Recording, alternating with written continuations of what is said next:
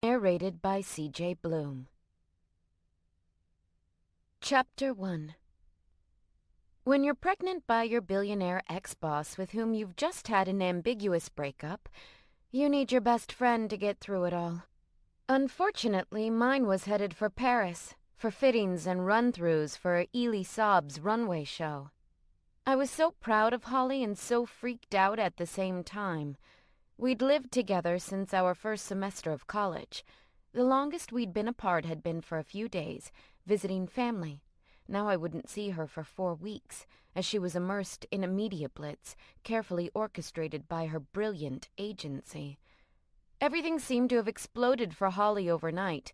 Not only would she be walking in her first Fashion Week show, she'd also be featured in the pages of French Vogue. The side trip to London to be interviewed for a BBC documentary about body image was going to be the thing that pushed her over the top. I knew, even if she was trying not to pin too many hopes on the next month. I was bursting with happiness for her, but I have to admit, I was slightly bumming myself out by comparing our situations. It was difficult, though. Her career was taking off like a rocket, and mine had burnt up on re-entry. "Baby, you were gonna miss your flight," Deja, Holly's girlfriend, called out with the certainty of a mother telling her kids they were going to miss the school bus. I didn't envy her the task of trying to herd Holly to the airport. Dressed head to toe in sleek, sexy black, from the very professional cut of her blazer to the very rock star chic matte leather pants she wore, Deja could have been a model herself. Her dark brown hair was pulled back in a sleek, low ponytail, and her brown skin shone beneath what I suspected was Smashbox Soft Lights bronzer. Former assistant beauty editor skills died hard. "She's already packed, unpacked, and repacked 6 times, I said, looking up from my bowl of cereal to nod toward Holly's bedroom. I stood beside the refrigerator in the same pajamas I had been wearing for the past 4 days, trying really hard to not be miserable in front of Deja. She still worked for my possibly ex-boyfriend / definite baby daddy, Neil Elwood, successful publishing magnate and idiot man-child billionaire. That was just the kind of resentment I couldn't express in front of her. I really didn't want to put her in the middle of anything. I had been the moron who dated my boss. Why should Deja suffer awkwardness as a consequence? But I guess it's impossible to not look miserable when you haven't showered since before your maybe ex's emergency hospitalization. Deja's big, dark eyes filled with sympathy as she looked at me. "Still haven't heard from him?" In my anger leaving the hospital the night of our kind of breakup, I'd asked Neil to give me a few days to cool off, or think, or something. I'd been faced with the choice of taking a job with my old boss's new magazine on the condition that I discontinue my involvement with Neil, who was currently running Porteris, the magazine I used to work for, into the proverbial ground. Neil had given me an ultimatum. Okay, maybe it had been a reality check. He'd said that if I turned down a job to be with him, I was making a commitment whether I called it that or not, and he was right. But everything had been moving so fast between us, I'd panicked, and now I had no idea what was going on with him because he was still in the damn hospital, and I'd told him not to call me until he got out.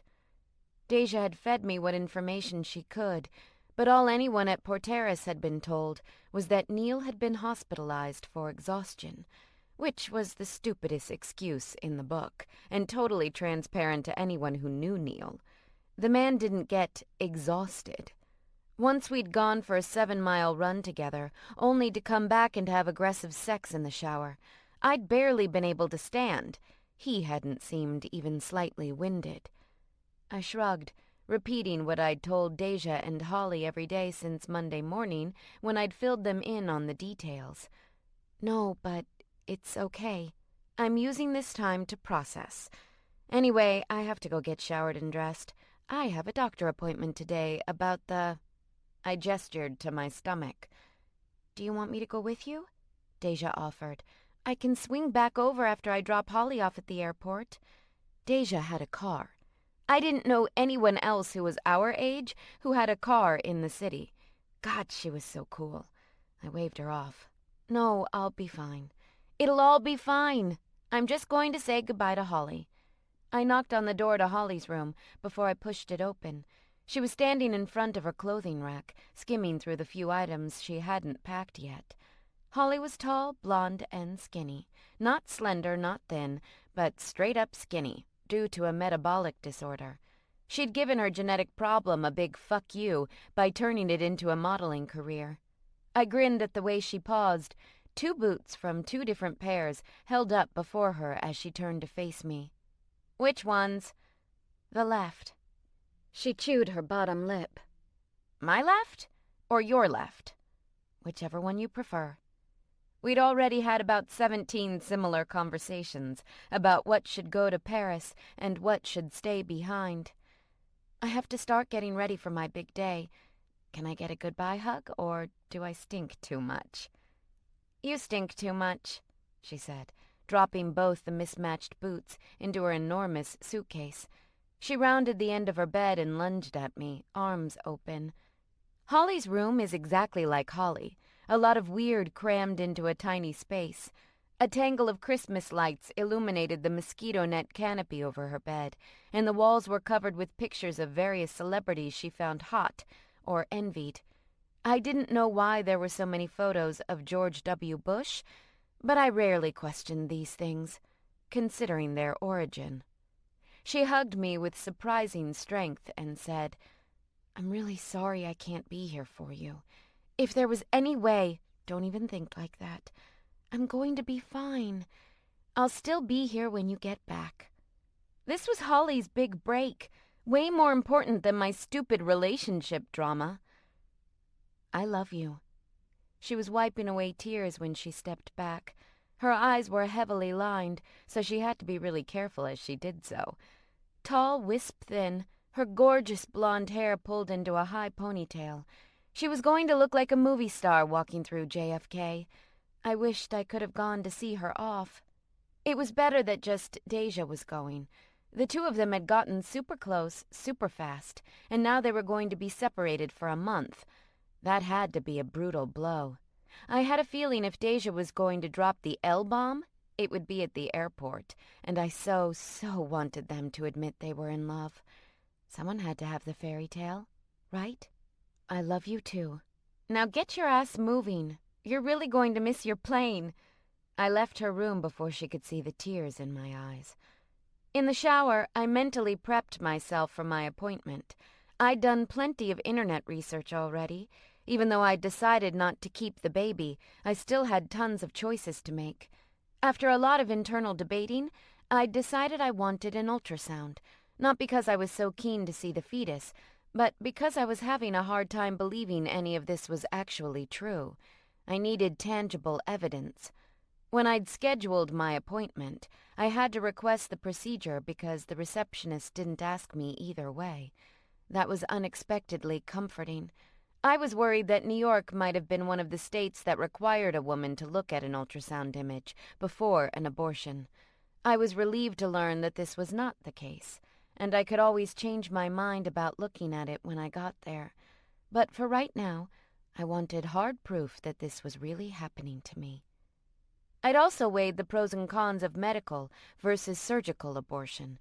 While the medical abortion just required taking a dose of medicine rather than the more invasive surgical option, I didn't know that I could cope with the waiting period between swallowing the pill and the abortion happening. I wanted to take an aggressive approach and have everything over quickly.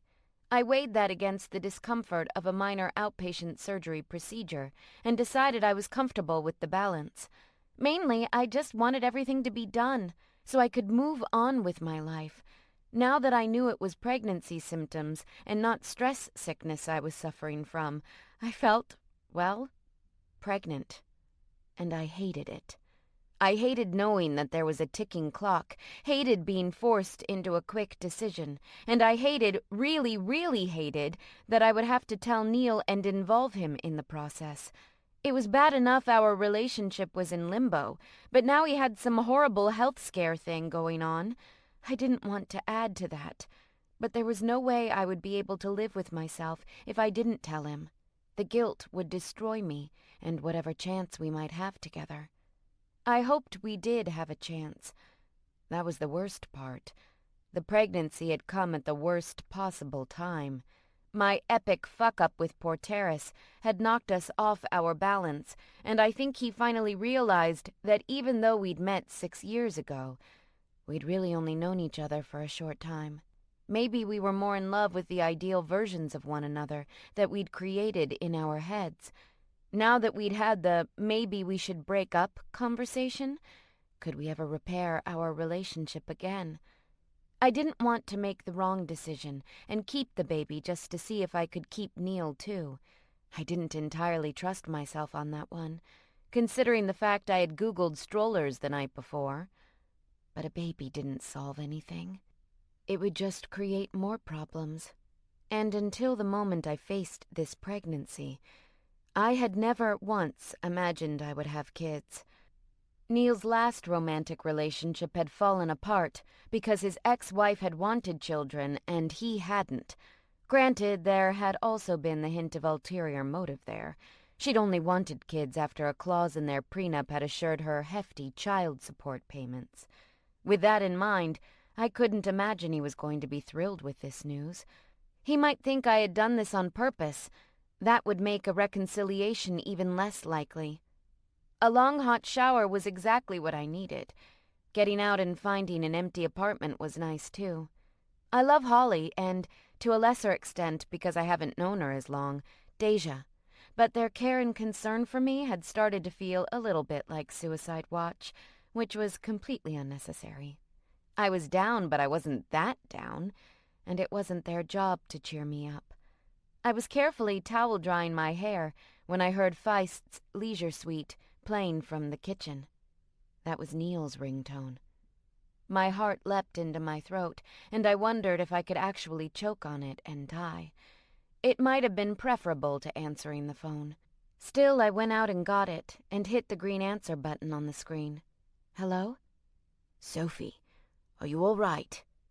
His voice was so full of concern, and I was so relieved to hear from him I started crying. So we were off to a good start.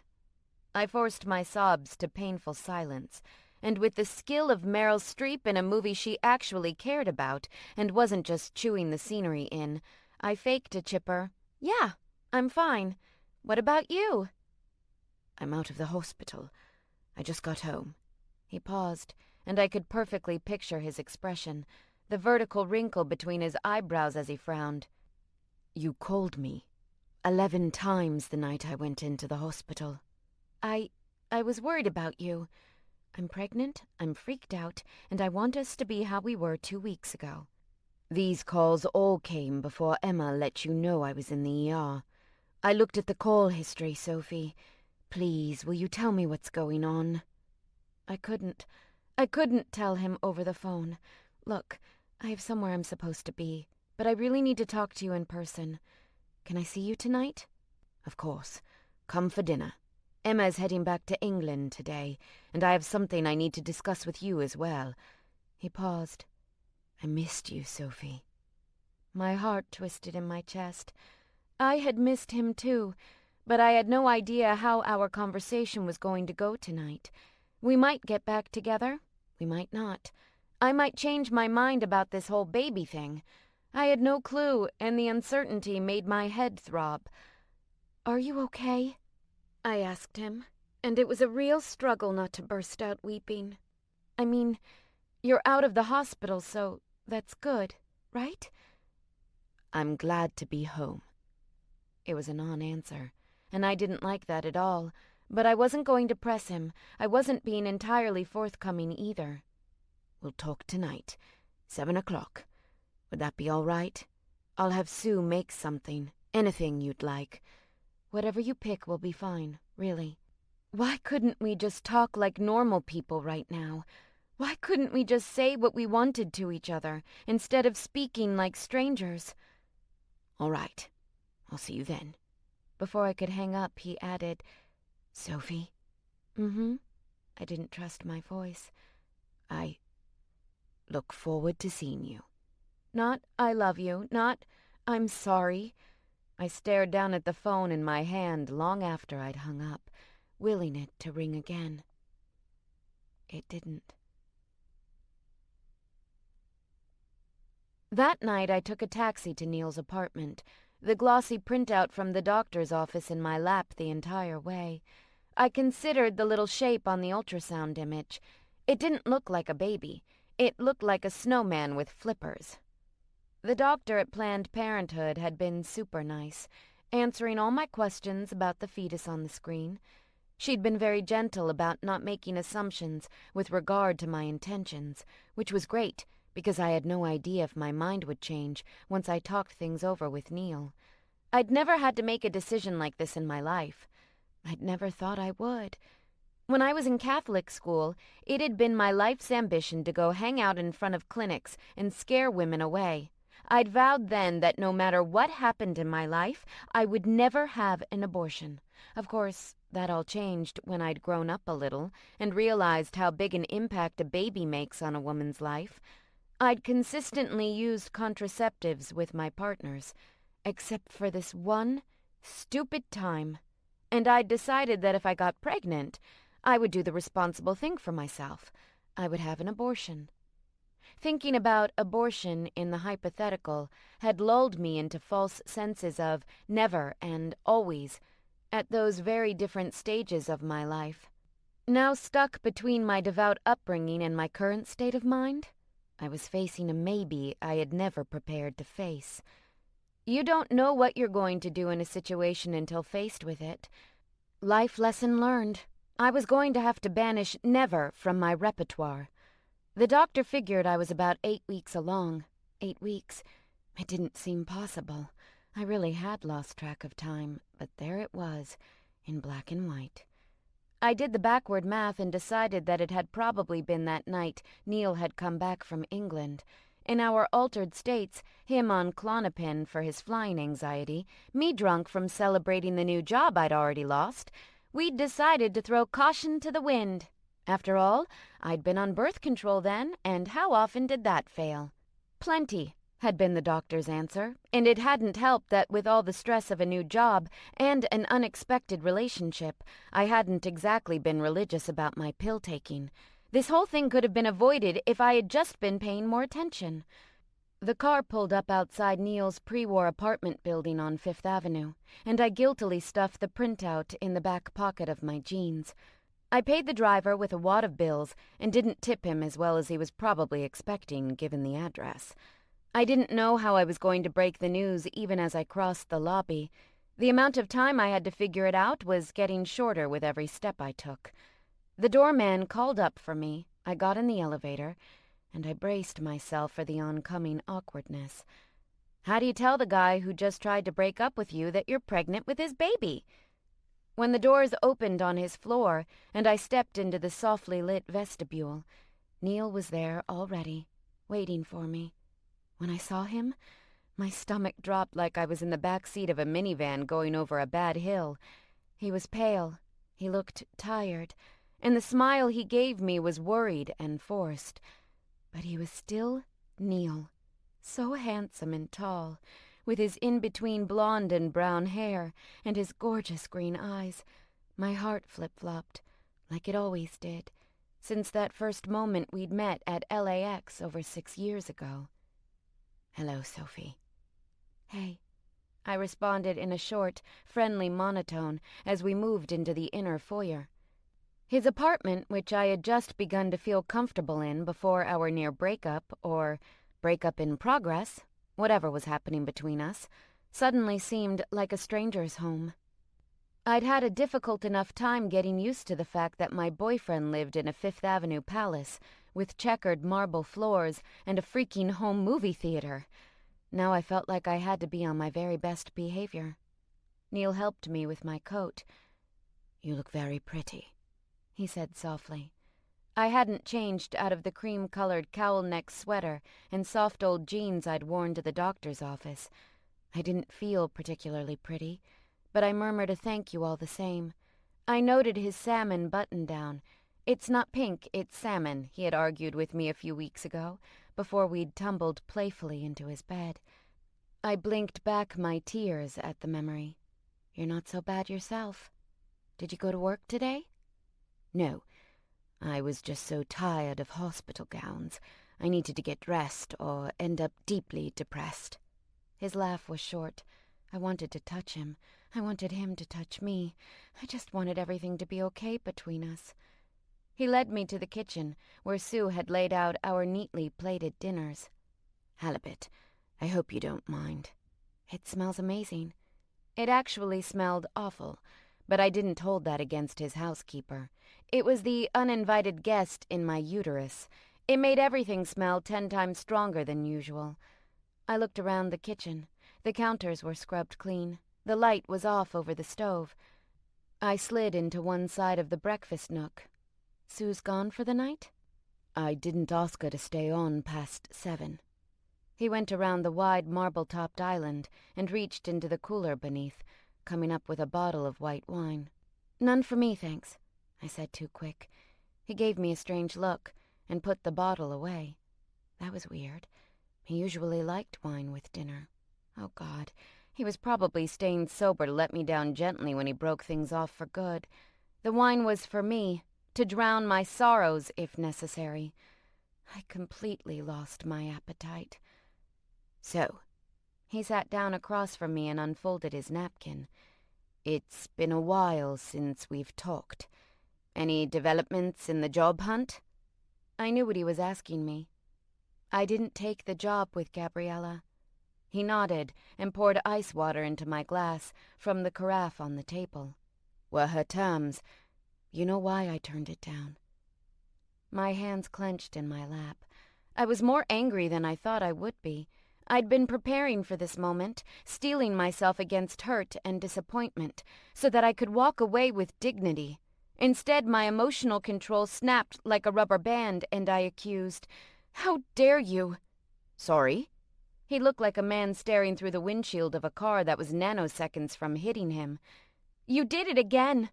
You pushed me into making this huge decision, but you acted like you were somehow protecting me. You did it when you stole my plane tickets 6 years ago. Now you tell me that I have to take this job because it's a wonderful opportunity, and you magnanimously declare that you'll let me go if you have to.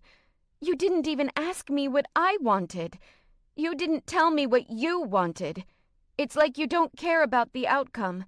You just don't want to feel responsible for it." "Magnanimous?" he repeated, outraged. My hands were clenched to fists beneath the table. If we were going to break up, then we might as well raise this fucker, salt the earth, and poison the groundwater. If you didn't want to be with me, then just break up with me. Don't force me to make the choice for you."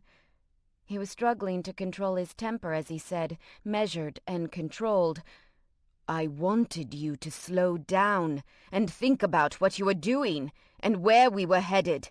You keep pushing me away." "I keep pushing you away," I snorted derisively.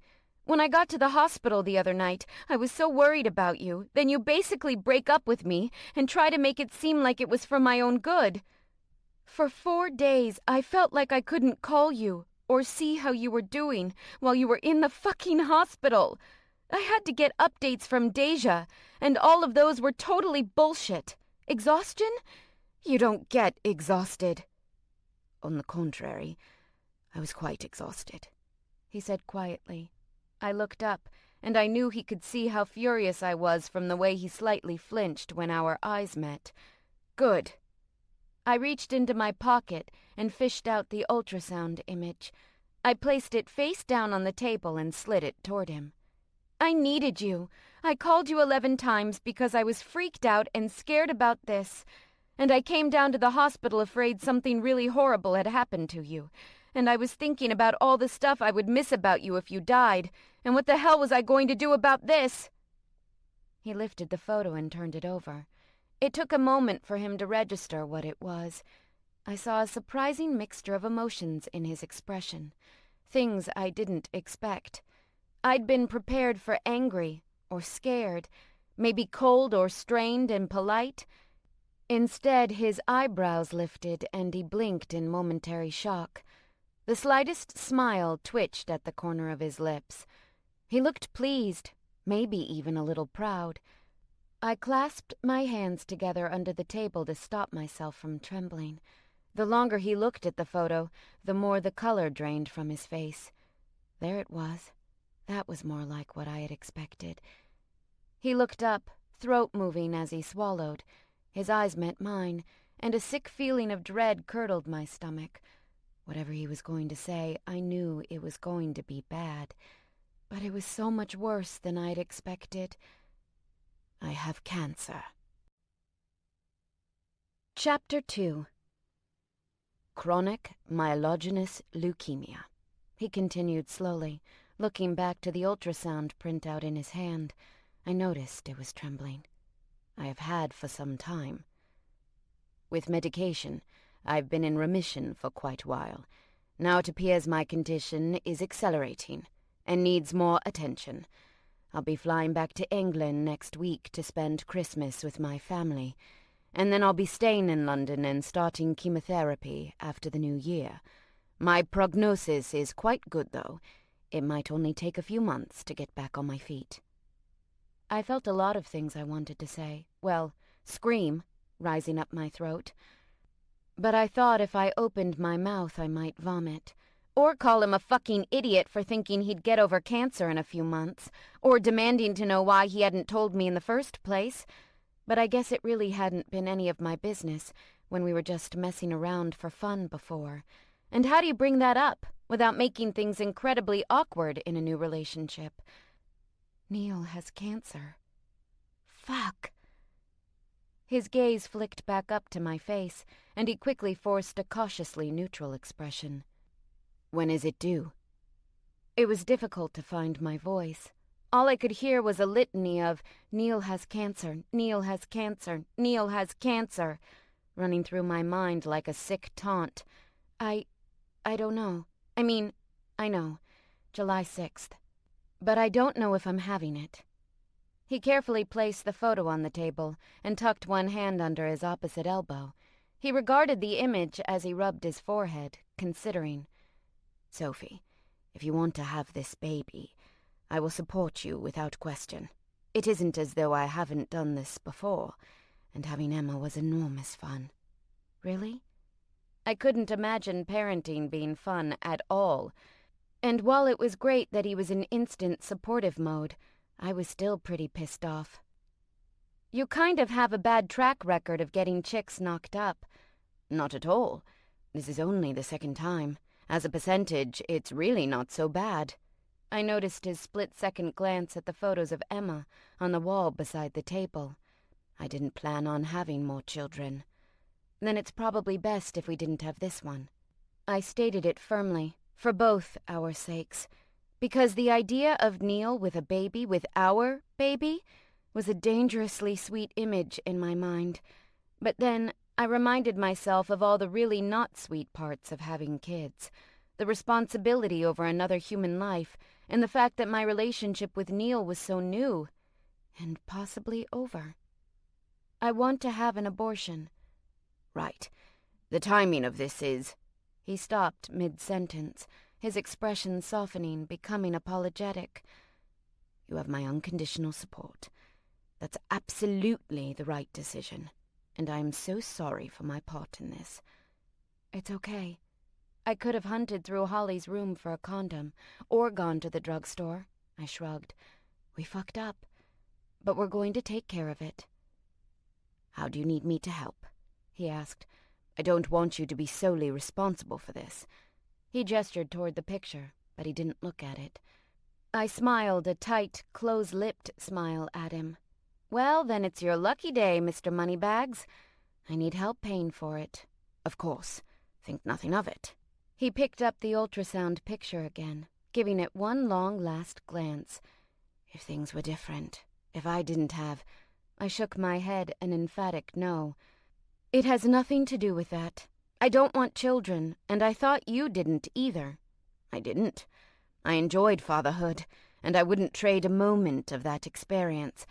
But I'm comfortable in my life as it is now. This... He dropped the printout. It caught me off guard, is all. So it was settled. Relief took the wind out of my anger sails. I was just so glad that conversation was over, though it had gone way worse than I'd expected, and that our decision was made. However, I was a bit surprised at Neil's reaction. I'd thought he would either want to keep the baby or not. I'd never imagined he would feel conflicted between the two options. Somehow, the sneaky knot in my chest had tightened up again, binding me in all my doubts. It slipped a little now. "You're not brutally disappointed, then?" "No. Slightly emotionally confused, but that could be due to the recent cancer news, which I did not take well." "Really?" I hated that he kept saying the C word. It hadn't quite sunk in for me yet. "I cried for a full day when they told me I would have to have chemotherapy. A manful stoic cry, of course, but very dehydrating." "I wish you would have called me, even though we fought. I wish I could have been there for you." The thought of him facing the news alone made my heart hurt. "Please don't take this the wrong way," he began and stopped himself. "It was something I had to go through on my own. It isn't that I wouldn't have wanted you to be there, but if you were there, I would have been more worried about how you were taking it." That sounds fair, especially the way we left things. I couldn't look at him just then. It felt like it might hurt, like staring at the sun. "How long have you known?" "Almost 4 years now." He cleared his throat. "It was the diagnosis that prompted me to propose to Elizabeth. I suppose I was trying to take control of my own destiny, live like I was dying, all of those trite things you're supposed to do when you're embracing life." "And maybe you were trying to cling to someone?" I suggested gently. His snort of laughter broke the quiet. "Like a bloody life raft." That reminded me. "There's something else I have to ask you." "Anything?" I took a deep breath. "I know things between us are weird right now, but Holly is in Paris, and I don't really have anyone else in the city I'm close to, and I'm so scared of needles and blood and all the rest of it. I really need someone." Here I was talking about needles and blood, and he'd just gotten out of the hospital. He would go back into one in a matter of a few weeks, for awful procedures that probably involved getting stabbed in tons of delicate little veins. I couldn't hold it together in front of him at the prospect of going alone to my own abortion. I started crying, and he immediately got up and came to my side, sliding onto the bench beside me. He pulled me into his arms, his lips brushing the top of my head as he held me. "I would never dream of letting you do this alone," he said, stroking my hair down my back. It was almost painful, him touching me like this when I didn't know exactly where we stood with each other. Then I remembered what he'd told me about going back to England, and my stomach knotted. "Oh no, you can't go with me. I couldn't get an appointment until after New Year's Day, and you'll be gone." "That's 3 weeks away." He was doing the math in his head, I could tell. "Perhaps I could postpone the start of my treatment." "No!" I sat back and brushed the tears from my cheeks. I was not going to have him feeling guilty about getting life-saving cancer treatment. "Don't you dare! Why didn't they start you immediately?" "I didn't want to miss Christmas.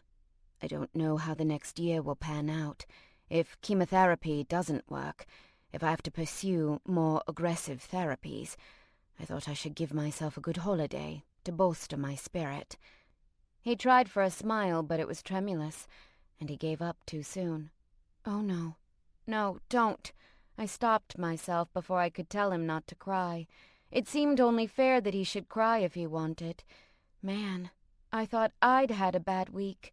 He reached up and tucked my hair behind my ear. "No, I'm fine. We can talk about that later. I want to make sure you're well taken care of before I leave. I imagine the wait is interminable." On that score, he was entirely correct. I sniffed. "Yeah, I really do not like being pregnant." "If you could see a doctor next week, would that be too soon?" His hand fell to rest on my shoulder. "You'd be surprised at the mountains one can move just by throwing a bit of cash at them." "Tomorrow wouldn't be too soon," I laughed miserably. Let me guess. All rich men have an abortions guy on speed dial to take care of your mistresses? He winced slightly at the truthfulness of the statement. Not exactly, but I do have an acquaintance who went through a similar situation, and he was able to have it handled quickly and discreetly. Jesus. I dropped my head to my hands. He didn't know what to say. What could either of us say in this situation? Just tell me what you need. Ask me for anything. I don't want this to be difficult for you. It's going to be difficult no matter what. I dabbed my eyes with the ends of my sleeves. I mean, once this is all over, we're kind of over too, aren't we? He slipped from the bench and walked to the island, buying himself time to respond.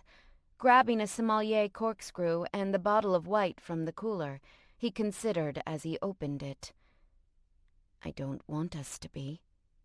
I laughed tearfully in relief, but then he continued, I'm not certain how well a long-distance relationship will work for us, in the state we're in. If this had all happened 2 weeks ago, I would have gone ahead without hesitation.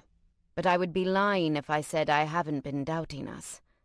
I kind of got the hint when you broke up with me. He poured himself a glass and came back to the table, but he didn't sit down.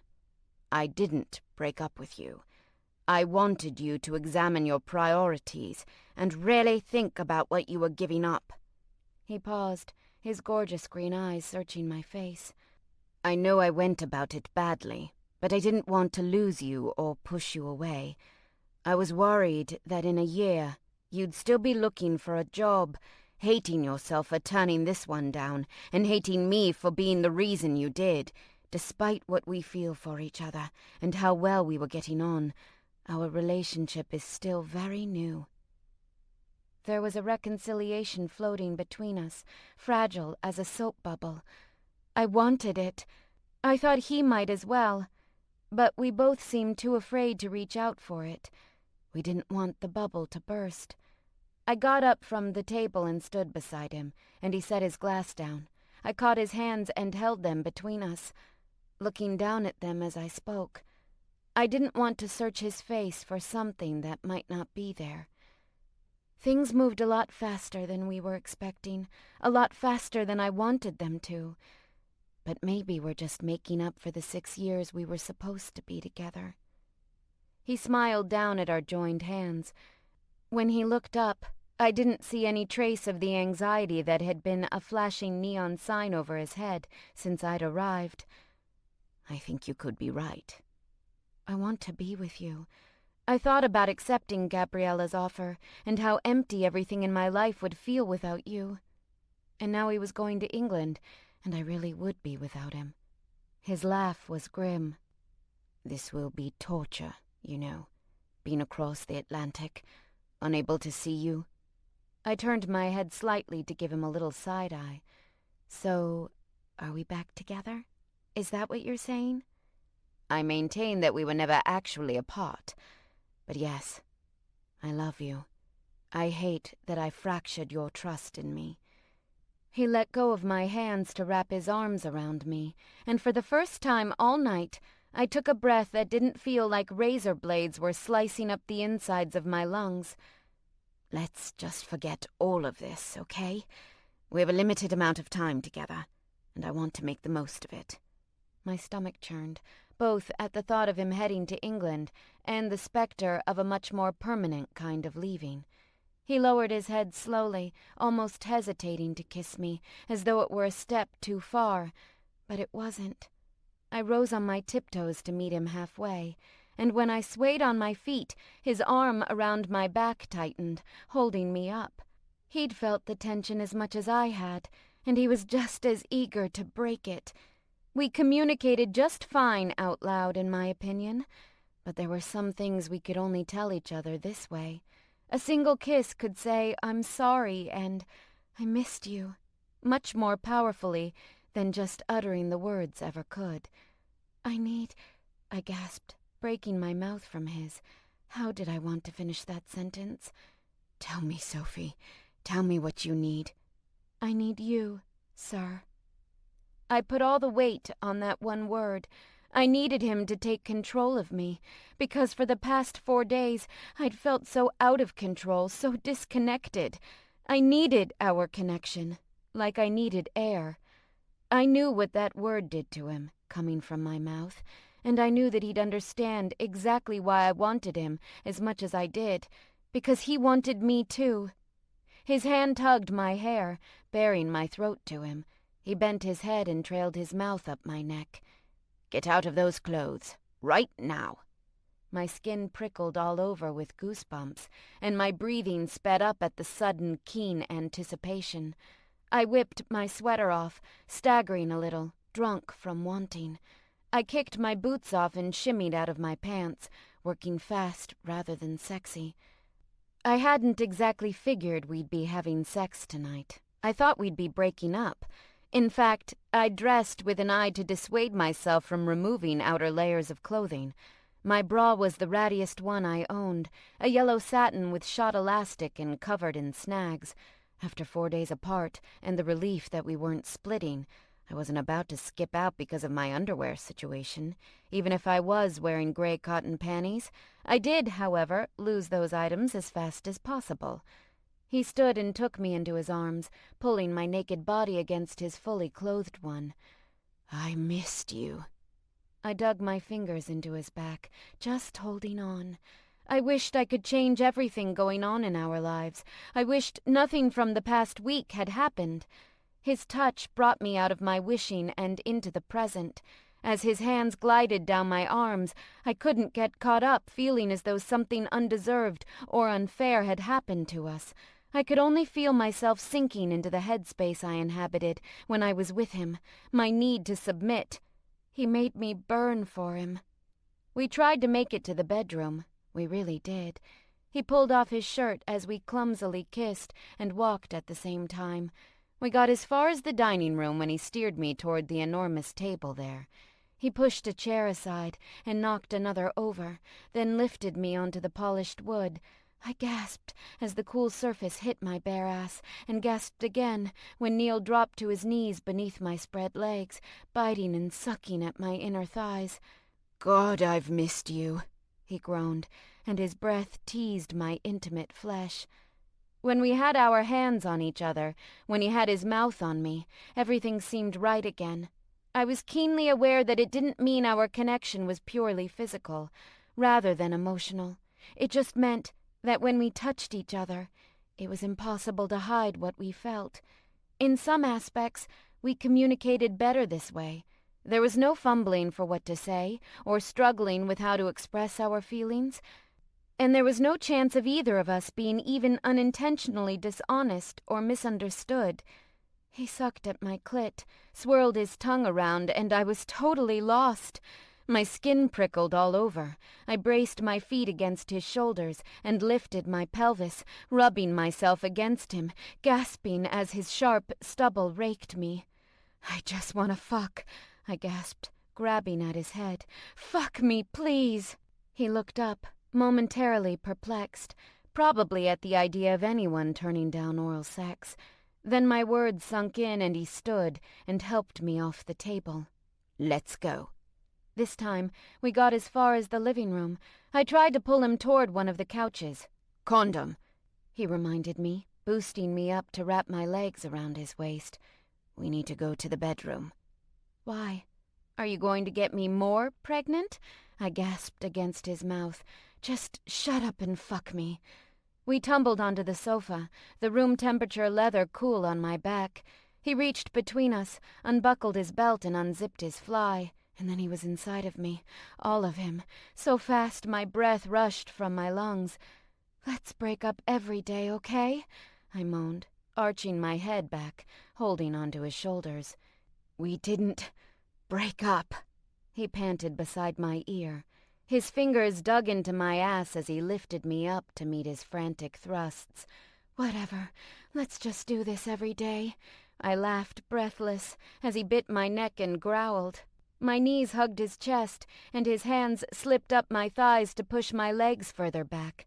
He reached between us to roll my clit between his thumb and forefinger, and that was all it took.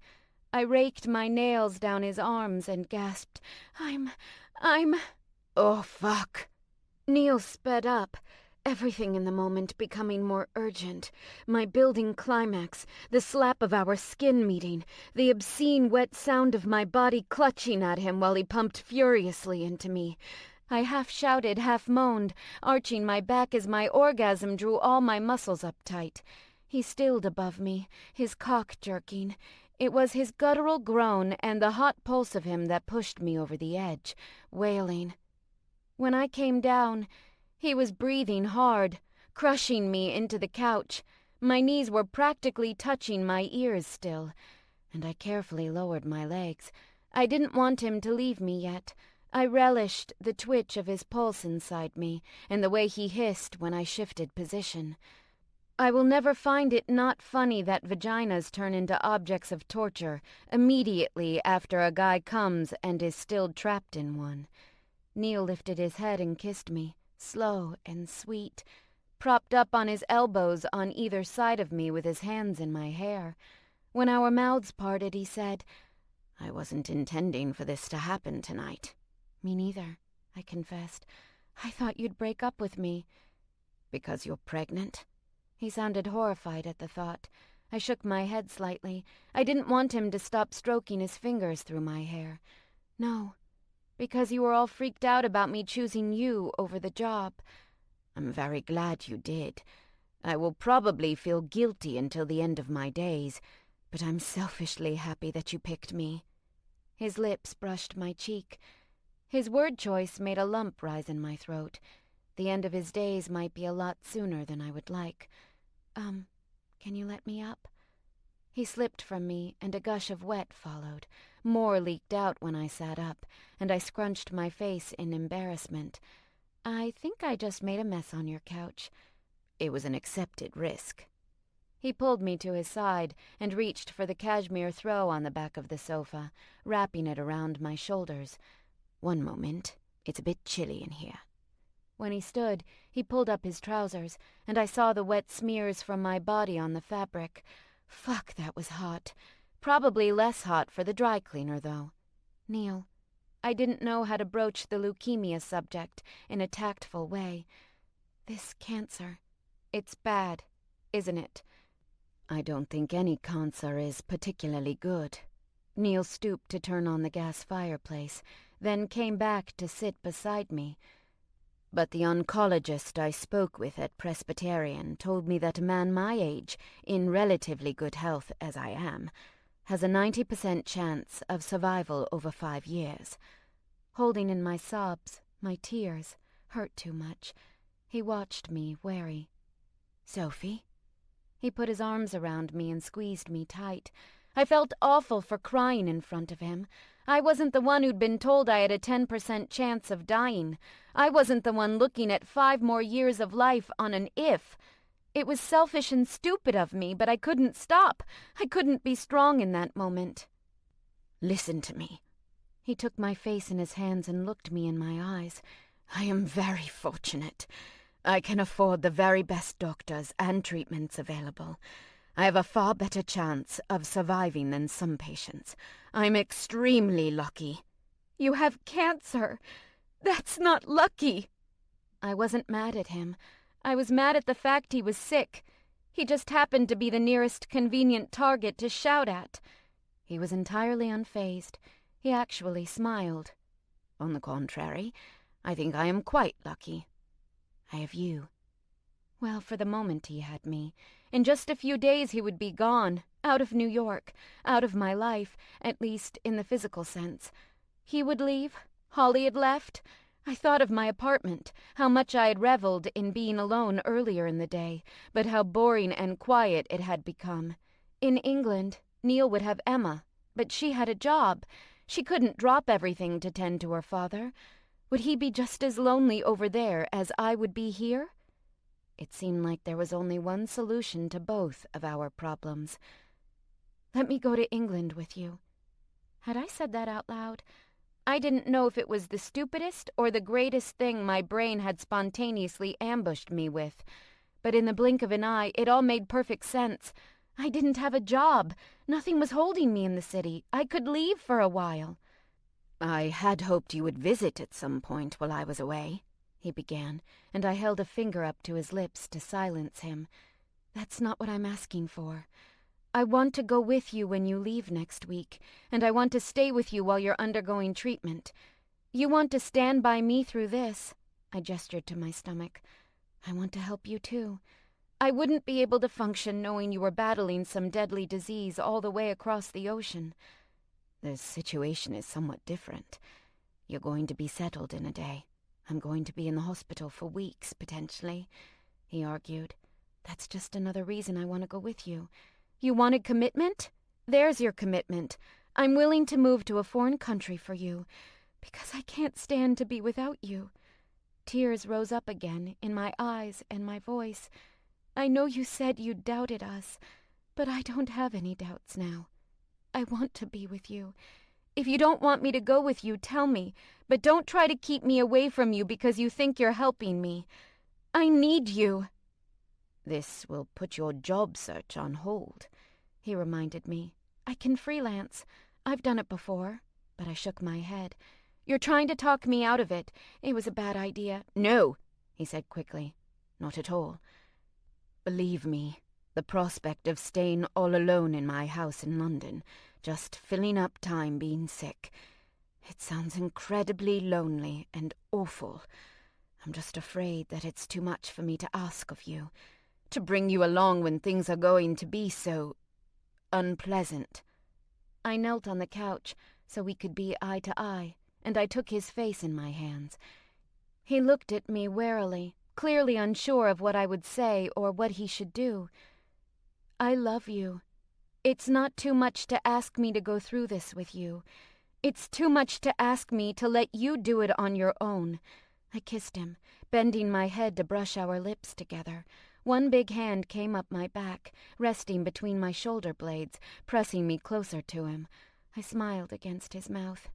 "You need me as much as I need you." "Possibly more." He leaned back just slightly to look at me. "And that scares me, Sophie. It seems selfish to ask you to give up your entire life to be with me, and I'm almost 50 years old. I don't want to steal your youth. I don't want you to wake up one day and realize your life could have been better without me." "Never going to happen." I kissed him again. His hand moved from my back into my hair, holding my face to his. With his other arm around my waist, he jerked me into his lap. We spent the rest of the night on the couch together in front of the fire. Me, a mess of hormones and sadness. Him, supportive and wonderful, despite the fact he was the one who might die. Later, after Neil had fallen asleep, his chest rising and falling evenly under my cheek, I considered 5 years, and what that would mean. Neil would be 49 in just a few months. In 5 years he would be 54. I would be 29 or 30. Was I going to be, well, not widowed because we weren't married, but was I going to be a grieving girlfriend at that point? In his sleep, Neil put his arms around me, one hand splaying possessively across my lower abdomen. Oh, shit. I thought of his first reaction to the ultrasound, and the way he'd looked immediately to Emma's photos on the wall. It was obvious that a part of him wanted to keep this baby, but I didn't. Plus, he was sick. We had no idea what the future was going to be like for us. Better a grieving girlfriend than a grieving single mom, I reminded myself. If he was having reservations, he would be too supportive to voice them. I would just pretend not to notice those reservations and do the right thing for both of us. Chapter 3.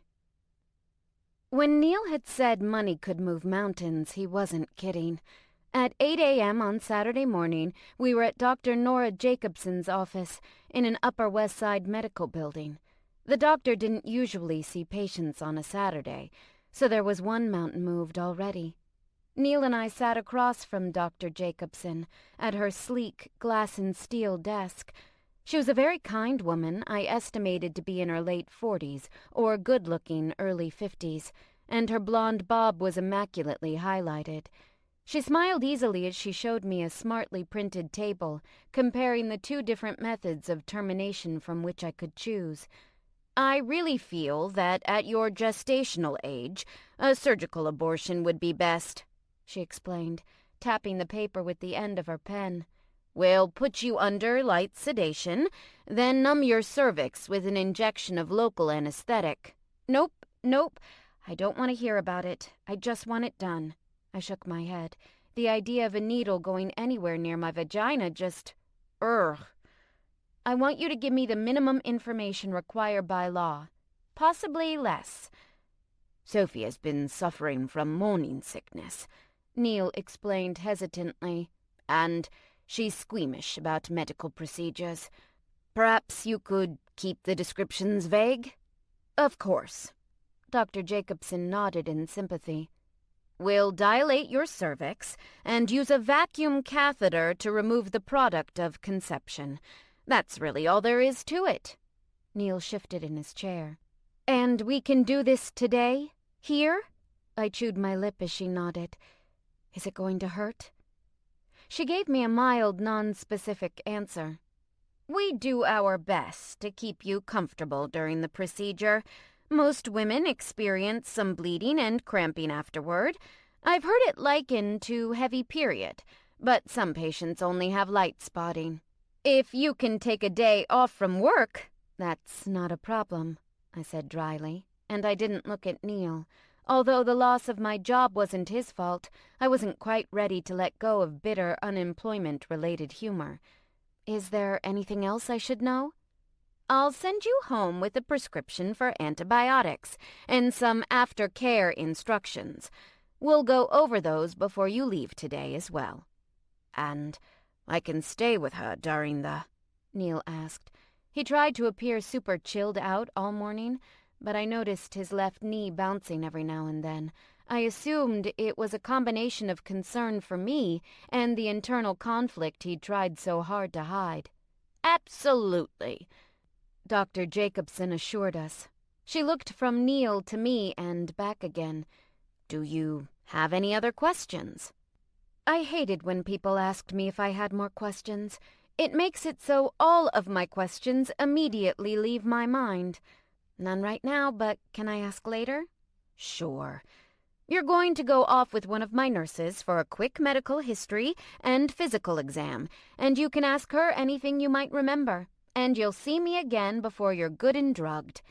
Dr. Jacobson smiled before turning her attention to Neil. And all I need from you is... Neil reached into his jacket and pulled out a checkbook. Thank you again for seeing us on such short notice. Not at all, the doctor said, but I knew Neil was paying her well enough for coming in on a Saturday the week before the holidays. The clinics get really bogged down at this time of the year. I thought about the prospect of visiting my family, my very Catholic family, many of whom drove cars with "It's a child, not a choice" bumper stickers. Knowing I was planning to abort brought me a little clarity. No wonder there was a pre-Christmas rush. There was a knock at the door, and a slim young brunette woman in pastel pink scrubs stuck her head in. "Are we ready to get prepped?" I went with the nurse Julie, who took me to change into a gown, while Neil and Dr. Jacobson finished up the money end of things. Neil came into the room as she was taking my blood pressure, and just in time for her to put in the IV that would later hook up for anesthetic. I'm not going to be, paralyzed, but awake and feeling the whole thing, right?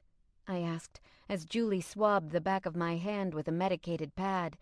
Good Lord, you're grim, Neil said with a nervous laugh. Julie smiled. It's pretty heavy sedation. You shouldn't feel a thing. I tried to be really brave about the IV, but I loathe needles. I kept my eyes shut tight until I felt the tape go on. Dr. Jacobson came in and looked surprised that Julie had gotten so far. We're really speeding along. It's a lot quicker when you've only got the one patient, Julie said, marking something off on my chart. I wondered if she was getting overtime pay to be here. The faster the better, I said. You can give me the loopy drugs any time now. Dr. Jacobson nodded. Then let's get you into the operating room. When I looked over at Neil, he was chewing his thumbnail. My heart hurt. He has cancer, and you don't want a baby. Don't do something stupid, Scaife. Okay, my brain made the point better than I ever could. I looked over at him, smiled reassuringly, and said, "Ready?" "Yes." He dropped his hand guiltily. "If you are." We followed the nurse to the OR, and Neil took my hand in his as we walked down the hallway. His palms were clammy. I thought about what he'd said about his cancer diagnosis, how he was glad I hadn't been there because he would have been more worried about how I was handling things. I could completely understand that now. The table in the windowless room wasn't like an operating table on TV shows, but more like an exam table, covered with a narrow sheet and an absorbent pad instead of paper. Neil helped steady me as I climbed up and lay back. He leaned over me while Julie stretched a surgical drape across my stomach. He pressed his lips to my forehead and reached behind him to pull up a chair. "I'll be right here the entire time." "Thank you." I closed my eyes. My stomach was a riot of nerves. I was trying to be calm and strong, but I was fucking terrified. At least this was way less scary than childbirth. I looked over at Neil, and he gave me a closed-lip smile. He took my hand and squeezed it. "Okay, Sophie," Dr. Jacobson said, seating herself on a stool. "Julie is going to administer the sedation, and then we'll get your feet up." Whatever sedative they gave me, it was effective, and fast.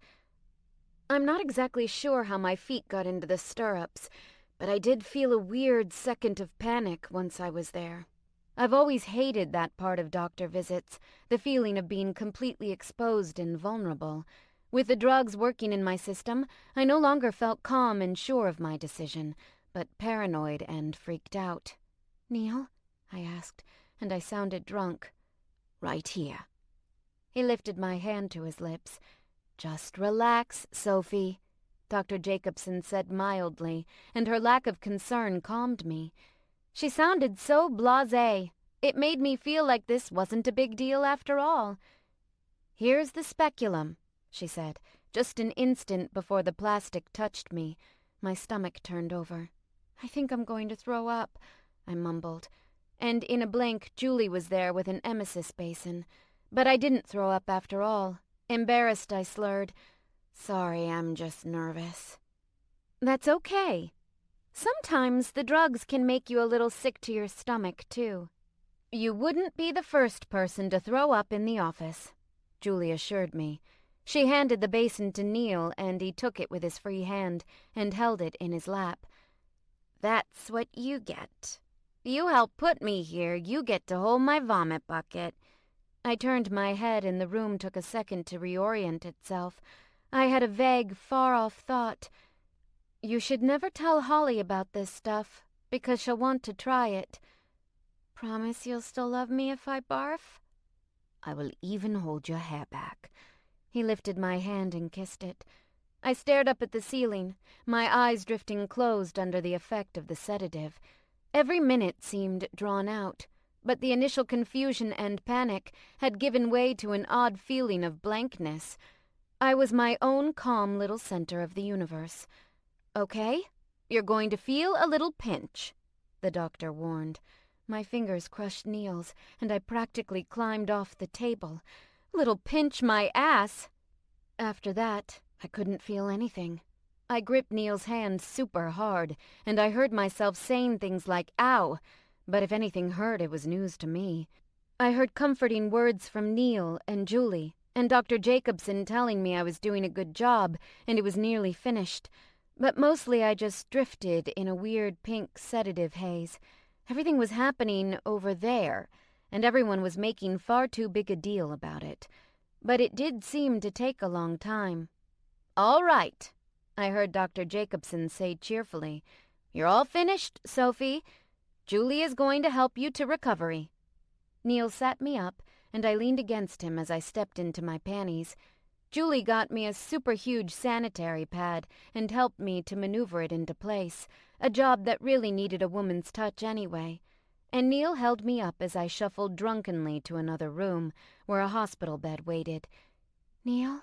I asked, swimming above the medicine haze for a moment, and when I tried to remember what I was going to say, All I could do was cry. "Do you hate me?" He was beside me in an instant, sitting on the edge of the bed to pull me into his arms. No, never. I don't want you to ever think that. "Right now it's the sedation," Julie said with gentle authority. "But you're gonna have mood swings like this for the next couple of days as your hormones even out." Thank you, Neil told her, but I suspected he knew why I was upset. He held me while Julie took out my IV, a process I hated almost as much as having the damn thing put in, because I had to think about the tube coming out of my vein. When she left the room, I blinked up at Neil. "You're not mad that I killed your baby?" Wow. You can take the girl out of Catholicism, but you can't take the Catholicism out of the girl. It was almost like I was on drugs or something. No, Sophie. I'm not mad. Not about anything. Neil half sat, half lay with me against the bed's slightly elevated head. I leaned on him, ignoring my dry mouth and my swimming brain. I thought of all the women I'd helped harass outside of Planned Parenthood when I was in high school. I felt like such a hypocrite. "You know, I used to protest this shit," I blurted. "I wasn't on the right side, pictures of dead babies and shouting at girls." His arm tightened around me. "And I used to vote for the Conservative Party. We all do stupid things in our youth." The doctor came in and gave us post-op instructions.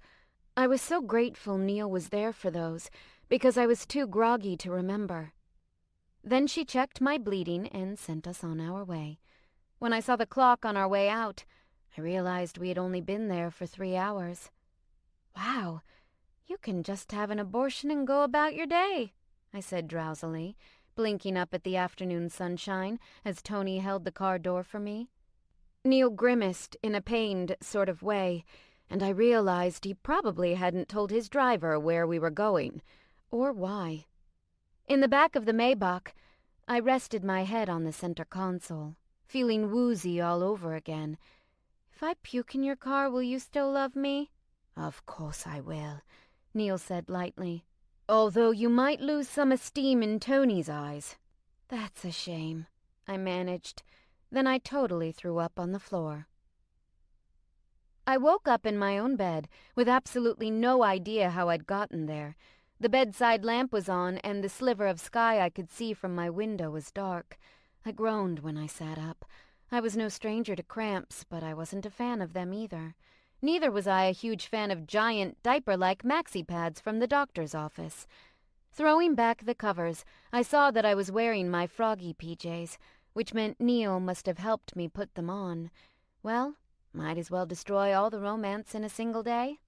When I shuffled out to the living room, I found Neil laying on the couch, flipping through the channels on the TV. I watched him for a moment, my heart swelling a little bit at how natural he looked in my apartment. He really felt at home in my space, even though it wasn't a Fifth Avenue palace. When he saw me, he sat up. "How are you feeling?" Pretty good. I was still kind of groggy from the anesthetic, but overall I felt fine. A little crampy. Having my wisdom teeth out was worse." "Oh?" He smiled, obviously relieved. "I was worried. To the casual observer, it seemed quite invasive." "I think the worst part was the sedative. I feel hungover." I lay down beside him, curling my knees up. "Please don't be furious with me for spending money on you, but I did stop and get you some pads and your prescription while you were sleeping in your own sick in the car. They're in the bathroom." He put one arm over my waist, drawing me gently against him. Oh man, pads and froggy PJs all in the same day? We're never having sex again. I laughed. I played it off like it was no big, but inwardly I cringed from terminal embarrassment. "Oh, I highly doubt that. Although we do have to wait at least 2 weeks. Doctor's orders." The arm draped over my waist sought out my hand and threaded our fingers together. "Do you really feel all right?" Surprisingly, yes, despite the feeling that I've lost time. I squinted around the dim living room. When are we? "Nearly 7. His lips brushed over my ear and he asked, Do you want me to order something in for us, or are you still ill? For the first time in weeks, I was able to think of food and not feel immediately nauseated. I vaguely remembered Dr. Jacobson saying pregnancy symptoms would only take a few days to disappear. It was a Christmas miracle. Oh, do you know what sounds so good right now? A cheeseburger and really greasy fries.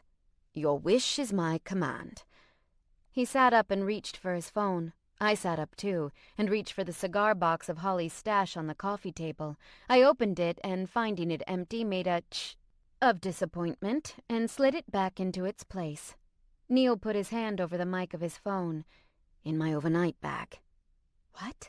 The drugs must have still been working a little, because I didn't understand what he was telling me. His wallet? His glasses?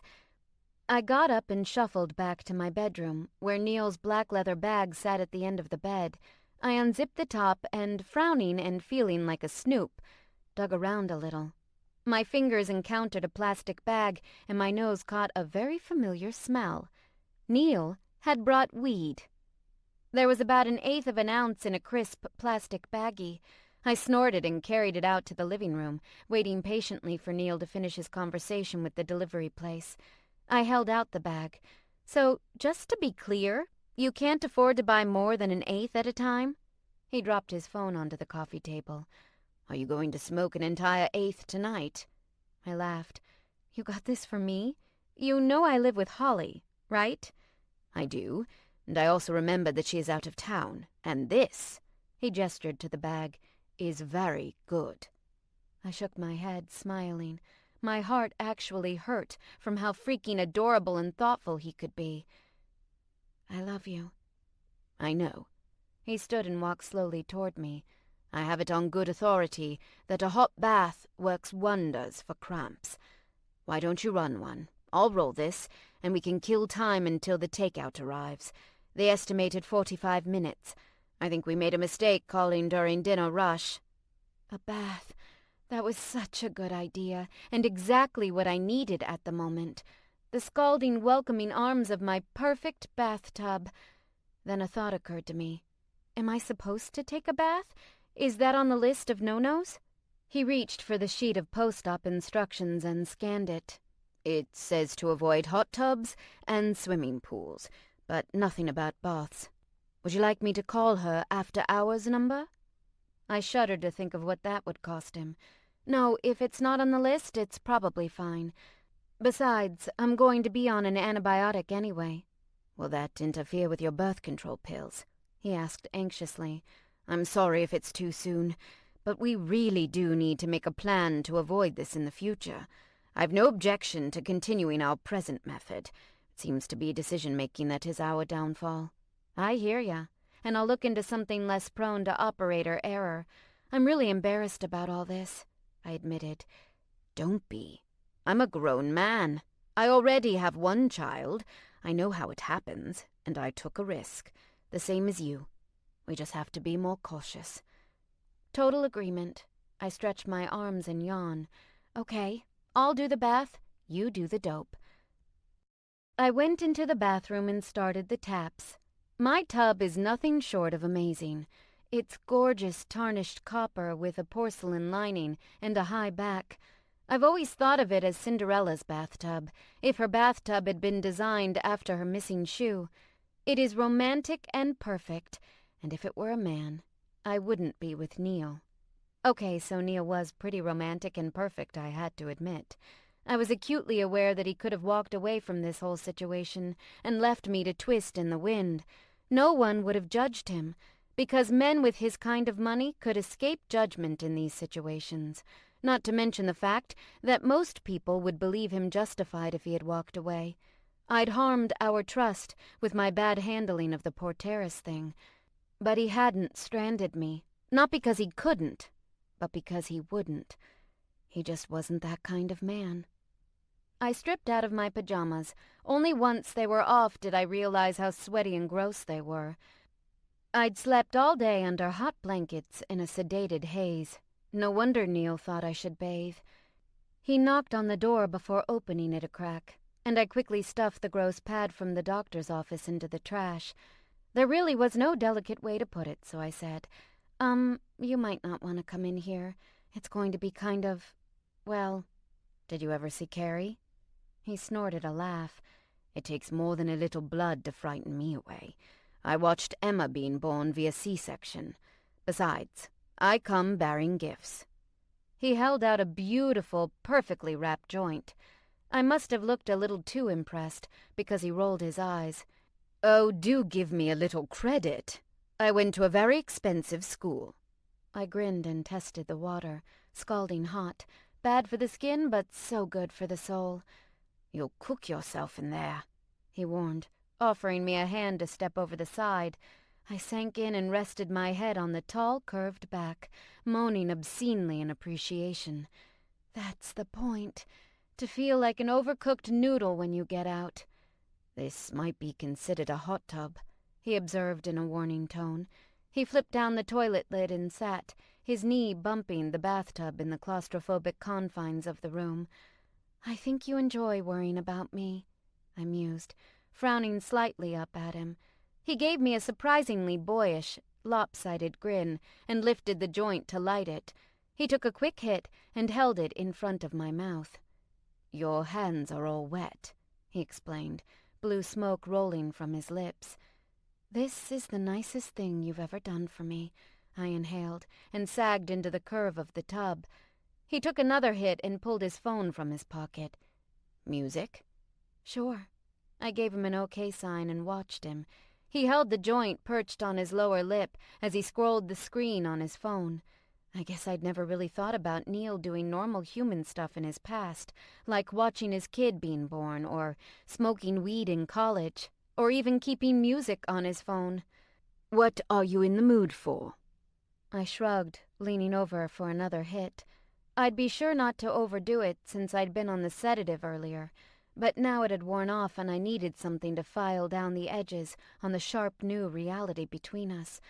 We'd just been through an experience that would either create deeper emotional intimacy or ruin us entirely. I couldn't take that kind of pressure right now, especially knowing that in a few days we'd be living together. Something soothing. He picked Sigur Rós. I recognized the ethereal falsetto, and I grinned. You're like a hipster Viking. They're quite popular in England as well, he said defensively. The water was the perfect temp. The pot was amazing, and I didn't even care if the tub looked like a shark attack in progress, although there was much less blood than I'd anticipated. Mild cramping aside, I'd never been so comfortable. I don't want to fall asleep, I murmured. His voice was pinched as he tried not to exhale. Why not? Because I'll drown. Although drowning in a nice hot bath, while totally high, was probably the least disturbing way I could think of to go. He stroked my steam-limp hair back. You won't. Sleep if you'd like. I won't let you drown. My heart ached. He was going to spot me so I could sleep in a hot bath? That was just insanity. I would never have even considered asking another human being to do something like that for me. It seemed so unreasonably selfish. Neil was offering to do it because he wanted to take care of me? That was just... And cue the waterworks. There were those hormones Dr. Jacobson had warned me about. In the past, Neil had always reacted to any sign of upset or tears on my part with a well-intentioned but ultimately stifling attempt to instantly make everything better. He didn't do that now. He just sat beside me, holding my hand as I curled up in the tub and cried. We talked when I initiated the conversation, but for the most part, Neil was content to sit in silence with me. Half an hour was just long enough for the water to cool and my emotions to level out. Feel better? Neil asked, after he helped me from the bath and wrapped me in a towel. I nodded. I've just got a lot going on. I think the hormonal thing wouldn't be so bad if everything else in my life was nice and calm right now. I don't think unintended pregnancy is ever anyone's idea of nice and calm, Sophie. He tilted my head up and kissed me. From the other room we heard the intercom buzz. That will be the food. I'll go while you get dried off. Once I was all dressed and dried with my hair combed, I felt way more normal than before. If what I'd just gone through was anything even remotely like pregnancy mood swings, I had made the right decision. I passed over PJs in favor of yoga pants and a long-sleeved tee and bounded out to the living room. We sat on the couch to eat, me with my burger and fries, him with a salad. The takeout containers were super fancy, and I smiled to myself. He would never get some things quite normal. With pregnancy no longer looming in my mind, my thoughts turned to all the other stuff we had going on. It was a weird way to think about it, but we were pretty much moving in together, at least for a while. Hey, what's it like, living with you? He took a swallow of water. I suppose it depends on who you ask. According to my daughter, I'm very boring and have a terrible habit of entering rooms too quietly and startling people on purpose. You also might falsely accuse me of reading your diary. I laughed and wiped my mouth on one of the sturdy napkins. You never read her diary? Absolutely not. I was too damned busy trying to make sure she didn't have anything interesting to write about in it. He shook his head. Honestly, I don't know what it will be like for you to live with me. I've never had great success as far as cohabitating with romantic partners is concerned. I liked living with Valerie and with Elizabeth, but I like time to myself as well, and I haven't always been easy to work with in terms of renovations or new furnishings. Whoa! Let me stop you right there. I held up my greasy burger hands. I'm not in the market to remodel your place or get new couches. I'm coming with you so I can be with you. I'm still keeping my place here. I'm not going to bring along my bed or demand a new walk-in closet. I do want you to feel at home, though. This has the potential to be somewhat long-term. I don't want you to feel like a guest the whole time. He paused, remembering something. You're going to have to speak with my lawyer about immigration forms. He emailed me yesterday.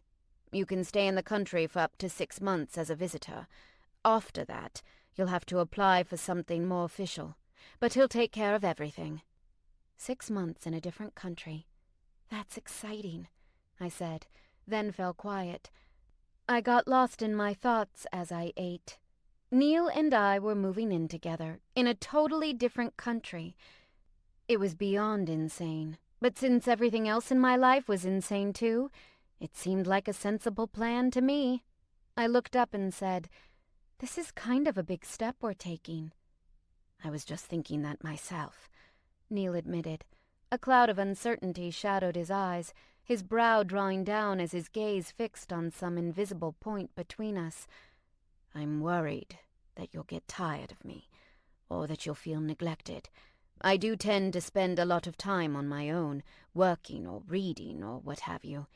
I like my space.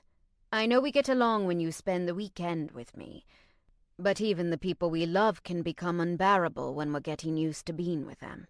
That's what I'm afraid of, too. I sat up a little straighter. I like to spend time alone. I've honestly had doubts that I would ever live with anyone in a non-platonic way. He considered. I suppose if we have our own doubts, we'll be more conscious of each other's feelings. At least, I hope we will be. I want to do this right, Sophie. Me too, I agreed. But hey, look at us. One crisis out of the way, and I think we handled it pretty well. Next up is Christmas with my family. I was going to say your cancer, but wow, is Christmas really going to be that bad? I laughed, my stomach all jumbled. Meeting Neil's family. This was going to be weird, when he'd only gotten divorced a few months ago. He looked like he was mentally revising his opinion as he said, "No, I don't think it will be. I will warn you that Emma's mother will probably not care for you. I get the sense that Valerie is not pleased that I was involved with someone in the company, and especially with what she's heard from Rudy. Oh, yikes. I hadn't even thought of that. Now I was really not looking forward to the festivities. That, and I wasn't sure how Emma felt about me. Sure, she'd called me when Neil was in the hospital, but that had been a decent thing to do, whether she liked me or not. All her actions proved was that she was a good person. But don't worry. It's going to be a small gathering. I'm sure my sister will love you. My mother can't wait to meet you, now that she knows you're coming, although that might change by the time we arrive. She has difficulty remembering things since her stroke. My brothers and their families aren't coming over this time. They still live in Reykjavik." The concept of siblings was so utterly bizarre and foreign to me. My mom was close to her sisters, but it wasn't the same. Watching a sibling relationship from the outside. I did know that I couldn't imagine one of my aunts not coming home for the holidays. None of them had ever moved further away than Houghton/Hancock, and my mom could get all of her sisters together for Sunday lunch if she wanted to. Do you ever go and visit them? Occasionally. I do like the city. I went to school there. There was a touch of homesick pride in his voice that was adorable and endearing. I go back once or twice a year for stockholder meetings. I'm on the board of my father's company, but my brother Runolf is the managing officer. I laughed and almost choked on my burger. Oh, wow. You really lucked out with Neil, didn't you? My parents took turns naming us. I was born on my mother's turn. I tilted my head, considering. Where does Elwood come from, if your father was from Iceland? My father's father was an Englishman, he explained, so my family has had generations of practice at blending the two different cultures. Do you have different traditions and stuff from us, besides being English? I'd never been in a relationship with someone from another country before. I keenly felt the pinch of my isolated, arrogant American upbringing. He looked amused at my ignorance. It reminded me of the first time we met, when I'd blatantly asked him if he was into stupid girls, because he had responded so positively to my fumbling conversation attempts. 10 minutes after that, he was in love with me, at least, according to him. He finished chewing before he answered. I suppose I'm not as entirely English as I might consider myself. My daughter's middle name is Ufilde. That's not exactly Jane or Anne, is it? Oh my God, poor Emma! I held my sides. I was laughing so hard. It didn't help my cramps, but it felt so good not to be tense and guilty and relieved and confused all at the same time. I can't believe she still talks to you. I think Ufildir is a beautiful name, Neil protested with a chuckle of his own. He raised his voice over my hysterical giggling, and that only made it funnier to him, too. I had a very nice piano teacher named Ufildir. She had the most enormous breasts. I wanted to pay them tribute. My face and abs both hurt. That is not true. No, you're right. It's not, he confessed. But it would be an amazing story. I felt a little bad for teasing him about what he'd chosen to name his daughter, but Emma Ufilde Elwood was such a tragedy of a name. I shudder to think what you'd name a kid of ours. I need to refine that skill where you realize you've said something stupid before you say it. I squeezed my eyes shut. I'm sorry. That was so insensitive. Not at all, he responded easily, but it was polite, his entire demeanor instantly restrained.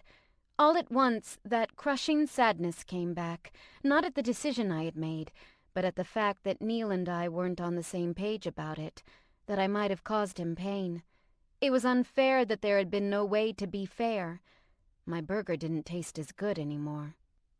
I want to go to bed. Neil cleared up our food while I stumbled into my bedroom, trying to hold back irrational tears and failing. When I got to my room, I stopped dead in my tracks. Holy shit.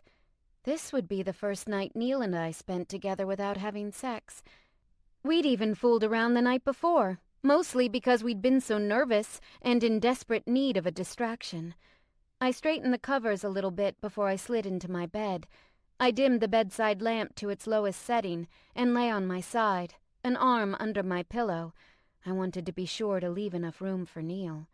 He came in just a moment later and leaned over his bag, pulling up a phone charger. Plug? I gestured to the nightstand. You can just unplug my alarm clock. I'm not going to want to deal with it in the morning anyway. I watched him silently as he went about the mundane task of plugging in his phone and taking out his contacts. He pulled his shirt over his head and took off his pants, coming to bed in just his boxers. Millions of people in relationships were going to bed like this tonight. It was so domestic. This was weird, and it felt like too much to deal with. What the hell was happening? You know, he said as he climbed in behind me, it occurs to me that we've never done this before. Go to bed without fucking? I asked, and when I said it out loud, it sounded ludicrous. Exactly. His arm fell across my waist, and I wriggled back, letting him spoon around me. I was just thinking that myself. It's kind of... I don't know, I sighed. Not exactly unhappy, but not entirely happy either. Is this it? Is this the night we become a boring couple? I'm going to bed in yoga pants. I don't think we're ever going to be boring together. He nuzzled my ear. And I happen to think those yoga pants make your bum look fantastic. But it can't be all paddles and orgasms, can it? No relationship ever is. I suppose you're right. I just hate admitting that we're changing, that our lives are changing. I'm kind of afraid. I've never done this before. Can I tell you a secret? He asked, kissing my ear. I've never done this before either, because the circumstances of each relationship are different. I've never lived with and made a serious commitment to Sophie Scaife before. I've run away from you before, but I promise you, this time I'm not going to run. I nestled against him, choosing sleep over my out-of-control emotions, but it was far too quiet. Can we listen to some music? I asked softly. I'm kind of used to falling asleep here to the sounds of Holly cackling at Workaholics. He leaned over me and snagged his phone, dropping it into my waiting hand. You pick. You trust me to look at your phone? He might as well have trusted me to rifle through his dresser drawers. Phones were so personal. Use this power for good, he said dryly. I liked what we'd been listening to before, so I left it on Sigur Rós and set the iPhone carefully back on my nightstand. Then I reached up and clicked off the light. In the comforting shelter of his arms, I let myself drift with the melancholy, hopeful strains of the music. The lyrics weren't in English, and it took my sleepy mind some idle wondering before I remembered that Neil could probably translate them. "What's this song about?" I murmured sleepily. I heard him swallow, felt his deep, sudden breath at my back. He's describing weathering a storm at sea, in a sailboat, landing on a rocky shore, thankful just to be alive, while the storm goes on around them. Neil's voice was rough, thick with emotion. We will come out the other side of this, Sophie, and we'll be stronger for it. He wasn't talking just about the abortion. I didn't even have to ask to know that. We had a tenuous new start on our relationship, and many challenges ahead of us. I was grateful we had each other to cling to while we weathered the storm. Chapter 4. On Monday morning, Neil had to return to work, and so did I. That is, he had to oversee Rudy's switch to interim editor-in-chief, and I had to go empty out my desk at Port Terrace for the final time. It was a déjà vu situation, since I'd just cleaned out my desk in Neil's office a few weeks ago to switch to the beauty department. We'd spent the night in my apartment again, although according to Neil my bed was an instrument of torture. He woke me before he left, leaning down to kiss my cheek. His face was soft and he smelled like aftershave. I'm leaving, darling. I'll send Tony back with the car. There was a note of concern in Neil's voice, as though he were worried I would try to carry a carton of my stuff home on the train. In the past, when we'd been fighting so hard to keep our relationship a secret, I would have rejected the idea outright, but I'd learned from Deja that my involvement with Neil was out, and a huge scandal around the office. I didn't look forward to even showing up today, let alone doing a walk of shame with all my belongings. I nodded sleepily. Sure, I'll get up now and get ready. Even though I didn't work at Port Terrace anymore, I didn't want to go into the office and give everyone the impression that I was somehow defeated. I selected my clothing carefully, deciding on dark indigo skinny jeans, a loose and flowing black tunic, to disguise the post-abortion bloat that was making me feel so sexy, and tall black boots. I wound a gray and orange Hermes Kamai patterned scarf around my neck. The scarf had been a gift from Gabriella. Both Penelope and I'd gotten them for Christmas the year before. It seemed crucial that I have some link to that old part of my life, so that when I walked into Porteris, no one could make me feel like I didn't belong. I'd just finished my makeup and my artfully sloppy braided bun when Tony buzzed the intercom. I put on some small-hammered silver hoop earrings, grabbed the sturdy cardboard moving box I would take with me to collect my things, and headed into the breach. "Good morning, Ms. Scaife," Tony said, holding the door for me. "Good morning, Tony. I'll try not to puke back here today," I quipped, noting that when I climbed into the back seat, it didn't smell even faintly of vomit. There was no stain on the floor either. "Very good, ma'am," he said, and his stereotypical New York accent made the formal phrase sound more personal. "I'm glad you feel better." When we arrived at the office, Tony offered to go up with me to carry my things, but I asked him to wait with the car instead. Like hell I was going to give anyone up there more ammunition to gossip behind my back. At the security stand in the lobby, I checked in and received a visitor's pass. That kind of smarted. I rode the elevator up with 2 people, neither of them from the magazine, and I got off before they did. The first person I saw in reception was Ivanka, who looked up from the desk with a little smirk. "Just going to get my stuff," I said as I strode past her. I hadn't meant to glance toward Neil's office, but I did, and I spotted Deja sitting at my old desk. I'd expected every eye in the place to be on me, judging and condemning. I guess I was full of myself, because no one seemed to care at all that I was there. I got 1 or 2 curious looks from people as I breezed past their desks, and only 1 openly hostile glare. Well, almost only 1. The glass door to the beauty department was open, but I knocked on it anyway. Only India Vaughn, the lead beauty editor, was inside, peering at some lipstick swatches on the back of her hand. When she looked up, her pleasantly neutral expression froze for an instant. "I'm here to clean out my desk," I said, holding out the box. Her eyes narrowed and she nodded, pursing her lips. "Ah! Spy number 2. My already very full workday is complete." My gaze flitted around the room. Jessica Wynne, the other assistant beauty editor, was nowhere to be seen. When I'd met with my old boss, Gabriella, she'd told me Jessica was coming to work for her. But India seemed to be taking it a little more personally than if it was just a simple change of career. Had Jessica been a mole? "What are you talking about?" "I'm talking about you and Jessica, working for Gabriella right under my nose." India rose from the stool she'd been seated on. "You know, at first I thought you were spying for Neil Elwood, since he gave you the job. Ballsy move, biting the hand that promoted you." I shook my head. "I wasn't anybody's spy, India." "What did you tell Gabriella?"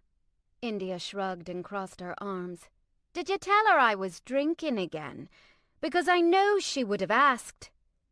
"I told Gabriella that you were a very capable editor. I am not in bed with her." Poor choice of phrasing, I realized. "And I'm not working for Neil. He fired me." "That's the part I don't understand. He fired you, but you're not working for Gabriella?" India's curiosity was winning the battle over her anger.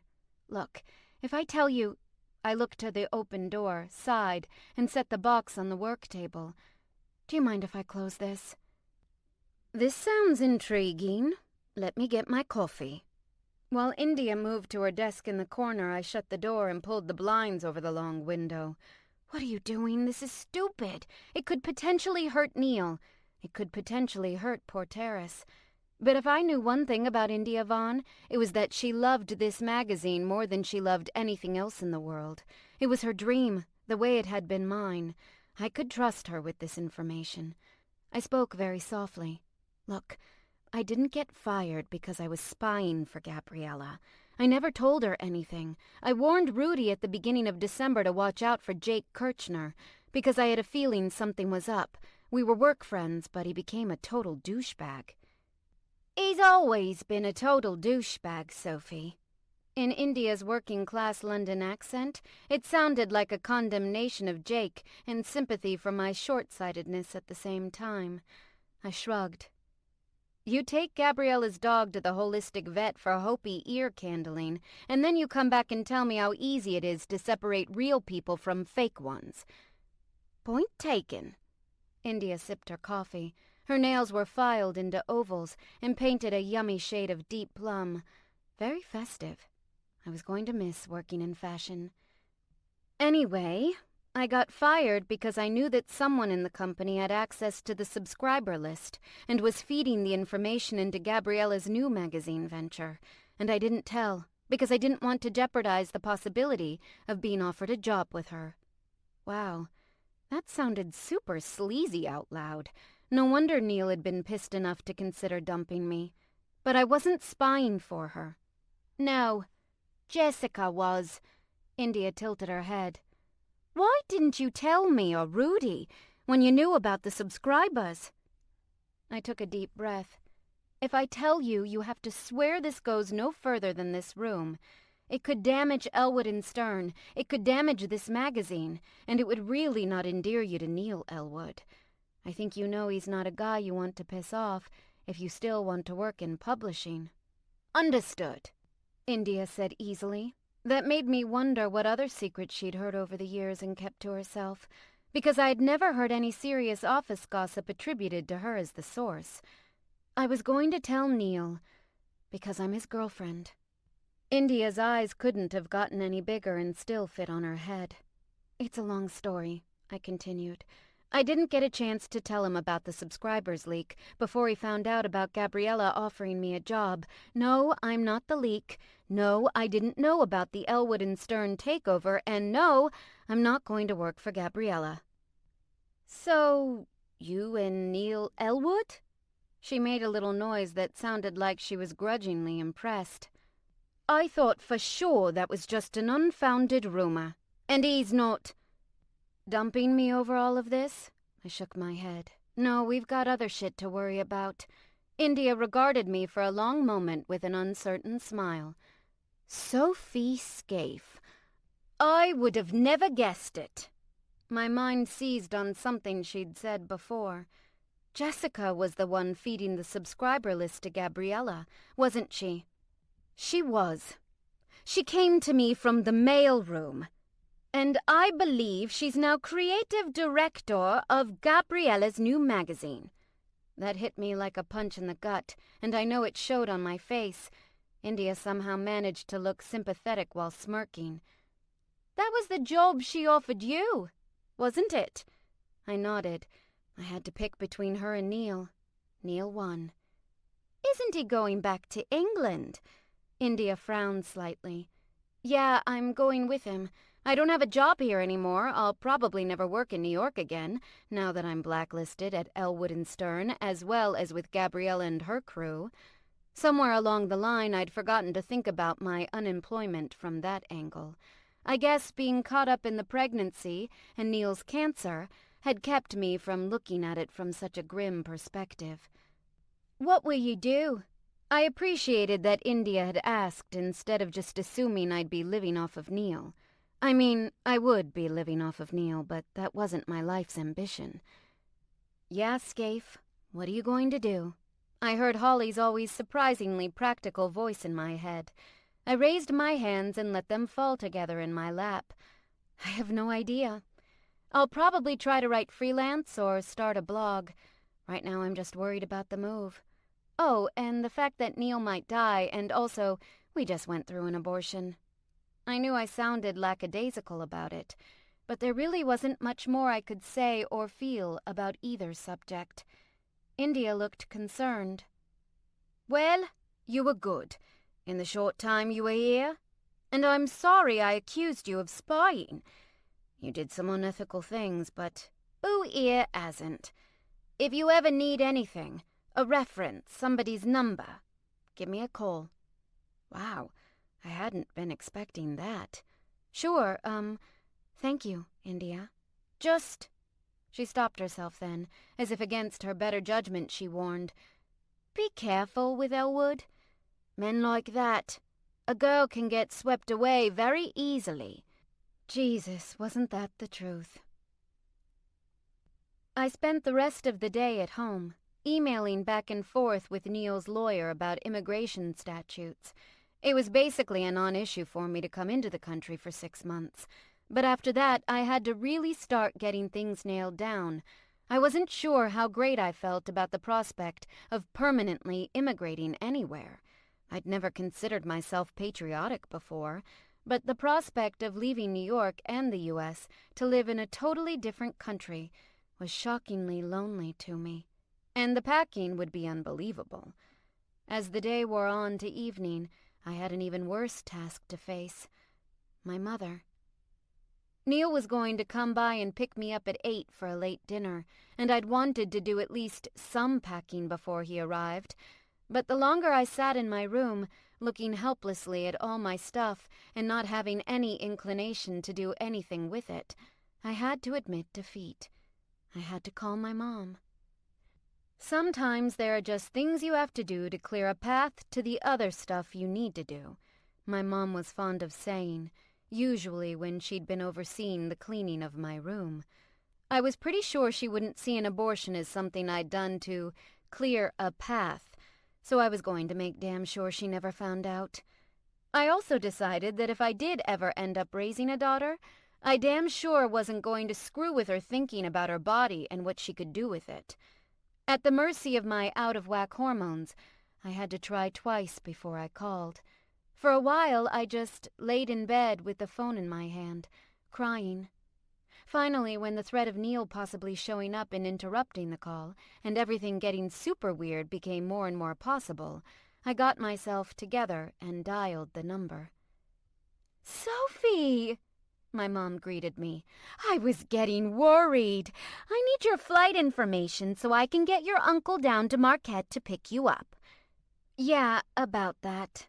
I heard something clatter and I could perfectly picture my mom, probably slaving away over banana nut bread batter. Her honey blonde hair, streaked with platinum, would be flat-ironed, the front pinned back from her huge smoldering brown eyes and bombshell pouty lips that I did not win in the genetic lottery. At size 28, my mom looked like a Midwestern Donatella Versace, a comparison she'd embraced with glee once I'd pointed it out to her. Right now, there was nothing gleeful about her. "Oh, honey, no! You can't cancel on us now! Your cousin Ricky just got back from Afghanistan. We were going to take the first big family picture since Grandpa died." Ouch. I was not only missing Christmas, I was ruining the family picture. I wiped a tear from my eye and made my voice stay level through sheer force of will. I know, but it's for a good reason this time. I promise." "Well, let's hear it," Mom said with an exasperated sigh. "Your bitch boss wants you to decorate her dog for Christmas?" "No, I don't work for her anymore. I kind of lost my job." There was really no reason she had to know that I'd lost my job, because I couldn't keep my personal and professional life separate, or that I'd gotten a promotion, then immediately blown it. I had to reframe the whole thing quickly. The magazine got sold, and Gabriella didn't take me with her to her new job. "Sweetie, I am so sorry." My mom was at least good at admitting when she was wrong. "I would never have joked." "It's okay, I know," I reassured her. "There's more, just stick with me." "You're not," Mom's voice lowered. "You aren't pregnant, are you?" "No." Not anymore. That was my mom's #1 fear, that I would end up a single mother like her. Any time I had bad news to break, pregnancy was her first guess. "I'm seeing somebody. It's pretty new, but things are moving kind of fast." "And you're missing Christmas with us to be with him?" Mom sounded a little accusing. "Yes," I admitted, "but like I said, I have a good reason. He has cancer, and he has to start chemotherapy soon. It'll be nice to spend the holidays together, just, in case." Oh, honey. My mom was more shaken up about it than I was. Of course, I was mostly ignoring the cancer part right now, and probably would until the day we set foot in a hospital. It was easier to delay the unpleasantness than to face it and deal with it. I didn't even know you were seeing anyone. Why didn't you tell me? You must be so scared. I'm not. He's going to be fine. If I just kept telling myself that, it would be true. He's going home to England to have chemo, and I'm going to go with him. He's English? Leave it to my mom to concentrate on the important details. I bet he has a cute accent. Oh, barf. I did not need my mom to be attracted to my boyfriend, especially when she was closer to his age than I was. That added a whole new level of creepy. Besides, cute wasn't the word I would have used to describe the way Neil spoke. But I also wouldn't use the word I would have used to describe it to my mother. I don't know about cute, but I like it. Well, we'll miss you. There was no way I would get out of a little guilting, so I endured it as my mother went on. But you're not moving permanently, right? You'll be able to come home at some point. Maybe for Easter? It depends on how Neil's doing, but maybe. I don't want him to be alone. And I didn't want to be an ocean away, wondering every minute if the man I loved was miserable or suffering or dying. I understand. Sweetie, if you really care about this guy, then you're making the right choice. Mom laughed softly. I'm just relieved you're finally showing an interest in somebody. I thought you would be single forever.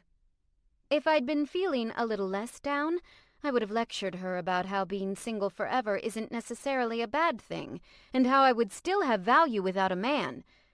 Instead, I accepted it as she intended it, as a misguided but very genuine expression of worried mom love. So, tell me about him, Mom prompted. Does he work in publishing? Yeah, he does. We met on the job. I felt like I was stepping through a minefield, but I didn't want to tell Mom I had gotten involved with my boss. The way my emotions were running haywire, I couldn't handle her disappointment. What are you going to do in England? You can't work there, right? Because you don't have a green card. I can freelance. If I have to stay longer than 6 months, I'll have to get a visa, and it's this whole pain-in-the-ass process that Neil's lawyer is going to work on. Was that the kind of thing a normal guy could do? Call up his lawyer and have things fixed? How did it work when you weren't moving overseas with a billionaire? It was probably exhausting. I wasn't sure I should spring the money conversation on her at the moment, but luckily she fixated on an entirely different detail. 6 months is a long time. Maybe longer. If there was one person on this entire earth that I could trust myself to say this to, it was... Well, it was Holly, but it was also my mom. Honestly, if he wanted me to stay permanently, maybe I would. I really love him, but nothing is set in stone yet. We're just trying to get through right now. Oh, honey. My mom has a great mom sigh, and she unleashed it then. If you're happy, then I'm happy for you. I trust you to make the right decisions. I am. And surprisingly, despite the hellacious bad week Neil and I had just weathered, and the nightmare of chemotherapy looming ahead, I really was happy. My heart swelled up, and I felt like my mother and I were closer than we'd been in months.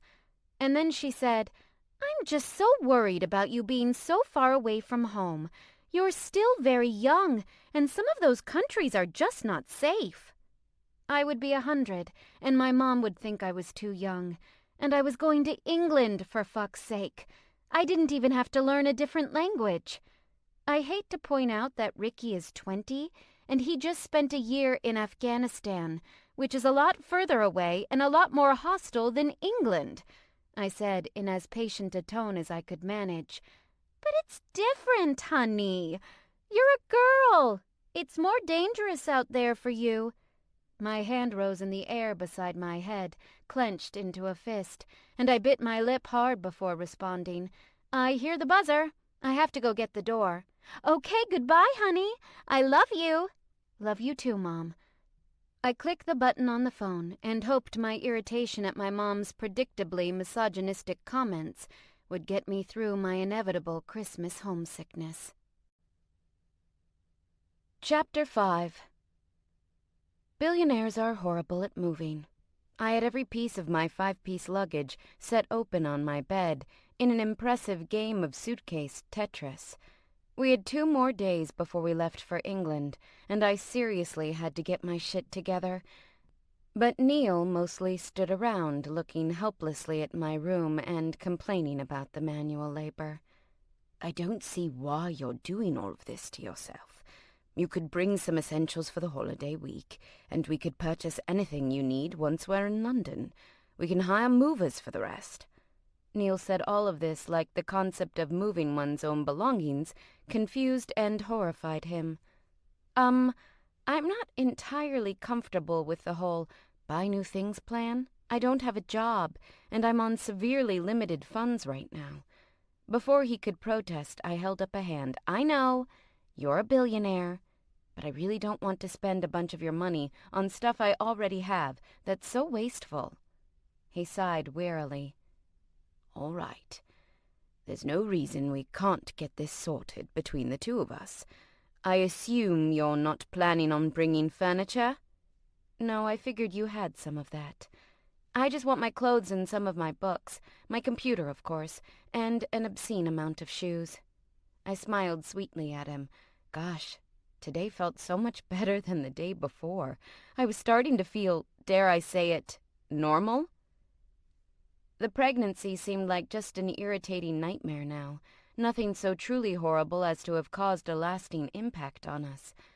You know, I'm finally feeling like we're us again. A smile spread slowly across Neil's face. I'm very glad. I grinned at him and held up a pair of frilly pink panties. Do you think I'll need these? Oh, I'm sure we could find a use for them. But his smile faded. He cleared his throat, a red flush creeping up his neck. I assume you're aware that our sex life might be impacted by chemotherapy. I had thought about it, but I wasn't sure it was something I should bring up. I nodded, shoving the panties into my bag. I looked it up online. It really sounds like you're going to be miserable. I did some research as well. I'm not sure what approach Dr. Grant will take, but I know he plans to be fairly aggressive. We'll discuss all of that when we meet with him on the 28th. He flipped through the clothes in my makeshift closet. It's going to be a bit of a whirlwind once we get there, I'm afraid. Hey, it's that or sit around here and be unemployed. I grabbed my strapless bra and dropped it into the suitcase. Besides, I have a feeling your whole life is kind of a whirlwind. That is the unfortunate downside to dating the owner of a multimedia empire. He considered a floor-length black silk dress, one I'd never worn because it skirted a fine line between haute couture and lingerie. He raised an eyebrow, pulled it down, and laid it across the open garment bag. Huh. I was expecting to spend most my time in t-shirts and jeans in hospital waiting rooms. Were they really fancy over in England or something? Had Bridget Jones lied to me? So, here's something I don't understand. You said we were going to London for treatment, but we're flying into Bristol and going to a house in Somerset? My country house, he said, totally casual, like everybody had 2 houses. We'll be going there for Christmas, but we'll stay at my place in London while I undergo treatment. I considered a moment, tilting my head as I regarded him. You know, I've always wondered when you have 2 houses and you're staying at one, do you have stuff you only keep in one place? Like, do you have 2 of everything in your clothing and your DVDs and stuff? No, I have what suits me for each location, and anything else I might need, I pack and take with me. I rarely find myself in need of an anorak in London, so those stay at the house in Reykjavik. I don't often need a suit and tie in Somerset, so I don't keep them there. How many houses do you own? And how the hell did he keep track of them all? I lost things in my tiny shoebox of a room and never saw them again. I couldn't imagine trying to find something if there was a chance I'd left it accidentally on a different continent. The fact that he didn't have a number at the ready was even more startling. Well, there's the apartment here, the houses in Somerset and London, one in Reykjavik, my lodge outside of Akureyri. I don't even know where that is, I interjected.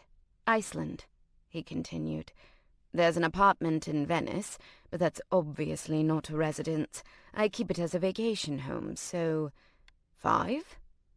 You own 5 houses? I sat down on my bed. I suppose the number could have been significantly higher, but it was still quite a shock. Well, 6, because I own my sister's in Kensington. But for all intents and purposes, it belongs to her. I'm not about to make her give it back. He sat beside me. Are you upset? No, not upset. I just don't really know how to deal with the fact that my boyfriend has 5 houses in 4 countries, when I grew up in continual fear of losing the trailer I lived in. I shrugged. I'll get there. Can I confess something? He asked, looking at the floor. I'm having a bit of the same problem, from the opposite side. I've never lived a life where money was an issue. My parents were rich. Their parents were rich. I was raised the way you were in terms of work ethic. We were always taught to be grateful for what we had, but we never needed or wanted for anything. I can't imagine living the way you do. It sounds so unbearably horrible. No, you sound unbearably snobby. I laughed to soften the statement, because it really wasn't his fault. He was like an alien trying to comprehend Earthling life. The most difficult part, for me anyway, is the fact that I have some preconceived notion about how rich people are supposed to act.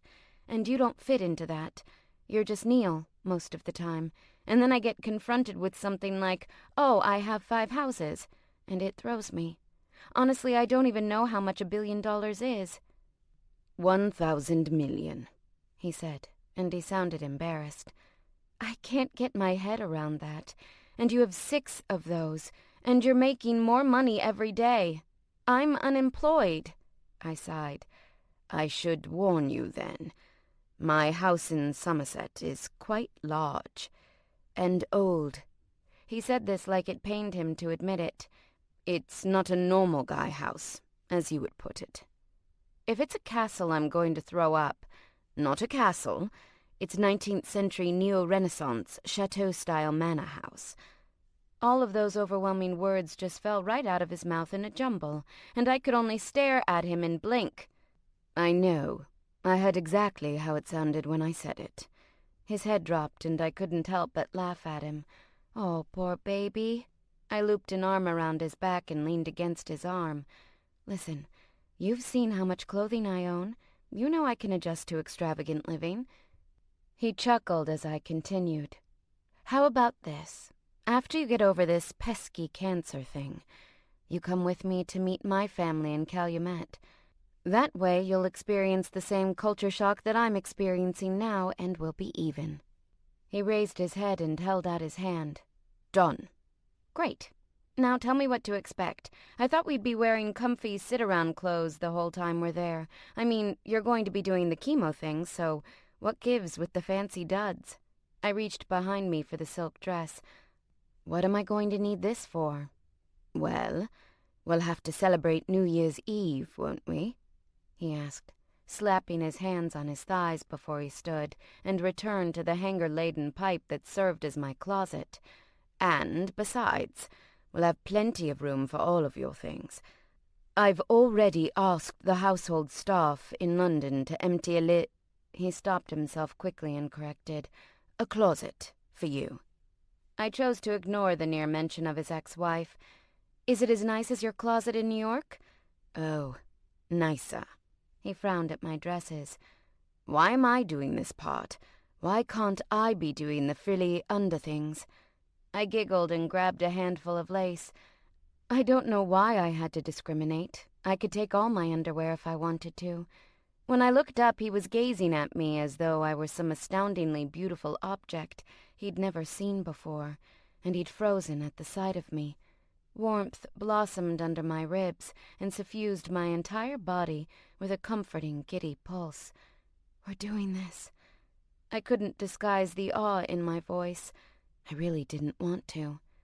We're going to live together. We are. When he smiled, his whole face lit up, and every bit of doubt that still remained from that awful night at the hospital evaporated completely. I met him halfway as we crossed the room to each other, and he pulled me into his arms for a long, slow kiss. Everything in my life was in utter turmoil. I was leaving for another country. I was moving in with my boyfriend of just slightly over 2 months. I should have been incoherent with terror, but I couldn't wait to go into this new part of my life with him. There was some guilt there, too. The more I wanted to rush into living with him, the more I was reminded that it was happening only because he'd been plunged into a medical crisis. In what I'd read about the treatment, the drugs used to kill his cancer didn't differentiate much between healthy cells and sick ones. The art of chemotherapy seemed to be in keeping a patient alive while slowly poisoning him. The side effects sounded scary, the risks even worse. But he was fine now. His body as sturdy and familiar as before, his arms as strong around me. I clung to him, breathing in his cologne, letting him kiss me breathless, letting the reality of his condition remain some far-off future.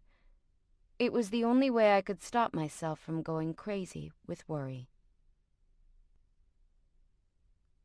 2 days later, we ate our last dinner in New York and rode to the airport in the Maybach, my ridiculous amount of luggage crammed into a hired van behind us. I looked out the window as we pulled onto the runway. We weren't even going to have to go through the terminal. That boggled my mind. I'd still packed my carry-on luggage with 1-ounce containers of everything. I whistled as we pulled up to the jet. It was a G5, slender and gleaming white.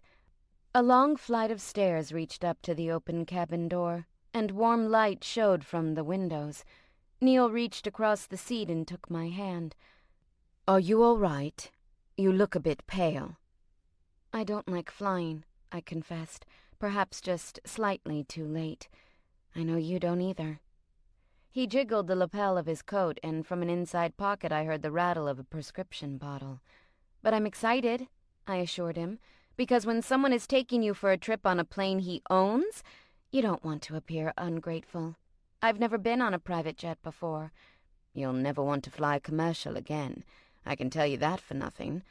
Every time I've had to has been a bloody nightmare."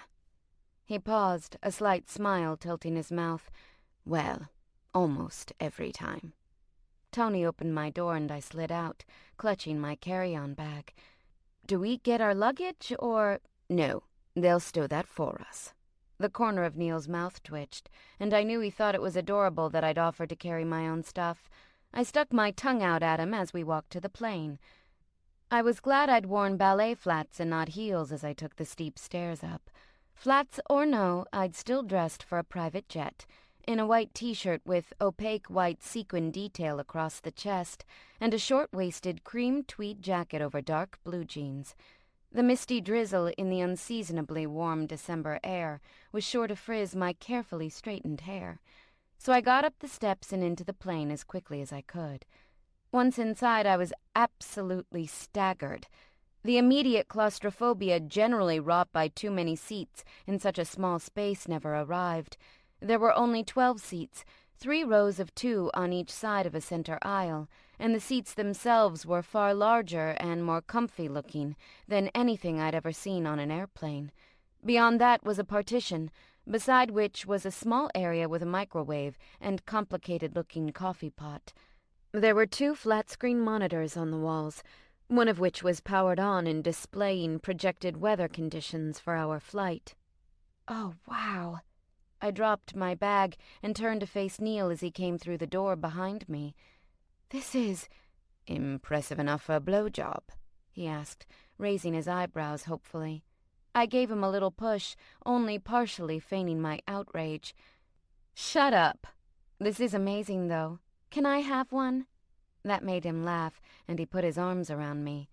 "You just argued with me about paying for dinner, But you're asking me for a plane?" "Not seriously."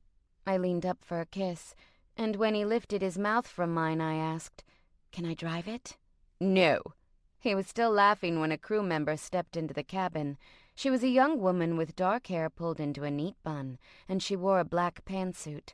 She smiled brightly at us. "Welcome aboard, Mr. Elwood, Ms. Scaife. I'm Jackie. I'll be servicing the cabin tonight." "I'd like the berth set up as soon as we're in the air.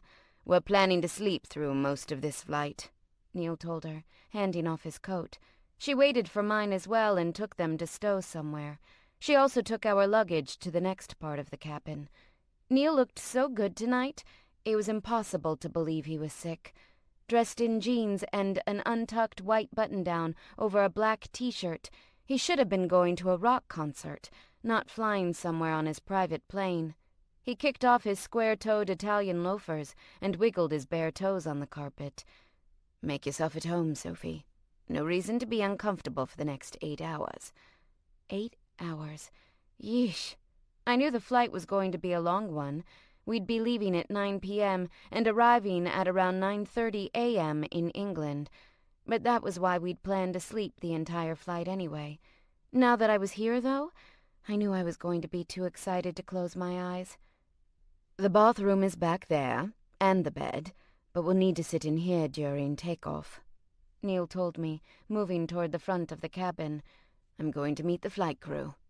"I'm going to go snooping," I said, and still awestruck, set off to poke around. It's a weird feeling to be walking around a private plane. Years of flying commercial had made me paranoid enough that I was pretty sure I'd get kicked off Neil's jet for being a terrorist if I touched the wrong switch or sat in the wrong place. I trailed my fingers over the back of one of the comfy-looking chairs. The seats were covered in soft tan leather that went well with the warm light and the dark wood accents. I went through the open door Jackie had gone through and found her stowing our carry-on luggage in drawers beneath what looked like a full-sized bed. "Can I help you with something, Miss Scaife?" Jackie asked, straightening. I shook my head. "Nope, snooping. I've never been on a private plane before." "Oh?" She looked surprised at that. "I suppose you don't get many first-timers, huh?" As soon as the words were out of my mouth, I thought of Neil flying other romantic partners around the world. I decided I didn't want to know. "Don't answer that." She smiled. "Well, if you do need anything, don't hesitate to ask." When she left, I sat on the edge of the bed. It was a little firm. "Those are seats during the day." I looked up at Neil standing in the doorway. I tilted my head and pursed my lips. "If you have a plane, what were you doing in the airport 6 years ago?" "I don't keep the plane staffed full-time. It's far more practical to hire flight crews from private companies," he explained. "I got the interview with the heads at Daihatsu and had to leave before I could make arrangements for a crew." I quirked my lips to the side. "You know, if you had been able to hire a crew, we would have never met." He paused, a strange expression passing over his face. "I don't want to think about that. Now that you're here, I can't imagine my life without you in it." It was a grim thing to contemplate.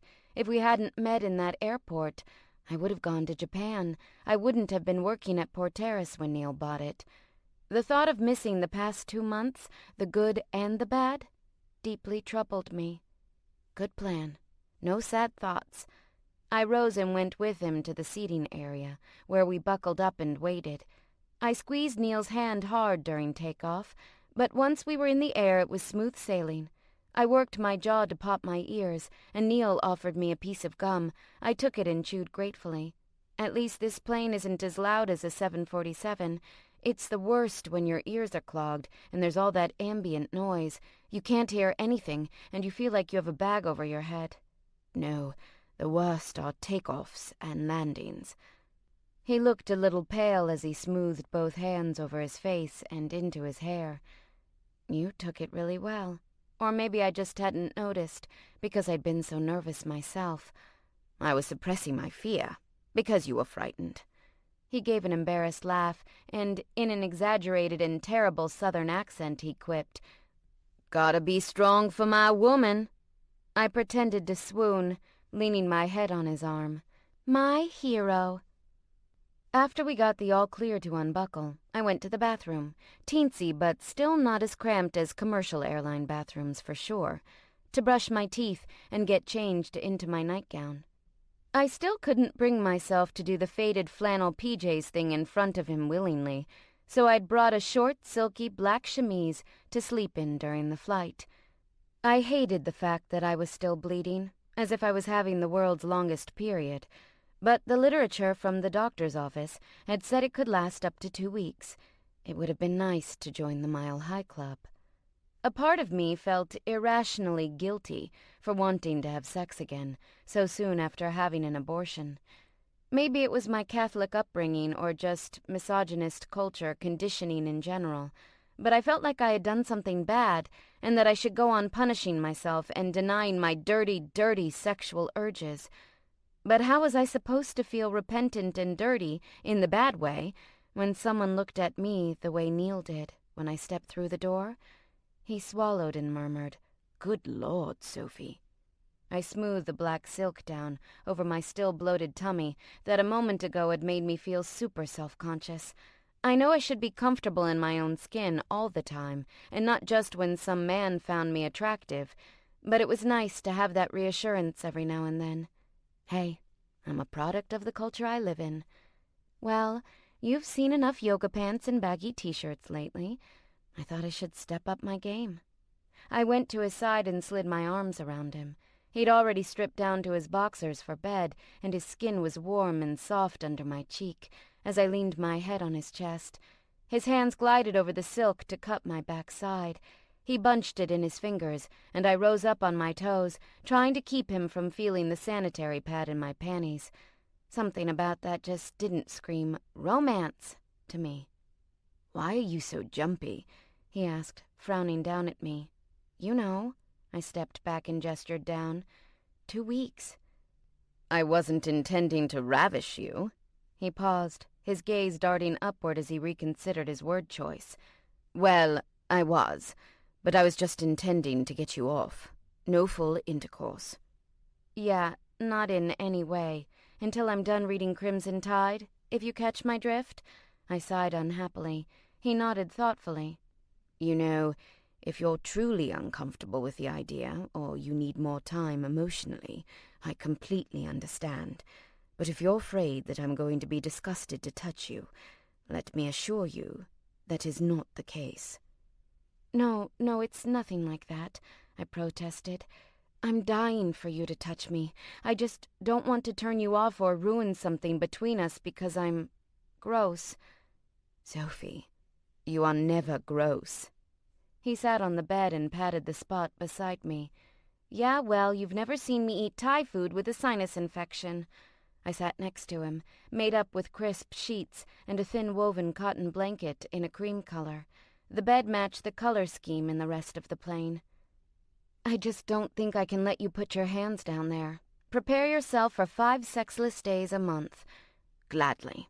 After what we've been through, I'll hold a celebratory parade in honor of your menses if you asked me to.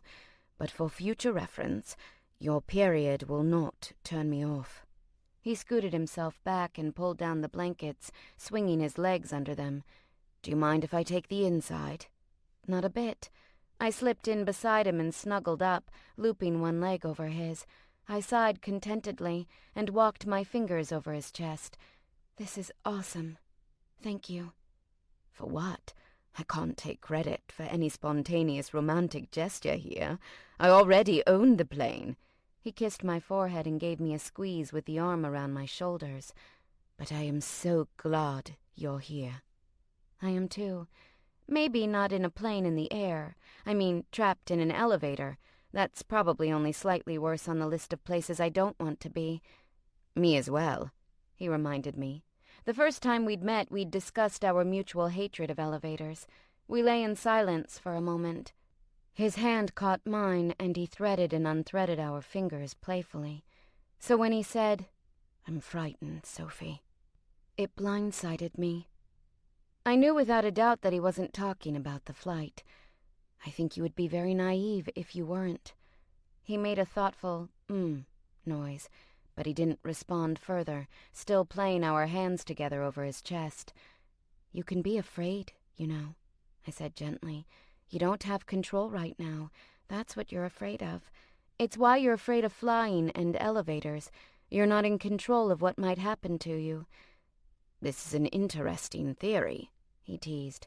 "What on earth would make you think I was a controlling person?" I snorted. "Let's see. You're locked in a battle of wills with your adult daughter over the man she's dating. You have a housekeeper, but you cook most our meals by yourself." "I cook when you're over because I think it's romantic," he protested. "You're incredibly bossy in bed." I wiggled a little closer to him. "If that's proof of my enjoying control, then by that token you should love planes and elevators, because you love being controlled in bed." He slipped a finger beneath my chin and tilted my head up. "And I like controlling you, because I like watching you lose control." A shiver went straight down my body to the already achy place between my legs. God, I wanted to come. My body was used to daily orgasms, and she wasn't listening to reason. If I couldn't have sex with Neil now, I had to do the next best thing. "Hey," I whispered in the dim light of the cabin's interior. "The flight attendant won't just come busting in here, right?" "No, she'll be in the forward compartment, where we can call should we need her. Why?" There was a note of suspicion in his voice. I sat up and cast my gaze around us. Neil's belt was still threaded through the loops on his jeans, and I got out of bed to retrieve it. "What are you doing?" he asked, leaning up on an elbow. "I want to try something." I came back to the bed and straddled his waist, holding out the belt. "Give me your hands." He raised an eyebrow. "Sophie, you do remember what I told you about my experience before?" "I do." Neil had subbed once for a man who'd been a terrible dom. I didn't know the graphic details, only that it hadn't gone well and Neil had hurt himself when he'd panicked while bound. I took one of his hands, and to his credit, he let me push it above his head, but I could tell he was still nervous. Leaning down, I said low beside his ear, "Remember the first time you fucked me?" "For the rest of my life I'll remember." "When I was so nervous about everything? You said that while we were together, I should do whatever I felt like doing, because you weren't the guys I'd slept with before." I slid my hand up his other arm, gripping his wrist and bringing it together with the other over his head. "Well, I am not that guy either. I don't want to hurt you. I just want to make you lose control." He laughed beside my ear and gently tested my grip on his wrists. I released my hold immediately, and he relaxed. Rising up a bit, I reached for the belt and wrapped it around his wrists. As he lifted his head to nibble at the front of my nightgown over my breasts, I moaned quietly, keenly aware of the relative silence of the plane and the presence of the flight crew. I didn't know how much they would hear. "So, how many times have you had sex on this plane?"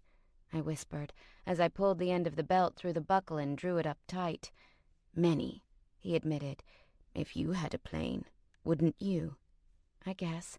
I gasped as his tongue found my hard nipple and circled it through the silk. "Do I detect just a hint of jealousy?" he murmured against me. I sank my fingers in his hair and tugged his head down to the bed. A slow smile spread across his lips. "I do hope you're the last." That brought his mortality uncomfortably to mind, and I ignored the comment. "I bet you've never been tied up in here, though." "That I have not." He sounded less than thrilled, but he was still going along with it. "I want to play a game. I want to draw words on you, and you have to guess what they say." Sitting up straight, I trailed a finger over his chest. "I think I understand the rules." He smirked up at me. "What happens if I get them wrong?" I scooted down his body, with a knee on either side of him. When I straddled his thighs and leaned to press my mouth to the side of his torso, the hard ridge of his erection pressed into my belly. Just 9 more days. It might as well have been 9 more years, the way I wanted him. Starting at his hip bone, I carefully traced a letter L across Neil's flesh with my tongue. His breathing sped up a little as I finished the word, and he said, Let. Very good, I murmured, switching to the other side. I tugged his boxers down just a little and started the next word on his belly just above his groin. Me, he guessed, and I nodded my affirmation as I slid down, dragging my hair over his stomach. I lay between his legs and lazily stroked the next word onto his inner thigh. Make. He sounded a little breathless now. Tugging his boxers down his thighs, I drew the next word on his stomach, swirling my tongue through the narrow line of hair that bisected it. It was difficult work avoiding his cock, fully erect. It reached to just above his navel. My chin brushed the tip as I carefully spelled the next word. You. It took Neil 2 tries, but he guessed it, and swallowed thickly as I hovered my mouth over his penis. I only got to the O in come, written carefully along the underside of his shaft, before he groaned and lifted his hips. Yes, Sophie, he rasped, his hands still above his head. He could have moved them at any time. The belt simply cinched around his wrists, and nothing physically restrained him from lowering his arms. He was choosing to play along, and something wicked in me responded to that. I wasn't a dominant, and Neil wasn't a submissive. We would probably never truly switch. At that moment, though, I appreciated that he trusted me enough to let me do this. Licking a slow path up his cock from the base to the head, I moaned low in my throat. His harsh breathing stuttered, and he shifted beneath me. I traced the point of my tongue over the seam between his foreskin and glans, and then followed it up to the slit in the tip, teasing him just a bit, before sucking the whole head into my mouth. He made an incoherent sound, and I grinned to myself, taking him in one hand. I sat up and, as primly and daintily as possible, spat a huge glob of saliva onto his cock. His eyes widened at the sight, and I gave him a lazy smile and lots of eye contact as I stroked the wetness down his shaft. When I lowered my head again, I never broke my gaze from his, preferring to hold him as a captive audience while I licked and sucked the hard flesh my pumping fist didn't cover. I didn't have to work long. My slow, steady strokes, sucking mouth, and wriggling tongue brought him to the edge quicker than usual. Probably because he was so out of his element, out of control. Gasping and writhing, he groaned, "Sophie, I'm—" And he didn't finish his sentence as his cock jerked in my hand and his cum hit the back of my throat. I let a little dribble out of my mouth onto my fingers, still squeezing and stroking him as he pulsed, but I raised my head before he could reach the point of oversensitivity. I delicately wiped the corners of my mouth with my ring finger and made a satisfied noise after I swallowed, smirking up at him all the while. Now he wasn't content to play along with my fake restraints. He pulled his wrists apart to loosen the belt, then slipped his hands free. Before I could even think to protest, he'd hauled me up his body and rolled me onto my back, pinning me. One hand moved down my stomach, and I froze. I will go utterly mad if I can't make you come. He groaned against my neck, his tongue fluttering over the pulse point there. Well, what was I going to do? Risk his sanity? "Please," was all I had to say before he dove his hand into my panties, seeking out my clit with 2 fingers. He rubbed in slow, steady circles, and my legs, then my tummy, then my whole body tightened up. "Oh, yes. Oh, please," I whimpered, clutching at his back. "Please, please, make me come." My throat was raw and hoarse. I could still taste him on my mouth. I needed to come like I needed oxygen, and when I did, I couldn't hold in my wail of release. My thighs clenched around his hand, and my fingernails bit into his shoulder as the familiar electric shock feeling seized me. When it was over, I was boneless, weightless, completely unwound, but for the delicious throb my orgasm left behind, and suddenly my reluctance and guilt over sex seemed pretty silly. Neil kissed my forehead and slipped from the bed to go into the bathroom. Maybe I should have felt embarrassed that he'd touched me when I was biblically unclean, but I had really needed that. The stress-busting power of orgasm was second only to a long, hot soak in my beloved bathtub. I felt a pang of homesickness for that now. Neil came back and climbed beneath the covers next to me. I didn't open my eyes, preferring to drift in the afterglow of my much-needed release. "Do you want me to move, so you can have the inside?" "No, stay where you are," he said, and I heard the smile in his voice. "Well, move over a bit." I scooted to give him room, and he settled in beside me, his warm skin brushing mine. There was nothing around us but the thrum of the jet's engines and the hiss of recirculating oxygen. "Thank you," Neil said, absent-mindedly stroking my arm. "That was so nice. I almost forgot we were on this death trap." I giggled. If I'd had any strength in my muscles, I would have hit him with my pillow. Chapter 6. The voice of the driver over the car's intercom woke us. Neil shook me gently, and I lifted my head from his shoulder, pushing the hair from my eyes. "We're here," Neil said, giving my arm a squeeze. I sat up. Neil's plan to sleep on the plane and be perfectly adjusted to the time change had drastically reduced my jet lag. But even by private jet, traveling took a toll.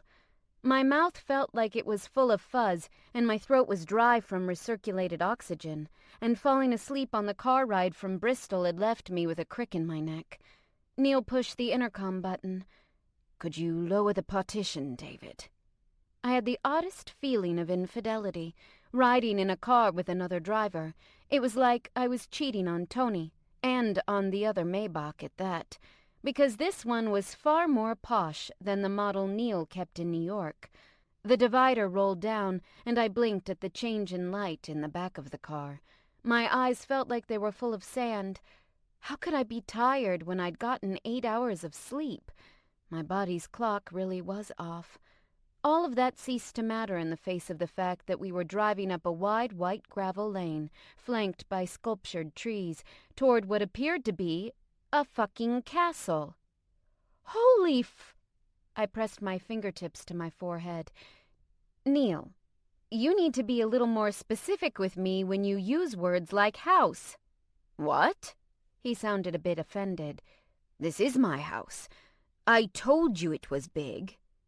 Big was not the word to describe it. Sprawling, that was closer. Gargantuan. Possibly able to reach the moon if it were stood on its end. That was another good description. The house was an odd mixture of what seemed to be Gothic elements and French chateau style, with tall peaked roofs and a row of dormer windows on the 3rd floor. Everything was symmetrical, from the 2 tall, square towers at the ends of each wing to the round ones flanking the center of the building. With its slightly yellowed tan stone and gray roofs, the place looked like some fantastical combination of Hogwarts and Frankenfurter's mansion. I thought up at least 15 Downton Abbey jokes on the spot. Stepping from the car, I slipped my ballet flats back on. The front doors seriously look like something that could withstand a medieval battering ram. If Riffraff doesn't open that door, I'm going to be real disappointed, I said with a low whistle. "No hunchbacked butlers, I'm afraid. But if you need to do the time warp, I promise I will look the other way." He stretched and groaned. "I have had enough travel for today." There was a butler, though he was nothing like Riffraff or Carson. He was probably close in age to Neil, though his gray hair was thinning on top, and his face was kind of jowly. He wasn't dressed in livery either, but wore a high-collared, crisp white shirt and dark blue tie beneath a double-breasted navy suit. He smiled politely and said, "Welcome home, Mr. Elwood," as Neil headed toward the door. "Thank you, Rob. I trust my daughter hasn't been driving you too crazy?" Neil asked him. "Not at all, sir. She's very efficient. Helps to shake the staff up a bit." Rob the butler motioned to the young man who'd followed him out. He went to the trunk and retrieved 2 of our bags. A twinge of guilt nickled me at the thought that I was letting a real servant carry something for me. If my family ever found out, I would never live it down. "This is Ms. Scaife. She'll be staying with me over the holiday." Neil introduced me to Rob, and I reached out to shake his hand. Madam? Oh, I shrugged. You don't have to call me madam. Sophie is fine. Neil steered me through the door, onto the checked marble floor of the entrance hall. Tall stone arches rose over our head. They reminded me of the vestibule at St. Patrick's Cathedral back in New York. Rob took our coats, and Neil led me the rest of the way into the house. The hall widened, stretching into an impressive dark wood foyer. Winter flowers, pale pink Christmas roses, and white poinsettias were gathered in enormous arrangements in tall urns on either side of a massive staircase. The ceiling was open to the second story, where toga-draped cherubs pointed down at us from an intricate mural. The tall, leaded glass windows on the landing lit the otherwise dark foyer, though I was certain the fuck-off huge chandelier hanging overhead would provide plenty of illumination.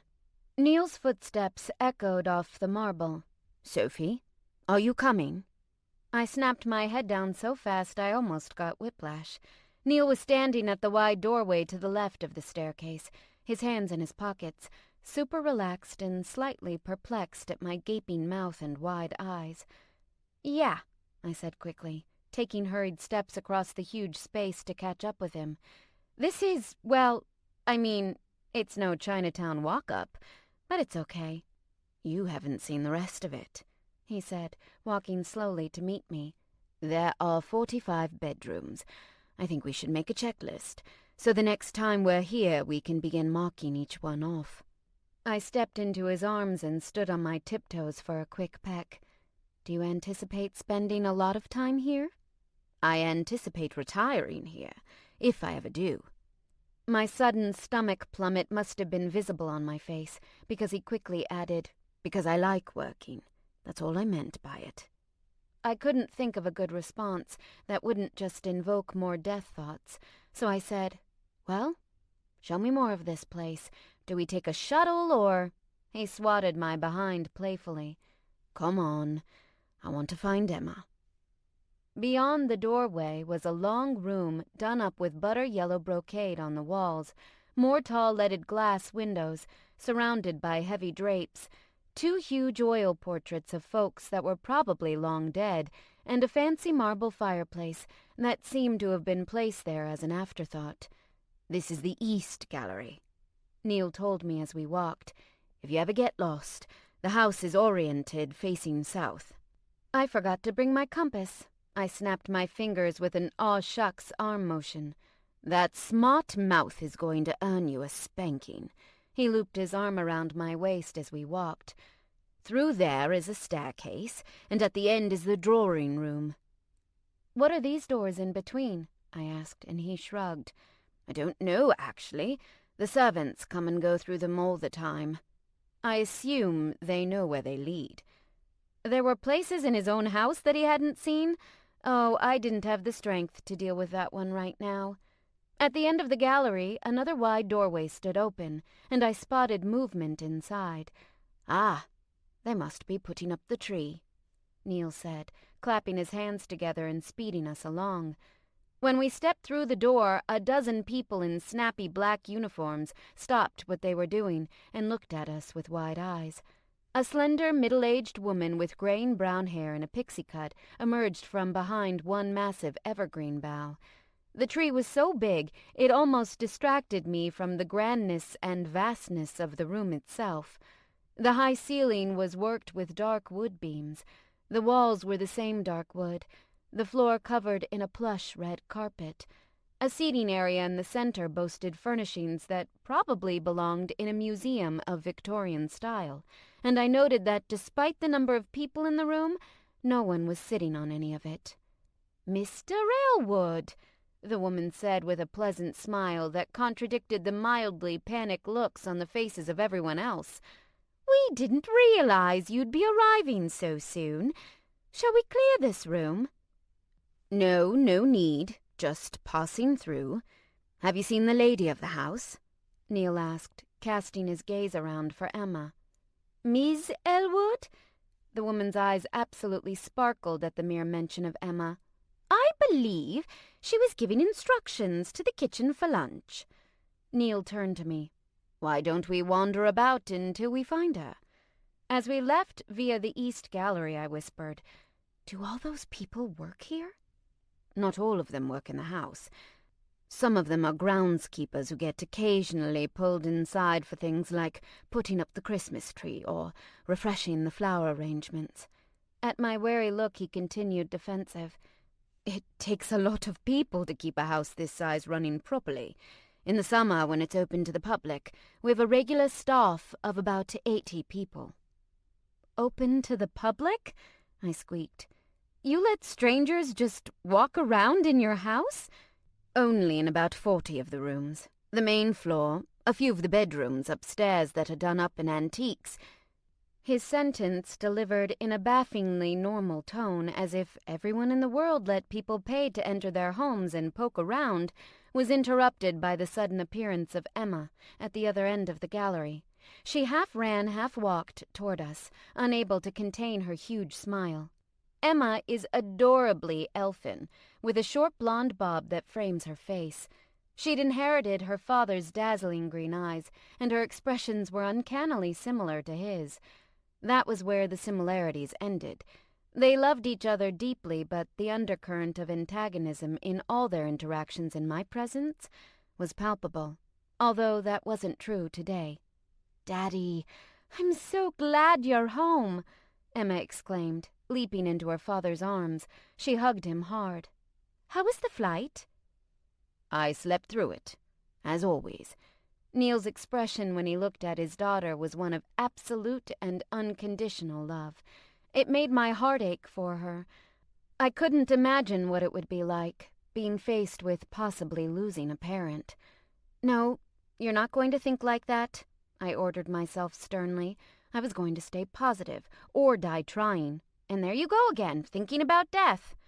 "Sophie," Emma said, stepping back. "So nice to see you again." "You as well." I'd kind of lulled myself into a false sense of security after our last somewhat successful lunch meeting. What I'd glossed over was the part where she'd listened to her father breaking up with me in a hospital room just a week before. I hoped that wouldn't create any further awkwardness between us.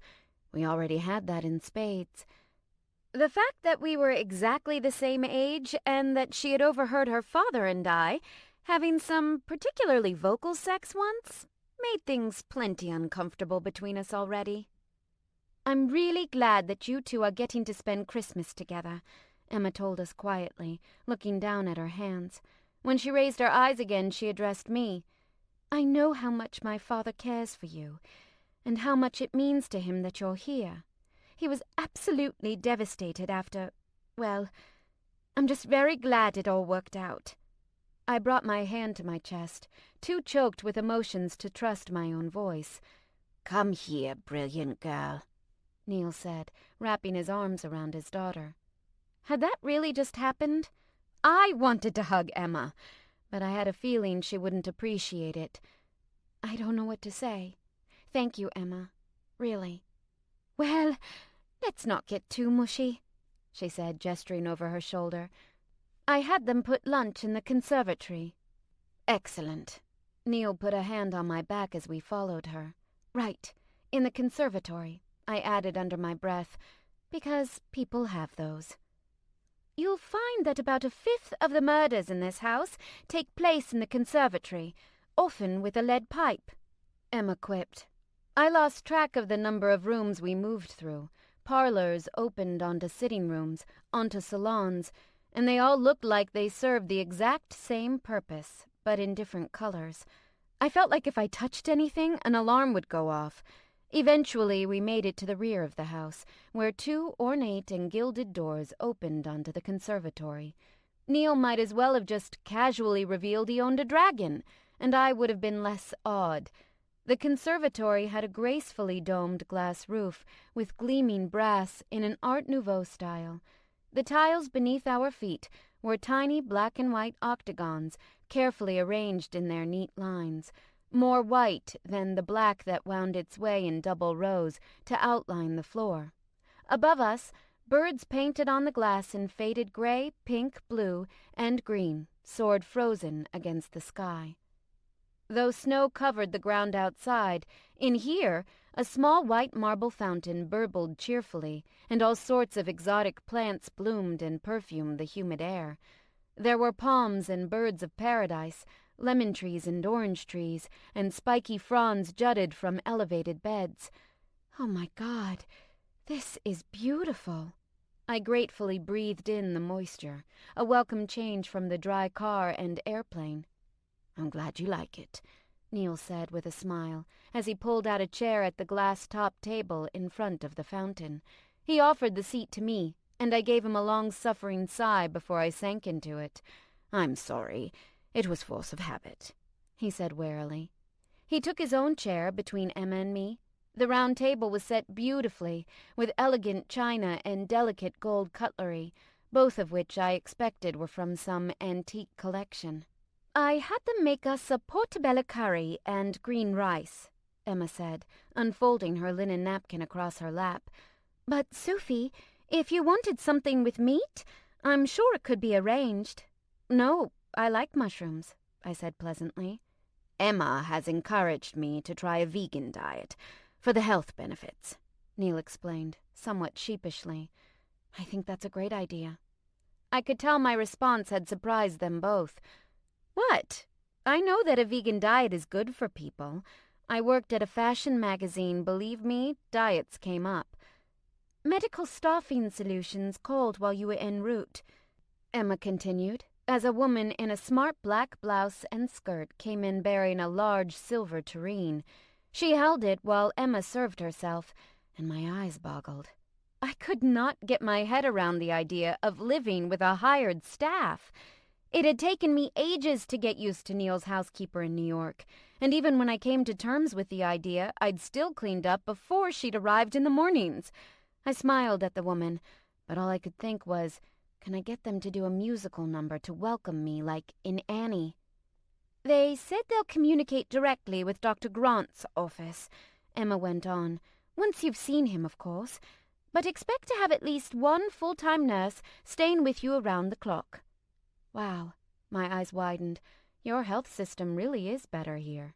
I'm a private patient, Neil explained, as he spooned the green rice concoction onto his plate. And I'm hoping to have as much of my treatment as possible supervised at home.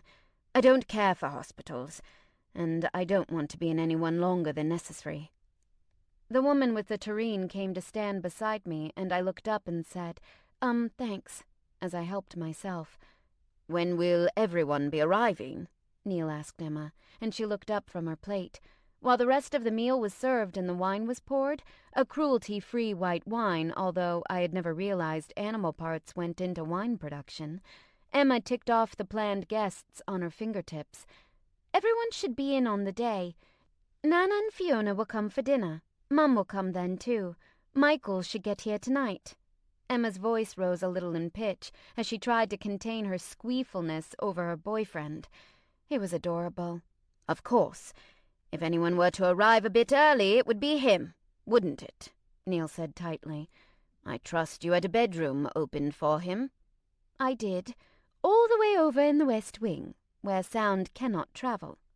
She took a sip of her wine, her eyebrows raised as she fixed her gaze on the table in front of her. My face burned. So she'd heard us having enthusiastic sex once. Would we ever be forgiven? Neil cleared his throat uncomfortably.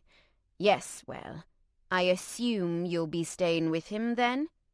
I think we'll all be happier that way. But keep in mind, Nana and Fiona will be staying on your end, Emma snorted as she dug into her food. And I'll be sure to put your mother and Bertie next to you and Michael. Neil smiled sweetly at Emma. Bertie isn't coming. She wiped her mouth, her expression going suddenly grim. Things aren't well between the two of them. They took separate vacations this year. Val took a vacation? Neil said this the same way he might have said, Val grew another head? Poor phrasing, Emma corrected. Bertie took a vacation because Mum wouldn't. I had no idea who anyone was, so I kept my expression neutral and my head down. Lunch was delicious, even if it was vegan. I have to admit, My Midwestern upbringing has made it difficult for me to comprehend any meal without meat, but the curry was excellent. The green rice, something I had definitely never tried before, and everything hit the spot after the overnight flight. Still, my eyelids were drooping by the end of the meal, in part because I couldn't follow the conversation. Neil had an easy, if slightly antagonistic rapport with his daughter, and they discussed family and arrangements for the holidays with a single-minded efficiency. Neil had told me that Emma's job with Global Wellness was to arrange high-profile events and press opportunities. I think she'd missed her true calling as a wedding planner, from the way she'd ruthlessly nailed down every detail of Christmas. Arranging elaborate dinners and deciding where everyone would sleep was a far cry from "we're eating at 1, but come any time" at my mom's house. "Oh, Sophie, you look so tired," Emma said, her brows drawing down in sympathy. "And we must be boring you to death." "I'm so sorry, darling." Neil reached for my hand where it rested on the tabletop. "We've been going on and on about people you haven't the faintest clue about." "The same thing happens to me when he talks about work, or his old college friends," Emma said with a roll of her eyes. "Dad, she's exhausted. Why don't you show her where your room is so she can lie down?" I gave Emma a grateful smile. I hadn't wanted to seem rude or uninterested in socializing with her, but I needed a nap in the worst way. The walk from the conservatory to the nearest staircase seemed to take miles, and my feet grew heavier with every step. "You'll hear the staff refer to this one as the west staircase," Neil told me as we climbed up the dizzying double-stair tower. The glass in the windows was wavy and bubbled, clearly original. "This is also the east staircase, the main staircase that's in the foyer, and the oak staircase, which is at the back of the house. It seems pretentious, I know, but having them named helps when you're asking for directions." "I'm going to have to ask for directions?" I looked up the round tower to the Gothic points of dark wood in the carved ceiling above. Then I peered over the railing at the intricate wood parquet laid out on the ground level, and I thought I might faint from vertigo. Neil had gone on a few steps ahead of me, and he turned back with a smug grin. "Only if you get lost." I jogged up to rejoin him. Getting lost seemed a definite possibility in this place. Neil's bedroom was 6 miles from anything else in the house. Okay, obviously that was an exaggeration, but it really was a long walk. The double doors were situated at the end of a long hall. A wide red runner covered the herringbone inlay on the floors, and more very impressive paintings hung on the walls. "Who are all these portraits of?" I asked, analyzing the staunch Victorian figures for any likeness to Neil or Emma. "I've no idea," he admitted as we walked. "Somewhere on the first floor there are portraits of my mother's great-great-grandparents, but for all I know these people are total strangers.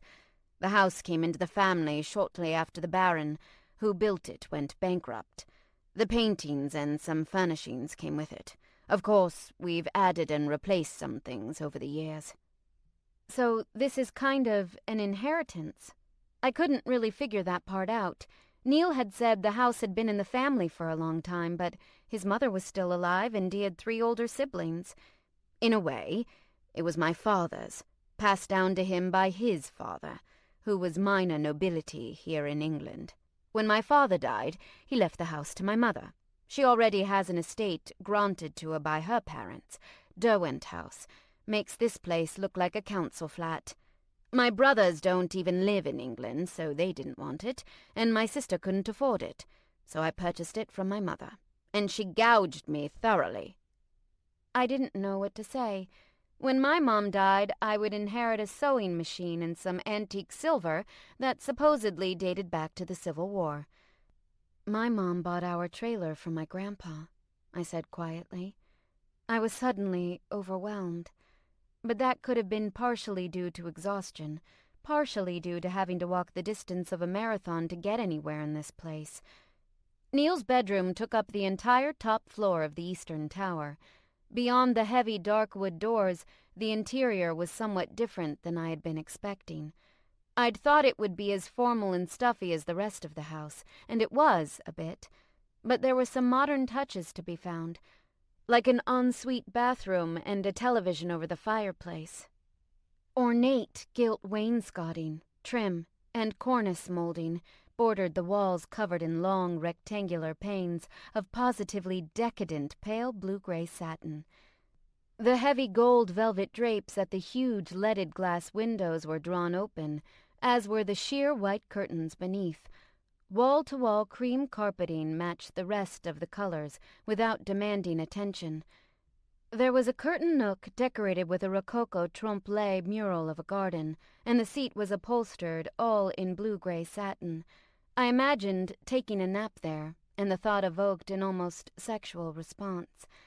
I enjoy napping. The bed, however, was almost too intimidating to contemplate. Situated against the same wall the door was on, it was easily the size of 2 California kings put together. An elaborate bed crown gathered gold velvet drapes on either side, and there were bolsters. Honest-to-God bolsters, like something out of a historical romance novel. "You sleep in here?" I held up my hands and let them fall. "It looks like a museum, and you just sleep in here." "I don't just sleep in here," he said, his arms wrapping around my waist from behind. He leaned down and nibbled my ear, as though the sentence needed further punctuation for me to get the hint. "I can't imagine how you'd even keep track of another person in that bed, or 2 or 3.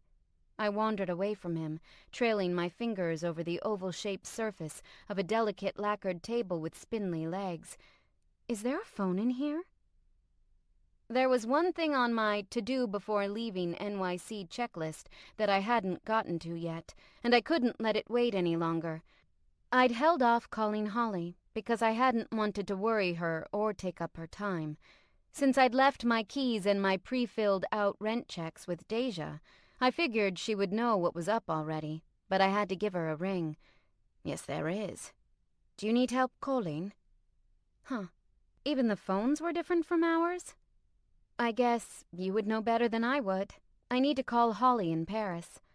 I spied my purse, set neatly on a wooden secretary-style desk in the corner. I went to it and fished out my cell. It didn't work in England, something I didn't realize until Neil had pointed it out to me in the car on the way from the airport. I pulled up Holly's number and passed it off to Neil. As Gabriella's assistant, I'd made plenty of international calls from the U.S.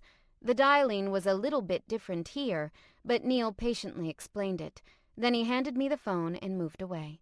I watched him go to the wall and open it. There was a secret door in Neil's bedroom. Holy shit. This was like Clue, a little more every minute. "Hello?" Holly answered uncertainly, and I realized she wouldn't recognize the number. "Guess where I am," I prompted, lowering my voice a bit. It felt weird to act excited about being here. After all, it was Neil's house, not some tourist destination. Not for me, anyway. And I was here for serious reasons.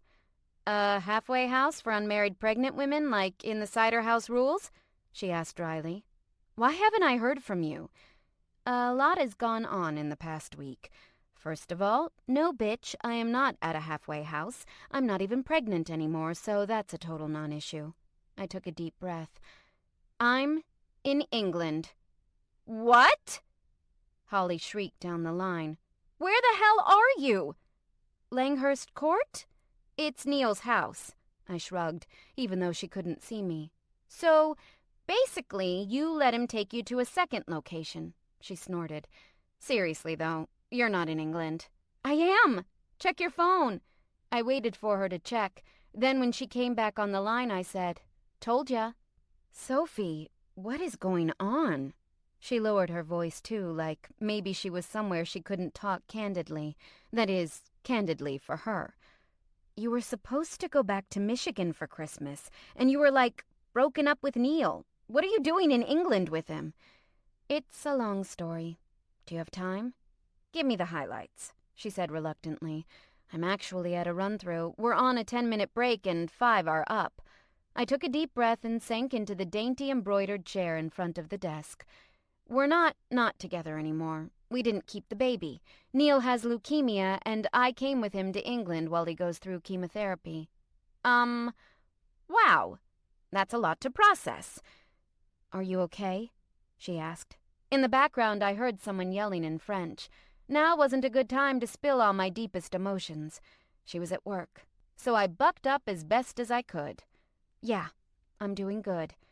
I'll talk to you about all this when you can. Save this number. I'll be here until the 26th, I think. Okay, but, Soph, are you seriously okay with the, you know? I did know. Yeah. I felt guilty, which I wasn't expecting, but Neil was really supportive about the whole thing. She sighed heavily. I feel like such a see you next Tuesday for not being there for you. No, I wouldn't let her feel bad over following her dreams, just because the timing was bad for me. You are doing exactly what you need to be doing. I'm not alone. Things with Neil are better than they ever were, and I'm really happy to be here. Look, I have to go. I don't want to. Promise me we'll talk soon.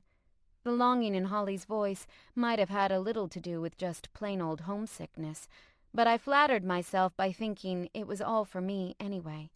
God, I missed her. It had only been a few days, and I missed her the way a kid misses her parents at camp. Absolutely. Go get your runway on. When we hung up, I only cried a little bit. Chapter 7. Christmas morning dawned with beautiful flurries over the ornamental gardens at the back of the house. The heaping snow helped disguise the protective black plastic covering the shrubs and fountain. It looked a little like the Beast's castle in Beauty and the Beast, in the scene where Belle taught him how to feed birds out of his hands. This observation was somewhat lost on Neil. I rarely watched cartoons with Emma when she was growing up, he said apologetically, taking a sip from his coffee mug. He stood in front of the window in the bedroom, wrapped in a navy dressing gown. I couldn't stomach them. All the happy songs, the anthropomorphized woodland friends. He shivered. The very notion of speaking to a chipper squirrel who can process abstract concepts would keep me awake at night. You might want to see a counselor about all that. I lazed on the bed, painting my toenails. Your way of doing Christmas makes so much more sense. Sleep in, bum around all day, party all night. He turned to face me with a smirk. Remember, bumming around means something extremely different here. Oh, right. Anal. I wiggled my toes at him, then carefully lowered my foot so as not to get polish on the duvet. Whatever. I like doing Christmas this way. I'm glad. He set his mug on the small table near the end of the bed as he came back to join me. Although I do miss Emma bursting in here at 4 a.m, demanding to open just one present before everyone arrived. It wasn't 4 a.m, but there was a polite knock. If that isn't Emma, I'll give the person on the other side of that door £100. Neil called. Come in, Emma. I carefully arranged the blankets around my lower half. I was wearing a tank top and a pair of Neil's boxers, and they covered everything that needed covering, but I didn't necessarily want his daughter to see me wearing her dad's underwear. Happy Christmas, you two, she warbled, and I had a feeling her uncharacteristically bright mood had more to do with Michael staying here than anything about Santa Claus or cookies. Though I would never say so to Neil, I liked Michael, and I could see why Emma liked him. The son of powerful attorneys who worked for the UN, Michael was well-educated, well-spoken, as handsome and toothy as a Kennedy, with waves of brown hair and the most drop-dead gorgeous blue eyes I've ever seen. He'd played football at Stanford, and he'd maintained his athlete's build. He towered over tiny Emma like a fairy tale prince rescuing a damsel. The guy was totally swoon-worthy. Emma adored him, and he treated her like a princess. Neil hated him. Emma stood in front of her father, dressed in pajama pants and a well-worn Stanford t-shirt that hung nearly to her knees. Holding out her cupped hand, she said primly, "You know why I'm here?" With a long-suffering sigh, Neil went through the secret door, which led to a dressing room, and returned with a neatly gift-wrapped box. He handed it to Emma, and she hurried over the nook in the wall to open it. My stomach clenched with dread. "Oh no!" They both looked over at me with perplexed expressions. "I was so busy getting ready to come over that I didn't get anyone any presents." How embarrassing was that going to be? "Hello, family, this is my girlfriend Sophie. She's rude at Christmas time." "It's okay," Emma said with a happy shrug. "I didn't get you anything either. Out of spite. I'm still not okay with all this." "None taken," I said dryly. "Neil, I didn't get you anything." "You're here. That's really all I need." The smile he gave me was so warm and earnest. I was able to momentarily forget that I'd come bearing no gifts, like some kind of shitty reverse Santa Claus. "Do you have any idea how difficult it is to buy this man presents anyway?" Emma huffed. "He's like a toddler. If he wants something, he gets it. By the time the holidays roll around, he's already got every book, DVD, and gadget that came out during the year." "So you have to work extra hard to impress me. That builds character." He sipped his coffee as Emma pulled the lid off the box. "Ooh, very nice," she cooed, as she lifted out a distinctive Stella McCartney tote of dark blue faux leather. "Thank you." Neil leaned down to kiss her on the head. "Now, the rest you'll get after dinner." "And not a moment before. I know. She popped up from her seat and gestured to me. "I hope you have something for Sophie." "I think being here is my present," I told her. "Oh, and some earrings that he already gave me." "Do I have anything else?" He pretended to think. "Yes, I think I do." I gave him a very suspicious arched brow as he left the room again. "Get used to it, Sophie. He's going to spoil the hell out of you," she snorted. "The first Christmas Elizabeth spent with us, he—" She quickly stopped herself and flushed bright red. "Don't worry about it," I waved my hand. "I'm not egotistical enough to ban the mention of his ex's name. You guys liked her for a reason." "She liked my father for a reason as well," Emma muttered. "Who likes me?" Neil asked as he returned, looking between the two of us. "I do," I chirped sweetly. He had a small flat box in his hands, and he passed it over to me, leaning down to whisper, "Merry Christmas," in my ear. I unwrapped it warily. "Why do I feel like you're using the anniversary of our Lord and Savior's birth to satisfy your need to buy me things? Not that I'm complaining." "Sophie, complain? Never," he chided. Under the paper was an instantly recognizable flat navy blue box with the initials H and W printed on the flocked velvet. I looked up at Neil with wide eyes. "What is this?" "It's me using the anniversary of our Lord and Saviour's birth to satisfy my need to buy you things. You wouldn't be so churlish as to turn down a Christmas gift, would you?" he asked me innocently. "Oh my God! Open it!" Emma squealed. I lifted the lid and almost choked on my own spit. Nestled inside, attached to a delicate chain, was an enormous round, brilliant-cut diamond, surrounded by a scalloped, square platinum setting, and more tiny diamonds. It was delicate and opulent and so shiny. "Wow," Emma breathed. "It's very pretty. Men probably died for those diamonds, but very pretty." It took all my force of will not to roll my eyes at her. "Harry Winston diamonds come from Canada." "Oh?" She sounded surprised. "Good job, Dad." "Thank you, Emma." He glanced nervously to me. "It's too much, isn't it?" Emma rose, taking her present with her. "I'll give you guys a minute. Michael and I are having breakfast in the morning room in half an hour, if you'd like to join us." "Thank you. Perhaps we will," Neil told her, but he still looked nervously at me. Emma closed the door behind her, and I looked up, unsure of what to say. The necklace I held in my hands probably cost as much as a car. Money was already a huge sticking point in our relationship, but now that I had more of an idea about the kind of world he lived in, the kind of fortune he actually had, and the privileges of his upbringing, I understood why it was so difficult for him to grasp why expensive presents wigged me out. Please, don't be angry. His voice was soft and uncertain. You don't have to keep it if it offends you. It was hard to figure out a response. It's lovely. It really is, Neil. And I think I'm starting to get it. It would be one thing if you only showed your love by buying things, but you make me feel so cherished and protected every day, not because you spend money on me, but because you do things like spot me so I can nap in the bathtub without drowning. He laughed gently at that. Well, why wouldn't I?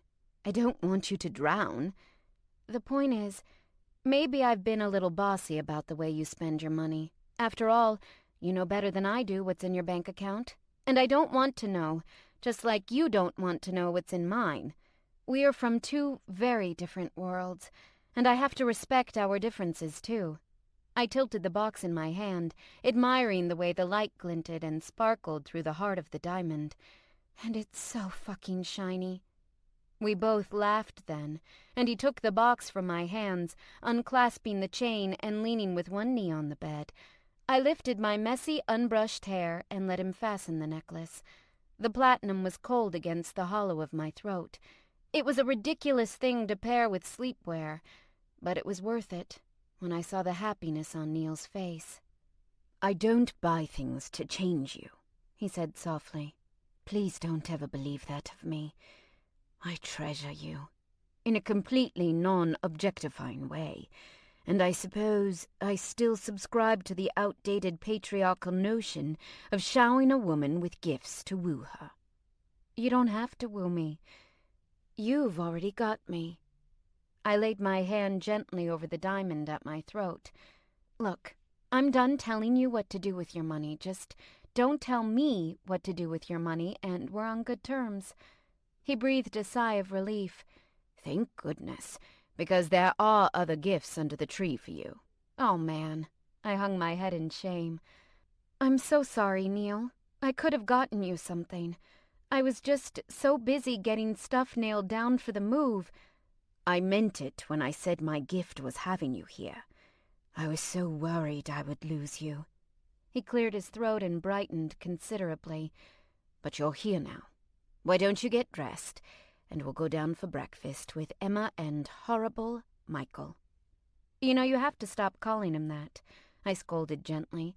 Even the least perceptive person on the planet could see that she's head over heels for him, and he's a nice guy. Is he? I hadn't noticed. I suppose I can't see past the part where he's having sex with my sweet little girl, Neil grumbled. You're having sex with someone's sweet little girl, I reminded him. Emma is a grown woman. Ease up a little. Stop being so fucking reasonable and kiss me, he ordered. We were a little late to breakfast. I stood before the huge Christmas tree in the drawing room, struck by the beauty of the array of ornaments, all different, but all cheery red to match the enormous area rug underfoot, and the tiny white lights nestled in the boughs. I'd never had a real tree growing up. There just wasn't room in a single wide, and my mom had terrible allergies. I leaned close and took a deep breath of pine. Beyond the tall, leaded glass windows, I looked down the long drive and saw headlights in the distance. I wondered who would be the first to arrive. I hoped Emma would be down when her mother got here. I was bizarrely anxious about meeting her. Sure, whatever she and Neil had was over, but Valerie would always be the mother of his child. On top of that, she was his business partner. I plucked at the neck of my sequined black cowl-backed sheath dress and fiddled with the 3/4 length sleeves. It seemed too ridiculously New Yorkish all of a sudden. "Ooh, you look nice," Emma said, floating into the room in a gorgeous silver taffeta dress that could have stepped right out of the 1950s. Her short hair was scrunched into loose, messy waves, and she wore a sparkly silver headband. "Where's Dad?" He was on the phone in the library when I came down. I was a little nervous. After all, I was going to be meeting his family for the first time, and he hadn't seen what I was wearing yet. Maybe he wouldn't like it. "You look amazing. I'm having fits of jealousy over that dress." Emma smoothed down her skirt. "Thank you. It's vintage. Buying second-hand decreases the demand for new silk. Ah. I never knew exactly what I should say in the face of Emma's earnest concern for things, like silkworms. She headed for the punch bowl set up at the other end of the room, and I patted my hair, making sure my textured French twist hadn't become a sloppy mess. Look at you. I turned to see Neil standing in the doorway, hands in the pockets of his steel-gray trousers. His black button-down dress shirt was perfectly tailored, the collar and top button undone. He took me in from head to toe and back again as he came to me. With my hands in his, he held my arms slightly out to my sides and admired the view. You look incredible. You're not so bad yourself. I stepped into his embrace and laid my hands flat against the sleek fabric of his shirt front as I gazed up at him. Merry Christmas, baby.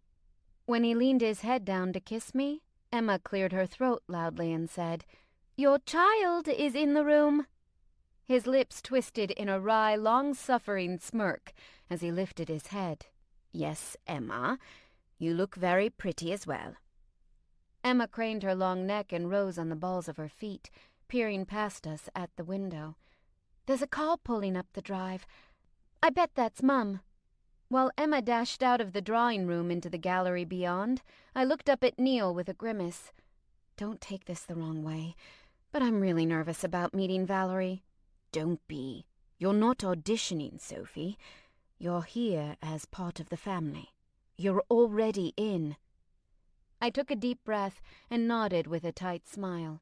Okay, I'll just keep reminding myself of that. Please do. I want you to have a happy Christmas. I know you're missing your family terribly. Not terribly. That was a total lie. I'd been mentally calculating what stage of Scaife family Christmas was happening across the ocean all day long, but I didn't want Neil to feel guilty. I'd made the choice to come here. They got me for 24 years. I can spare one for you. It's the best present I've ever gotten. He ducked his head and finally kissed me. "I don't see any mistletoe," a cheerful voice with a faint Scottish accent warbled, and we both looked up. Neil grinned and rubbed my lipstick off his bottom lip with the side of his index finger. "Sophie, this is Valerie Stern, Emma's mother. Valerie, this is my girlfriend, Sophie." "I should hope so. Otherwise you'd have some explaining to do." Valerie smiled a smile of the straightest, whitest teeth I'd ever seen, and I used to work at a fashion magazine. She did not look remotely old enough to be Emma's mom, but I knew she was about the same age as Neil, since they went to college together. Her hair was a gorgeous glossy auburn that fell in perfectly smooth slashes to her shoulders. Her eyes were big and animated, and she came over immediately to shake my hand without a trace of awkwardness. I almost let out a sigh of relief, but I thought that would be rude. "It's so nice to meet you." "And you? Emma has told me all about you." She turned to give Neil a friendly hug and a kiss on the cheek. It looked so much less awkward when she did it than when I did, because she was easily 4 inches taller than me. "Happy Christmas, Neil," she said with warmth I knew I shouldn't have interpreted in a jealous way, but I couldn't help myself. I had never been in a relationship with someone who had a serious past with another woman. On the one hand, I was comforted by the fact that they were able to maintain a friendship even after their romantic relationship was over. That meant that if we didn't work out for some reason, it probably wouldn't be an awful breakup. On the other hand, I hated literally everything about her from the moment she walked into the room. I hated that I perceived this bond between them I was driven to try and overcome. I didn't want to be the woman who needed to fill every role in her partner's life. I hated that their daughter was in her 20s and they were still this parental unit for her sake. I thought it was weird, and I was super envious because my parents hadn't been able to do that for me. And I really hated that kiss on the cheek. Most of all, I hated my jealousy, which, for all I knew, was totally unfounded. There was nothing wrong with anything she'd said or done, but I irrationally wanted to pick apart everything about her. It wasn't a nice way to feel, and I was so disappointed in myself. Then the butler walked in carrying bags of presents to put under the tree, and I realized that I was probably just feeling out of my element. After all, Valerie had brought beautifully wrapped gifts in Harrod's bags, and I was used to seeing hand-wrapped presents toted in laundry baskets.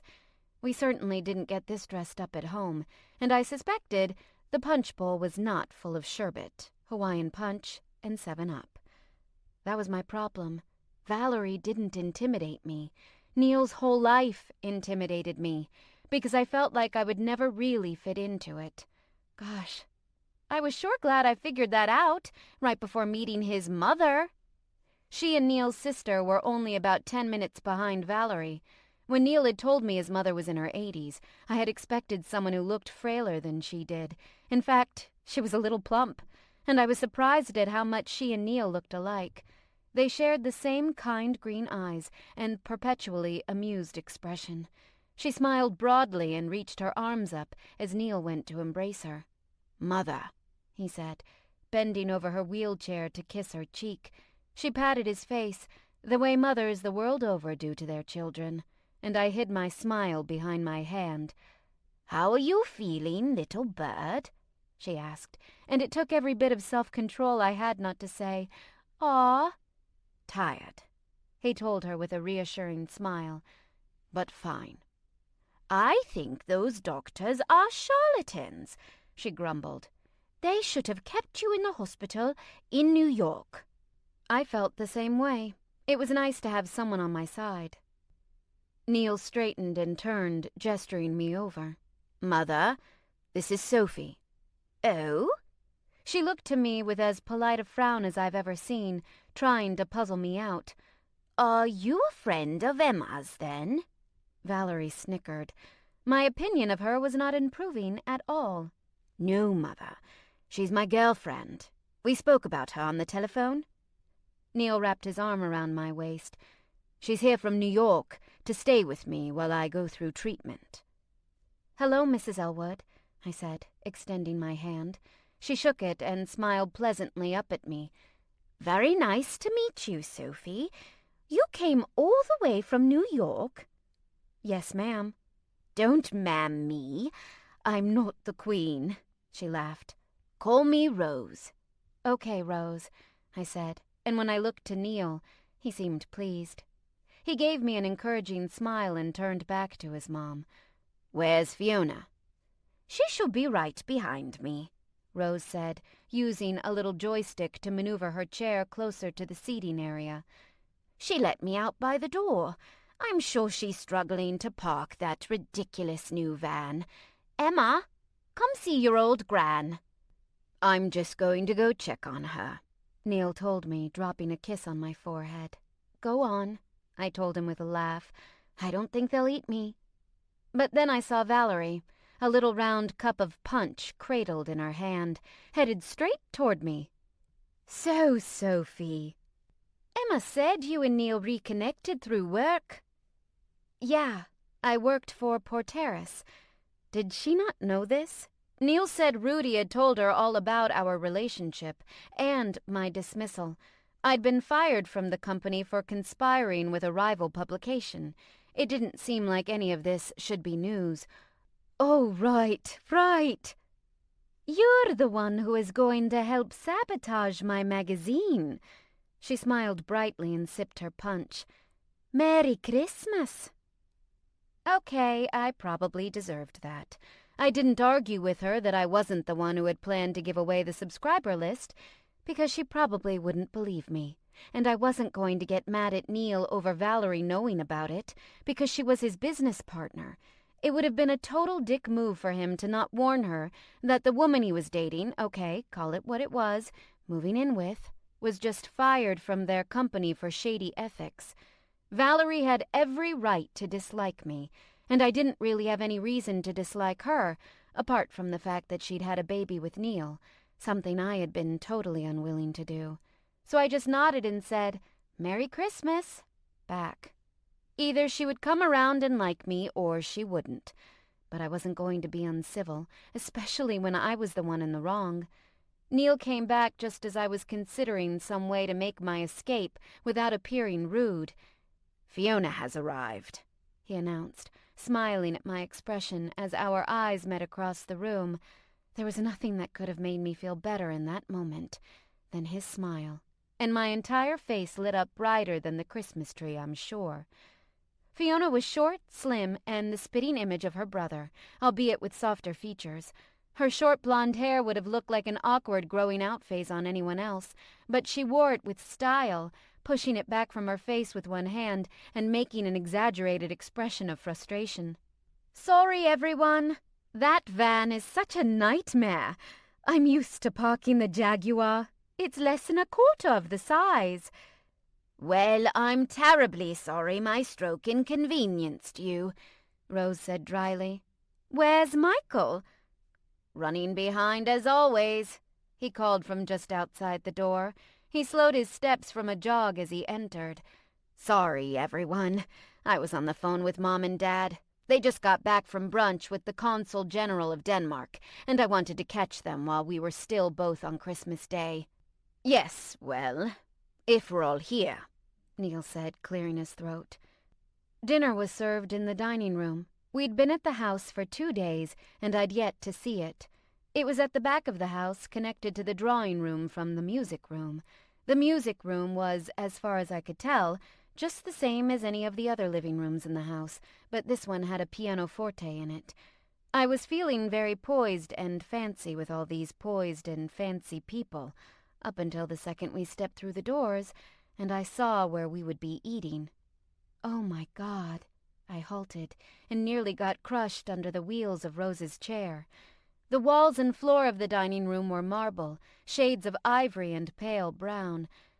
Let me reiterate, the walls were marble. Enormous frame tapestries hung on the wall, rosy-cheeked, well-groomed shepherds and shepherdesses frolicking in pastoral scenes. 2 large chandeliers hung over the long table in a blaze of light, magnified by the gilt mirror over the wide white fireplace. "That's right. I never gave you a proper tour," Neil said apologetically. It wasn't his fault. I'd been content to mostly hang out in his room watching television while he worked. The rest of the house was too intimidating, and if I ran into any of the black uniformed staff, they were so solicitous of my comfort. I felt guilty when I didn't have a job for them. I'd been more or less hiding from them, so I hadn't wandered around. "Elwood hospitality strikes again," Valerie said, with a good-natured laugh as she pulled out a chair from the table. "I'm sure you two had better things to do."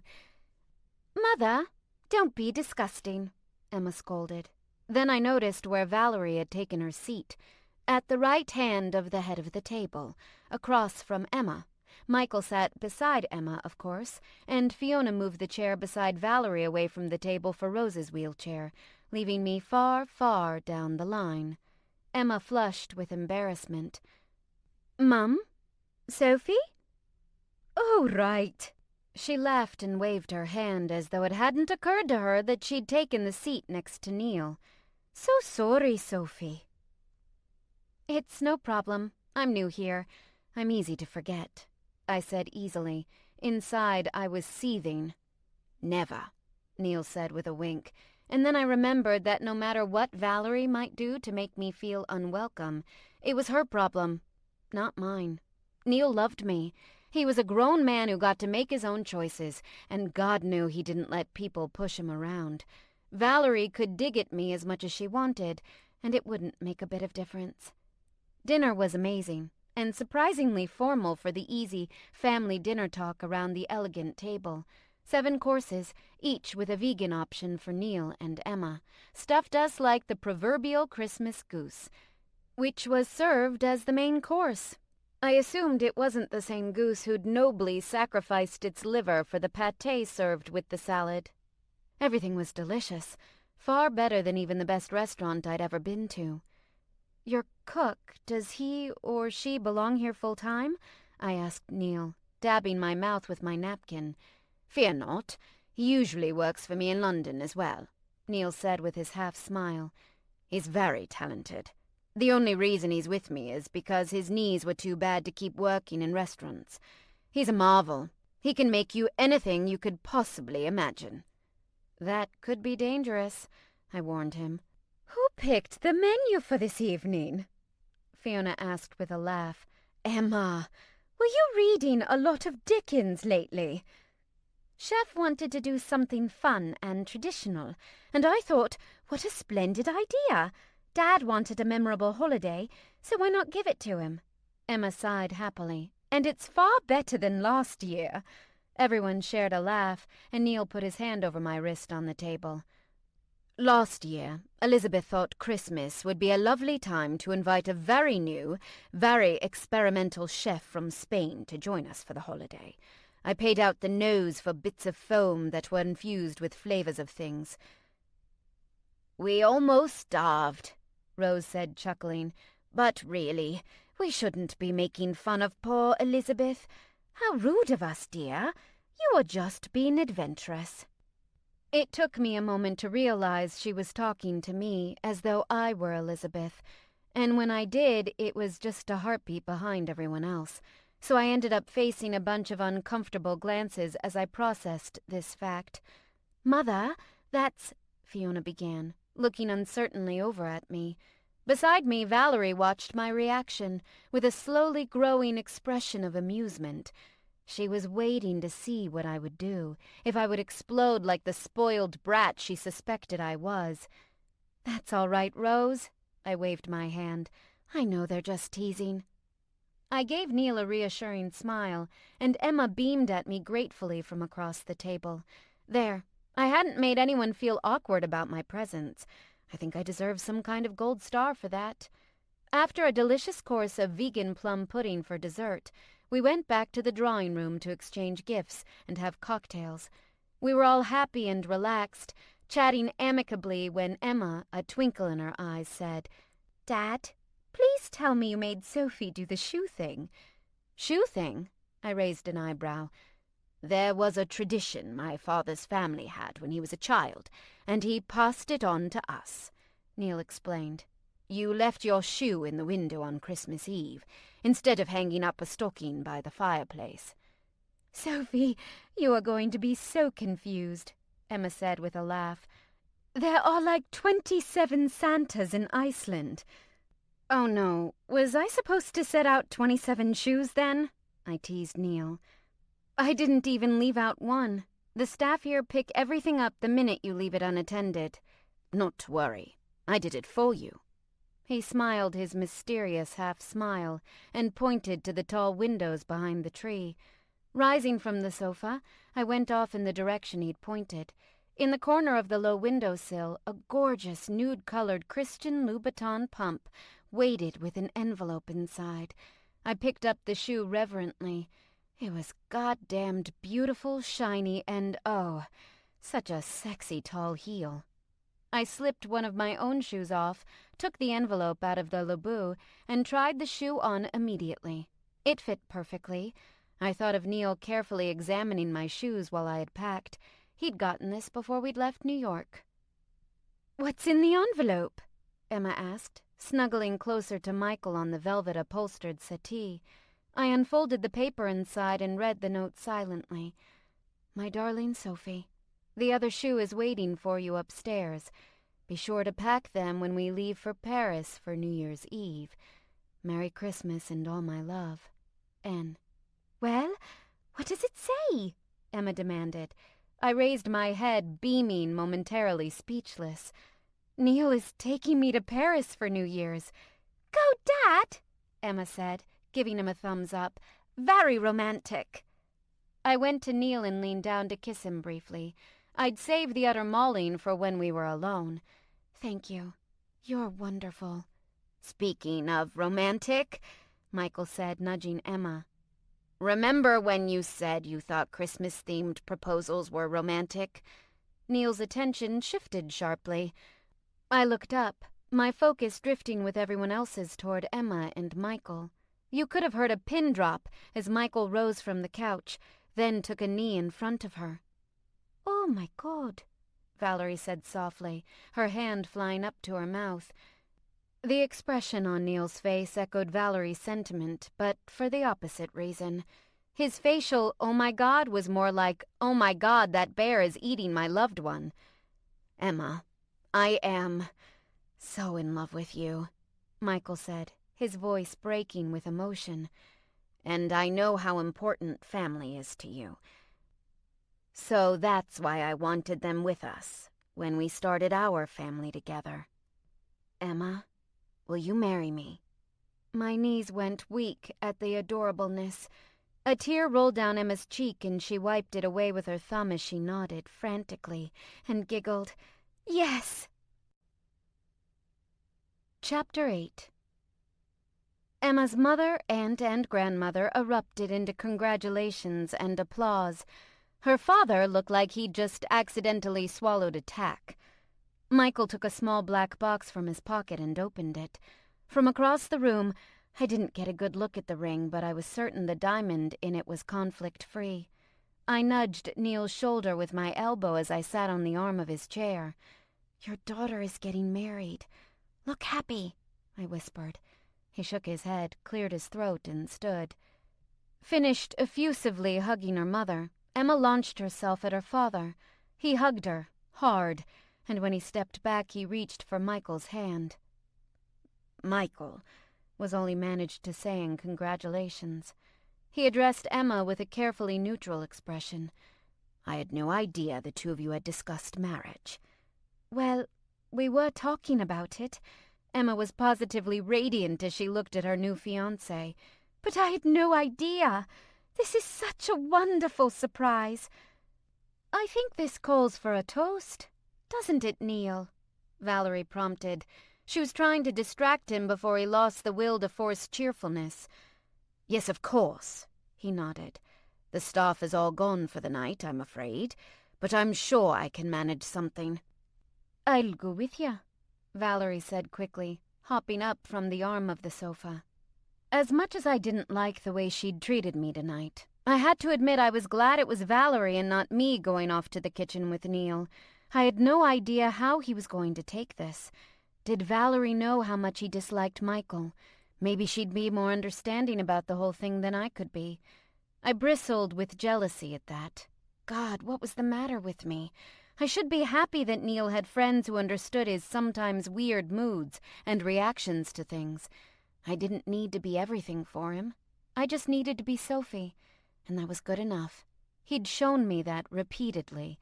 I realized I was staring off in the direction they'd gone when I looked over and saw Emma watching me. I smiled automatically. No way in hell was I going to let her know that I was jealous of her mother. That would put her in such a horrible position, and it would make me a complete jerk. I crossed the room and gave her a small, brief hug, the first I'd ever given her, and I think I surprised her with it. "Congratulations," I told her, and stepping back, I shook Michael's hand. "You two are obviously going to be so happy with each other. Anybody could see it." "Except for my father." Emma rolled her eyes, but her elation didn't dim a bit. "Sophie, maybe you could—" "Her mother antagonizes him," Michael said with a wry smile. "Maybe you could rescue him?" "I was going to say, keep him distracted so he doesn't poison you." Emma elbowed Michael in the ribs. "She does not antagonize." "I'll see what I can do," I said with a laugh, and headed off in the direction Neil and Valerie had gone. I had no idea where the kitchen was, but as I passed through the darkened music room into the darker, windowless dining room, I got a sense of where it might be. Light spilled into the blackness from a crack underneath a door at the far end, where the staff had brought out the dinner earlier. Being in a room that size, totally silent, totally dark, was unnerving. I didn't believe in ghosts or anything, but it was hard to shake the feeling of being watched, or that something might grab me. The house was beautiful, but totally creepy. I thought back to what Neil had said about retiring here. I hoped that if we were still together at that point, I'd have some say in the whole haunted mansion decor. I opened the door and found myself in a long, narrow butler's pantry. On both sides, tall glass-fronted cabinets held gleaming china. There was a surprisingly modern swinging metal door. Through the oval window that was just slightly too tall for me, I caught a glimpse of the sturdy industrial kitchen beyond. I could hear, though, and what I heard was Valerie's not at all pleased voice. "Okay? What is this?" "I don't know what you mean." Neil's calm was so obviously faked. Even I could tell he was upset, and I'd only been with him for 2 months. "You can't be happy for your daughter." "Neil, she looked like she'd swallowed the sun. She was glowing so hard." Valerie snorted. "You're going to have to get over whatever has been going on with you lately." "Nothing is going on with me. I simply don't care for Michael." Neil's voice sounded slightly strained. The pop of a cork punctuated his sentence. "You have to be joking. Michael is practically perfect. American, but perfect. And she's so happy." Valerie's tone turned softly wheedling. "Would it really harm you to simply put in an effort to get to know him? To listen to what he was saying without looking like you were on a jury?" "I just don't think he's the right man for Emma." "You don't think any man is the right man for Emma? If she donned a habit and took vows, you'd think that God wasn't a good enough husband." I covered my mouth to stifle my laugh. I didn't want to get caught eavesdropping, but that was pretty funny. "She's too young," Neil countered, and immediately I thought, oh no. "To get married," he clarified, like he knew where the conversation was going to go now. I really hoped it didn't go where I thought it might. "From the man who's dating a woman half his age?" Valerie sighed derisively. "I knew you were going to have a midlife crisis. I figured you'd at least wait until your 50s. Ugh. I didn't want to use the B word. I really, really didn't want to use the B word. I knew I was going to have to face her again, once they came out of the kitchen with the champagne. I needed to get very zen very fast, and listening to the rest of the conversation was clearly not going to be helpful. But I couldn't tear myself away, not because I didn't trust Neil. I didn't like feeling as though I was in competition with Valerie, but all of her little slights tonight were too deliberate. It was almost as though she were trying to make me jealous. Why? Because she was angry with me over what I'd done at Porteris? As far as I was concerned, she could be as angry as she wanted, and she would be totally justified. But I didn't like the other possibility that came to mind, the possibility that she was still carrying some kind of torch for Neil. Decades after their relationship had ended, it had been bad enough when Valerie was targeting me with barely veiled hostility, but now she was trying to insinuate herself into Neil's private life where I was concerned. That made me suspect that there was more to her dislike of me than just anger over my bad business ethics. "Sophie isn't my midlife crisis," Neil stated firmly. I have to admit, my heart did funny things to hear him defending our relationship, and me. "She's my girlfriend." Girl being the operative word. Come on. Don't you think this is a bit unfair to Emma? Valerie asked. "I don't see how."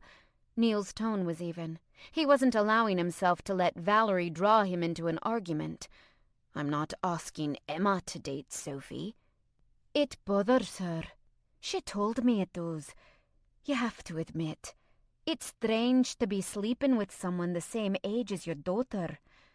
I realized in that moment that she wasn't just commenting on Neil's private life. She was actively plotting to get rid of me. I heard something clatter to the countertop. When Neil answered her, he was terse, his anger unmistakable. "I haven't asked for your opinion or advice in the matter. You are free to dislike Sophie, but as long as you're in my house, you will be civil to her. She isn't a passing fancy or a midlife crisis. She's a part of my life, and I expect her to be for a very long time."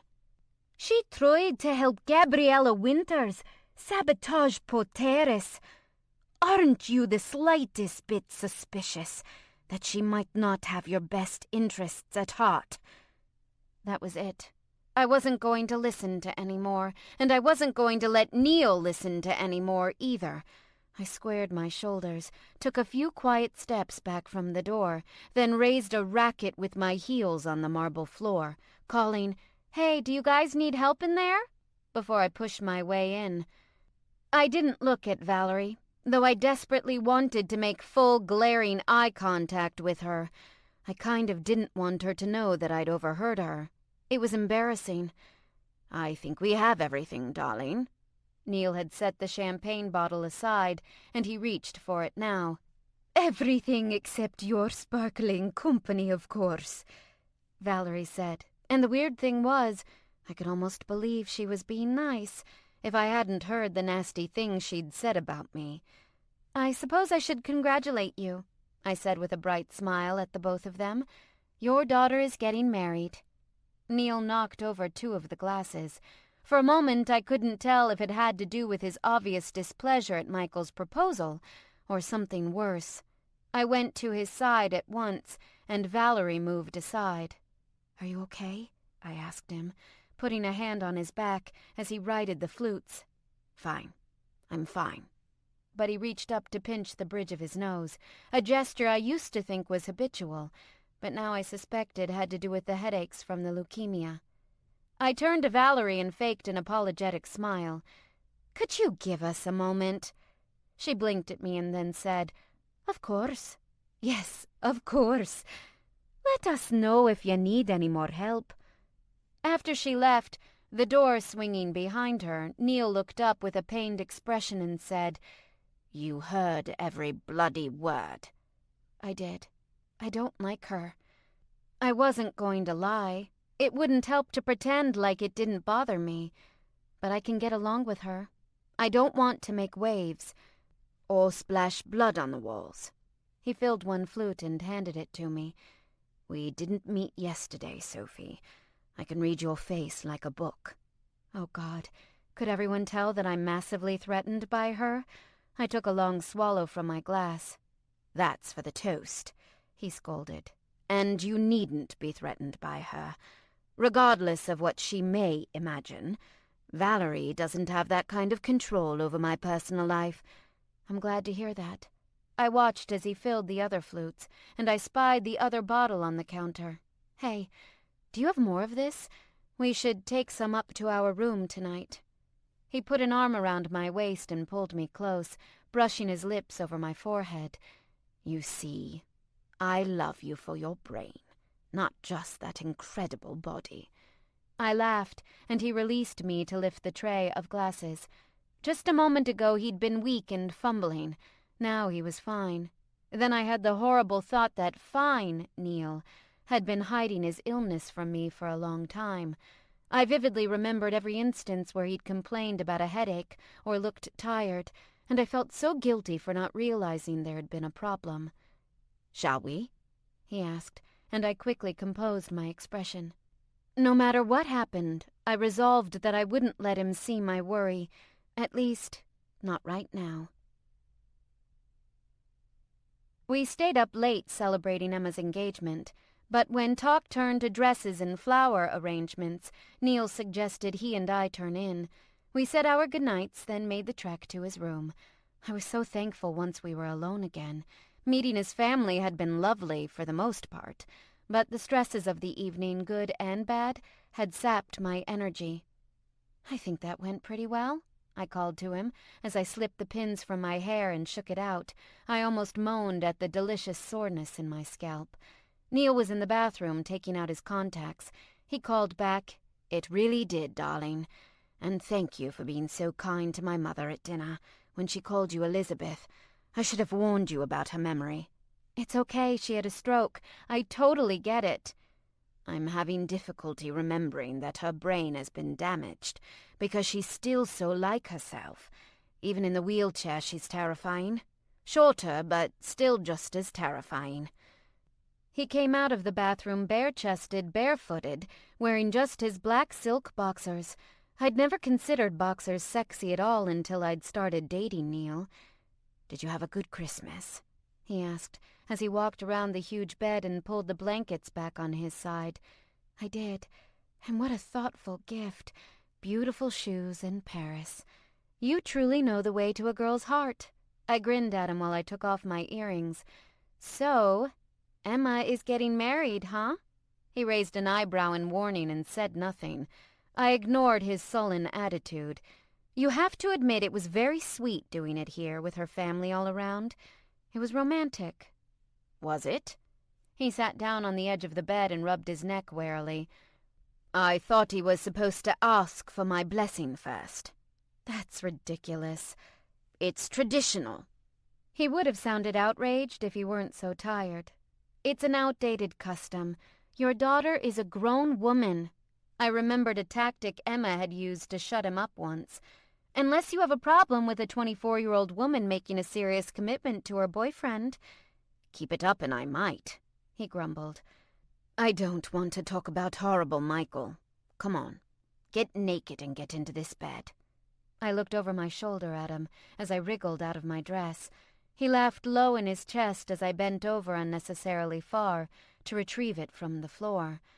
I was lying when I said I didn't have a present for you, I told him, crawling across the impossibly wide bed to get to his side.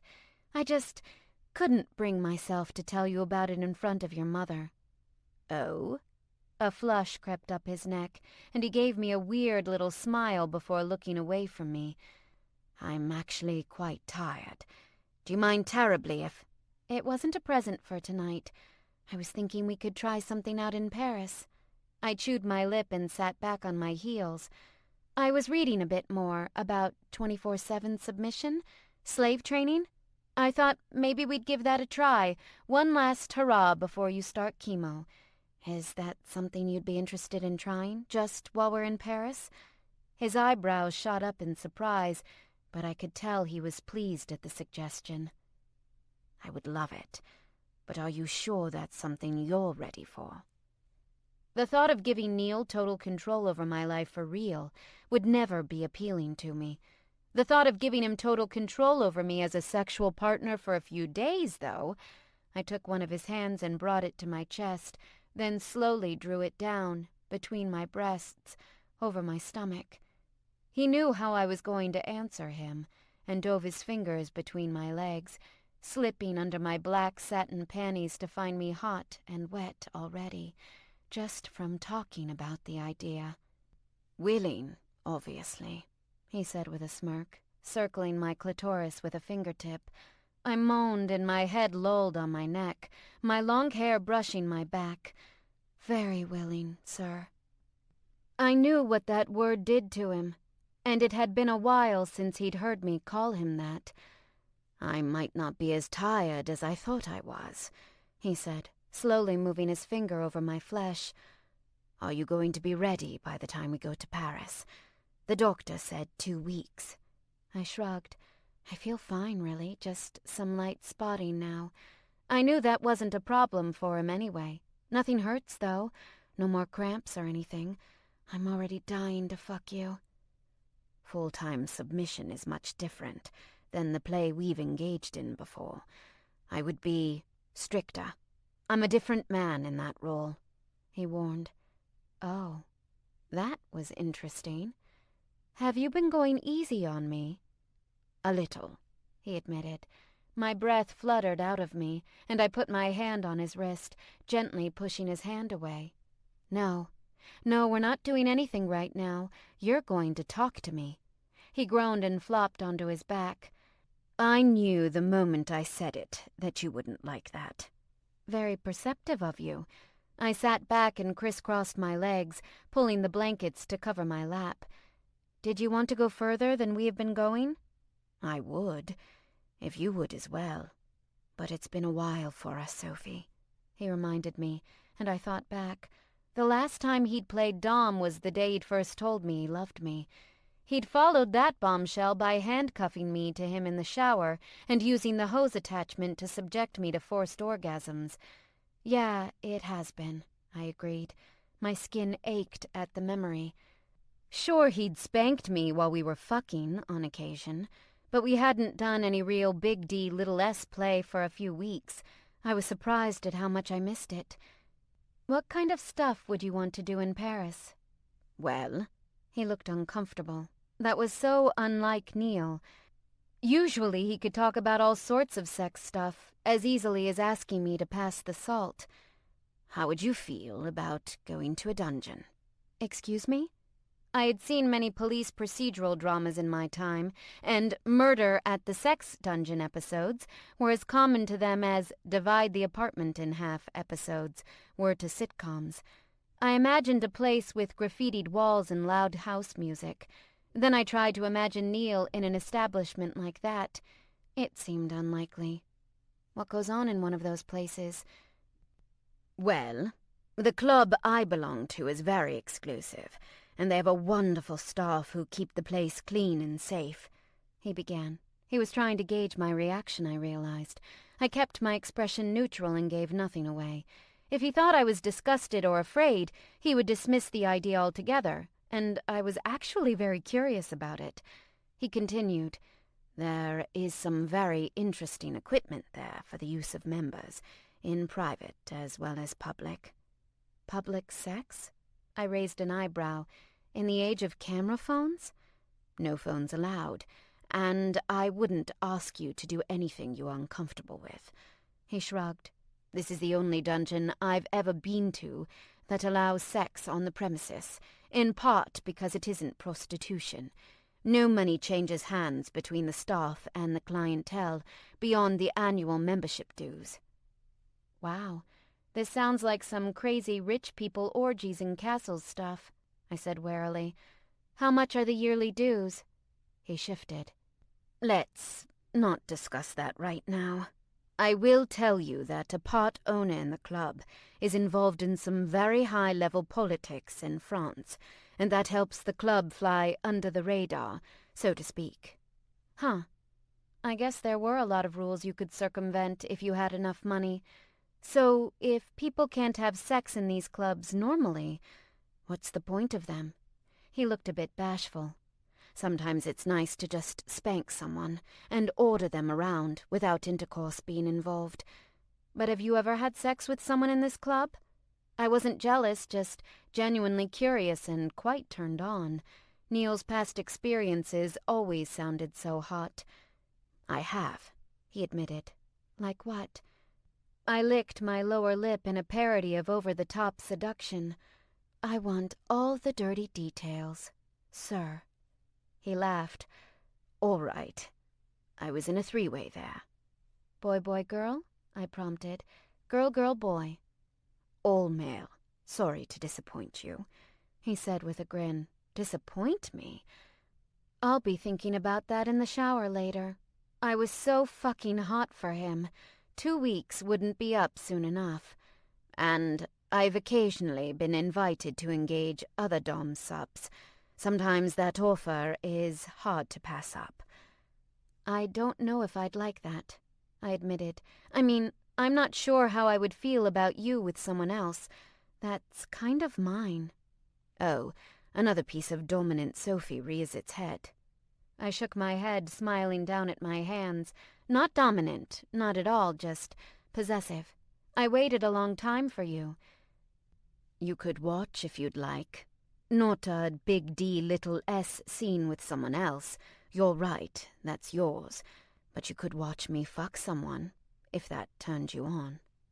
I thought he was kidding for a moment. Are you serious? If you wanted to watch me with a man or another woman, I wouldn't dismiss the notion out of hand. He shrugged. I wouldn't mind watching you with another man, sometime if you were open to it. Something in me recoiled at the thought. I'd long bought into the cultural expectation of one true love, even if I hadn't wanted one myself. A threesome with strangers in a BDSM dungeon seemed fine to me. But watching the man or woman you love being physically intimate with another person seemed as though it should wound you, not turn you on. But that discomfort was momentary when I actually imagined it.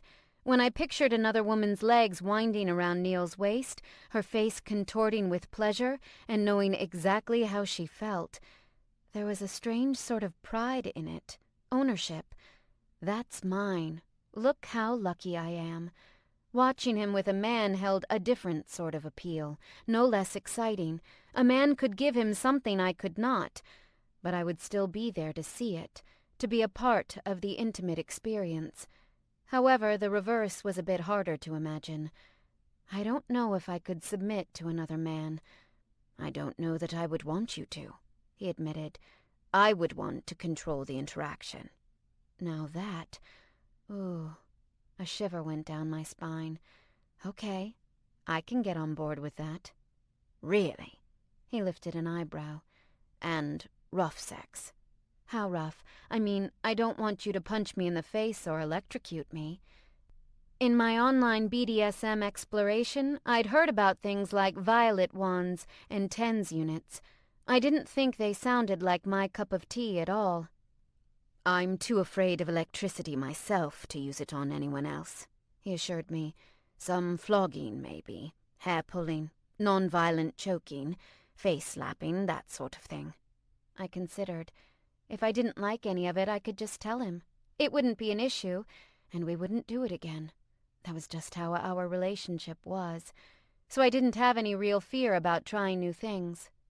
Okay. Anything once. I got into bed and rolled onto my side to face him, the way he was facing me. He raised his arm and dropped one hand on my hip, squeezing my flesh through my panties. "Did you have a good Christmas?" I asked him, as he massaged in wide circles. His thumb skimmed over the dip between my hip and my tummy, and my breath caught. "I was happier than I have been in a very long time," he told me, lowering his mouth over my nipple. "I thought you said you were tired," I reminded him, my voice a shaky murmur. "I remember saying no such thing," he scolded. "How dare you? I might have to take you over my knee." And I am very happy to report he did. Chapter 9. Neil's house in London was in an area called Belgravia. The neighborhood was filled with a lot of very serious-looking black sedans and tall, pristine white stucco mansions, and it was just a hop, skip, and a jump from Buckingham Palace, which wasn't weird at all. We left his house in Somerset the day after Christmas and traveled by car to London. It was a 3-hour drive made totally bearable by the comfort of the Maybach and Neil's company. Despite his daughter's engagement, he was in great spirits when we arrived. At least, this place looked more like a townhouse, albeit a very, very posh townhouse, than Hogwarts. It was a white stucco mansion in a row of white stucco mansions. There weren't many cars parked along the street, but the ones that were parked there definitely matched the neighborhood's price range. One long black sedan parked had flags I didn't recognize on the front. "Is that an ambassador's house or something?" I asked, poking Neil in the side as we went up the walkway. He looked up, frowning. "I have no idea. It's likely. I hardly know anyone in the neighborhood anymore. A lot of the neighbors don't live here full-time." Neil opened the door onto an entrance hall with pristine white walls and a mosaic tile floor in greens and blues. A staircase with a single L-shaped bend rose gracefully toward the ceiling. A royal blue runner edged with a gold border covered the width of each step, to the mahogany railing. Under the stairs was a plain square fireplace and 2 Queen Anne wing chairs in gray-blue. "Very masculine," I said in appreciation, as I stepped cautiously through the space. "Elizabeth thought so. We could change it, if you like." Neil sounded embarrassed. He shrugged off his coat and opened a wide door. All of them had ornamental lintels with scrollwork arched above them, and pulled out a gleaming wood hanger. "I won't be much help in the decorating department, I'm afraid, other than to plead with you to keep some blue." Nope, no. I am not going to redecorate your house." I slipped out of my coat and handed it to him. "No butler here?"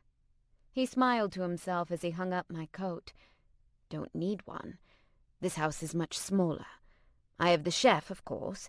He'll be here after the 3rd, and a housekeeping staff of 5. It doesn't take much to run this place." A little more than your apartment in New York, I observed. More than I ever needed for my apartment. You'll never get used to the idea of other people cooking your meals and cleaning up after you, will you? That's not true. I go to restaurants. I have my clothes dry cleaned. I tried not to sound too sarcastic.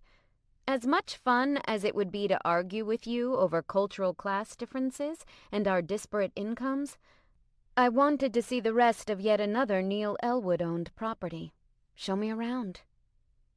The main floor had a half bath, a formal reception room, the kitchen and dining room. There was also an elevator, and though Neil hated them, he used it today. The holiday took a toll on me, I think, he said quietly as we rode down to the basement level. I would hate to postpone Paris. If we have to postpone Paris, we postpone Paris. We'd been running around so much that missing another whirlwind trip wouldn't hurt my feelings any. All I'm really looking forward to there is fucking you, and I can do that just as well here. Oh my God, we could do it in this elevator.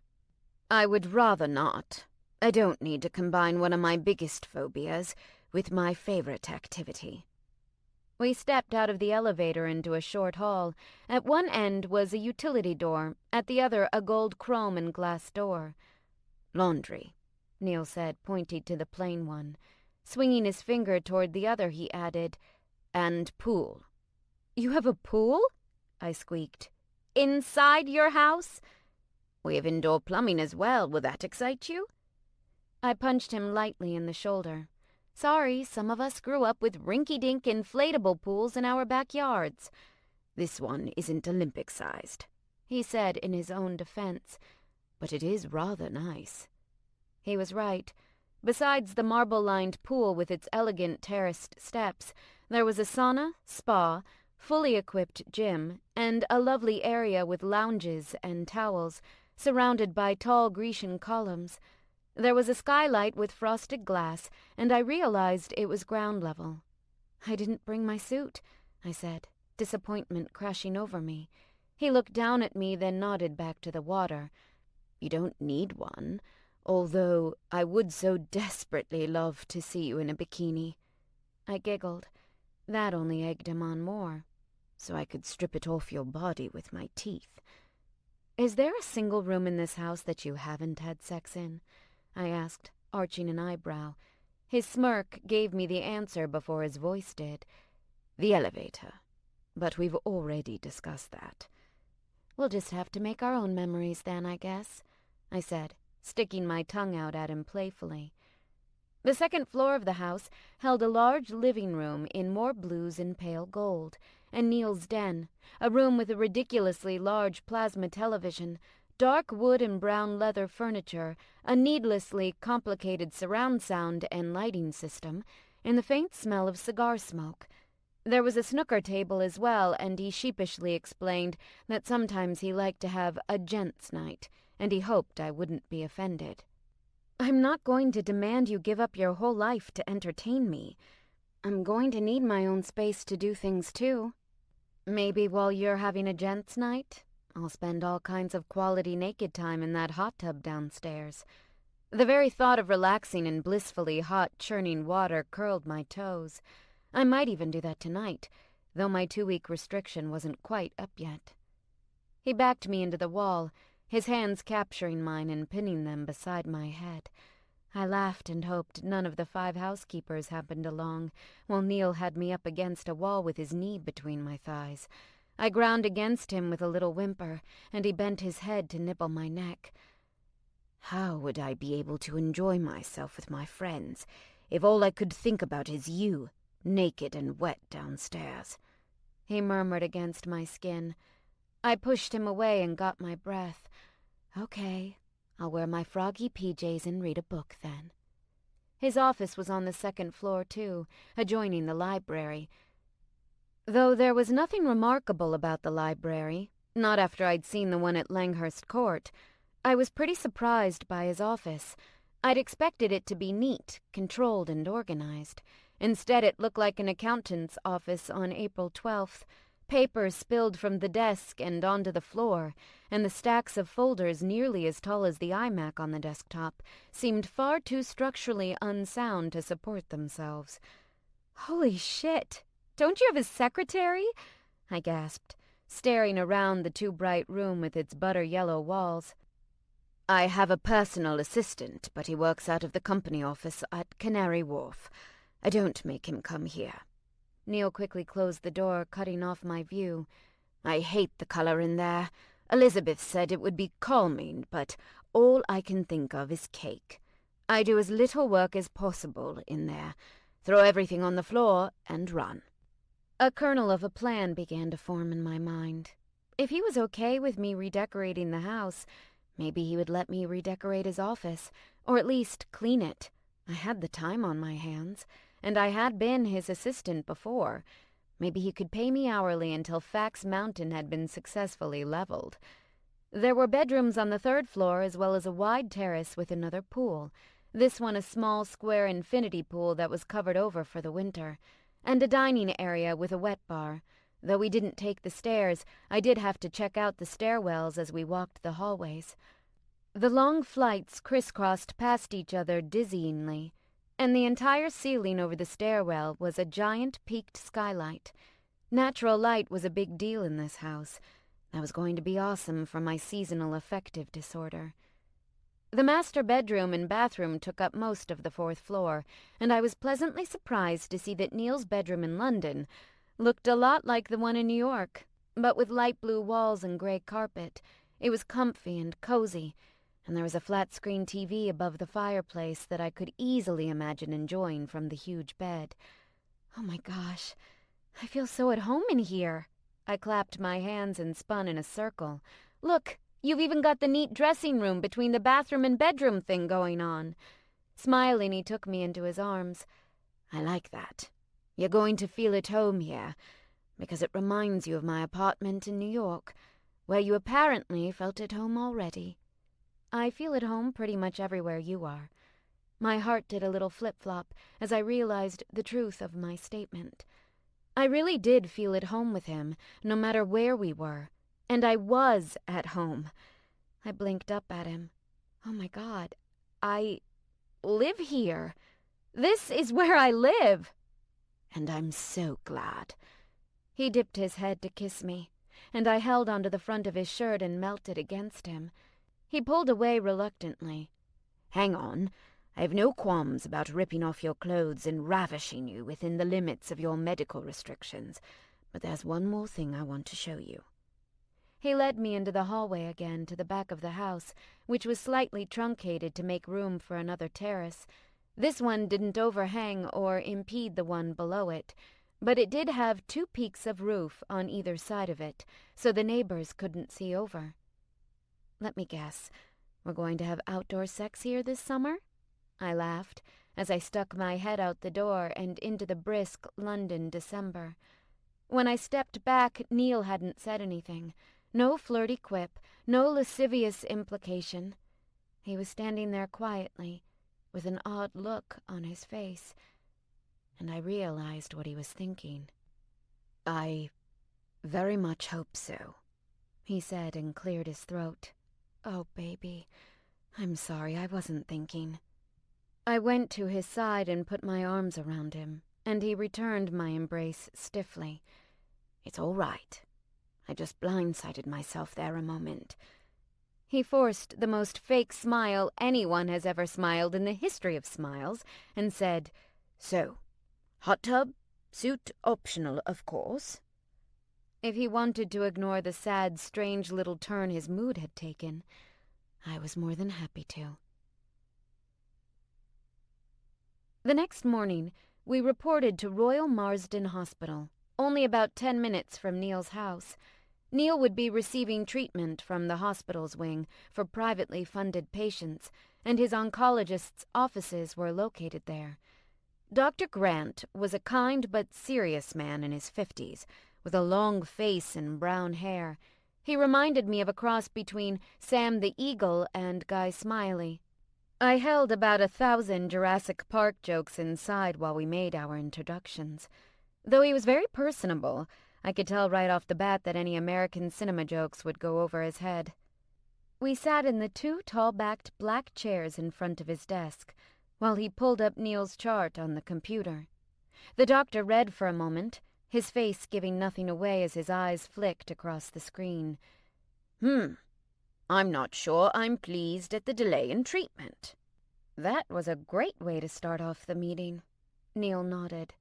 "I discussed this with the oncologist on staff at Presbyterian. He was of the same opinion as you." "Then perhaps you should have listened to him." Dr. Grant's bushy eyebrows rose. I don't think I'd ever heard anyone actually scold Neil before. Well, besides his daughter and me. "Well, there's nothing to be done for it. You can have at me on January 3rd, and not an hour before," Neil responded in easy humor. Dr. Grant raised an eyebrow. "Your condition is nothing to be glib about, Mr. Elwood. The cancer cells have become resistant to the imatinib. You didn't respond well to the nilotinib before, and I don't believe we have time to try you out on it again. The last blood test you had in New York on the 21st suggests that your condition is rapidly accelerating. I'll have another draw done before you leave the office today, but at this junction I feel your best hope will be chemotherapy, followed by a stem cell transplant." Stem cells? The word pricked my ears. That phrase was very controversial and political back at home in the States. "Cells from bone marrow, either from a matching relative or from Mr. Elwood himself, if we can get close to remission, can be transplanted after high-dose chemotherapy to kill off the remaining cells, a bit like demolishing the building and creating new cells from the ground up." "Isn't that dangerous?" I looked from Neil's grim expression to the doctor's. "There are different risks for both procedures. With donor cells, there can be a potentially fatal reaction known as graft versus host disease. If we aim for the autologous transplant and your condition worsens during chemotherapy, the chances of a desirable outcome become more slim." He paused. "I understand that you don't wish to start treatment until after the first of the year. That will give you some time to consider your options, and time for me to review your case with my colleagues to see what course they recommend." The rest of the appointment kind of rushed past me in a blur of medical terms and growing dread. Dr. Grant warned us that patients who didn't respond well to chemotherapy, who experienced blast crisis, had a very low survival rate. I didn't know what blast crisis was. I didn't know what level of cancer Neil had. All the numbers and figures confused me, and they all sounded like worst-case scenarios. Neil grabbed my hand and squeezed it, and I didn't know if he was bolstering my courage or his. Shit. This was real. All of it. Neil could die. Obviously, I'd thought of it before, but it had seemed such an outlandish possibility. Neil could die had been framed in an abstract way in my mind. Anyone could die theoretically, but the way Dr. Grant spoke, stern and without humor, made Neil's mortality more immediate. I didn't like it, and yet I appreciated it so much more than I would ever express to him. The cold, impersonal way he talked of Neil's chances made them easier to confront. Neil didn't ask many questions. I had a feeling that control freak that he was, he'd already pored over every website and medical journal available, but that wouldn't make him feel any better. Neil wouldn't be happy unless there was some magical switch to turn off his cancer, and then only if he got to flip it himself. Near the end of the appointment, he said, his mouth audibly dry, "You've certainly given me much to consider." Dr. Grant looked briefly over at me. "I need to be clear about this type of treatment. The high-dose chemotherapy is very likely to destroy your fertility. If the two of you were thinking of starting a family, you'll want to explore some alternative options." Neil's eyebrows rose. Alternative options. Some patients choose to bank their sperm, for example, Dr. Grant said.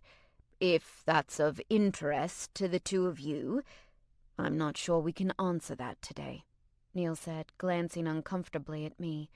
Yes, we can, I thought, looking him straight in the eye, so he would know what I was thinking.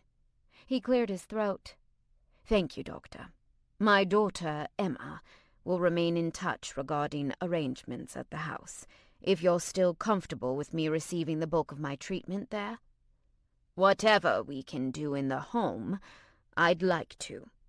Patients seem to respond better than in a hospital environment, but hospitalization can't be avoided entirely. I understand. Neil looked a great deal more anxious than he had when we'd first arrived for the appointment. Dr. Grant stood to show us to an exam room, where a nurse drew Neil's blood. Dr. Grant would call us with the results. We didn't talk on the way out. Neil was super tense, and he kept swallowing and alternately clearing his throat. And it wasn't until we were in the car that I realized what was going on. "Neil, are you crying?" I asked, as we pulled away from the curb. He was resting his elbow on the car door and resting his mouth against his fist. His knuckles were white. No. Okay, he was totally crying. It's okay if you are. You just got some pretty fucked up news. It isn't news. I always knew that eventually this would happen. I would stop responding to the drugs or... He shook his head. There was a tear track on his cheek, but his voice didn't betray any sign of emotion. He could have been ordering dinner. I'm just not looking forward to this. No one looks forward to chemotherapy. I reached over and put my hand on his knee. He didn't take it. For a long moment he didn't say anything. When he did, his voice wavered. Right now, all I'm seeing is a very long, very painful tunnel. And there's no light at the other side. No, I said firmly. No, you can't think like that. I bloody well can, he shouted, and I jumped back in surprise. He looked at me, his eyes rimmed with tears. I knew he was ashamed of himself. He didn't like being out of control. He took a breath and calmed some. I've been dealing with this for a lot longer than just today. I'm out of patience, and I feel like I'm out of time. You're not. Look, this is really dangerous, but you said yourself that your wealth gives you advantages other people don't have. He didn't want to be comforted, but I couldn't stop myself from trying. You're allowed to be afraid, and you're allowed to cry about this, but you have to remember that when you're talking about cancer studies and numbers and percentages, they're talking about people in the real world. And I'm not living in the real world? He asked testily. I may have worded that wrong. He nodded. I am certain that you did. My wealth does not exempt me from death, Sophie. I've only got this one world, and it is incredibly fucking real to me. If this is a problem for you, then I suggest we work out a different arrangement than the one we have. Okay, I deserve that. When we got back to the house, he went straight to his den and shut the door. Since he hadn't spoken to me since the car, I was pretty sure that meant he wanted time alone. I went to the living room on the second floor and turned on the television, flipping through channels without finding anything familiar to watch. I ended up laying on the couch, dozing off and flipping through channels. If we had been in New York, I could have walked somewhere, maybe gotten a coffee and cooled down. But here I didn't know where I was, and I didn't even have the right currency yet. I felt trapped and lonely and shitty over what I had said. After 2 hours of that, I decided I had to at least try to talk to Neil. I started hearing the music about halfway up the stairs. The Smiths. Well, at least it wasn't depressing. I knocked on the door and raised my voice to be heard above the music. "It's me." "Come in," he called, but he didn't sound too thrilled. Squaring my shoulders, I pushed the door open. "So, I think this is the part where I apologize for being such an asshole." Neil was slumped down on the leather sofa, a glass in his hand and a half-empty bottle of something amber on the floor, beside his foot. Asshole wouldn't have been the word I used, but if that's what you're comfortable with, I won't argue. Gee, thanks. I didn't know if he was supposed to be drinking or not, but I let it go for now. I hovered inside the door. And I'm sorry I've been such an asshole about your money. I need to be more mindful about the fact that our experiences are different, and that you're going through something I don't understand. I couldn't possibly understand it. I know that every time I say something about your cancer, I'm dismissive. It's not because I don't care about you. I just don't want to face the truth. That I might die? He asked, pointedly fixing me with his gaze. Yes. It was blunt, but there it was. I am doing my patented Sophie Scaife avoidance technique, wherein I ignore anything unpleasant in the hopes it will just go away. I seem to recall this technique blowing up in your face just a few weeks ago. There was an undercurrent of scolding in his tone that I very much deserved. I'll learn, eventually. I promise.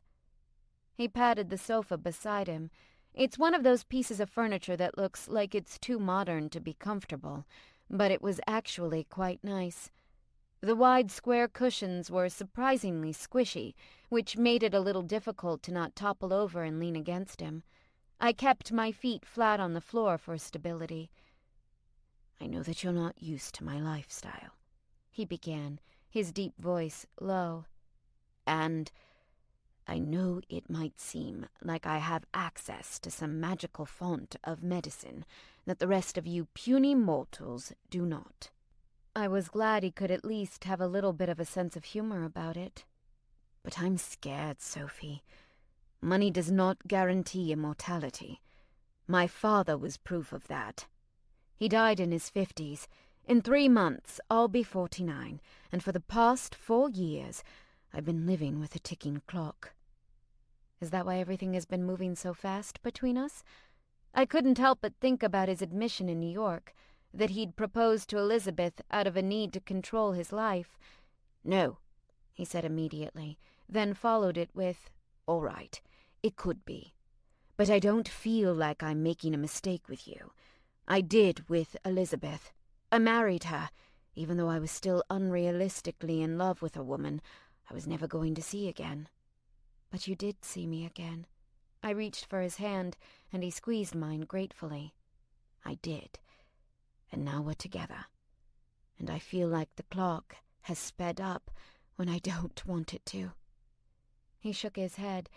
It's selfish of me, but I want you to feel the same way. I want to know that you're not okay with our time together being potentially cut short. A painful sob welled in my chest, and I opened my mouth, unable to say a word. I took a sharp breath and swallowed. Neil, I am so terrified of losing you. I moved to a foreign country with you. I abandoned my old life. I put my career on the back burner. I don't want to hold that over your head for the rest of forever. But I don't know what else I should do to prove to you that I care about you. He lifted his gaze from our entwined fingers to look into my eyes. Tell me. That's all. When I say I'm afraid, don't ask me not to be. Tell me that you are as well. That's all the reassurance I need. I hugged him, hard. It isn't that I'm not scared. I am. I thought I was doing you a favor by downplaying it. I leaned back and he reached up to smooth my hair from my forehead. I never meant to hurt you, or make you feel like I didn't care. But I need to be able to deny this a little bit, too. I haven't had 4 years to process it all. I know. He pulled me into his arms again and squeezed me tight. Things will be better once we're settled in here, and we can establish some kind of normal. I stroked his back through his shirt. Do you want to skip Paris? Dr. Grant didn't sound thrilled about the delay. It's not going to hurt my feelings if we leave Paris for another time. No. He pulled slightly away, his expression one of total puzzlement. Sophie, no. Paris is as much for me as it is for you. I want to do something truly romantic for you, so you can have a happy memory, in case you die." There. I acknowledged it. "You don't know for sure that you're going to die from this, or that we're not going to have any happiness between then and now, if it does happen." He looked like he didn't know what to say to that, probably because he knew it was true. He stalled a moment, lifting my hand to his lips and murmuring, "I want to go to Paris with you, because I want to forget what's going on here. Maybe I want to take comfort in denial as well, just for a few days. I want to be Neil and Sophie, meeting in that suite at the W, for sweaty, forbidden, boss-on-secretary sex." "Excuse me, assistant," I reminded him. He pushed me back on the cushions, his teeth finding my earlobe. He sucked it between his lips, then released it and whispered, "You have no idea what I have planned for you." I sat up a little, so I could breathe. "You're set on going?" "We are going." He kissed the tip of my nose. "If I'm facing possible death, I think I deserve one last hurrah." I groaned and rolled my eyes. "Okay, I know I'm not supposed to argue with you when you talk about dying, and yes, you could die, Neil. But I could get hit by a bus and die tomorrow. Either we need to live every single day together like it's our last, or we need to be comfortable with the fact that sometimes are just sucky times." "Which reminds me," he said, pulling me up with him. "When you cross the street, remember to look to the right first." "I'm serious." I was going to stand firm on this point. "I'm not going to listen to a bunch of last this and final that. Not until you're actually dying, and no more Morrissey. He's going to make you depressed." "Isn't that the truth?" Neil said with a roll of his eyes. "You've never had to have lunch with the man." Chapter 10. We flew into Paris the next night on the private jet. It wasn't a long enough flight to do anything truly naughty, but we did decide on our terms for the weekend. Nothing was off the table, except electricity and anything that would leave a permanent mark. Our safe words would be the same, and if at any time I wanted to call off my total submission, I could.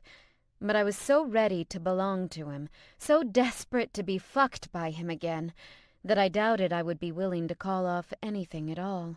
I think we both needed to escape into fantasy, even if that meant pushing limits further than we had before. Maybe what we were doing was mentally unhealthy.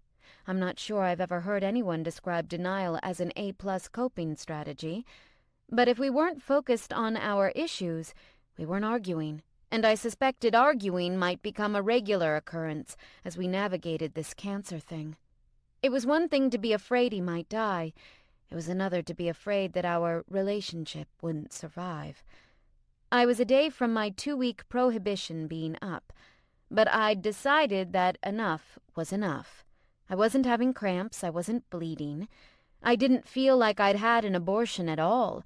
I felt like me again, and my libido was back with a vengeance, ready to make up for the time I'd lost. The holiday would definitely be interesting.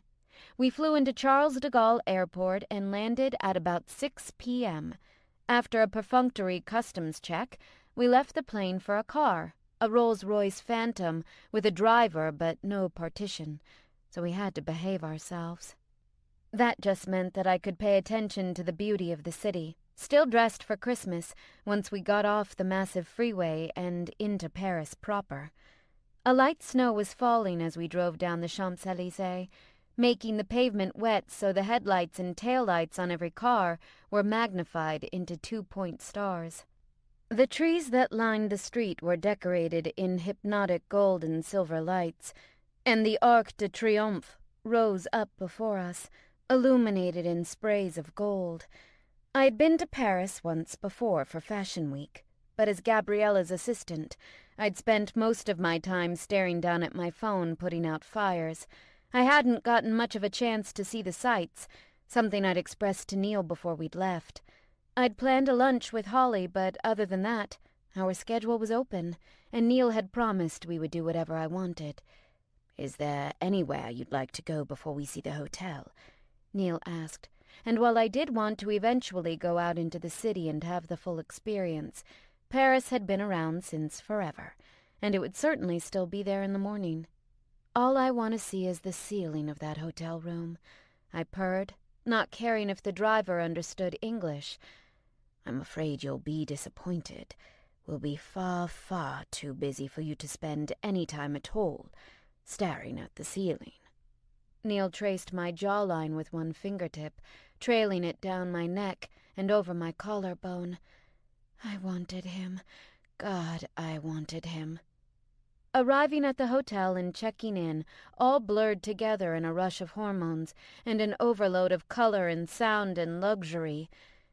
The hotel Neil had picked for us was the Plaza Helene, a 5-star on the Avenue Montaigne, with a rose-colored facade and romantic wrought-iron balconies.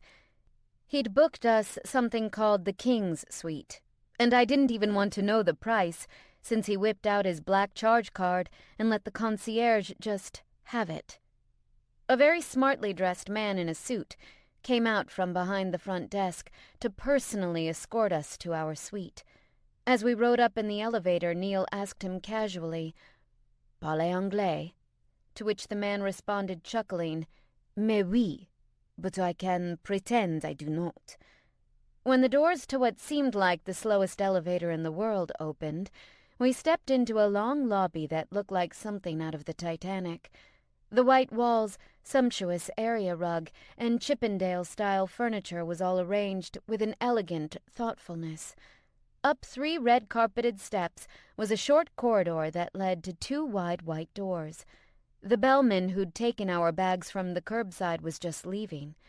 The man who'd ridden up in the elevator with us opened the door and stepped back, gesturing us in, but Neil asked him to pardon us a moment, then pulled me just a few steps away to whisper in my ear, "When we get inside, look around the suite, find a room that you like, strip down to your panties, and wait for me." My breathing started doing double time. Anticipation tested my nerves. Waiting for him, knowing how close we were to finally having sex again, would likely kill me. I'm sure that was his intent. The bastard. "How?" I wetted my lips and rose on my toes to whisper back, "How should I wait for you?" The corner of his mouth twitched in a smile. "Bent over something." "Oh God, oh God, oh God, oh God." "You have your instructions," Neil told me as I stepped inside, and I left him to deal with tipping the staff while I wandered into what had to be the single biggest hotel room I'd ever imagined in my entire life. The suite was really more like an apartment, if you were the kind of person who had a 4-bedroom, 6,000-square-foot apartment with 4 marble bathrooms and crammed with enough furniture to seat roughly 36 people at one time. I wandered through the rooms, my head spinning, my eyes almost sore from taking in the elaborate decor, the fresh flowers, the gorgeous views from the windows. I found one bedroom with a large sitting room, all done up with dusty gold walls and gilded crown molding. The bed was covered in a tarnished gold duvet. Soft pastel amethyst curtains cascaded down from a bed crown behind the padded lavender headboard. The sleeping area was separated from the sitting area by a wide square doorway, and on either side elaborate arch cutouts held gleaming purple vases. There was a padded bench at the foot of the bed and a view of the Eiffel Tower from the balcony. This was the room. Absolutely. I did as Neil instructed, wriggling out of my jeans, my jacket, and my t-shirt. I carefully slipped off my long chain necklace and my silver bangles and put my heels back on. They were the gorgeous, gleaming nude pumps Neil had given me for Christmas. I had thought it only appropriate to wear them for the first night of our trip. A chandelier hung above the foot of the bed. I found the dimmer switch and turned the lights down low, then knelt, leaning over the upholstered bench, my back arched, ass in the air. So we were starting now. I ached at the thought. I'd promised him 3 days of total submission, and that was exactly what he would get. Whether it was a present for him or for me remained to be seen. I heard his conversation with the hotel representative and heard the sound of footsteps in the entry hall. Was he coming this way? How long would he make me wait? I listened as Neil moved methodically from room to room, heard the click of lights turning on and off. Was he really giving himself a tour when we'd just gone for 10 days without fucking? Didn't he have any clue how much torture this was? He knows exactly what he's doing, I reminded myself. This was a part of his fantasy of control. The man who was always on time everywhere, the man who was so courteous and never made anyone wait, got some sick thrill from making me wait. I shifted on my knees in agony, my empty pussy clenching in anticipation. When he finally came in, his presence electrified the room. The smell of his cologne, the faint sound of his clothing rustling.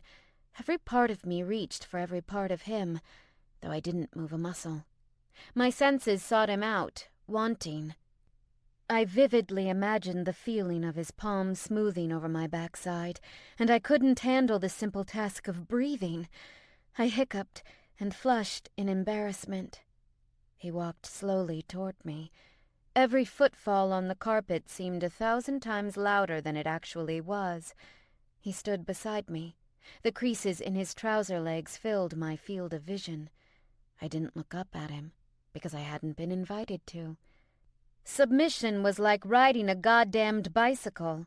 I'd needed training wheels to begin with, but I got my balance faster every time. My sir had told me to wait, so I would. Until he gave me any other instructions, I would wait. With every second that passed, I grew more confident in my role. "You look very beautiful like this," he said in a reverent hush. One fingertip fell on my skin, just above the waistband of my panties, a silky pale pink thong. I imagined that I looked like a piece of candy, kneeling there over the pastel blue bench. I took a breath as he traced the edge of the material over the curve of one cheek, down between my legs. My whole body shivered, my hair sliding over my back, raising goosebumps. "It's been too long, Sophie," he said on a ragged whisper. Yes, far too long, and I was so ready. I didn't care if he fucked me like this right now, and it was all over in 10 minutes. I needed him, with an ache that was becoming acute pain. A light slap to my ass made me jump, but it wasn't hard enough to do more than tease me. "As much as I'd like to begin right away, there's something I need to do first." With a hand at my nape and another beneath my elbow, he urged me to my feet. I stood up tall in my heels, my breasts lifted, nipples hard pebbles from the touch of the velour bench. A faint smile crossed his lips as he looked me over. "This way, please." "Yes, sir." I let him steer me away from the bed, to Récamier in the sitting area. It was a sort of chaise longue with high curved ends, and I came up with at least 14 different naughty uses for the thing as we approached it. My sex brain had been turned off for a while, but now it was making up for lost time. "Lie down and spread your legs. A foot on the floor on either side, please," he ordered me, and I did as he asked, lying against the brocade covering, my legs wide apart, my heels touching the floor. "Very nice. Now, if you don't mind." He left the room, left me there, unrestrained but unmoving. When he returned, it was with a small wheeled suitcase. "I hope you don't mind watching a moment while I unpack." "Unpack?" I squeaked in outrage, lifting my head. He gave me a sharp look, and I lay back down. "I did warn you, Sophie, that if you wanted to explore total submission, I would expect more from you. That includes expecting more patience." He unzipped the suitcase. The first object he pulled out was a flogger, with long black tails. He lifted it as if testing the weight in his hand, then brought it down sharply over his clothed arm. It whistled as the tails resisted the air, and he hissed in surprise, opening and closing his fingers and chuckling. My, that is going to hurt. I took a sudden, shuddering breath. You know your words, of course, he continued, removing what appeared to be a set of leather cuffs, 4 of them chained together in a short X of gleaming chrome clamps. But my goal is for you to never need them. This is a bit like training, as much for you as it is for me. It will give me a better chance to learn you better, to know your body, and anticipate just how much you can take. Push yourself as far as you like. I trust you to know your own limits better than I do, and I trust you to help me find them. As he finished his sentence, he brought out a wand-style massager with a bulbous head and, oh good God, it plugged in. It plugged into the wall. I shivered uncontrollably as I watched him unload the suitcase, laying each item out on the low coffee table in front of the sofa. There were more restraints, attached to a collapsible bar, the paddle he had used on me before. A slender black case he opened to reveal a spiky stainless steel instrument that looked like the serial killer cousin of my mom's stitch marker for hand sewing. Maybe not this trip, he said when he looked up and saw my wide eyes. He snapped the case closed and set it on the table. The rest of the bag was filled with more accoutrements of perversion. Rope, dildos of various sizes, the small platinum vibe he'd used on me before, a length of black silk, to blindfold me, no doubt, and a few glass items, one unmistakably a butt plug. Every time I thought the bag must be empty, he brought yet another item out. It was like he'd hijacked Mary Poppins's luggage on her way to a fetish weekend. He moved toward me slowly, his hands in the pockets of his black trousers. He stared down at me, spread for him, my body weeping and wanting. He'd barely touched me yet, and I felt like I was on the edge, ready to explode. I like this, he said, gripping the rolled end of the recamier. There are really so many ways we could utilize it. We might need to get one for the bedroom. I like that idea, sir. I writhed against the upholstery. We're going to begin with a game, Sophie. He pulled a coin from his pocket and held it in front of me. €1. He flipped it into the air and caught it on the back of his hand. Would you like to hear the rules? Yes, sir. I chewed my lower lip as I watched the coin glittering in his big hands. I wanted him to touch me. I really hoped that would be a part of the game. The rules are fairly simple. I'll give you a command, you'll execute that command, and we'll flip the coin to see if you do it again, or move on to a different action. Do you understand? I wasn't sure I did. I think so, but it sounds simple. I'm sure I'll pick it up, sir. All right, since you're so eager to start. He rolled the coin between his thumb and forefinger. Slowly circle your clitoris with one finger. Happily, sir, I breathed in relief. My fingers slipped beneath my panties, and he tutted impatiently. No, over your panties, he said as though I should have known the difference. It isn't much of a game if you get off right away. Is this game going to get me off, sir? I asked, petting the fabric over my clit. My panties were already damp and sticking to me, and my finger easily found its mark, but the indirect stimulation was kind of maddening. 1 minute, he declared, looking down at his watch. Starting now. He hadn't answered my question, so the answer was obviously not one I'd want to hear. Even though I wasn't touching my skin, my clit strained for attention beneath the silky fabric. A hot flush crept over my chest. I shouldn't have been shocked by how turned on I was, considering how keyed up I'd been ever since my eyes had opened that morning. But it was a little surprising and disconcerting to find myself nearing the brink without even taking my panties off. Time. Take your hand away, he ordered calmly. He flipped the coin. What do you think, Sophie? Heads or the French side? What? My hips lifted slightly from the bench. You heard me. You have to guess. Did it land face up or reversed? Heads? I guessed with a shrug and a squirm. He lifted his head and peeked at the coin, then made a disingenuous, sympathetic face. Oh, bad luck. Another minute. I was beginning to like this game. Oh, I may have forgotten to mention, Neil said casually as my eyes fluttered closed.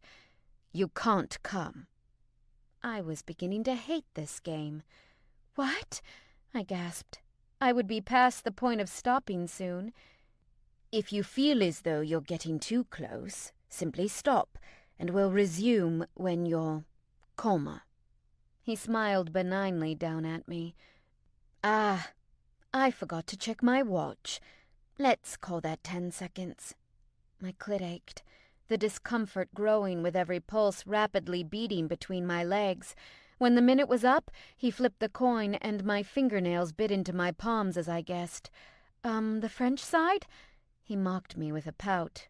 Sorry. I took a deep breath and brought my hand back to the increasingly saturated crotch of my panties. I could do this. I could touch myself and stop before I had an orgasm. That was totally easy. I made it 5 seconds before I had to take my hand away. Don't worry, he reassured me. There's no punishment for stopping.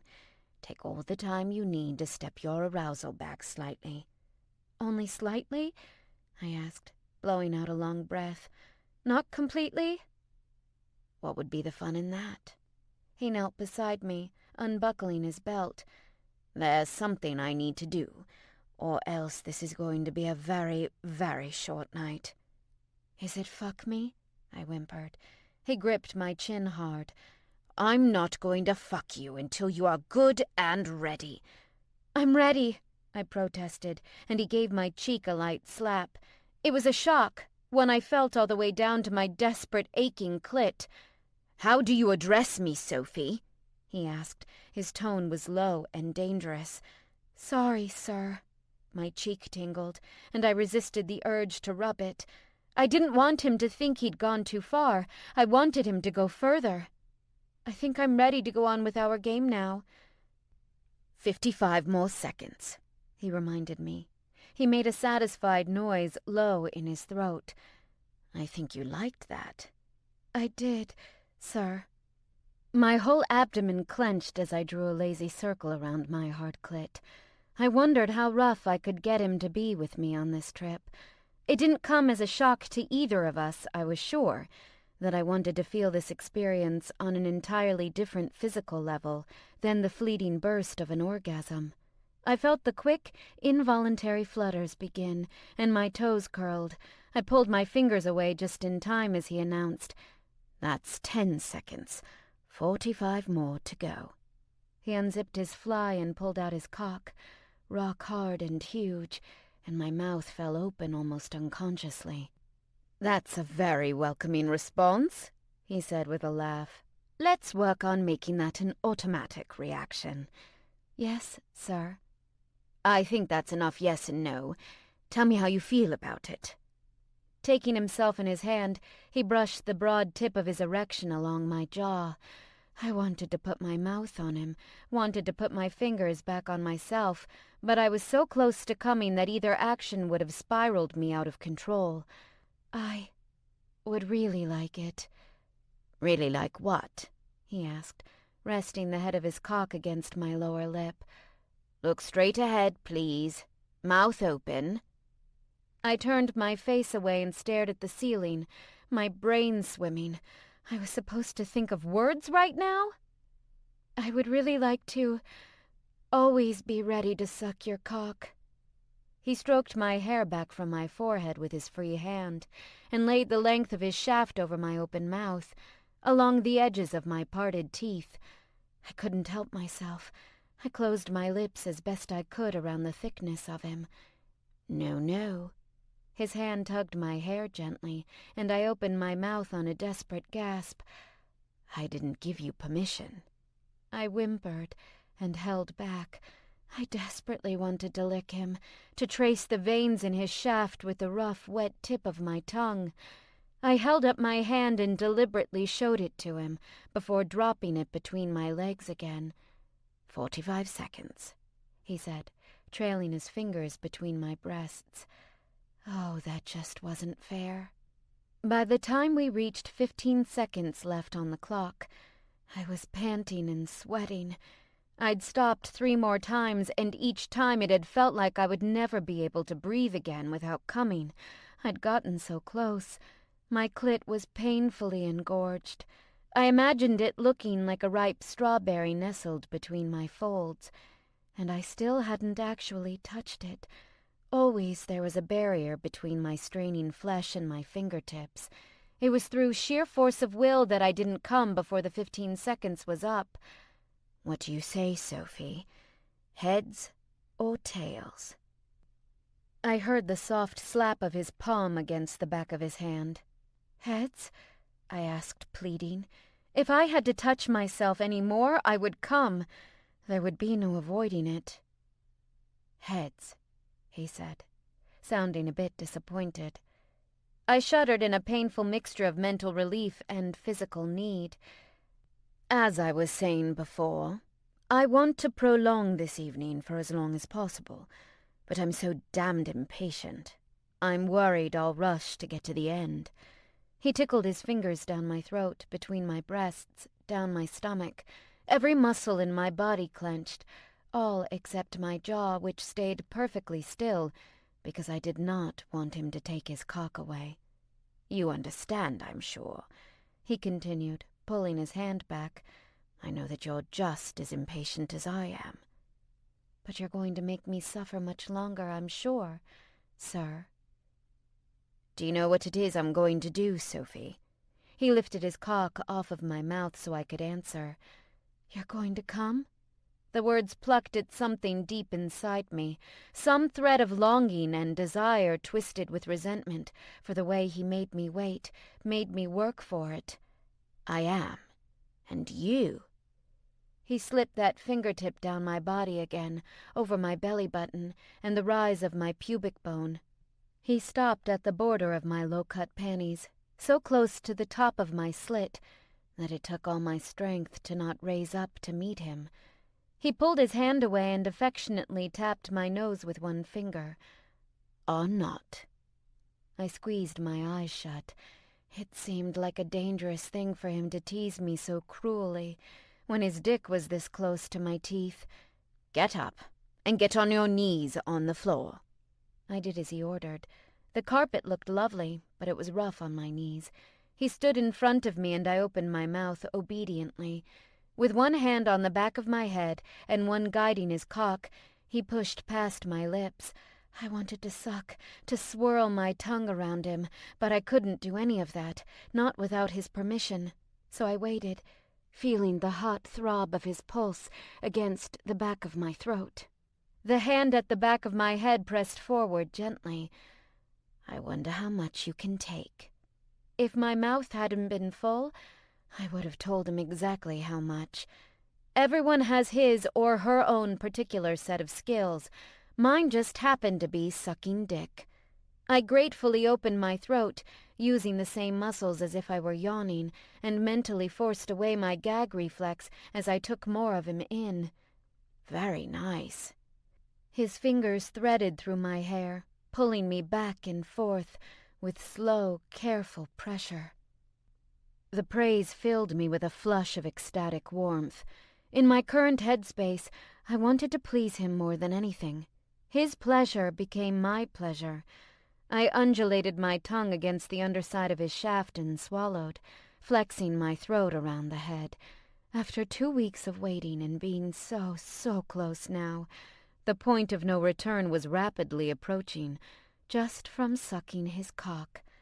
I breathed hard through my nostrils, groaning around his hard flesh as my pulse accelerated rapidly. Don't come, Neil warned. I don't want to have to stop to punish you. I moaned as he slid back and forth between my lips. I had no doubt in my mind that he wouldn't last long. He was suffering the effects of anticipation as much as I was. although of the two of us, he was probably way better at waiting. I took my time, letting him push and pull my head, flicking my tongue when I could, and savoring every rough, panting breath as it burst from him. He pushed too far and I gagged. Then I moaned. I was going to come. I could feel it winding tight inside me, could feel the throbbing pulse of my clit through the now soaked material of my panties. My thighs clamped together and I squirmed. He jerked himself from my mouth, leaving me coughing on my own spit, and grabbed my forearm. "I told you not to come, did you?" "No," I promised, pleaded. I was close. "Were you going to stop?" I shook my head. "No, sir."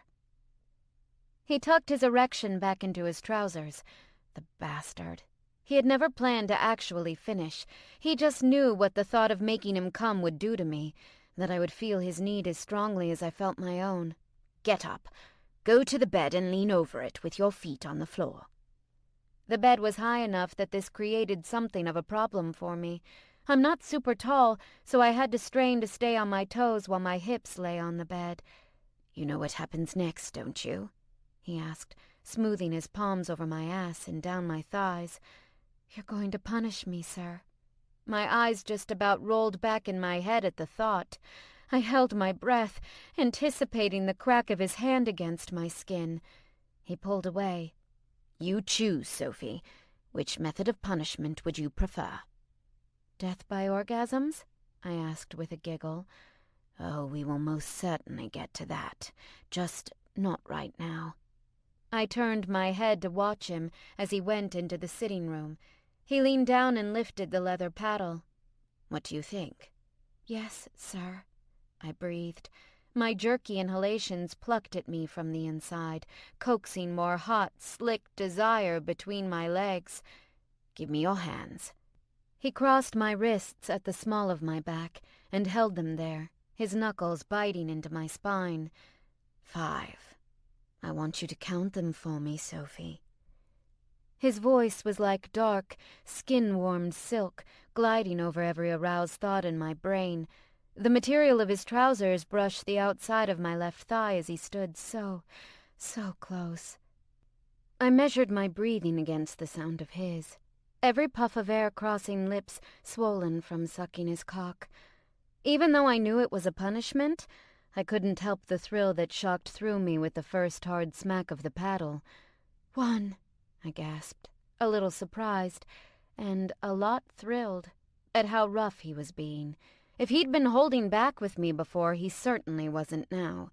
The second, third, and fourth blows came right on top of each other, and I squirmed with the pain as I whimpered the count. He smoothed the paddle over my inflamed skin before bringing down the 5th sharp strike, and I sobbed in pain. He released my wrists, but kept me pushed down. Leaning over my back, he whispered, "Do you understand what I meant now? That I'm a different man in this situation?" "Yes, sir," I whimpered. "We're still totally green." He chuckled darkly and slapped my stinging behind. "Get on the bed face down. Spread your legs and get your feet in the air." I scrambled to do as he bid.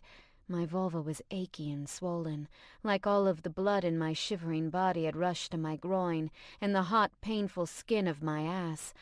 This was the closest I had ever felt to replicating that experience in the hotel room 6 years ago. This was new and exciting and a little scary, just like when he'd taken me over his lap and given me my first taste of pain during sex. It was just as erotic now as when I'd been an inexperienced 18-year-old. The silky duvet was an exquisite torture against my nipples. I thought of the clamps and wished he'd brought them. But my disappointment was faint in comparison to my arousal, which ramped up as he stepped between my spread legs. With a hand on each side of my hips, he jerked my panties down, exposing my ass and dripping wet pussy. My knees were bent, my feet in the air as he'd instructed, and now I found out why. He pushed one of my feet against my ass and slipped the tall heel of my shoe beneath my panties. When he repeated the step on the other side, both of my legs were secured. my body completely exposed and vulnerable to him. He slid 2 fingers into my cunt, and I panted a grateful, "Thank you, sir." He moved them in and out languidly as he spoke to me. "I think I'll fuck your ass tonight, Sophie. What do you say to that?" My pussy clenched around his fingers at those words. I loved the tickle of dread in my stomach, because I did kind of fear the pain and the sometimes bizarre feeling of anal. I'd done this with Neil before. In fact, he was my first. I knew he would be super gentle about the whole thing, but it seemed like it might be different, doing this as his sub, and not his super horny one-night stand. He slid those 2 fingers, wet from my cunt, into the cleft of my ass. He found his mark and pushed, gently, just the tips slipping in. I shivered a mewling, "Oh," trembling over my lips. "Relax." It wasn't a soothing command, but an order I would disobey at my own peril. I let out a slow breath and willed my body to stop tensing against the invasion. He stroked my clit with the thumb of his other hand, rolling it in slow circles until I was quivering with need.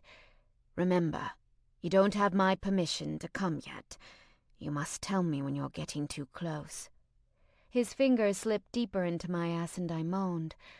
"Are you going to torture me like this all night?" I gasped, gritting my back teeth against the aching pleasure his hands were giving me. I wasn't supposed to come, but I didn't want him to stop touching me either. Something was going to give eventually, though, and I didn't want to step so close to the edge. "I'm there," I whispered. "No, you aren't." He rubbed the pads of his fingers just inside my vagina, rolling over my G-spot with firm pressure. "If you were, you'd shut your legs. I can read you like a very dirty book." I panted and rocked against his hand. "No, no." He pulled his fingers from my cunt and pressed me down with his palms splayed across my lower back. "Don't speed it along." "Please." I wet my lips, moaning. "But this is the part I like," he teased, tortuously circling my clit with his thumb. "And I think you enjoy it too." "I enjoy coming, sir," I reminded him through clenched teeth. "Oh, you'll come tonight, Sophie. I guarantee it. In fact, I would go so far as to say, be careful what you wish for." The shiver that moved through me brought me closer to a hard edge from which I would not be able to pull back. "No!" I shouted, curling up from the bed. He immediately stilled. That was good, because just the movement of his hand withdrawing would have set me off. Neil let me cool down a little before he slowly eased his fingers from my body. "Don't move," he told me, his tone gentle. "Calm down a bit. I'll be right back." I closed my eyes and breathed deep, my hands clenched and unclenched against the bed. I imagined laying in this bed with him, our limbs tangled together, his chest beneath my cheek, and I realized with a shock of delight that this kind of submission was like a long run or a workout. I kept the end goal in sight to get me through it, even though I was enjoying every painful moment. When he returned, he brought the lube and the glass butt plug. "Have you ever used one of these, Sophie?" "No, sir. I had a smaller, twisty one, though. That had been a fun toy." "This will feel different. Not only is it wide, but it's heavy as well.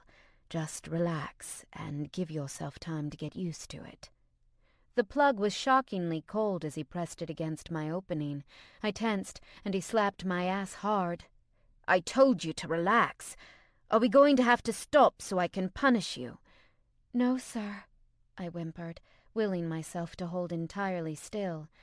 There was a soft squirting noise, and a cold glob of lube fell between my cheeks. He smeared it around the tip of the plug. I moaned, fighting the urge to push back on it. "Take a breath, Sophie." I responded to his command automatically, and he slowly pressed the tip of the plug in. My thighs ached from my pose, and I concentrated on the burn of that to prepare myself for the burn I was about to feel.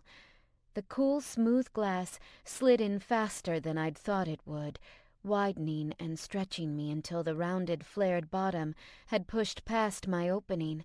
my hold gripping tight around the thinner neck. "Thank you, sir," I shivered.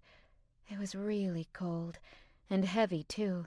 I had to clench to keep it from falling, which I assumed was the point. The contraction of my muscles pulled a harder, deeper pulse to my clit and pussy, and before I could stop myself, I rolled my hips against the pillows. "What are you doing?" he asked with cool interest, as I tried to discreetly grind my clit against the fabric. "Nothing," I said automatically, like a naughty child caught with her hand in the cookie jar. Neil's palm connected with my ass before I could anticipate the blow, and I uttered a startled cry. "Turn over," he ordered, though I didn't have much choice in the matter. He grabbed a fistful of my hair and pulled, and I had no alternative but to follow where his grip led. I was going to get punished, and surprisingly, I felt a bit disappointed in myself for not following the rules of the game. The heels of my shoes dug into my ass where I laid on them, and I winced at the soreness in my thighs. Neil didn't miss this detail. He ripped the panties down their side seams and pulled them off, balled them up in his fist. He helped me put one, then the other leg firmly on the floor, and leaned over me to stuff the pretty pink rayon into my mouth. Mentally, I reminded myself of the safe signal to use while I was gagged. He rubbed his hands up and down my sore thighs, kneading the muscles and relieving some of the stiffness in them. "What do you think is fitting punishment, Sophie? The flogger? The crop?" I shivered and whimpered on the bed. His thumb skimmed closer and closer to my vulva, and I ached for him to touch me. He raised an eyebrow at me, but obviously I couldn't answer him around the panties. "You're right. The flogger, I think." I squeezed my eyes shut tight as he moved to the table in the other room. Though I wasn't looking at him, I imagined him standing there, his broad shoulders moving beneath the dusky purple dress shirt, his big watch catching the low light as he lifted first one implement, then another, considering. His face would be a study in concentration, because this was important to him, choosing exactly right, finding the way to bring me to the very breaking point of unbearable sensation before pulling me back, because I couldn't do it myself. In that singular moment, I became wholly his, and he reveled in that. "Open your eyes, Sophie." He stood before me with the flogger in his hand, trailing the ends over his palm. Without another word, he whipped the flogger down between my legs, scourging my vulva and thighs in a brutally hard swipe.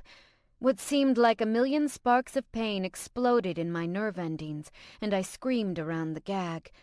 That hurt. For a moment, the pain was all I could think of. I couldn't even remember my signal for a split second, and I realized then why he had always reminded me the first few times we'd been together. But in that moment of confusion and hesitation, the flogger hit me again, and I cried out in total burning agony. My breathing sped up, and a tear leaked from the corner of my eye. My cunt leaked, too. A gush of wetness that betrayed exactly how much I liked the pain. The joy of trusting him even as I was afraid. Purely driven by instinct, I closed my legs. His hand gripped my jaw, squishing my cheeks, making it difficult for me to respond when he demanded, "Did I tell you to close your fucking legs?" He tossed the flogger aside and went to the table. When he came back, he unzipped, rolled a condom on, and shoved into my cunt in one brutal thrust. I reeled. It had been far too long, and finally he was inside me again. It didn't matter that it was a punishment. I could have wept with the relief I felt. "You didn't answer, so let me repeat." He growled beside my ear, his hard cock more an instrument of pain than pleasure as he ground into me. "Did I tell you to close your fucking legs?" I could have tried to speak around the panties in my mouth, but I couldn't breathe. He was fucking me so hard. I dug my hands into the duvet and shook my head as much as he allowed me. He released my jaw to pull the panties from my mouth. "I couldn't hear you, Sophie. Tell me again." "No, sir," I panted under the steady onslaught of his deep, painful strokes. "What was that?" "No, sir. You didn't tell me to close my fucking legs, sir. I heard the tears in my voice, but I didn't feel panicked or sad. It was a strange feeling to cry from arousal and tension. He pulled out of me slowly, raking over my G-spot. I whimpered, the ghosts of orgasm's future taunting me. When he stood and stepped back, I sobbed aloud. With 2 fingers, he stuffed the panties back into my mouth. Then he stripped off the condom, tucked himself away, and said, "What on earth are you crying for? You don't deserve it yet." "Thank you, sir," I muttered around the gag. "Hold your legs open," he instructed, bringing my hands to rest beneath my thighs. He pushed back on my calves until my knees practically touched my ears. The plug shifted in me, the rigid length of it striking my inner walls and making me gasp. "Keep them just like that."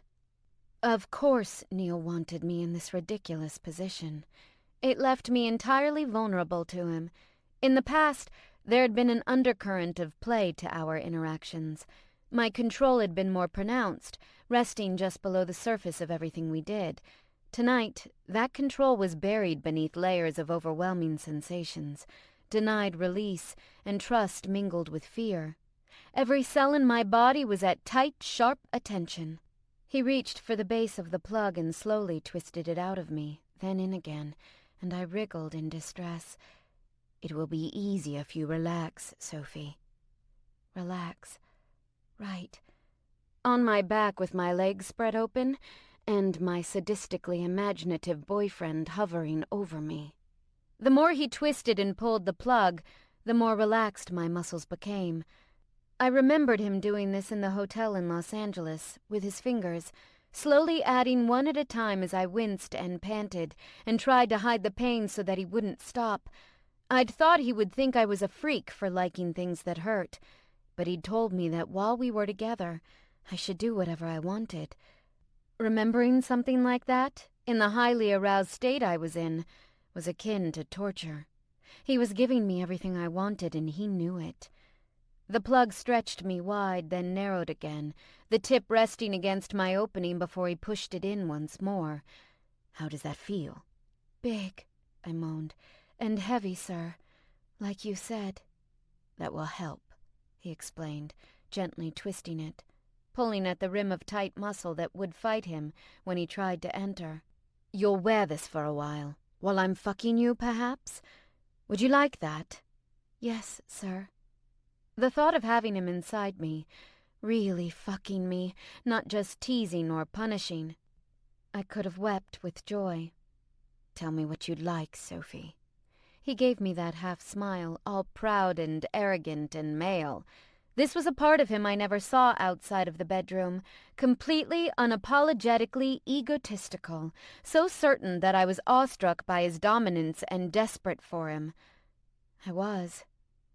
"I'd like for you to fuck my pussy, sir," I whimpered, clenching around the plug as he pushed it back into place. Neil unzipped and freed his erection from his trousers. He rolled a new condom on one-handed, then gripped my legs and pulled me to the edge of the bed. My vulva was flush against the head of his cock, but he didn't enter me. I moved my hips just a fraction, and he clucked his tongue. "Don't move. You don't get to move yet." I groaned in frustration. Don't disobey me." He slapped my clit with his cock, and I moaned. "Beg for it." I couldn't move, no matter how desperately I wanted to, simply because Neil had told me not to. That was the power he had over me. The power I had over him, I knew, was that my submission was my choice, and I freely granted it. He brushed the tip of his cock up and down my slit, and I sobbed, "Please put your cock in me, sir." "Oh, very good, Sophie." He complimented me, and I felt the most ridiculous surge of pride. "A lovely selection of words. Let me hear them again." "Please, sir." A tear rolled from the corner of my eye into my hair. If he didn't fuck me soon, I would break down completely. I needed the certainty of him deep inside me, the safety I felt when his body crushed mine to the mattress, and the rest of the world faded away. "Please, please put your cock in me." He pressed slightly forward, and my swollen labia parted. I felt the first touch of him against my cunt, anticipated his entrance. I couldn't help myself. I lifted up, and the instant I moved, he pulled away. "No!" I shouted, my chest heaving with a shuddering sob. "No, I'm sorry, sir, I'm sorry! Please just put it back. I won't move. I promise I won't move. Please just put your cock in me." "There now." He grinned down at me. "That's proper begging." He eased into me again, and I moaned loudly in relief. It took every ounce of concentration and willpower I had to keep from moving, and even then I had no control over the muscles inside of me. They flexed and squeezed on him in gratitude, and I clenched around the plug in my ass. But it wasn't enough. It wouldn't be enough until he was fucking me. "Don't come," he warned. He reached beneath my neck to pull me up just a little. "I want you to watch. Watch my cock filling you up, Sophie."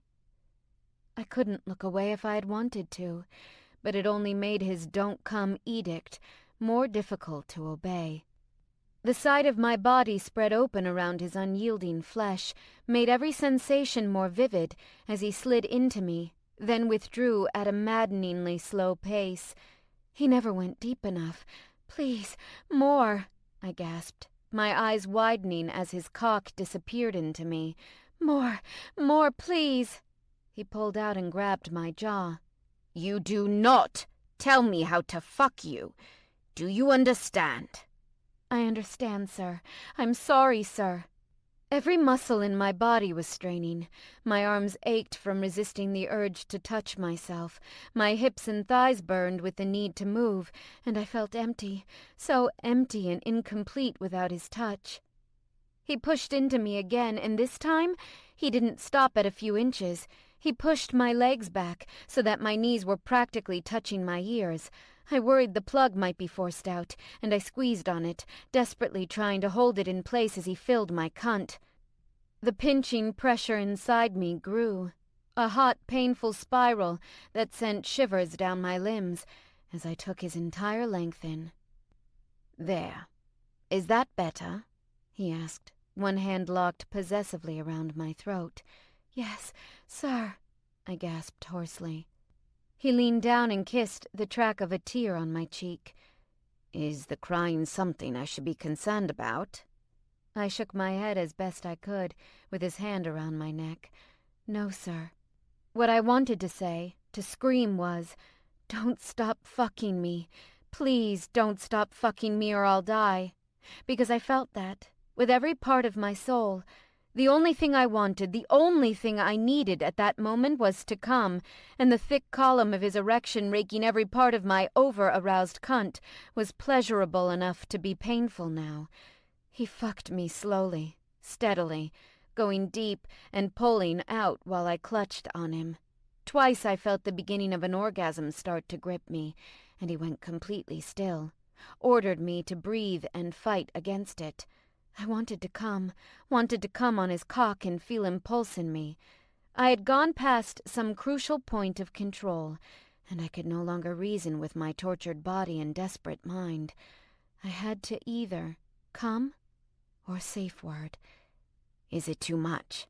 he asked, when I panted and cried out with another denied orgasm, painfully knotting in my groin.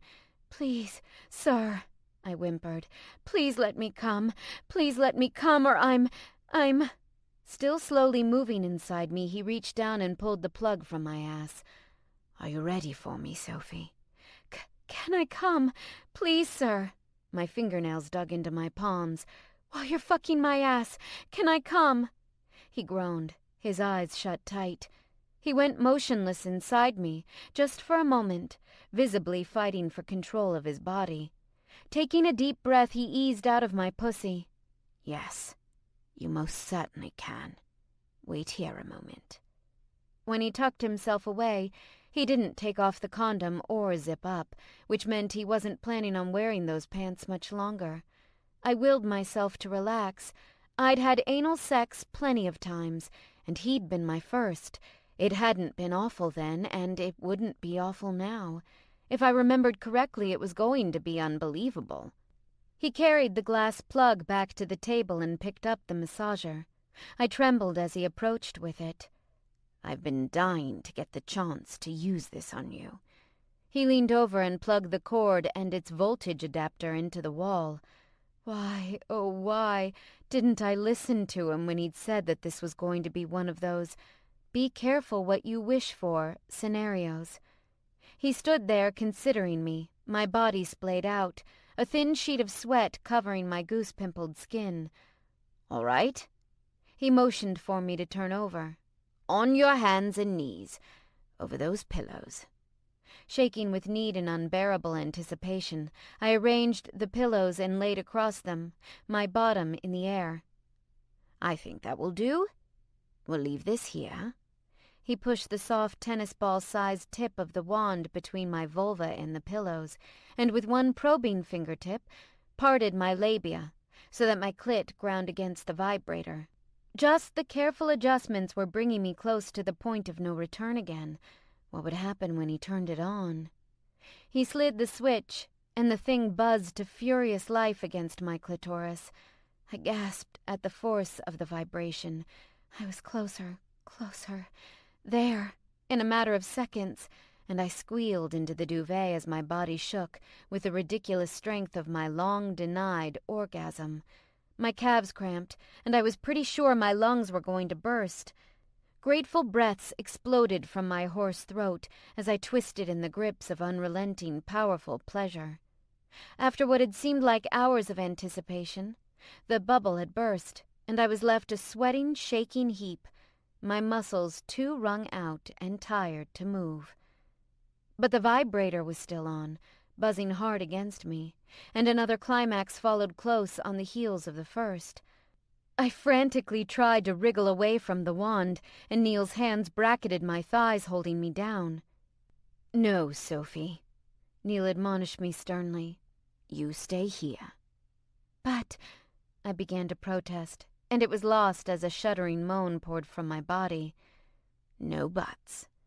Keep it there, or we might have to revisit the flogger. I looked up at him, the pain in my overstimulated clit dragging all variations of the word red to my mind. Crimson, cherry, fire engine, flame. Flames like the ones licking up my feet from my cramping toes and curling in my belly. The thought of even one single tail of that flogger striking my swollen, overused flesh made me considering shouting every word. This was the last mile of a run, the last rep of a hard workout. I forced myself to stay pressed against that vibrating ball, gritting my teeth and panting, "Oh no, oh no, oh no." Neil watched this as he undressed, smirking to himself. In that moment, I had never hated him or loved him more. He stripped naked, taking his time as I came again. They were getting further apart, as the heavy vibration numbed me, and each one left a prickly, odd feeling in my flesh, strangely akin to needing a sneeze. When he was finally naked, he climbed onto the bed and knelt behind me. He eased the plug from my ass and drizzled more cold lube between my cheeks, enough that it pooled on the pillows beneath me, and I heard the slick sounds as he rubbed it over his cock. At the first touch of his wide tip against me, I tensed, partially from nerves, mostly from the climaxes that damned vibrator tormented me with. I panted through the next one, sobbing. Neil waited for the tremors in my tightly restrained muscles to pass. It took more willpower than I ever knew I had to keep myself from pulling away from the relentless vibration as I neared another orgasm. It roared through me like a breaking surf, and my head sagged on my shoulders, my entire body limp and exhausted in the lull between waves. That was when Neil pressed steadily forward, and my already stretched hole put up barely any resistance. I took a huge gulp of air, then another. My skin broke out in chills, and I didn't know if I wanted him to keep going or stop immediately. It hurt, but it was a welcome distraction from an overstimulated clitoris, so I focused on that. That was a mistake. With Neil pressing at my back, I was forced into more direct contact with the vibe, and without paying attention to my body, I was taken by surprise. I came with a shocked howl, and Neil's forward progress into my body halted. He swore under his breath. He'd told me before that the first time we'd had anal sex, I'd been uncomfortably tight. I imagined that went double for when my entire body clenched uncontrollably. "Please," I cried out, lifting my hips and only serving to push myself further into his punishingly hard cock. Caught between pain and too much pleasure, I groaned like an animal and bucked my hips. "Oh, fuck yes," Neil hissed and thrust in deeper. I screamed and twisted and whimpered, and he moved with me, spearing into me, stretching me. My skin sweated with a burst of heat and alternately chilled, so fast that both sensations seemed to merge. Neil's hand clamped over my mouth before I realized I was screaming, and when I came again, he was only a thrust behind me. "Red, please, Red!" I squirmed in a panic, and he shut the vibrator off immediately. "Shh," he soothed. "I don't want it to hurt." I took slow, deep breaths as he pulled out, and I hissed at the soreness. "Ah, I remember this part now," I said through clenched teeth, feeling like all my insides are going to fall out. "Are you all right?" He laid his palm against my thigh. "Well enough for me to clean up a moment? Or do you need me to stay here?" "Mm-hmm. You can go. I'm fine." I laid there boneless and sticky with sweat. "Start a bath for me?" I was more than fine. I wasn't sure I could move my legs. I wasn't sure I could feel anything other than the dual throbs of pain and pleasure in my ass and cunt. It was like I had fallen off an underwater cliff into a deeper pool of intimacy, a depth that I had never even considered. I'd let Neil do whatever he wanted with my body, had trusted him to take me into uncharted territory and keep me safe while we were there. I had submitted. I rubbed my face where he'd slapped me and grinned to myself. Neil came back and helped me from the bed into the bathroom. The bathtub was a basin sunk into pink marble steps and surrounded by mirrors with a frosted design. I stepped into the tub while the water was still running. The heat stung my raw skin, and I gasped. "Careful," he said gently, still holding my hand to steady me, despite the brass handrail. That was intense. I eased down and sighed. "You were not fucking around." "Neither were you. Well done," he said with a laugh, getting in to sit behind me.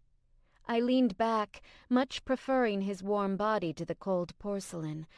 I can't believe I could handle all of that. "I had my doubts.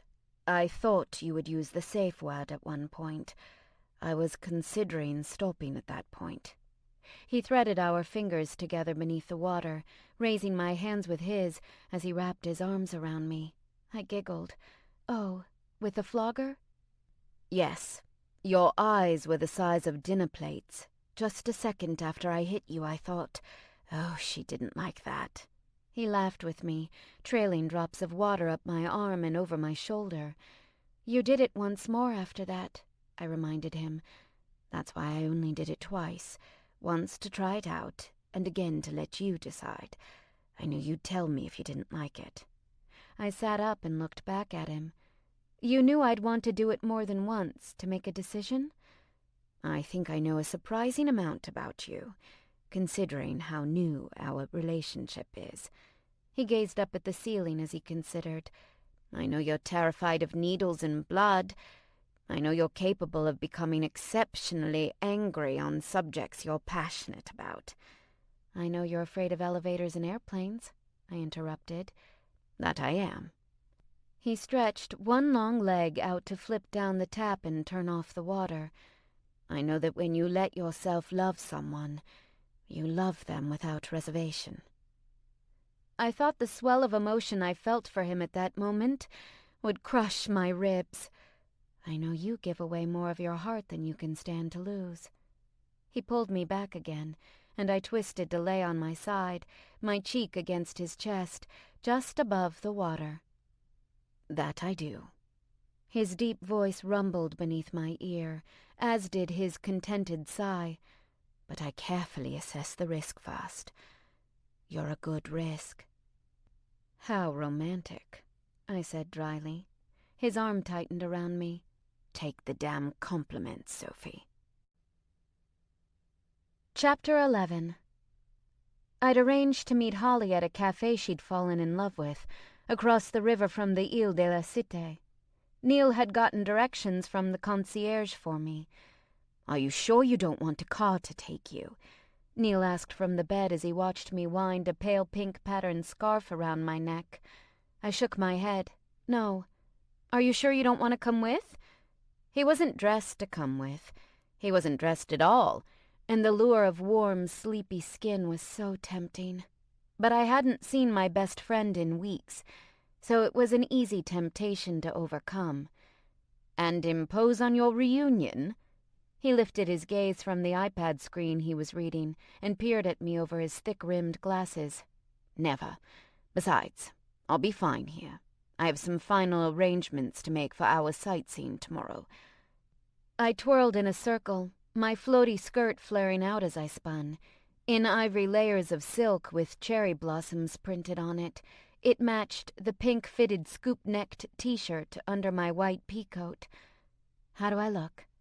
He pretended to regard me critically for a moment. "Like someone who wants to role-play a very naughty, innocent virgin scenario when she gets back." I grinned at him and went for my purse. "You're certain you can get around the city all right?" he asked, a hint of nervous father in his tone. "Hey, I've lived in New York for the past 6 years. I think I can handle Paris." I went over to lean down for a kiss. I meant to make it a quick peck, but his hand came up to cover the back of my neck and pull me down further. My mouth parted in surprise, and he sucked at my bottom lip. I moved away reluctantly. I don't want to be late. "If you get lost or have trouble, just find a taxi stand, get into a taxi and say, 'Emmenez-moi à Hôtel Plaza Hélène, s'il vous plaît,'" he advised. "What does that mean?" An uncertain smile tugged at my lips. "I'm lost. Please do not take advantage of my nubile young body while helping me." I snorted. "What does it really mean?" "Take me to the Hotel Plaza Hélène, please." He gave me another quick kiss and released me. "Go. Have a good time." Riding down in the elevator, I felt a thrill of trepidation. Getting around a city where I didn't speak the language was more daunting than I had expected when I'd tried to run away to Tokyo as a teenager. Now I understood the importance of communication. I resolved to pick up Rosetta Stone or something when we got back to London. I would start with Icelandic. I reached into my purse to check for my pink coach wallet and my passport. I could have had the doorman hail me a cab, but I wanted to be in the city, not isolated from it by glass and steel. I walked until I found a metro station. Subways are pretty much the same everywhere, I've found. It's not difficult to get around so long as you understand the color coding of the different lines and the destinations. The stop labeled Saint-Michel seemed like my best bet, as it would be only a short walk from there to the café on the Rue de la Harpe. Nothing could have prepared me for how gorgeous Parisian underground stations would be. I almost missed my train, soaking up the clean aesthetic. When I arrived at Saint-Michel station, I was almost convinced I had stepped into a stylish old movie. As I skipped up the steps, the cheerful winter sun greeted me. I walked down the street toward the red awnings Holly had described to me on the phone. Once again I boggled at the weird twists and turns my life had made lately. I was in Paris. 6 months ago, I'd made New Year's reservations at my favorite bar, thinking I would be in New York to celebrate. If I'd had any idea, I would have probably freaked out and run back home to Calumet. When I pushed through the door, I looked around for Holly, but I didn't see her. The cafe was pretty dead, with just a couple men sitting at a small table, hunched over their tiny cups of espresso. There was a blonde with short, razored hair and a tight-fitting black sweater seated at another table, facing the mirrored back wall. Then she turned, her huge eyes wide in her head, and she squealed, "Sophie!" as she launched herself from her chair. "Oh my God, Holly!" I rushed at her, not caring about the withering stares of the men quietly chatting at their table. "You cut your hair!" "They cut it for the show." She rolled her eyes. "I like it, but it's going to be such a bitch to grow it out. Sophie, my God, look at you!" I looked down at myself. "I don't look any different." "You look happier than you did when I left," she argued, hugging me tight. "I am happier. Oh my God, I'd missed her." "I'm happier now that I can see you. You could Skype me, bitch," she reminded me as we took our seats. "Deja Skypes me every day." "I bet she does." I raised my eyebrows. After I'd had raunchy Skype sex with Neil, Holly had shared all sorts of stories about her internet sexcapades. I knew what she and her girlfriend were getting up to online. "How are things going there?" "Things are going awesome." She blushed and grinned. She said the "I love you" word. I knew she would. Did she do it at the airport? I'd had the scene already painted in my mind when they'd left for Holly's flight. Holly nodded enthusiastically. It was very romantic. A waiter came to take our orders, and Holly helped me out with some truly impressive French. "Wow! Look at you, all Francais, with your bad self." I slipped my coat off and arranged it over the back of my chair. "Well, I took it in college, and a lot of it came back once I was totally immersed." She shrugged. "Hey, but speaking of romance, fill me in on you and Neil." "Well, we didn't keep the baby," I told her, even though she already knew that. "And he has cancer, so that's not fun." "I can imagine." "Actually, I can't." Holly's expression fell. "How bad is it?" "He's had leukemia for 4 years. It's just now getting to the point that they have to do anything serious about it." I shrugged.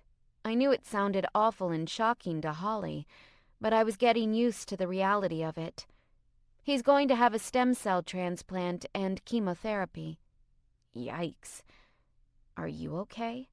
Holly reached across the small table, and I gave her hand a squeeze. "No," I admitted on a shaky breath. "I'm unemployed. I've moved in with my boyfriend of 2 months, and he might not live the rest of the year. I'm terrified." "I don't understand how you're not visibly and audibly freaking out." Holly shook her head.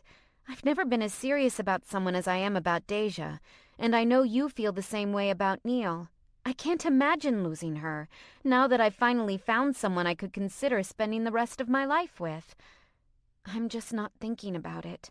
We have no idea what's going to happen from here on out, so I'm not going to dwell on how sad I might be eventually." Total lie. I dwelled on it constantly. I could make a career out of dwelling. "I kind of thought he might come with you today." She scrunched up her lips. "Does he not like me?"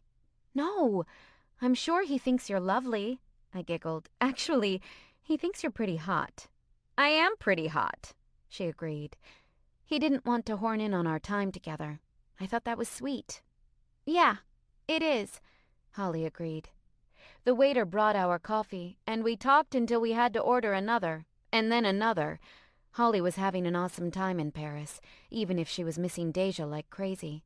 Between fittings and rehearsals for Fashion Week, she was attending parties with important designers and international publications. Her agent had gotten her a commercial for a brand of Russian vodka, which she happily showed me on her phone. "That's crazy," I said, watching the picture slowly panning over Holly's bikini-clad body. "You're on television in Russia and everything?" "I will be. It's totally nuts. I mean, magazines are one thing, and I did that BBC documentary. Oh my gosh, when you go home, you can probably watch it." "Definitely." I had a momentary thrill at the thought of seeing my best friend on TV. "Things are happening for you." "They are." She considered a moment. "Everything is changing, isn't it?" I hated to admit it, but it was. I could feel it. It was more comfortable to deny it. "Nah. This time next year, We'll both be back in New York, sniping at each other over who left what dish in the sink."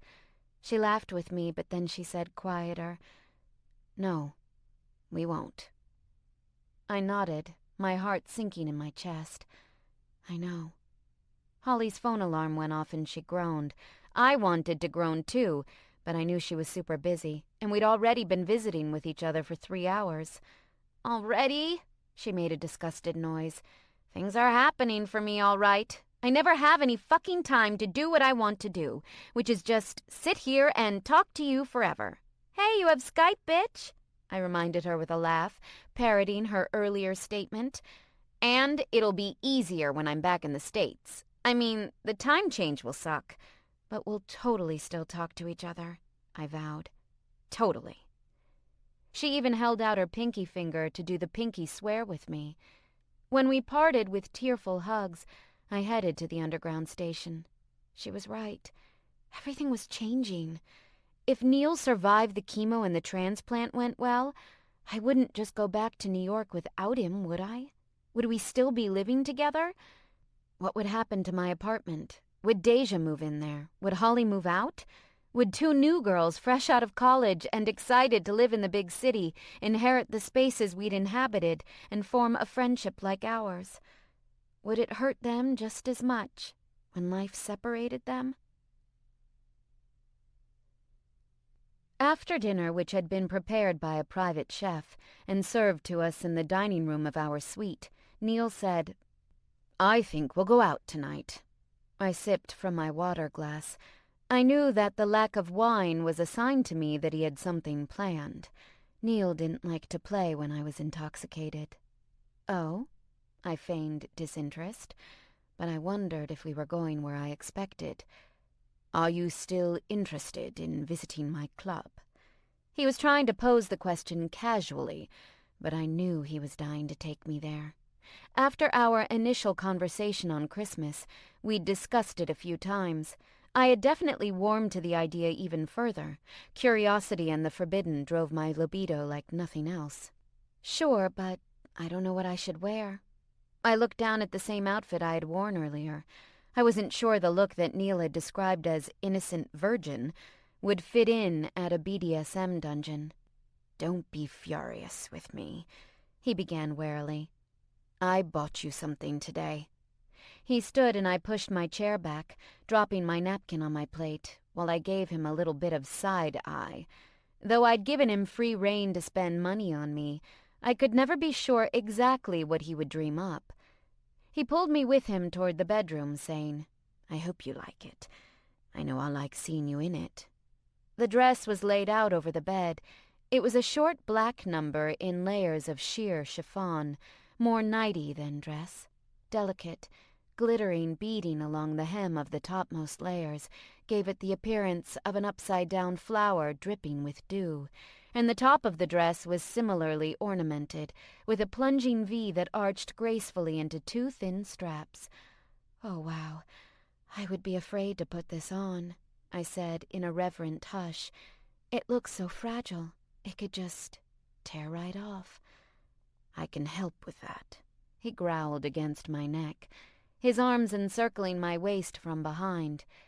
"You get changed. Let's be ready to leave in an hour. Is that enough time?" "More than enough," I promised, though I knew I would be rushing to do my hair and put on darker makeup. I wanted to look knockout hot on his arm tonight. After an hour and 15, not too far off the mark, I stepped into the suite's living room. Neil was distractedly flipping through channels on the television. When he stood up, my throat went dry. His black suit was exquisitely tailored, emphasizing the breadth of his shoulders and back. Beneath the single-button jacket, he wore a white shirt with an open collar, no tie. His trousers were crisply pressed and broke over the tips of his black, square-toed shoes. His hair was carefully mussed, and all I could think was how much I wanted to touch it, to ruffle it a bit more, possibly against a pillow while I was riding him. "You look amazing," he said, his voice low and deep. "I knew you would." The dress stayed surprisingly close to my body, considering how floaty chiffon is. The beading at the bottom helped hold it down, and the petals of the skirt moved, revealing a flash of my pale thighs. I walked. "Okay, maybe you can pick out clothes for me all the time," I said with a weary sigh. "You do have good taste." "I own 2 fashion magazines," he reminded me. "Oh, then I bow to your superior knowledge." I rolled my eyes. "I only have a degree in fashion journalism." After crossing the room toward me, Neil reached out, sliding his hands over my shoulders and down my arms. "In my professional opinion, you should always wear the least amount of clothing possible." "I'll see what I can do." I leaned up for a kiss. Then he helped me with my coat and donned his. The Rolls-Royce Phantom was waiting at the curb in front of the hotel, and he opened the door for me. "When in Rome," he explained. "At this point in the trip, I feel like Cinderella, so I don't mind if you play the footman," I quipped, getting into the car carefully to avoid overexposure. "As long as you don't turn into a mouse later." "Oh, the very last thing you can expect from me tonight is to be timid." He closed the door behind him, gave the address to the driver, and leaned back in his seat. "But I need to know, is there anything that's entirely off the menu?" "Nothing public," I answered automatically. I could see myself being into a lot of different stuff, sexually, but exhibitionism was off the list. I can still safe word, right? "Absolutely." His hand on my knee slid back to my thigh under my skirt and squeezed. The club was located in the basement of a historic building near the side of the Bastille. A nice touch for a dungeon, in my opinion. We entered the sumptuous foyer by sliding a blank red card through a reader outside the door. Neil had given the same card to the driver to swipe at the gated courtyard entrance. "This is some seriously eyes-wide-shut shit," I whispered giddily, looking around at the red brocade walls. To one side of the stylishly decorated room, with its red and black furnishings and white marble floor, were 2 black-framed glass doors with a wrought-iron black gate closed over them. On the other side was an elevator with another card reader. "The owner of the club also owns the building. I believe the apartments upstairs are used to house foreign diplomats," Neil said, sliding his card and hitting the elevator button. "He lives dangerously then, huh? If an American politician owned a secret sex dungeon, it would be found out before the ink dried on the check he bought it with." I stayed close to Neil's side as we stepped into the elevator, and the doors closed behind us. He put an arm around my waist and drew me close. "There's nothing to be nervous about. We're here to relax, have some fun, and get turned on. If more happens, then more happens. But don't feel you need to fulfill any expectations on my part." The elevator doors opened, and we stepped into another foyer, decorated similarly to the upstairs, but with lower lighting and a reception desk and coat check. Neil helped me with my coat and checked it with his. The coat check guy scoped me out discreetly, and I smirked to myself. I knew I looked awesome. At the reception desk, a beautiful dark-skinned woman with shorn hair and metallic black eyeshadow greeted us with professional warmth. She said something to Neil, and he pulled out the red card again. She passed it over a scanner. As the computer screen faced away from us, I assumed they swiped the card for identification. Confirming my guess, Neil said, "Leaf Arden, avec un invité." "Leaf, huh?" I forced myself to take deep, slow breaths. I was so nervous my knees shook. I had no idea what he planned to do here tonight. Our conversation in the card caused my imagination to run wild. Nothing was off the table? What had I been thinking? Neil was pretty creative on his own. In an environment where he was allowed to run wild, he might be more than I could handle. I kind of hoped I was right. The woman asked Neil something. He looked to me. "She's going to tell you the rules. I'll translate for you." I smiled to let her know I understood. "Oui." Neil told me the rules of the club, listening patiently as the woman recited them from memory. No touching anyone without his or her enthusiastic consent. The safe word was quite literally safe in French. but the woman assured me that the dungeon staff would recognize it in English as well. And no blood or fluids play except in the designated wet areas, he finished, and when I paled he hurriedly added, "That's not my kink. I know it's not yours." "You'll be with me the whole time, right?" I asked him uncertainly. "I will not leave your side," he promised. "You don't have to do anything you don't want to do. Do you want to use your real name inside?" "Do you, Leaf?" I asked, raising an eyebrow. He smirked down at me. "Don't be saucy, Chloe." "At least it's not some Icelandic monstrosity." That one earned me a swat on the butt. The woman hit the buzzer on the door. Neil guided me toward it with his hand at the small of my back. "I think I've seen too many movies or something, because the club didn't look anything like what I'd expected. I'd thought there would be loud industrial music and strobe lights, like a nightclub party. It was actually quite well lit, a diffuse golden glow that felt more like a classy restaurant than a stereotypical sex club. There was a bar, all in black with a huge mirror behind it, and two handsome men in black shirts, ties, and aprons working to serve the patrons relaxing on the padded high-back stools. All of the people inside were well-dressed, and of varying ages. We passed a seating area where several young men with dark hair and olive skin sat talking in a language I didn't understand. They seemed entirely oblivious to the fact that in the center of the main room, a slender man was tied to a huge St. Andrew's cross as a woman in black PVC smacked a bamboo cane on his thighs. "Canes, huh?" I said to Neil in a low voice. "You're never doing that to me." "I wouldn't want to," he said, guiding me across the floor. "I'm not experienced with them. She's a professional, though," he said, with something akin to vocational appreciation as he watched her. "Notice how she moves her strikes around. She's never overdoing it in one place." The man shouted as another blow landed, and his heavy breathing hissed through his teeth. "There's a fine line between skirting the edge and going entirely over it," Neil observed. "And she looks way good doing it," I said, noting that even though not an inch of her body was bare under the high-collared PVC suit and thigh-high boots, her figure was rockin'. Her stick-straight black hair was scraped back into the tightest ponytail I'd ever seen, and her lips were glossy fire-engine red. If I hadn't already known she was a professional dominatrix, I would have guessed just because she looked the part. "That she does," Neil agreed, seemingly transfixed by the sight of her. Then he turned to me and smiled. "We could talk to her when she's finished, see if she would be interested." I shook my head. I'm not into girls, but let's keep our options open. "Leaf," a man at the bar called out, and Neil's expression turned to one of friendly warmth. I had to remember to give him shit about the name later. Leaf had been the fake name he'd given me when we'd first met 6 years ago. "I have to say hello.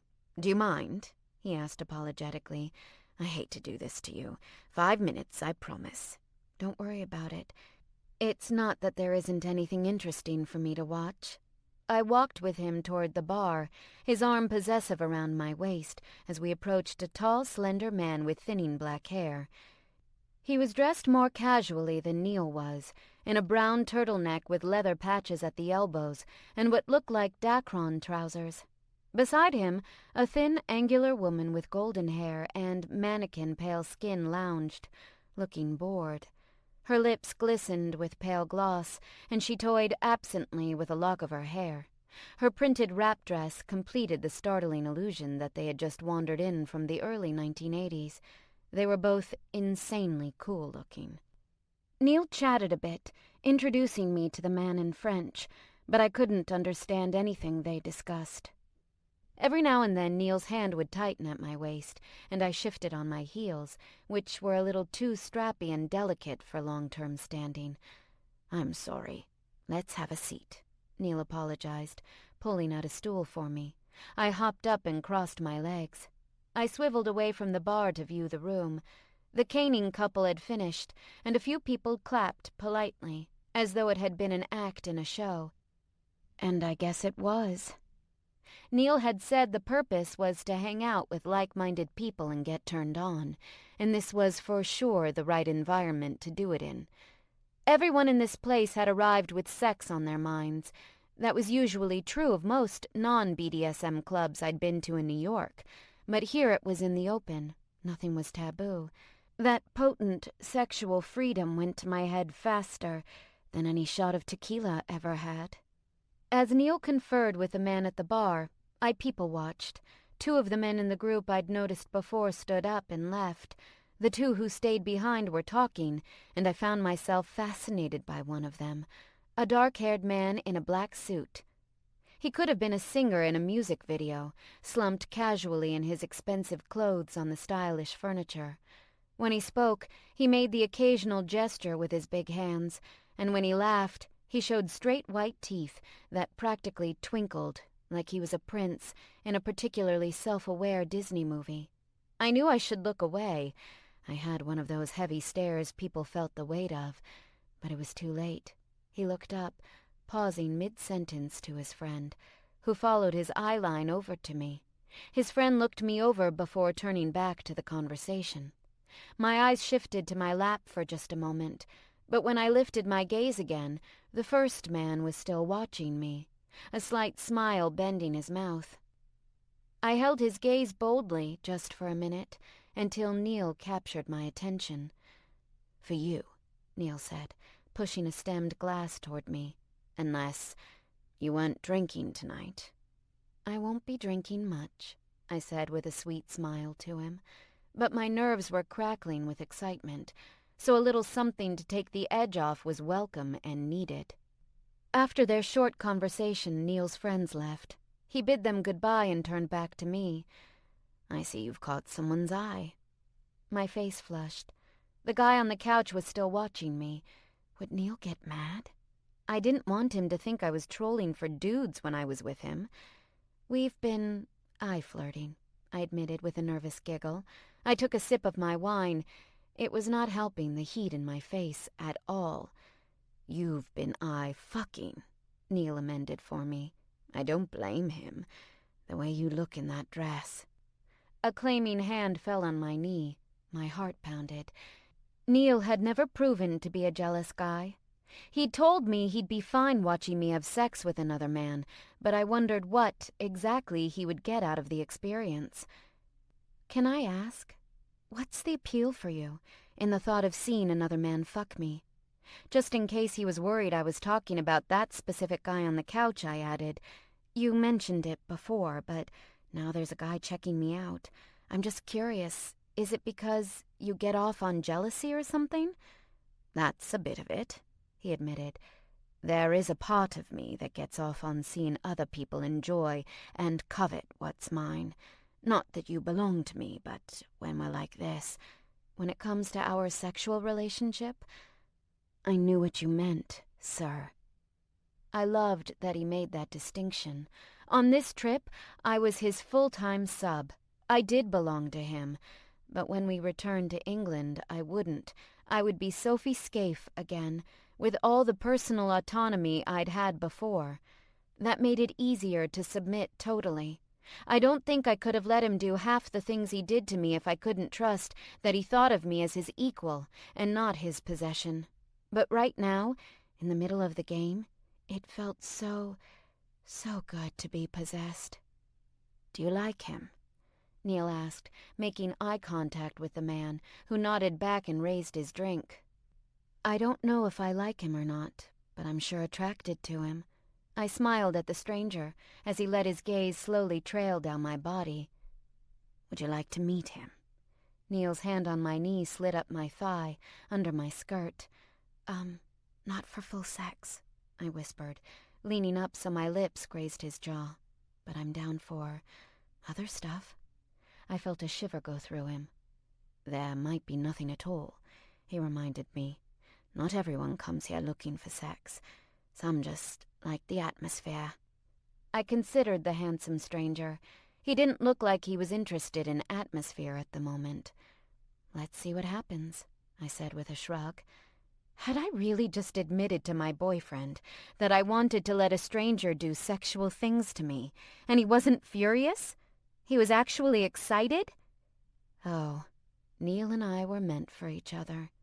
His hand crept up my thigh under my skirt, to the black lace of my panties. I looked over at the man who was still watching us with amused interest. His gaze dropped pointedly to my exposed thigh. "Take this off," Neil commanded, snapping the band. I looked up at him, then around us. But I hopped off the stool and obeyed him, and nobody batted an eye. It must have been a fairly common sight, then? Neil tucked the panties into his jacket pocket. "All right. Go over and ask him if he speaks English. If he does, I want you to ask him if he'd like to make you come." For a heart-stopping moment, I knew there was no way I was going to be able to say that to a stranger. Then rational thought took over. Neil was here with me. The club was safe. Everyone here knew this was a sex club, and the worst that could happen would be that he could reject me, which didn't really matter.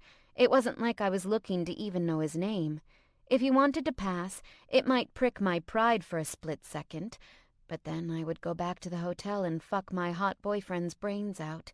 Either way, I was walking out a winner. After that, the submissive mindset kicked in fully. My sir had asked me to do this. It would please him to see me coming with another man's hands on me. My pulse throbbed hard between my legs. I would never in my life have approached a stranger and so blatantly asked for sexual favors. But as Neil's submissive, I didn't have the burden of rational thought holding me back. I didn't have to think at all. All I needed to do was enjoy the experience, no matter the outcome. "What if he doesn't speak English?" I asked Neil. "Then raise your skirt, and I'll come over and I'll speak to him." I rolled my eyes and laughed, like you do. "Is there anything you don't like, say, a strange vibe, or you feel unsafe, and change your mind?" "Safe word. Got it." I tilted my head. "Sécurité, right?" "Très bon." I blew him a kiss and started toward the man, who unbuttoned his jacket and leaned back, his enigmatic expression darkening with a hint of desire. I walked over, my heart racing, my thighs trembling. The guy was even more handsome up close. His neatly trimmed dark hair parted classically to the side. Beneath his jacket, his black shirt had silver pinstripes I hadn't noticed from the bar, and the top 2 buttons were open. His eyes were a gorgeous, deep brown, rimmed by dark lashes. Silver rings winked on his big, square fingers, in sharp contrast to the dark hair on his knuckles. He looked up at me expectantly, and I shook my hair back and hitched up my shoulders. I couldn't believe I was doing this. Would I get in trouble? I bunched my skirt in my fists, arms tight at my sides. "Anglais?" I asked, just as Neil had instructed me. "Yes, of course," he answered with a soft accent I couldn't immediately place. "My sir." I looked back to Neil, who was watching with cautious amusement. I gave him a confident smile and turned back to the stranger. Slowly I eased my skirt up my thighs. As my hem rose higher and my bare vulva was exposed, the man's eyes widened. I continued, my voice almost too breathless to be heard over the music. "Wants to know if you'd like to make me come." A slow smile spread over the stranger's face. He looked young, probably in his early 30s, boyish, but not innocent by any stretch of the imagination. He was wolfish, hungry, a bad boy dressed up in good boy clothing. He rose and nodded to Neil, gesturing him over. And I stood there, my lower half exposed in a room full of people, trembling with need from the naughtiness of it all. Could I really let another man touch me? Get me off? The stranger shook Neil's hand. Neil seemed very pleased as he looked the man over. He wore a friendly grin as he introduced himself to the man, who called himself Amir. I wondered if Neil was attracted to him as well. "You have excellent taste, Leaf," Amir complimented Neil, his eyes slowly raking up and down my body. "Shall we go to one of the private rooms?" I think that would be a lovely idea. Don't you, Chloe? Neil asked me, laying one warm hand over the back of my neck. All I could do was follow on jelly legs as Amir led us through the club. At a padded black swinging door, Neil and Amir both greeted the bouncer cordially, and he nodded us in. As we walked, Amir had slipped his arm around my waist, and his hand moved from my hip to my butt through the thin material of my skirt. I looked over my shoulder at Neil, who watched us with a smirk. What would he do, I wondered, if he got off on the jealousy aspect? Would he punish me later? I hoped that was where this was going. Beyond the door, the walls were painted black. Black tile covered the floors. Silver sconces emitted clean white light, deepening the shadows around us. Along the hall, white doors with gleaming silver handles stood closed.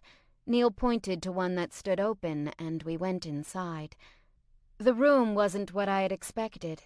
I guess I'd thought they would be bedrooms or really specific fetish rooms. It was just a small room with a wide padded bench against one wall. 2 chairs were positioned on the other side, a small round table between them stocked with condoms and individual packets of different types of lubricant. 2 large, ornate mirrors in silver frames hung opposite each other on the walls, and I saw myself in my tight black dress, my dark hair gleaming with burnished streaks under the light. I looked like a completely different person. I had never in my life been in anything even closely resembling a 3-way before. I was incredibly nervous, but I trusted Neil to know my comfort level and read my signals. Right now, I was all systems go, but I had no idea how far I'd be willing to go. Luckily, Amir outlined how far he was willing to go.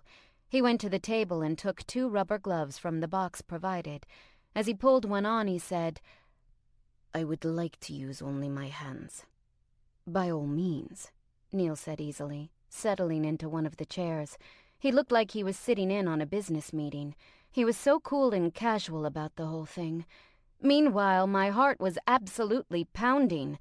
Amir went to the bench and sat down, patting the seat beside him.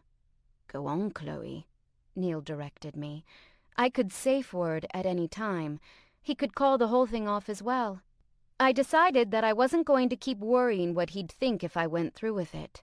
Neil didn't play those kinds of mind games. We were in this room because we both wanted to see what would happen. We both wanted this. I really, really wanted it. Wanted it so bad that my thighs were sticky.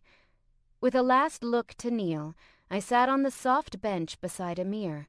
For a long time, all he did was gaze into my eyes, his mouth bent in an easy smile. Slowly, with his ungloved hand, he stroked the backs of his fingers down my neck. I sat up straighter, unable to look away from him, as his eyes traveled the same path as his hand, over my collarbone and into the top of my dress. Fuck, this was actually happening. Some random stranger was feeling me up in front of my boyfriend, and Neil was watching the whole thing. I couldn't believe how hot it made me. My legs shifted slightly apart as Amir's hand cupped my breast beneath my dress. His gloved palm lay on my thigh. I squirmed, trying to draw him closer. He released my breast, sliding his hand up once more to possessively tighten, ever so slightly, on my throat. Not choking me, but holding me, forcing me straighter up. "Do you like that?" "Yes," I moaned. I didn't call him sir. That was just for Neil, even if I was submitting to Amir at the moment. Neil had noticed. I could tell by his half-smile, but he said, "No breath play, please." "I can breathe, sir," I reassured him. Amir's gloved hand slipped further up my thigh. "I can't wait to touch you." He purred in his deep, sexy voice. The tips of his fingers brushed my pubic hair and I moaned. He took his hand away. "No, like this. Over my lap." He urged me, and with some help from him, I found myself positioned with my butt and spread legs lying across his thighs, while my body rested on the bench. He pushed my dress up and snapped on the other latex glove, never taking his eyes from my exposed pussy. "Beautiful." There was something bizarrely clinical about the whole thing. Maybe it was the gloves, and that only made it seem naughtier. Before I'd propositioned Neil for no-string sex, I had always kept up the pretext of a relationship with my partners. I would go on a date, then have sex. Or it would be one of those, "Oh, I asked you over to watch a movie as friends, and look what organically occurred," situations, in which both people knew sex was going to happen but didn't admit it openly.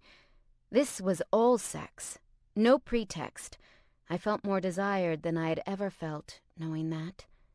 Neil watched us, leaning back in his chair with one ankle on the opposite knee. In the mirror behind him, I saw Amir's hand touch me at the same time I registered the feeling. He gently spread me, revealing the tight red nub of my clitoris. One gloved fingertip gently probed me there, and my breath hitched at the contact. Slowly he slipped his finger down to my vagina and pushed it slightly in. "I like this," he said, with a chuckle of admiration as he lifted his hand, rubbing my fluid between his thumb and forefinger. Then his finger returned to my clit and circled it with barely any pressure, and I couldn't think straight. I moved my hips in small circles, and he pinched, gently increasing pressure as he held me. "Oh," I whimpered, catching my bottom lip between my teeth. "You like that?" Amir asked quietly. "Yes, I rocked my hips beneath his hand. Amir looked up to Neil and nodded. "She is lovely. Is she collared?" Neil's expression shifted subtly, but I couldn't tell what it meant. I didn't really know what collared meant. I was a little distracted by the pressure of Amir's fingers and the sudden rolling motion they had picked up. "Not collared, but we're exclusive." The corner of Neil's mouth twitched. How could they have a conversation at a time like this? I felt Amir's erection against my side through his trousers, and the knowledge that he was turned on pulled a throaty groan and another flood of wetness from me. Well, that and the finger he slid into my cunt, rubbing around my opening, searching for my G-spot. As good as he was with his hands, it took him a moment to find it. And I thought of how well Neil knew my body, how easily he found all the right spots when he touched me. There was something to be said for monogamous long-term relationships. Not that Neil and I were long-term yet, but we'd learned each other's bodies well. Being with someone else wasn't just exciting, but it made me appreciate my sex life with Neil even more. When Amir found the spot, he pushed up, harder than Neil would have. And I made a mental note about how much I liked it, to suggest it later. I curled up from Amir's lap, my body going tight as he rolled my clit with the other hand. Neil held my gaze, exuding a dark, hot energy. What was going on in his head? One hand rested against his cheek, his index finger against his temple. His expression was unreadable. If he liked being jealous, then I would do my damnedest to make him jealous.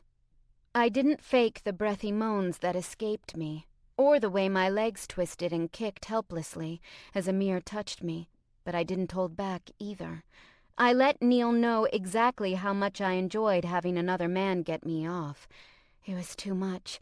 The excitement and the forbidden aspect of what I was doing with this man, with these two men, sent red-hot pulses to meet Amir's fingers. I clutched at his jacket, clung to him, and howled as I came, pouring into his hand, clenching down hard on his fingers. He hissed in surprise, then laughed, his chin nuzzling the top of my head. He caught me to support me and murmured, "I could have come just then feeling you." I couldn't think. I could barely breathe. My cunt still fluttered with aftershocks, and a crashing sense of what I had just done invaded every part of my brain. Words like slut and whore came to mind, but they didn't shame me. They only stoked the fire hotter. I wanted to fuck Neil right now, right here in this room. I guess I was more of an exhibitionist than I'd thought I was. Amir helped me to my feet and stripped off his gloves, then reached for an antibacterial wipe from the table to clean his hands. "Tell the gentleman thank you, Chloe," Neil prompted, inserting some manners into my foggy brain. He was so still and calm. My pulse leapt into my throat. Something was going to happen tonight because of this. Amir was only a prelude. "Yes, I cleared my throat and straightened my skirt. "Thank you, Amir." Neil rose to shake hands and pulled a matte black business card from the inside pocket of his jacket.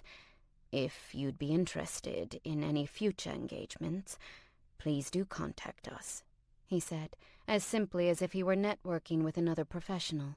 Of course, judging by how swanky the club was, Amir was probably a billionaire too.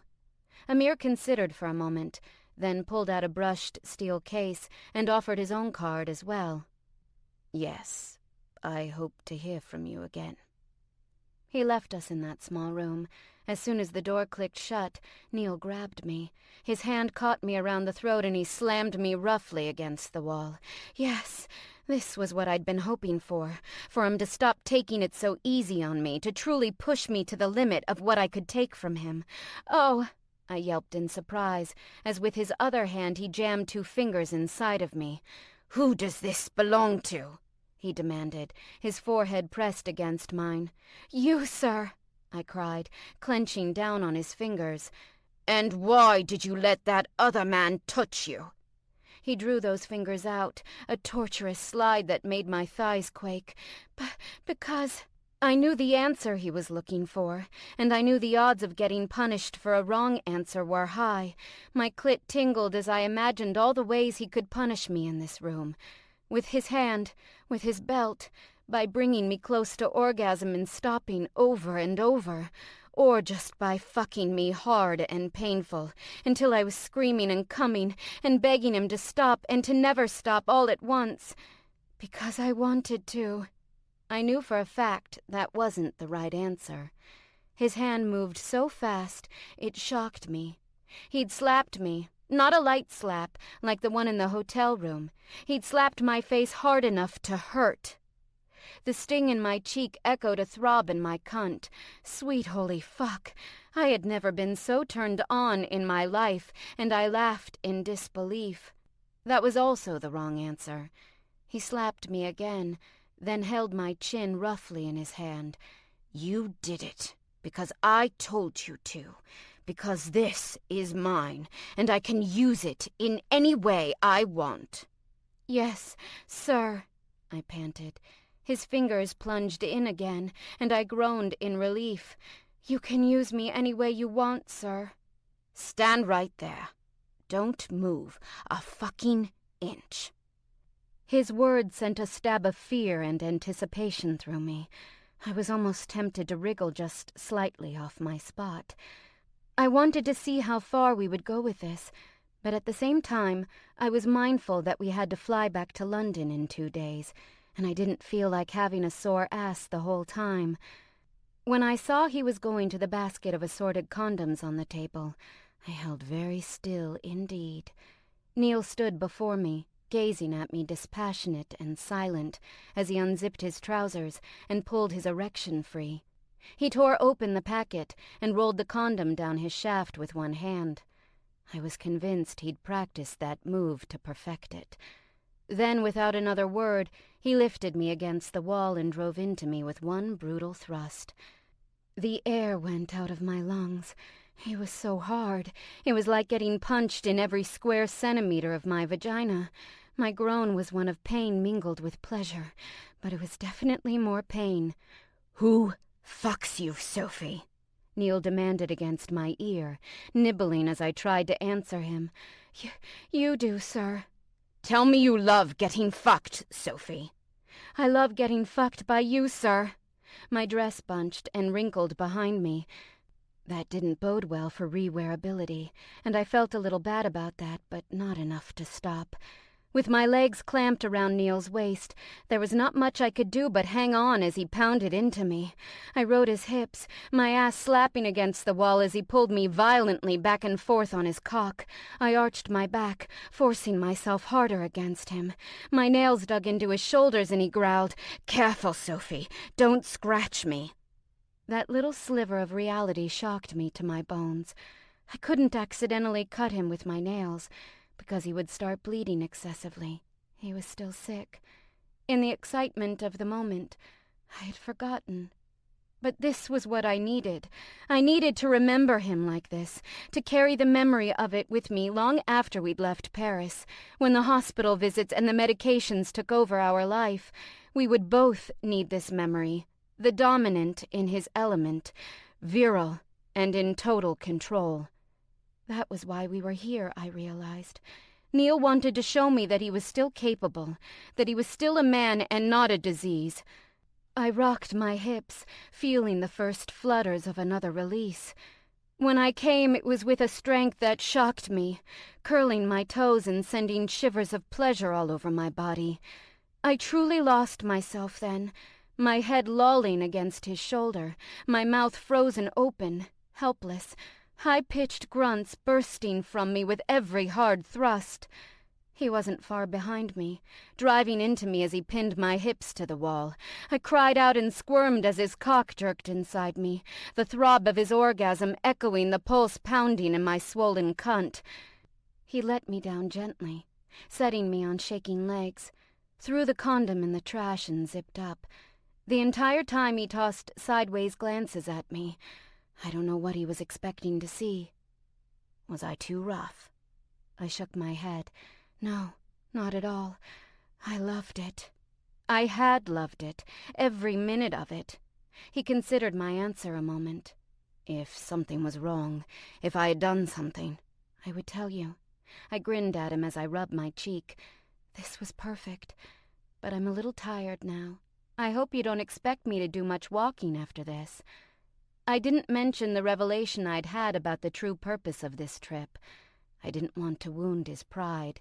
Not the pride of Neil the dominant, but the pride of Neil the man who was facing a possibly life-ending illness.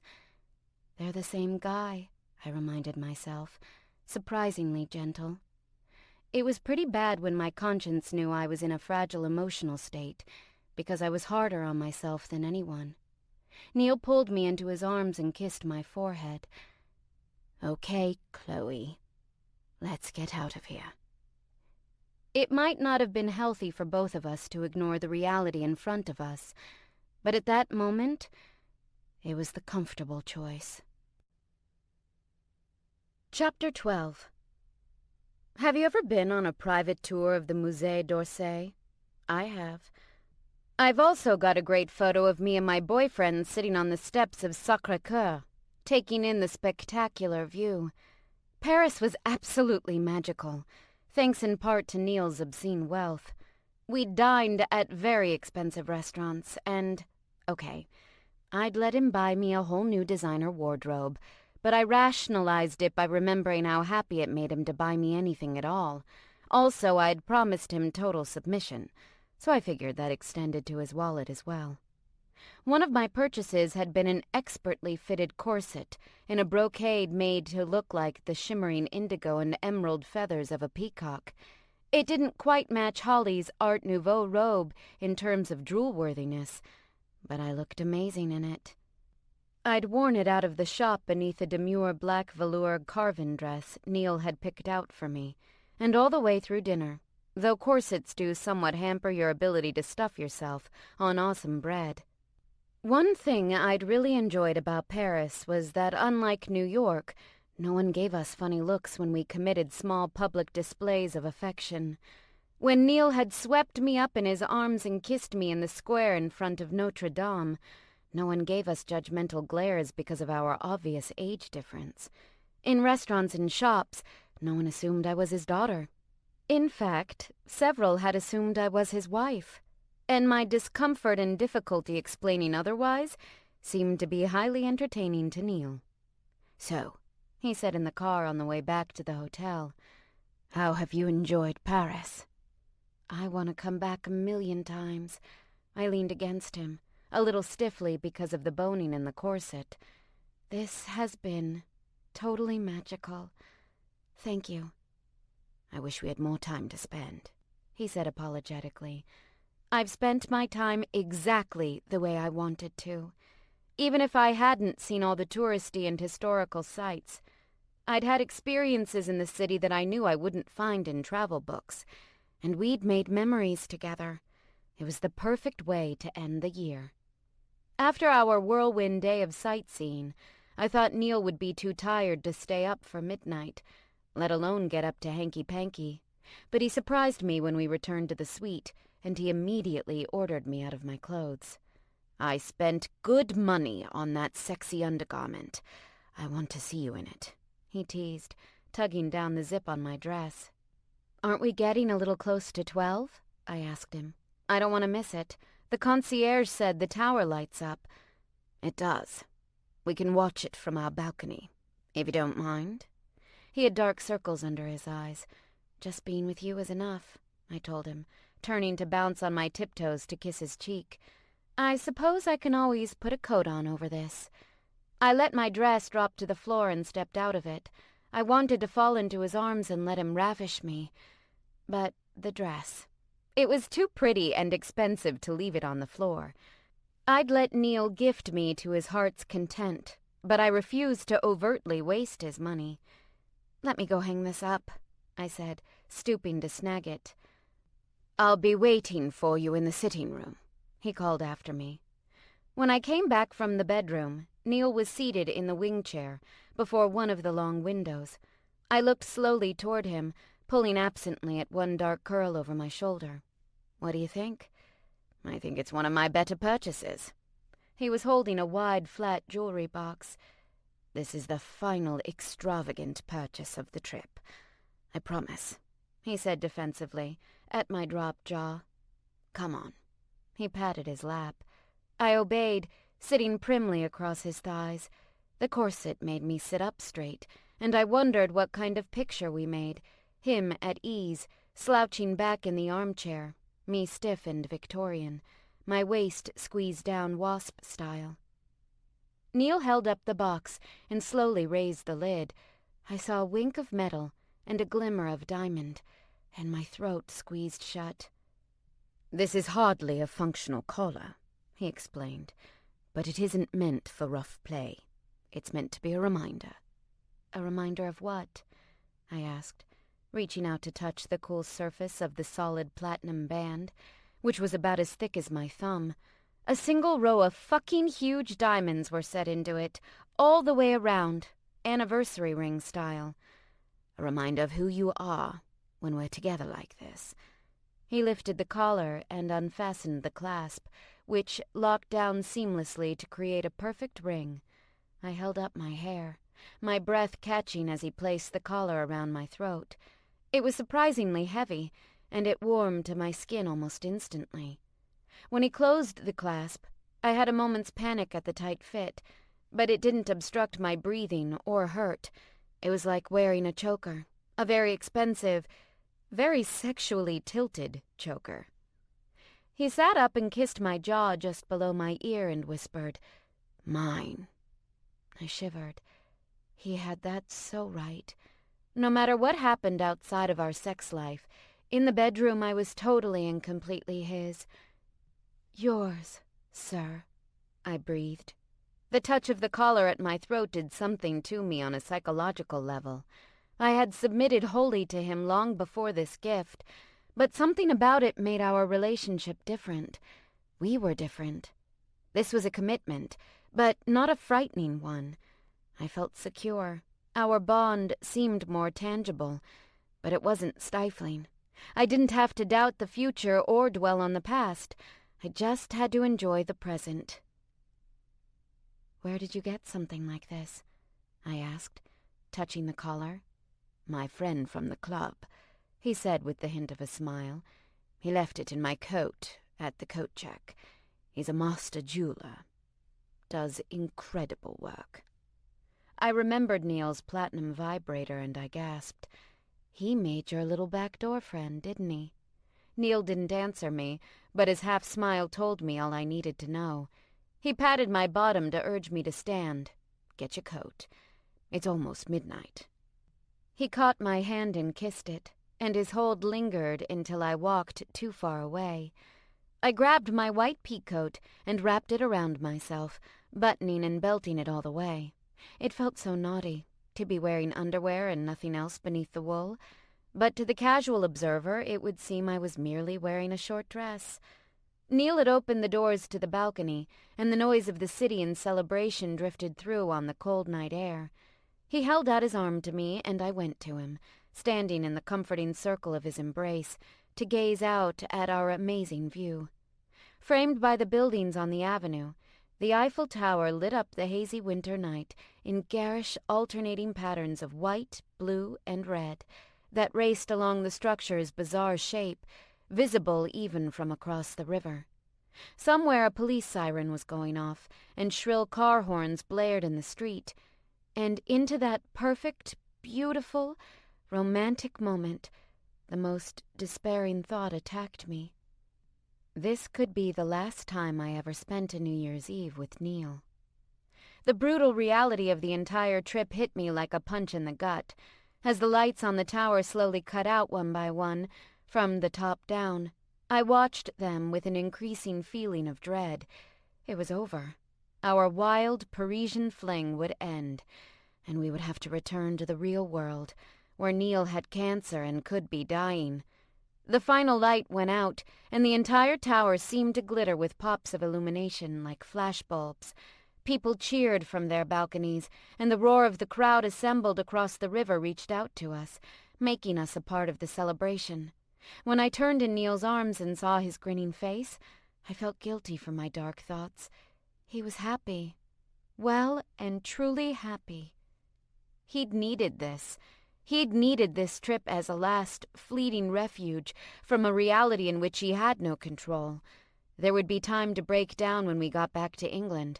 Tonight, I resolved I would banish any thought of death or worry from my head. He smiled down at me, his hand stroking my back and pulling me tighter to him. "You know, Sophie, sometimes I look at you, and I can't believe my luck." I was glad that he kissed me then, because I wasn't sure I would be able to think of any response that would touch the simple romance of that statement. I kissed him back, opening my mouth under his, as I rose up on my toes to reach him. I knew how he felt. None of this seemed real. A year ago I had celebrated New Year's Eve at a party in a Soho loft, sipping champagne and listening to a boring guy try to talk me into bed by boasting about his master's degree. Never in my wildest dreams would I have guessed that the man I'd become convinced was a figment of my imagination would somehow come back into my life and sweep me off my feet, or that I would allow myself to get swept away like I did. I regretted none of it. If this was the time I had with Neil, if this was all the time we were going to have, I could let it be perfect without brutal self-examination. He lifted his head, and I smiled at the smear of my lipstick on his mouth. His arms still locked around me, he lifted me off my feet and spun me around. "Let's go inside. I want to give you a proper New Year's kiss." That was a pretty good one, I teased, laughing as we moved back into the sitting room. He turned off the lamp in the corner and caught the overhead chandelier's switch on our way to the bedroom. "But that was only your mouth," he said, pulling my hand to his lips briefly, before raising my arm up over my head and walking me in a little twirl. "I can think of at least 60 other places on your body I haven't kissed tonight." He stopped at the door. "I forgot the champagne. You, get in that bed and wait for me. Leave that gorgeous thing on." I'm not sure I can drink champagne in this. I wasn't sure I was going to be able to continue to breathe in it. While he went to the dining room, I looked at myself in the mirror. 6 months ago, if anyone had asked me if I would let a boyfriend put a collar on me, I would have snapped back that I was not a dog. I'd learned so much about my sexuality and what turned me on, and Neil continued to be an excellent teacher. The glint of the diamonds at my throat didn't just remind me that I belonged to him. It was a reminder of how much he belonged to me, too. He was my sir, and he got his pleasure from my submission. "You're not in bed," Neil scolded when he came back. "What are we going to do about that?" "Something dirty, probably," I guessed with a half-smile. "Get up there on your hands and knees," he ordered me, and went over to our luggage. I wondered what naughty implement was in there that he hadn't shown me yet. The collar was an unusual weight around my neck. It might have been neat to wear the glass plug at the same time, to feel the pull of the dual weights at opposite ends of my body. I shifted on my knees, enjoying the rush of the blood pounding to my clit at my filthy imaginings. "What are you doing?" I looked over from my place on the bed, quivering with growing need. Neil sat in the chair, still fully dressed, holding the glass nail file from my cosmetic bag. "Filing my nails." I wasn't quite sure what was going on. "Or would you like them to be rough and snagged when I put my fingers in your cunt?" he asked, raising an eyebrow. I shivered at the promise in the question. "No, sir." "Then you can wait one moment while I get ready." He nodded toward the bedside table. "Get yourself ready as well." I looked over to the wand-style vibrator, still plugged into the wall. He expected me to use that instrument of torture on myself? "Lie on the bed and spread your legs. I want to watch you." He kept casually filing his nails. There was an odd sexiness in the way he made even a manicure seem highly masculine. I took the vibrator in my hand and turned on the switch. It roared to life. How did people use these without making their hands numb?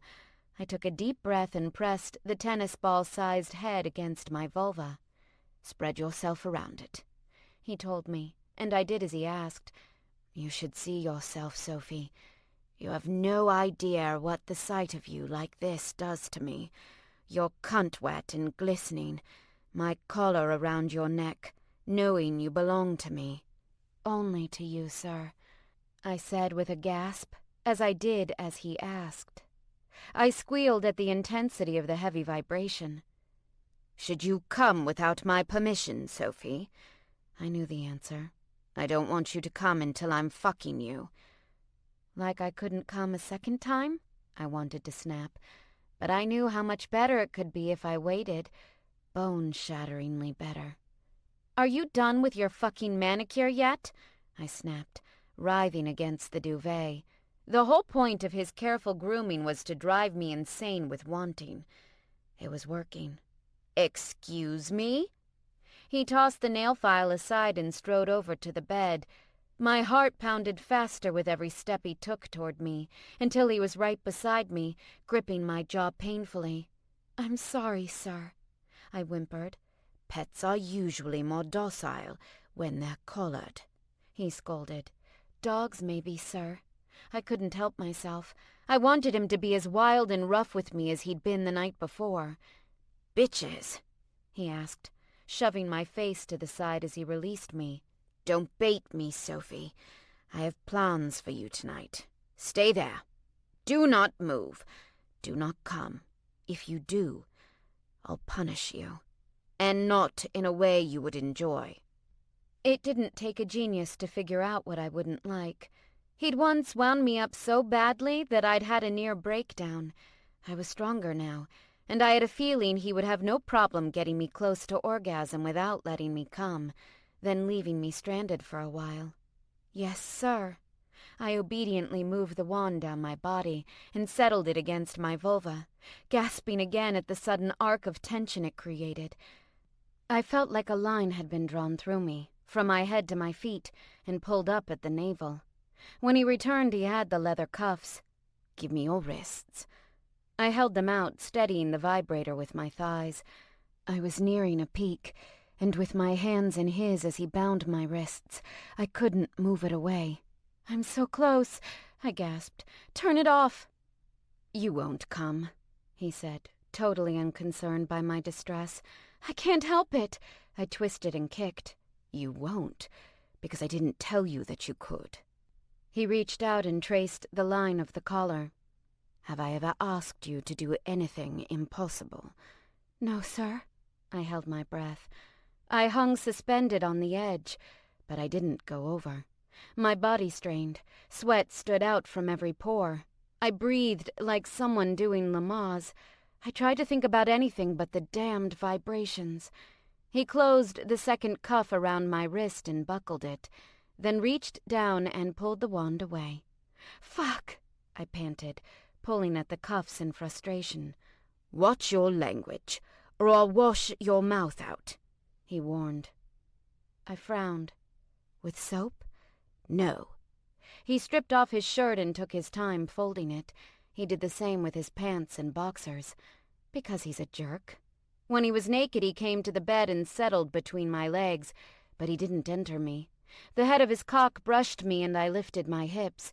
He didn't have a condom on, so I knew he wasn't going to fuck me, and that only frustrated me further. There is nothing I dislike more than a bratty sub, he said in a mocking tone. Then he trailed his tongue along my jaw and down my throat, over the collar. One big hand cupped beneath my thigh and lifted my leg to fit around his back. His cock lay against my slit, rubbing over my clitoris with the slightest motion. "You're very wet," he murmured, his lips drifting down. "You made me that way, sir," I whimpered, twisting my bound hands together. "Good answer." He moved down the bed so he could take my nipple into his mouth. It felt good, but his cock pressed against me had felt better, and I mewled in disappointment. "It will get there. Have no fear." There was a smile in his voice as he mumbled around my puckered skin.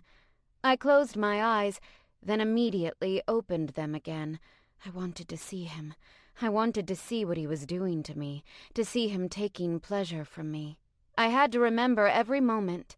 His teeth closed around me, and I lifted my pelvis with the leverage afforded me by my leg crooked around his back. My skin was hot, perspiration rising wherever we touched. A trickle of sweat ran along my side under the corset, and the boning began to chafe. "Wait," I panted, pushing at his shoulders. "I'm too hot." He sat up and pulled me with him. "Then we should cool you off, I think." I got to my feet and he stood behind me, trailing one finger down a seam. "First, we'll take this off." As soon as the knotted laces released, I breathed deep in relief. "Better?" he asked, still loosening the tension. "Much." He came to stand in front of me and made a dismayed noise as he opened the hook and eye closures to reveal my sweaty, chafed skin. He bent to kiss one raw red imprint left beneath my breast. "I had no idea you were so uncomfortable." "I wasn't, until I started getting all fired up," I sighed as he dropped to his knees, his mouth drifting lower over my belly. "Now we should see to that, I suppose." He skimmed a hand between my thighs, up and up, until his fingers nudged my folds. He tilted his wrist, and the tip of his thumb parted me, then slid back to enter me for one brief moment that offered no relief at all. As I gaped down at him, torn between desire and irritation, he sucked the pad of that thumb between his lips, savoring my taste. Then he got to his feet and retrieved the champagne bottle. "What's that for?" I asked, slightly unsteady on my feet. "It's for you. It's cold. You're hot," he shrugged. "I thought you could use a drink." Oh, I knew better than to trust him. I really did, but I still reached for the bottle with my bound hands. No, he pulled it back. "Hands down, please." I made a face, but I did as I was told. He pressed the smooth rim of the bottle against my lips, and I opened them. Carefully, he poured a thin stream of champagne into my mouth, then pulled the bottle away so I could swallow. "Thank you, sir," I said gratefully, licking my bottom lip. He traced a finger over the path my tongue had just made. It distracted me enough that I didn't see what he was doing with the bottle, and the first touch of cold glass on my nipple shocked me. He held back a self-satisfied laugh, but I couldn't help my giggle. "There are better ways to get my nipples hard, sir." "Yes, but this is so much less comfortable for you." He rolled the bottle through the valley between my breasts, lifting it to touch the other tight, rosy peak. "I think it just saves you from unnecessary work." I rolled my eyes. "Do you remember what I said about bratty subs?" he asked in a warning tone. I thought he might secretly like my brattiness. It gave him more opportunities to torment me. He considered the green glass against my goosebump-covered skin. "Lay on the bed for me. Arms over your head." I did as he asked, and he ran the flat of his palm over my stomach, considering. He took a drink from the bottle, then sat on the edge of the bed beside me. "You'll have to hold very, very still, Sophie. Can you do that?" "Yes, sir." It really depended on what he planned to do to me. If he tickled me, all bets were off. Carefully, he poured a little champagne into my belly button. I gasped and sucked in my tummy. "Don't move," he reminded me. "You'll spill it all over the bed." "You can afford the hotel bill," I said through gritted teeth. "That I can." He leaned down and licked the champagne from my skin. It was so cliché, but it felt amazing. I giggled as his tongue swiped over my tummy, and he lifted his head. "Open your legs." If he planned to repeat what he'd done to my belly button, I was more than happy to comply, even if I did have to overcome my momentary fear of a possible yeast infection. I squirmed into a comfortable position as he settled beside me, carefully bracing the champagne bottle against my leg to keep it upright. I startled at the drops of cold perspiration that rolled off the glass and onto my skin. He stroked a fingertip up and down my slit, humming in indecision. "I don't know if I want to pour this on you. I love the way you taste. I'd hate to spoil it." "Spoil it? With champagne?" I snickered, incredulous. A sharp slap to my vulva corrected my sassiness. "I won't listen to you questioning my judgment on this subject." He brought the bottle between my legs and pressed it against me. Now that it had been out of the ice bucket for a while, it wasn't as shockingly cold.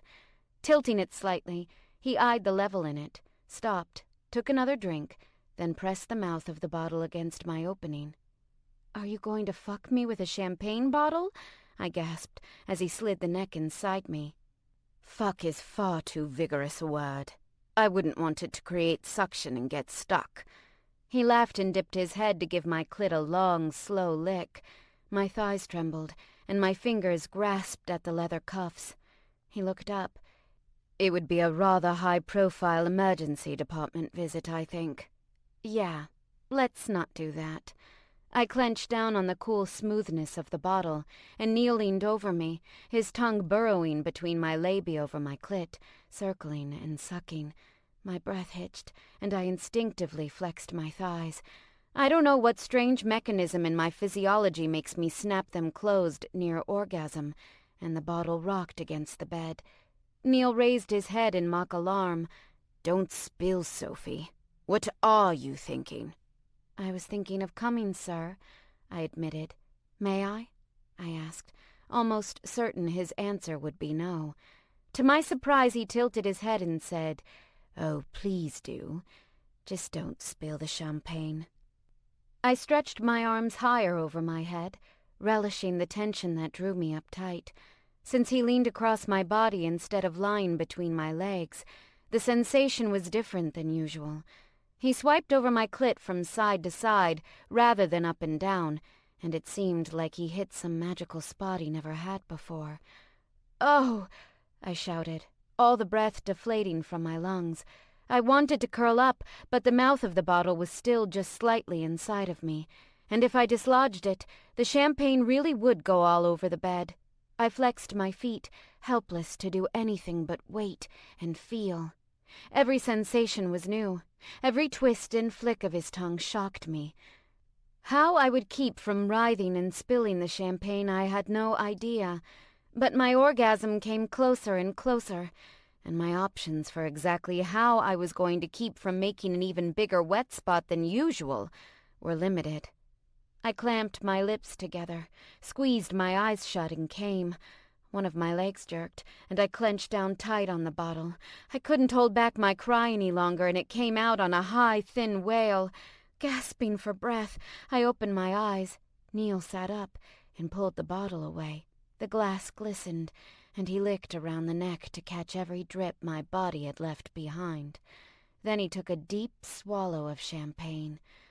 "Oh, God," I whispered, clenching my thighs together. He winked at me, still drinking, then held the bottle out to me. I lifted my head and he tipped a swallow past my lips. I tasted myself on the bubbles. It took him just a moment to put on a condom and settle between my legs. I loved the way we fit together now, the way he sank into me easily. I lifted my hips and welcomed him in, and he rested his forehead against my shoulder, his back bowed over me. If I could have hung on to him, I would have. I settled for winding my legs around his back and moving with him. I was tight from my orgasm, my flesh all pillowy and satisfied, my cunt totally unaware that Neil wasn't finished with me. I savored every moment. Tomorrow we would return to the real world, and I wanted to take this with me. His hand slipped beneath the small of my back, and braced on his knees he pulled me onto his cock, rocking my pelvis back and forth. The exquisite pressure on my G-spot became almost too much, and I sobbed, "Oh, no." "No?" he asked, catching my chin in his hand. "Did you just say no to an orgasm?" I could barely think of words, let alone figure out a good lie that would keep me from punishment. "Answer me." He thrust harder into me, and I squirmed.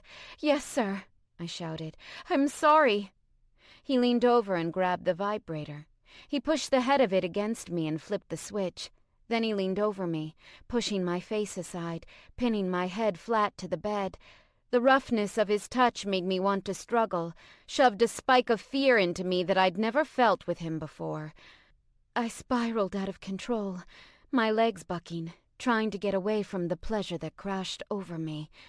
"That's one," he said in a warning tone. My legs and arms still jerked, and the buzzing never let up. His movements inside me never let up. "How many do I have to do?" I asked, my throat hoarse from shouts I didn't realize I'd uttered. 10. There was no room for argument. "That should teach you to be grateful. Yes?" He rolled the wand in circles, twisting my tortured clit beneath the soft, vibrating head. I clenched around him, so hard it hurt. "You're like fucking iron," I groaned, throwing my head back. His deep, dark laugh brought goosebumps over my skin. "I'm glad you noticed. You do that to me, Sophie." Moving his hand down, he held still inside me.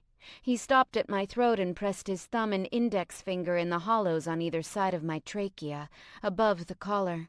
He squeezed with gentle pressure. My brain pounded, my clit pounded, and my body convulsed with another release. He loosened his hold but left his hand there, possessive over the collar. "Was that all right?" "Oh, fuck yes, sir." With my hands bound, I had no way to struggle. I had no choice but to lay there and let him choke me. Well, I had a choice. I could always safe word, but then he would stop, and that was the last thing I wanted. I had never experienced runner's high before, but I was pretty sure that's what I felt now. My entire body breaking out in chills while my heart pumped hard, and my brain was flooded with endorphins that made me giddy. I came again, but I was going numb. It took a long time to break over the edge, and my whole body cramped up when I did. Neil pressed the vibrator tighter against me, and I screamed. "They're going to send security," he warned with a grin. "Oh, no, no, no," I chanted in dismay, as another intensely painful climax shook me. Though I was keenly aware that it was that word that had gotten me into trouble before, I couldn't control any of the noises coming out of my mouth. "How many was that?" he asked. "It sounded like number 3. 4. It was 4, I shouted, almost weeping in my desperation. He slapped my cheek, and I choked back my cry. "I said it was 3. Are you arguing?" "No, sir." I bit my lip so hard I tasted blood. He must have seen it because he pulled the wand away. "Careful, careful," he murmured, brushing the drops from my swollen bottom lip with the pad of his thumb. "Let's call that last one 10. "Thank you, sir," I gasped gratefully. "Can you continue?" he asked, smoothing my sweat-damp hair back from my face. I nodded. "I just don't want to come anymore. We're at a yellow." He gave me that half smile I loved and kissed my nose. Then he took off the condom and stood. "Get on your knees on the floor." This I could do. I got my breath and did as he told me. He pressed the tip of his cock against my lips. My mouth dropped open obediently, and he pushed inside. As I sucked and bobbed on him, my head cleared a bit. I'd been deeper than I'd ever been in the submissive mindset. If he hadn't stopped me, I wouldn't have stopped, even if I'd wanted to. I had to appreciate the fact that he'd been able to know when to call it off. When he came, it wasn't down my throat as he'd done before. He held my jaw opened and hit my tongue with every drop as he jerked himself off, groaning in relief. "Don't swallow," he panted. "Let me see it." I opened my mouth wide, showing him the little pool of cum on my cupped tongue. He groaned and reached for the half-empty bottle of champagne. Holding the neck of the bottle high above my upturned mouth, he poured a stream in to mingle with his semen. It splashed down my chin, but I didn't swallow, not until he gave me permission. "Swallow, Sophie." I looked up at him, champagne and cum dribbling down my chin and onto my breasts, my body trembling from the pure exhilaration of total submission. At that moment, I honestly thought I might die from the swell of emotion I felt. It stole my breath, and a tear slid from the corner of my eye. It was insane that I could love surrendering so totally. It was insane that I could love someone as much as I loved him. "I love you, sir," I murmured, the taste of him still on my lips. "Oh, and I love you, Sophie, more than I could possibly express." He helped me to my feet and unshackled my wrists, kissing the reddened skin beneath. "Everything all right?" "Mm-hmm," I nodded and smiled at him. "I'll be back in a few." I went into the bathroom to clean up. I looked at myself in the mirror, my eyeliner smudged from sweat and tears, hot red patches on my breasts. The sheen of semen and champagne on my skin was as sticky as it looked, and I turned on the shower, carefully unclasping the collar from around my neck. I wasn't sure how one cleaned a diamond BDSM collar, so I carefully wiped it down with a damp washcloth and dried it. Neil came in and washed his hands in the shower spray as he tested the temperature. "Let me see your lip." I stood in front of him with my face upturned, blinking from the overhead lights, as he carefully examined the place where I'd bitten myself. "It looks puffy, but not serious." He brushed his thumb across it. He lifted my chin high and examined my neck. "Nothing. Good." "Were you worried you'd bruise me or something?" I felt my neck, where he'd choked me. "I don't think you pushed that hard." "Was that all right?" He turned back to the shower, tested the water again, then held the glass door for me. He followed me in. "I won't do it again if you didn't like it." "It was fine," I assured him. "Don't choke me unconscious or anything." No, never." He shook his head. "Turn around. Let me wash your hair." "Oh, the super special aftercare treatment," I teased, doing as he asked. The feeling of his fingers moving across my scalp was absolute heaven. "It's partially selfish of me," he said softly, working the shampoo down the ends of my hair. "I want to take care of you while I still can." "Before I have to take care of you?" "Precisely." He urged me to step forward into the spray. "Rinse off." As the suds washed from my hair, the gravity of his statement truly settled in my mind. I pushed the water back from my eyes and turned to him. "You take care of me in more than a physical way, Neil, and I really doubt that a little cancer is going to change that." He wrapped his arms around me and we stood, wet skin to wet skin, hugging each other hard. After our shower, Neil headed to bed and left me to finish up in the bathroom. I thought for sure he would be sleeping by the time I was done putting on moisturizer and combing out my hair. I was tying the ponytail holder around the end of my braid when I clicked off the light in the bathroom. "It's difficult to believe that this all ends tomorrow." He'd said it so softly I barely heard him. I slipped into the bed and spooned up behind him, bringing our naked skin together under the sheets. "I thought you'd be asleep." "Not yet. I don't want to sleep and waste our last hours here." He captured my hand and brought it to his lips. "I don't want anything to change." "I don't either." He rolled over, smiling in the dim city light that softly illuminated the room. I like some of the changes so far, though. Oh? Like me coming to London? I walked my fingers along the arm he draped over my waist. The relationship we have now. He stroked his hand down my arm. I feel much closer to you than I did, even in New York, before the unpleasantness. I feel the same way. I leaned my head against his. I thought it was just because you were spoiling me rotten. Ah, the real Sophie rears her materialistic head. I knew she was in there. He squeezed me tight and buried his head in my neck, tickling and nibbling until I squealed with laughter. "Stop, stop!" I gasped, trapping him beneath me. I pinned his hands to the pillows beside his head, and he grinned up at me. "I want to remember exactly this," he said with a happy sigh. "Hang on." I jumped from the bed, ignoring his protests, and ran to get my phone.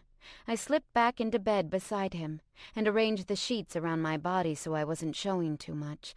I held the phone above us and leaned my head against his.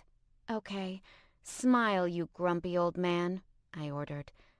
The camera flashed, nearly blinding us, and when my vision cleared I saw the image of the two of us, happy and smiling against hotel pillows. Our hair was wet and mussed. My makeup wasn't quite washed completely off, leaving black smudges beneath my eyes. Anyone looking at the photo would know instantly that it was a "we just fucked" picture, but I hadn't taken it to show anyone else. This was just for us. It was absolutely perfect. There. You can look at that whenever you want, and we'll always have Paris. He kissed my forehead. And I hope we have it again and again. Chapter 13. Upon our return to London, shit got incredibly real. One of the bedrooms in Neil's house in Belgravia were opened up for the live-in nurse who would stay throughout Neil's induction chemotherapy. Our bedroom now held a hospital bed in addition to the actual bed, a change that wasn't necessary yet, but likely would be. 3 days after our return from Paris, Neil went in for an outpatient procedure to put in a port for his chemotherapy, and even though it was a procedure and not an operation, I was freaked out. Neil had decided after much deliberation with his doctor in the preceding 2 days that he would opt to try chemotherapy to get his cancer in remission, or as close as possible, then proceed with an autologous stem cell transplant. He'd have a catheter placed today, and a second one placed for the stem cell harvest at a later date. I didn't know why they couldn't just use the same catheter for everything, but I hadn't asked. When Dr. Grant had brought out an actual catheter and showed us how it would be inserted in a vein deep below Neil's skin, I'd almost passed out. I didn't want Neil to worry about me when he should be worrying about himself. I was keenly aware of what he'd said to me the night we'd reconciled. After they took Neil back for the operation, I sat in the waiting room, bouncing my knee, checking the clock. They'd told me it would be a 30-minute procedure, but it had been 45. What if something had gone wrong already? What if his numbers, I didn't fully understand, were too low and he bled to death? Could that happen? What the fuck was going on? I resisted the urge to bother the nurses until an hour had passed. I got up, rubbing my palms against my denim-clad thighs, and tried to look casual as I approached the desk. A harried-looking brunette in a dark blue uniform raised her eyes from her computer screen as I approached. "Can I help you?" "Yeah, I'm really sorry to bother you." The woman's expression made it plain that by beating around the bush I was making it worse. "They said the procedure only takes 30 minutes, and it's been an hour. If you're here with someone, a nurse will come for you when the patient is out of surgery." She wasn't being unkind, but I got the sense that her efficiency was born from years of dealing with worried family and patients. "Thanks." I went back to the chairs and sat bouncing my knee. An older woman, probably in her 60s, with what I expected was dyed ginger hair, gazed at me sympathetically. She wore her glasses on a chain, and she peered over them while her busy hands worked a crochet project in her lap. Nervous, dear? I nodded. Yup, just waiting for my boyfriend. Don't worry. This is a very good hospital. She frowned and undid a stitch, resituating her yarn around her fingers. I'm waiting for my sister. She's doing a second go. First time, it was cervical. Now it's ovarian. I'd always had the impression that British people were stuffy and proper. Here this woman was, spilling her sister's lady cancer details to me. It reminded me a little of home. Not New York, but Calumet, where every conversation with a family member began with a long list of chronic ailments. It put me right at ease. I gestured to the doors. Chemoport. Oh, I'm so sorry. It's not serious, she asked hopefully. I mean, it's cancer, so... I shrugged. But we're hopeful. Are you engaged? It was a super blunt question, but she asked it with such authority, I thought I should give her an answer. No, we haven't talked about marriage. We'd talked about children. That was scary enough. I could only imagine the prenup I'd have to sign. In the event of a divorce, Mrs. Scaife Elwood would receive $11 bajillion, and Mr. Elwood would continue to blame himself for the dissolution of the marriage and the ruining of Mrs. Scaife Elwood's life in perpetuity, even though it's probably not his fault. If I were you might want to get on with it, the woman advised. If he has cancer, why waste time? I don't know. I looked to the doors and for once in my life, silently willing something made it happen. The door opened and the surgeon came out in his blue scrubs. Mrs. Scaife, will you come with me, please? I grabbed my purse and stood, the woman's intrusive chit-chat prickling in my brain. What did she mean? I should get married to Neil before he died? Was that supposed to be a concern in the forefront of this whole situation? Not ending up a spinster? Now the surgeon's distracted, serious demeanor was making me a little edgy. Why were we going into a private office to talk? One that had a framed inspirational poster of a butterfly on the wall? Have a seat, he said, gesturing to the chair. I surreptitiously scoped out his name tag as he sat, because in all my nervousness about the surgery, I'd forgotten it. Things didn't go as well as we had planned, but the port is in. He had more bleeding than we anticipated, and he was a bit uncomfortable during the procedure. So we've given him something for the pain. You should expect him to be groggy for a few hours. Can he still come home? Neil hated the hospital, and he'd expressed anxiety that he might end up admitted. As soon as we push some fluids, and he's a little less sedated. I don't see why not. No strenuous activity. He can't get the stitches wet, but other than that, he should be fine. When does he start chemotherapy? The doctor reached into his pocket for a pen and flipped open a chart on his desk. Next week? Next Monday? I watched as the surgeon scribbled something I couldn't read. I'm going to leave a note for the attending oncologist. I think I'm on that day, so I'd like to check up on him while he's here. He said all this with the grim demeanor of a dentist who knows you haven't been flossing. Is everything okay? I asked, raising my eyes a little to see if I could nonchalantly peer down at the chart. He closed it. Yes, of course. As you're not Mr. Elwood's representative, I can't give you specifics. I'm sure you understand. Yeah. I nodded. I hadn't thought of that. It wasn't enough to just be there with him. If something went wrong, I needed paperwork. If you'd like to see Mr. Elwood, he's in recovery. I can take you back. I followed the doctor into a hallway with individual rooms, with glass doors and pale blue curtains for privacy. He paused before one, knocked briefly, slid the door open and said, Mr. Elwood, are you ready for company? Sophie? I heard Neil's voice, small and tired, and I pushed back the curtain enough to step through. Hey, I said with a stupid little wave. What was it about hospitals that drove such distance between me and my loved ones? My mom had her gallbladder out when I was in high school, and I'd felt like I was visiting a stranger when I'd gone to see her in her room that night. Neil hadn't even been admitted overnight. and I was already afraid that inability to be normal in a medical setting would drive a wedge between us. No, I would not let hospital awkwardness defeat me where Neil was concerned. I went to his side, pulled a chair close to the bed, and said, "How was it?" "Awful." He shook his head, then relaxed with a little sigh and closed his eyes, "even with the sedatives and the local anesthetic. But it's over now." "Yeah, apparently there was a complication. Do they ever give you straight answers in hospitals, or—" "Never." He reached over without opening his eyes, and I took his hand. He still had an IV in it, so I kept my palm under his and his arm low. "Well, at least you'll get some downtime to heal up before the chemo. Of course, that sounds kind of like in The Princess Bride when they heal Wesley up before they torture him." Gently I moved the unsnapped shoulder of Neil's gown to see the surgical site. There was a gauze bandage on his chest, just below his collarbone. I wonder if that will leave a sexy scar.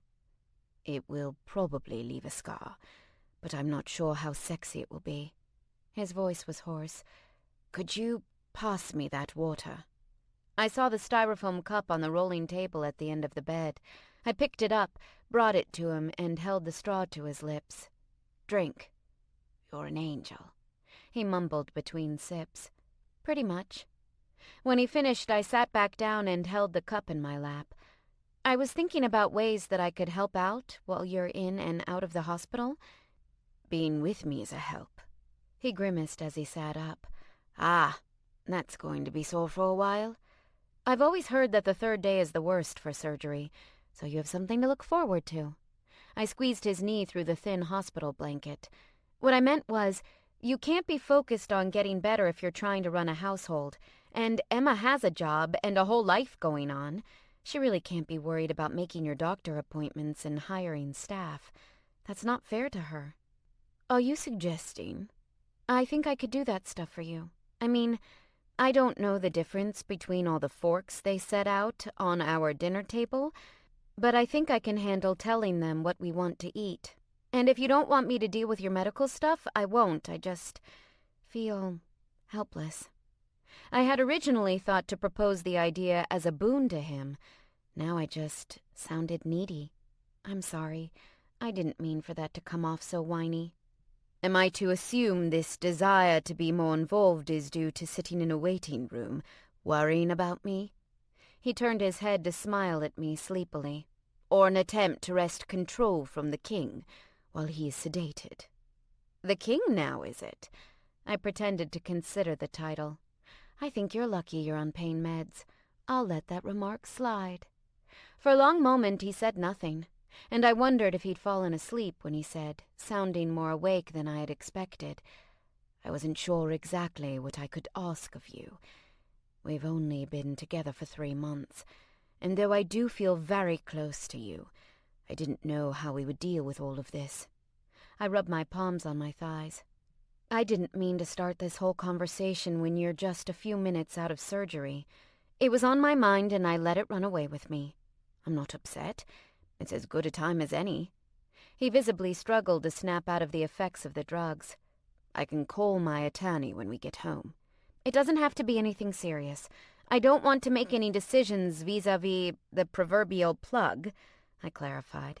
"I just want to be able to help you with making appointments and talking to the doctors. You know, when you're loopy like this. You had complications in there, and the surgeon kind of danced around it." "Oh, yes, there were complications." He gingerly touched his shoulder.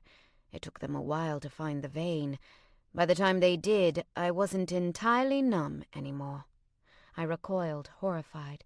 "Oh my God, Neil, you poor baby." "But I survived. At least I had the sedative to entertain me." He looked around the room, squinting. "I can't see anything." I reached into my purse and pulled out his glasses. "You probably need these." He took them from my hand and kissed the backs of my fingers. "You're very good at this, you know." I sat up straight in my chair, my hands pressed primly in my lap. I smiled and lifted my chin. "And I'll only get better." Although I wasn't sure better was the word for it, I would get more used to it, because I had to. "I do want to make you my medical advocate, or next of kin, whichever they call it these days. He said after a pause, "Right now mine is Emma. Rudy is my backup. They're both spending more time in New York than here. You live with me. It only makes sense that you should be in charge of such things." "These are the words of a man who's had far too many drugs in his system at one time," I said dryly. "I'm completely serious." He reached over and took my hand, squeezing my fingers in his. "This will take months. You heard Dr. Grant. My total recovery after the transplant could take up to a year. I can't ask Emma to stay at my side every day for a year." "You would murder each other," I conceded. "With our bare hands." He closed his eyes. "I'll call Alan when we get home." "No, you just had surgery," I reminded him. "You can call Alan in a few days. When we get home, you're going to rest." "I'll have plenty of time to rest when I'm doing the bloody chemotherapy," he complained, but his heart wasn't really in it. "You're probably right, though. I do need the practice." That is the saddest thing I've ever heard. I stood up. "I'm going to find a nurse and see when they're going to release you." "Sophie?" he called, and when I turned he was smiling at me. "You really are very good at this." "Thanks." I considered a moment. "But let's not make this whole getting cancer thing a habit." Neil's chemotherapy would go in a 3-week cycle. The first week, he would get all the nasty drugs that would kill his cancer cells, and a bunch of regular cells on the side. He had the first dose at the hospital so they could monitor his condition. "This is ridiculous," Neil complained as he changed out of his clothes and into a hospital gown. "We only live a few minutes away. I don't see why I need to stay overnight." "Better safe than sorry," I reminded him patiently as I folded his sweater. "You'll be back home tomorrow." I'd thought that he would have to be taken to some special chemo lab to have the super important drug administered. Perhaps there was a touch of the dramatic in that expectation. I was totally comfortable imagining Neil on a gurney, being raced into some far-off procedure room by nurses and doctors, all shouting at each other about how serious this entire thing was. At least, then it would match the level of anxiety I felt.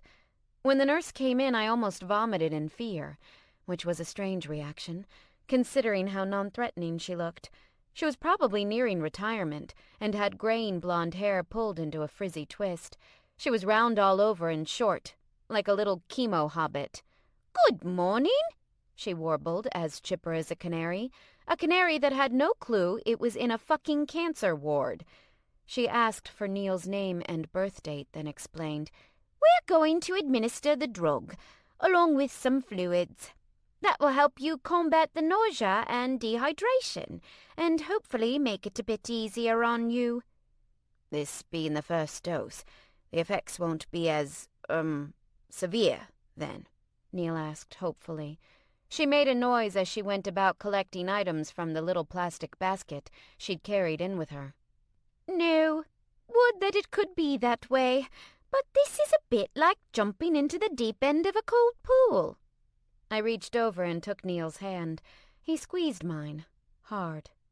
She turned with a plastic sleeve of fairly innocuous-looking clear fluid, marked with some very comforting warnings about poison and corrosiveness. She held up a length of plastic tubing and said, still in that chipper canary voice, "Are we ready?" "Hey, baby," I said softly, tugging Neil's hand. He turned his head, and when his eyes met mine, I could almost feel his fear. I gave him as comforting a smile as I could manage. "Just look at me, okay? I'm right here." His fingers locked around mine in a death grip. It was strange, seeing Neil freaked out. It was stranger that my presence seemed to help him. I always took comfort in him, so I guessed I'd overlook the possibility that he could take comfort in me, too. Neil's port site was still slightly tender, and he winced as the nurse swabbed around it. I tried not to let my disgust show in my expression, but the tube she connected to him looked like a crippled squid, with 3 pathetic tails hanging from it. The nurse hooked up a bag of fluids to one, and the sleeve labeled chemotherapy and toxic to the other. She taped everything down very efficiently with a little windowed sticker that covered both the main line and the port, flicked a wheel on the tube and said, "There you go. Let me get you set up with a basin, in case you need it." Chemotherapy started not with a bang, but not even a whimper, really. Neil settled back more comfortably against the raised head of the bed. That wasn't as bad as I thought it might be. I didn't want to burst his bubble, but I figured I had some responsibility to him in the reality check department. "Why don't you wait a few hours and see how you feel?" He made a face. "Oh, good Lord. I can taste it." I reached into my purse. Emma had mailed her dad scads of candies called Miracle Berry tablets. She'd learned about them while scouring internet message boards for chemotherapy comfort tips. I was glad I'd remembered them. I popped one from its bubble pack and passed it to him. He sucked on it a moment, then said, "Well, it certainly helps. The drugs do sting a bit, though." I rubbed his arm. "Is there anything else you need me to do? Just say the word." He considered. "You can get out your iPad and we can watch something. Sherlock is on demand." We spent the rest of the afternoon and into the evening watching television on the iPad, propped on its little stand on the table that slid over his bed. After the drugs had been pushed into his system and the lines had been disconnected, I laid beside him, occasionally holding the basin for him when he felt like he might vomit. But he never did. At around 7 in the evening, our nurse from that morning was ready to sign off her shift. "I'm off for home now. Time for you to go as well. Visiting hours start again at 8 in the morning." She moved Neil's mostly untouched dinner tray aside and made a note in his chart. My heart lurched. I'd known coming into the hospital that he would be staying overnight, and I wouldn't be. Now that it was time to leave, though, I couldn't go. He didn't feel well. He hated the hospital. He was going to be bored and lonely, and he had cancer, and they were sending me away to leave him alone. Tears sprang to my eyes, and I tried to hide them from him. "Sophie," he soothed, putting his hand on my shoulder. "It's only for a night. You'll come back in the morning, and I'll come home with you. I'm fine. Really." I nodded, but I couldn't speak. He put his arms out, and I leaned against him. He smelled funny. The chemo was already seeping out in his sweat. Wiping my eyes, I sat back and smiled at him. "You're right. I'm being silly. It's going to be nice to have that big bed all to myself." "Be sure you do something naughty in it, in my absence," he whispered, as though the nurse wouldn't hear, and she snorted a laugh. I kissed his cheek. "Okay, I'll see you tomorrow." Once I was outside the room, I pretended not to see the "no cellular phones" sign and called for the car. Our driver in London was a very professional, very humorless man. I wished we could have used some of Neil's billions to move Tony over with us. His easy New York humor would have been a lifesaver at the moment. Neil's nurse ended up catching the same elevator down as I did. She gave me a pitying smile. "It's going to get easier, leaving him here." I wanted to snap, "No, it won't, bitch," and storm off the elevator, but I restrained myself. If I lashed out every time someone made a comment about how his recovery would go, or how I should handle it, I was going to get real tired real fast. It was strange, staying at Neil's house without Neil. It was big and empty, and I would have preferred the haunted feeling of Langhurst Court. At least a ghost would have been someone to talk to. I ended up in our big bed far earlier than bedtime, cuddling his pillow like a puppy wanting her master's scent. I wanted my sir's scent. I just wanted him with me. I left the television on all night, and the lights, which didn't make for the best night's sleep ever. After the alarm went off, the morning crawled with every task seeming to take up too much time. I wasn't going to be happy again until I was with Neil. I was brushing my teeth and staring at myself, unattractive toothpaste goatee dripping from my mouth, when I realized that for the next few months, this would be normal. Sleepless nights, worrying and waiting and being separated from Neil when all I wanted was to be with him. When I got to the hospital at the 8 a.m. start of visiting hours, I was shocked to see Neil already dressed and sitting on the edge of his bed, coat looped over his folded arms. He didn't look like a cancer patient. He looked how he always looked, just a little bit more tired. I don't know if I was expecting him to lose all his hair and eyelashes overnight or what, but I was so relieved. Tears sprang to my eyes. Was it a bit dramatic to run at him and throw my arms around his shoulders? Probably. Did he mind? Not at all. He squeezed me back and whispered, "I missed you too." We should be able to spend a single night apart, don't you think? A tearful laugh burbled up my throat. This is kind of pathetic. This is different than a night apart. That I can handle. He chuckled. No, that's a lie. I used to hate Sunday nights in New York. Sunday nights were the worst when you went back to your apartment. So you've had more practice missing me than I've had missing you. I kissed his cheek and stepped back. What are we waiting on? Dr. Grant wants to see me before I go. Neil shrugged. I feel fine. A little tired. But I thought this was going to be terrible. It will be. Dr. Grant insinuated himself into the conversation easily as he stepped through the open door. Everything looks fine. We're going to send you home with some literature about what you can expect for the next few days. Your staff has my number, yes? Yes. I have a live-in nurse and one part-time to fill in the gaps for when the poor man has to sleep, Neil explained. And Sophie may contact you as well, if something goes. At any hour. Dr. Grant scribbled something on the sheaf of papers in his hand. This is my private cell number. Call should the need arise. I was expecting the horrible side effects I'd read about, but when we returned home that afternoon, Neil was fine. A little nauseated, but otherwise, Neil as usual. He went to bed early, and the next morning he went to work in the home office. Are you sure you're okay? I asked him, lingering beside his office door. He looked up from his computer screen and nodded. I feel fine, thank God. I've no idea what Butler's doing with AutoWatch since I've been gone, but the March cover is atrocious. You know, I began, carefully picking my way around a stack of papers that were, God help us all, dusty. This is insane. You need to take some time off to take care of yourself. If you weren't here having chemotherapy, you'd be caught up in Porteris business and not worrying about AutoWatch or any of your other magazines. You hired the people who are running them for a reason. His head dropped and he nodded miserably. I know, he admitted after a moment. I'm not sure what to do if I'm not working. I understand that you're feeling helpless right now, but I owe it to all the poor people who work for you to keep you from micromanaging their jobs. I stepped behind him and rubbed his shoulders, carefully avoiding his port. Do you want me to teach you to knit? No, and honestly, I can't focus on this. He pushed back from the desk. I can't focus on anything, and I'm bored. It's not a pleasant combination. Is there anything you want me to do for you? His helpless feeling was catching. No, I think I'm going to take a nap. I'm a little nauseated.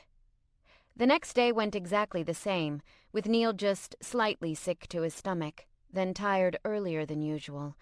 The fourth day, that was when the magic happened. The only time Neil woke up, it was to vomit profusely, to the point that I became alarmed. Josh, the nurse, reassured me that it was totally normal. Neil didn't eat anything for the rest of the day, but sucked on some Miracle Berry tablets. He asked for Josh's help getting him in clean pajamas and put to bed, and I knew then that things were really bad. Neil would rather cut off his own arm than ask anyone for help with anything, normally. I went to bed when he did, laying beside him, reading Ahab's Wife and listening to Neil's deep, exhausted snoring. At some point I fell asleep, and when I woke, it was to a dark room and total silence. No snoring. My heart lurched, and I sat up, blinking my eyes in the dim light from the bedside lamp I hadn't turned off. Neil? Did I disturb you? I'm sorry. I couldn't sleep. His tone was weary. He'd been awake for some time. I sat up beside him and wrapped an arm around his waist. He was chilled, his skin wet with perspiration. He smelled different, metallic and medicine-tinged. He shivered uncontrollably as I held him. "Oh, baby," I murmured. I felt guilty that I had been sleeping beside him while he'd been suffering. I pushed my hair back. "Is there anything I can do?" His forehead creased as he tried to focus. I thought back to all the side effects I'd memorized by heart.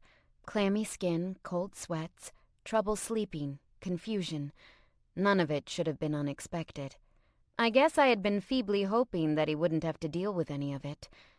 "I don't think there is." He pressed the heel of his hand to his temple. "Maybe you should get the nurse." I felt terrible. "I can do that. Sure. What do you want me to tell him? What do you need?" I slipped from the bed and grabbed my robe. "I don't know. I feel something isn't right." He swung his legs over the side of the bed and leaned his elbows on his knees.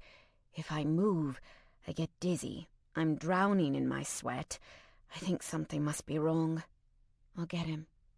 I grabbed the phone on the nightstand and rang Josh's cell. He picked up on the second ring, despite the fact the alarm clock said it was 3:30 in the morning. "Mr. Elwood? Can you come to our room, please?" I asked, the hysteria I held back crackling like electricity through my tight voice. "Neil is really not feeling well." As I said it, he stood and lurched for the bathroom, slamming the door behind him. "I'll be right down," Josh said, instantly alert. I hung up and padded toward the bathroom door. I'd just laid my hand on the handle when Neil called, "Sophie, please don't come in." "Are you all right?" Now I was really worried. "Neil, are you okay?" "It's nothing to be alarmed about. It's just bloody embarrassing." Oh no, poor Neil. I felt awful for him, because I knew how controlled and composed he always tried to be. A run-of-the-mill toilet accident during chemo might be something other people had a sense of humor about, but not Neil. "Josh is on the way down right now. Do you want me to leave?" "Yes, I would. Perhaps you could fetch me some tea?" he asked, his voice plaintive and wobbly. He didn't even like tea. He just wanted me to leave. All I wanted to do was comfort him, but if the only way I could make him comfortable was by leaving, then I resolved I would do just that. "Okay, I'll wait until Josh gets down here and then I'll go." I paced the floor a moment, helpless, then went to Neil's wardrobe and pulled out a clean pair of pajamas. I handed them to Josh the moment he came in the door. "He's in the bathroom," I explained in a low voice. "He's had some trouble and he doesn't want me around. I'll be downstairs. Ring the kitchen phone when he's ready for me to come back up." "Very good," Josh said. His brown eyes were ringed with tired shadows. Downstairs, the kitchen was dark and dead silent. The staff all started arriving at 5 a.m., so I had plenty of time without worrying about being caught in my bathrobe. I located a teacup, filled the kettle that sat on the back of the industrial stove, and lit the burner. The kitchen was super modern. A wide crescent skylight with white beams supporting the glass lit the room in the daytime, and shades sandwiched between the panes blocked them off during the night, so our next-door neighbors couldn't see down and in. At night, inset lights illuminated the room with a bright but indirect glow. Even though I wasn't hungry, I wandered to the refrigerator and opened it. Fully stocked with more fruits and veggies than I thought would be possible for a human to consume in the few short days before they went bad. But then, before chemo, Neil had been drinking shakes made of huge bunches of kale and bushels of carrots. He'd really embraced the healthy diet Emma had pushed on him, and I was glad. It would not only help him stay as strong as possible through chemotherapy, but it gave him an illusion of control. Staring at all the produce, all of it scrubbed clean in antibacterial dishwashing soap, as per Dr. Grant's orders, an answer I hadn't even been looking for came to me. The hardest part of Neil's treatment wouldn't be the side effects or the transplant or missing work, but his lack of control. He was the master of his own destiny, or he was a shambling mess. There was really no in-between. I was going to have to be very careful with his feelings. I guess I had known that all along. I'd just never seen it illustrated so literally. When I came back from the kitchen with his tea, Neil was already showered and dressed in clean pajamas. He was sitting on the edge of the bed and he couldn't meet my eyes. I placed the teacup and saucer on the bedside table. He wouldn't drink it, but I could keep up the facade. "Feeling better?" "No." Not at all. He didn't look up. I sat down next to him. So? You shit yourself.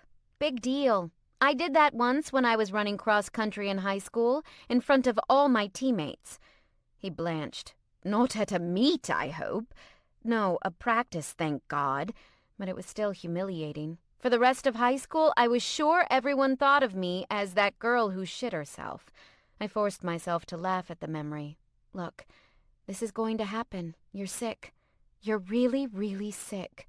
Nobody's going to hold it against you if you barf or poop, or even just have a cranky day.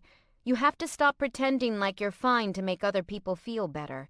You have to stop pretending like you can pretend you're fine. I haven't been fine since the hospital, he admitted quietly. I've been miserable. Then why didn't you tell me? I felt like I had been punched in the chest. Here I'd been acting like everything was fine because I was following his cues. If there had been something else I could have done for him, some way I could have made him comfortable. Neil, I'm here to help take care of you. You have every right to let me know how sick you're feeling. He grimaced.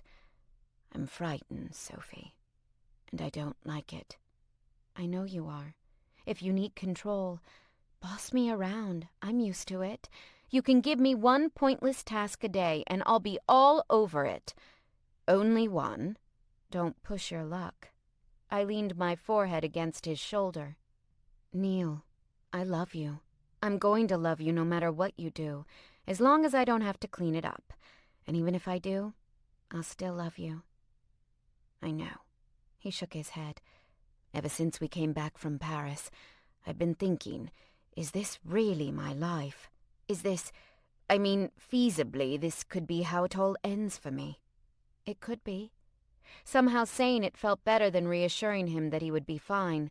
I owed it to him to take his concern seriously. But if it is, do you want to go out miserable, fighting for control over a situation you can't change? Or do you want to accept the fact that the people who love you don't love you because you're a control freak, but in spite of that?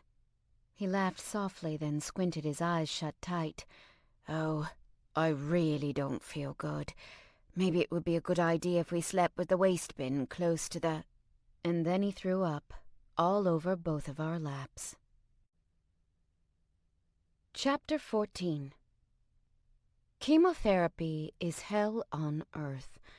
For the rest of the first week, I watched Neil go from miserable but kind of functioning to miserable, non-functioning, and super crappy. It was easy enough to put up with. He wasn't just being a dick for no reason. I wouldn't be a piece of cake to live with if I felt hot all the time, sick to my stomach and too weak to walk. However, around the end of that first week, my patience had begun to fray when he would argue that the sheets hadn't been changed, when they most certainly had, or that I was stealing all the blankets when he was wrapped up in them like King Tut. I knew he felt terrible. It showed in every line on his face, the dark hollows under his eyes. One day, after he'd nodded off in the armchair in his study, while trying to finish a sentence that hadn't fully made sense as he'd been speaking it, I was startled to find myself thinking that he didn't look like a man who was 48. He looked like a man who was 68 and dying. It's the chemo, Josh reassured me when I tearfully confronted him in the hallway. It looks really bad, but that just means the drugs are working. Thank God for Josh. Tall and lanky with sandy brown hair and a nose that was way too big for his face. Josh was the most patient nurse I had ever met in my entire life. If Neil blamed him for the sun setting at an odd angle, poor Josh would apologize for it without complaint. By day 6, Neil was sleeping almost full time, and I started to have the strangest feeling of loneliness. I stood in the kitchen one night, making a cup of tea that Neil had asked for. But I knew he wouldn't end up drinking, and I thought, this is what it will be like when he's dead. Not if he dies, but when he's dead. I'd cried all the way back upstairs. Some of my emotional response had to do with my cycle finally getting back to normal. After the baby scare, I was charting, taking my temperature every morning, and peeing on ovulation predictors. If my period was an hour late, I would know about it. I'd also managed to find a doctor in London who would give me a birth control shot when I finally did get my period again. Not that Neil and I were going to be having tons of sex or anything. I just wanted it for my own peace of mind. But the whole don't get pregnant plan had an unexpected benefit for Neil's care. The doctor predicted Neil might need several rounds of chemotherapy to get the cancer into remission. If I kept track of his symptoms, we would know what to expect when round 2 floated by. I started taking copious notes, like how often the sheets needed changing because of his night sweats, to what food made him sick to his stomach.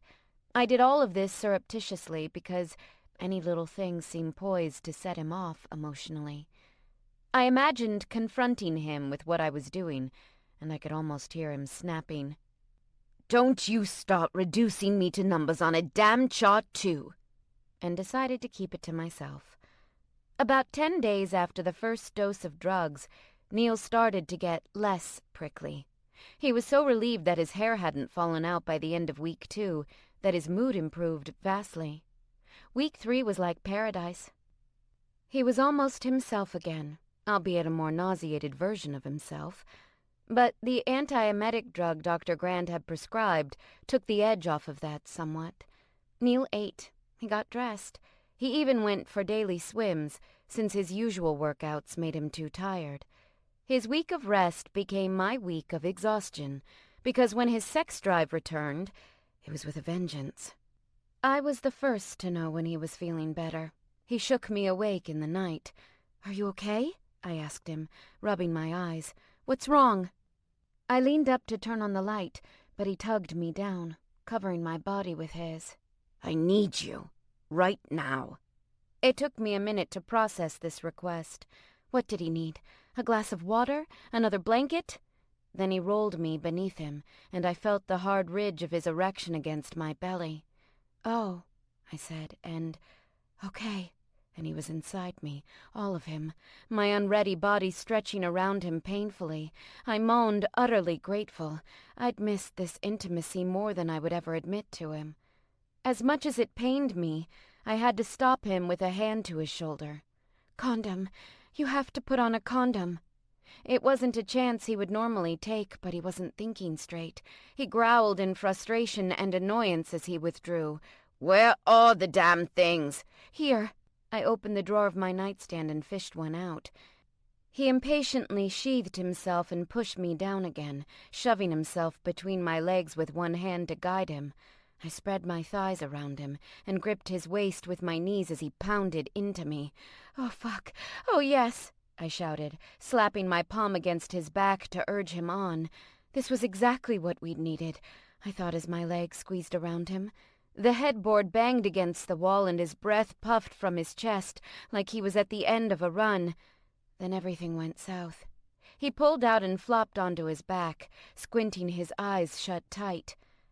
"I may have—" He swallowed and half-choked, and I sat up, jarred out of my momentary spike of desire to turn on the light.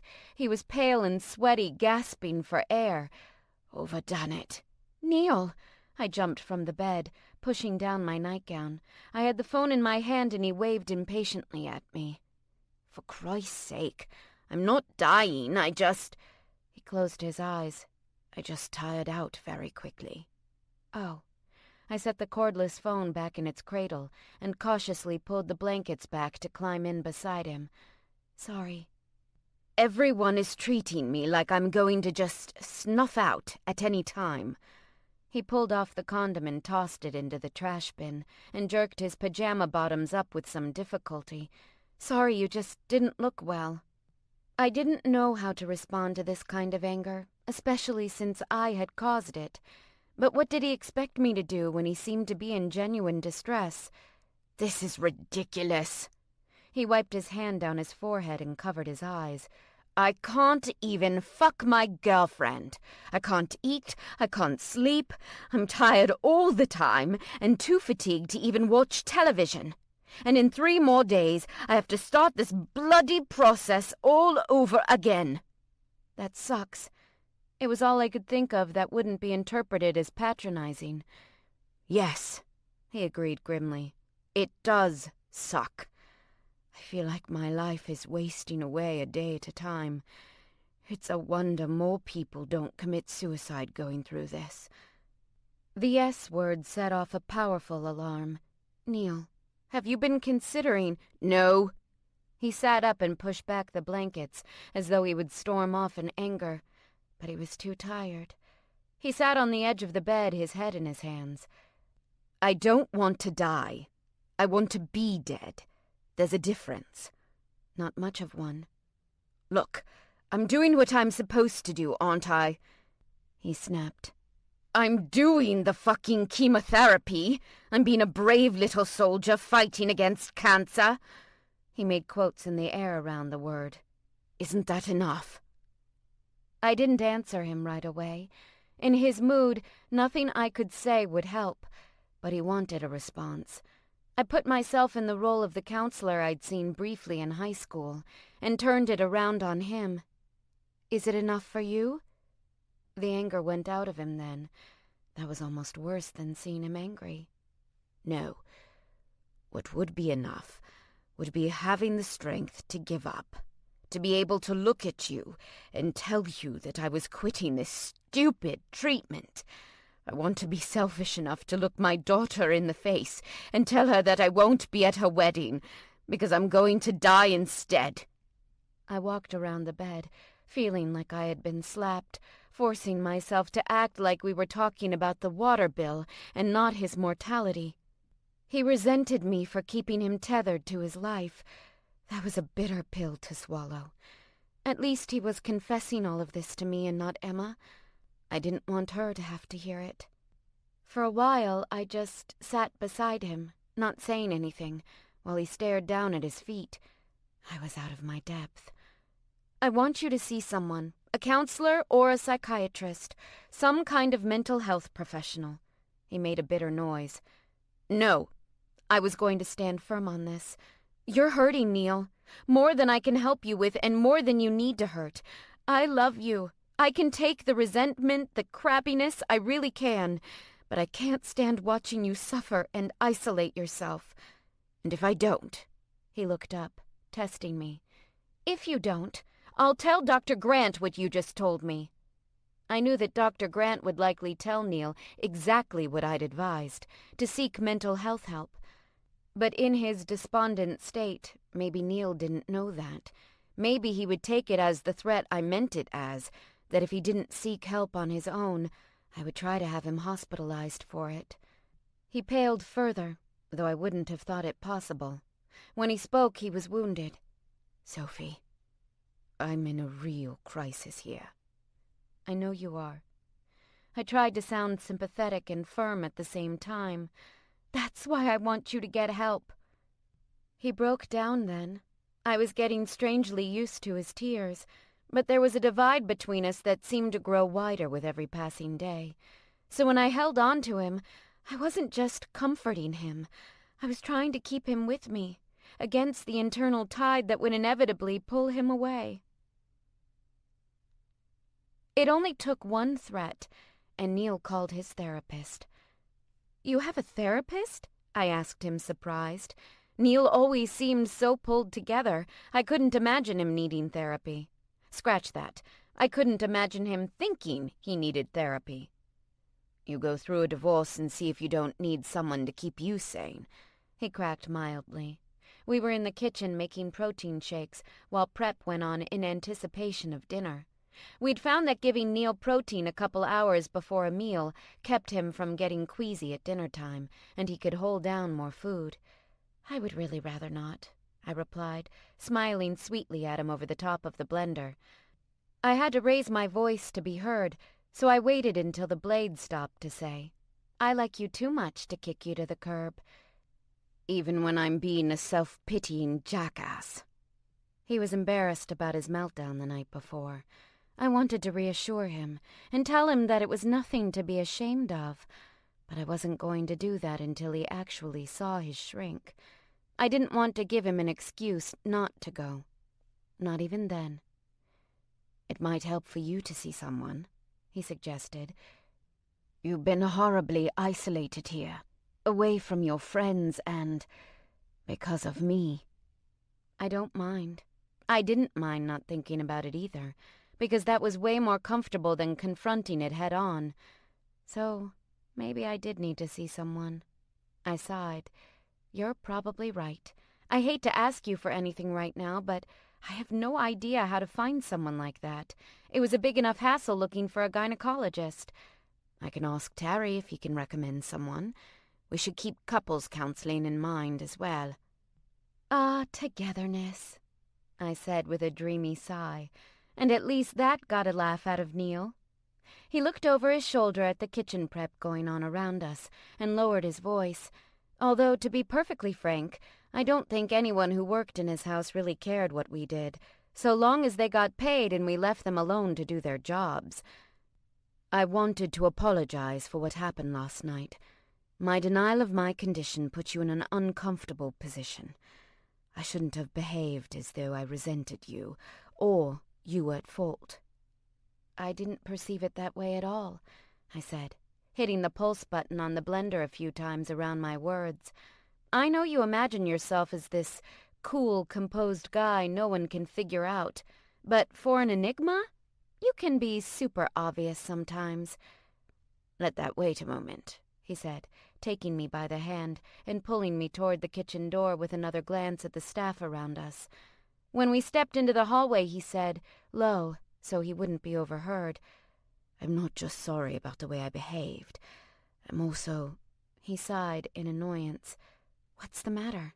I asked, and I reached up to touch his face because he looked so frustrated and lost. I'm upset because I'm not able to meet your needs sexually. I was fully prepared for the fact that my sex drive would be affected by chemotherapy, but I hadn't thought as much about how this must affect you.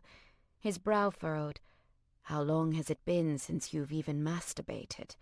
I've masturbated, I hissed in outrage. I was embarrassed by the question, but not because I was ashamed to admit these things to Neil. I just didn't want to have to own up to the fact that my solo sex life hadn't exactly been wild lately. I didn't want him to feel guilty over that, too. But while he was sick, I didn't feel all that sexy. Really? When have you had the time in the past month? You worry over me like a mother bird in her nest. He wasn't scolding, just concerned. Maybe I'm not in the mood, I shrugged. It's this whole thing where my boyfriend has cancer. I'm aware that you're under an enormous amount of stress due to my condition, but you can't spend so much time fretting over me that you don't take care of yourself. Come on, I need to sit down, Neil told me. We went into the sitting room, and he dropped onto the sofa. I recognized the look on his face, the questioning, like he was trying to figure out a puzzle. He had done this a lot in creative meetings at Porteris. I've been thinking about this for a few days, and I've come up with a plan, but I'm not sure how you'll react to it. You've come up with a plan about my masturbation habits? I laughed. I would love to hear it.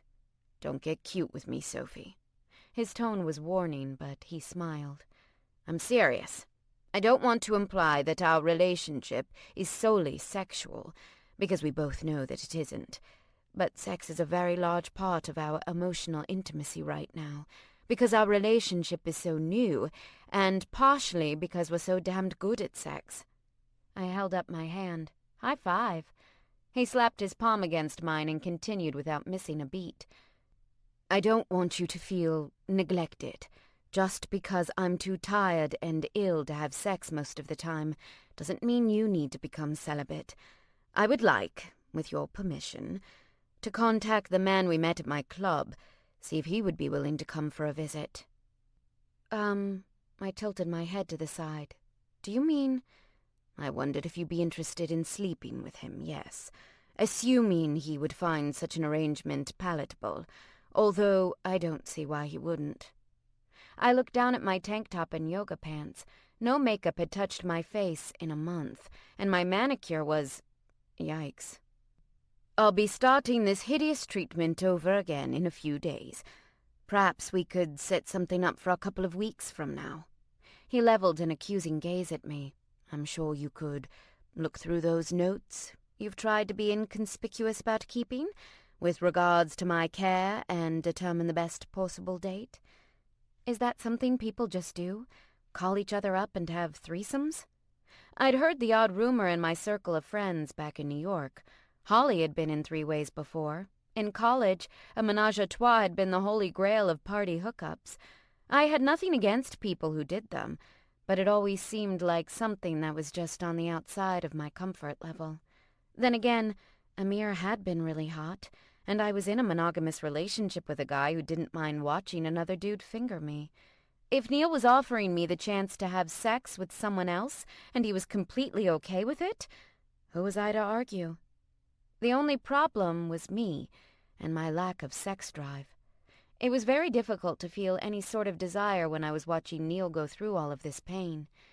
Any naughty tingle that got past those particular gates was immediately cut down by my anxiety over our future. It's why he gave us his card. Either he's interested in me or you, or both of us. The only way we find out is if we contact him." Neil hesitated a moment. "If this isn't something that would make you happy, we needn't do it." "I don't know." I shook my head. "It's not you or this. It sounds like a lot of fun, or it's something I would have thought was a lot of fun several months ago. Now I feel like I could do without it." At the risk of sounding crude in an important conversation, last night you didn't seem like someone who could do without it. I believe the words "oh fuck" and "oh yes" were uttered with some urgency. For a moment I thought he was being funny, but the gentle sadness in his gaze never wavered. "It's all right to miss sex, Sophie. I do. Terribly. And I'm afraid that this is something that will just go on and on. I Googled sexual dysfunction after chemotherapy, and there were some very bleak—" I reached for his hands, interrupting him. "You have to stop Googling, baby. It's bad for you." "My point," he began again, an impatient tilt to his head, "is that if I were, God forbid, rendered incapable by some rare complication, I wouldn't want your enjoyment of sex to suffer from it, and I'm afraid that's what's happening right now." Okay, he did have a point. Since Neil had come back into my life, I hadn't been interested in sex if I wasn't having it with him. That went for my self-powered ventures as well. That was super sad. That is, uncomfortably true. But if it makes you feel any better, I'm just so satisfied by you. Solo work doesn't interest me." "Amir interested you," he reminded me, stroking his thumb along mine. He gave my hand a squeeze. "It doesn't matter to me who gets you off, be it you or me or Amir, or even someone else who catches your eye. But I want someone to do it." I considered. "How about you contact him then? And in the meantime, maybe I'll get reacquainted with myself?" He grinned. "Perhaps I can be of assistance in that endeavor." A rush of heat spread down my belly, and I stood up to keep from squirming where I sat. There was that desire I'd thought I didn't feel anymore. "Come on, your smoothie is getting all ruined." "There is one other thing I wanted to discuss with you," he said, as we walked back to the kitchen. "If it can be discussed in front of the staff, shoot." I pushed the door open and made an "after you" gesture before following him in. "When we came to London, you said you were planning to do a bit of freelance writing. Have you had a chance to explore that yet?" My stomach dropped. The very last thing I wanted was for Neil to think I wasn't pulling my weight. I'd made such a big deal about not needing his money and wanting to work, and all of that was true. I really did want to work and not spend his money, but it seemed like I'd been so focused on Neil, either caring for him or sitting around and waiting to care for him, that I hadn't even thought about what I would do next. "I haven't," I admitted guiltily. "I'm sorry." "What on earth should you be sorry for?" he asked, grabbing a tumbler from one of the cupboards. He went to the blender. "It isn't as though I've been a workaholic these days." "But it's different. You're sick, I'm just in a holding pattern." "Do you think that's healthy for you?" he asked, and I almost snapped at him not to analyze me before he even saw his damn shrink. Okay, if I was that defensive about it, obviously I wasn't in a healthy place. But God forbid I admit I was wrong. Everything has been kind of go, go, go since we came here, so there hasn't been a lot of time. And your concerns about me take up a lot of mental energy. I know. He carefully poured the contents of the blender into his cup. I'm not trying to push you, but I am worried that if you lose your focus in your career, you won't be happy. And I do want you to be happy. He made a pained face as he sipped his shake. Do you need me to get you a refill on the magic mouthwash? I asked, lapsing directly back into my caregiver role. One of the nasty side effects of the chemo was that Neil got painful sores in his mouth and on his gums that made it difficult to eat or drink most things. He nodded. I'm sorry. I've got to tell you. I looked around, opening and closing my hands. Pen. I need a pen. No. He set his shake down and put his arms around my waist. Stop driving yourself crazy. I have a very competent, very expensive nurse to care for me. From now on, just be my girlfriend. I don't know if I can do that. His treatment and getting him through it as comfortably as possible had become the extremely narrow focus of my entire world. You're kind of my project right now. I don't want to be your project. I want to be your boyfriend. Get another project, or... He stopped, his gaze drifting off into that dead-eyed stare of deep thought. You know, you could make me your project, just not in the way you have been. Yeah? How's that? I grabbed the pitcher from the blender and moved to take it to the sink, but he stopped me with a hand on my arm. You've been keeping notes on me. I know you try to hide it, but I've seen you doing it. Why not take all of the things you've journaled and start writing about them? It was a nice thought, but I couldn't see how it would work. I'm journaling stuff like your symptoms and your blood cell counts. Not that you aren't absolutely fascinating, but I can't see anyone wanting to read about that. You'd be surprised. Remember the Daily Mail?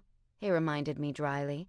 They had made a disgusting offer for an exclusive story about Neil's condition already. But I don't think you should write about me, per se. You should write about living as a partner with someone who has cancer. I considered. It would probably be difficult to write about our situation without people figuring out who you are. I mean, are any other British billionaires with 24-year-old girlfriends going through chemotherapy for leukemia right now? Yes, we have a club. He took another sip from his glass. We go rowing on the weekends. Don't get cute, I admonished him, the same way he would of me. You didn't want that paper to run a story about you. It's a legitimate concern on my end. I don't want to expose any information you don't want me to make public. Just don't use my name or identifying information, he suggested. If someone figures out who your mysterious, rich boyfriend is, then so be it. I didn't make you sign a non-disclosure agreement when we started dating. You own the details of your life, and certain details of mine that get mixed in with yours. So long as you're not printing out my banking information, I don't see the trouble. I'll think about it, I said, avoiding his eyes. I really will.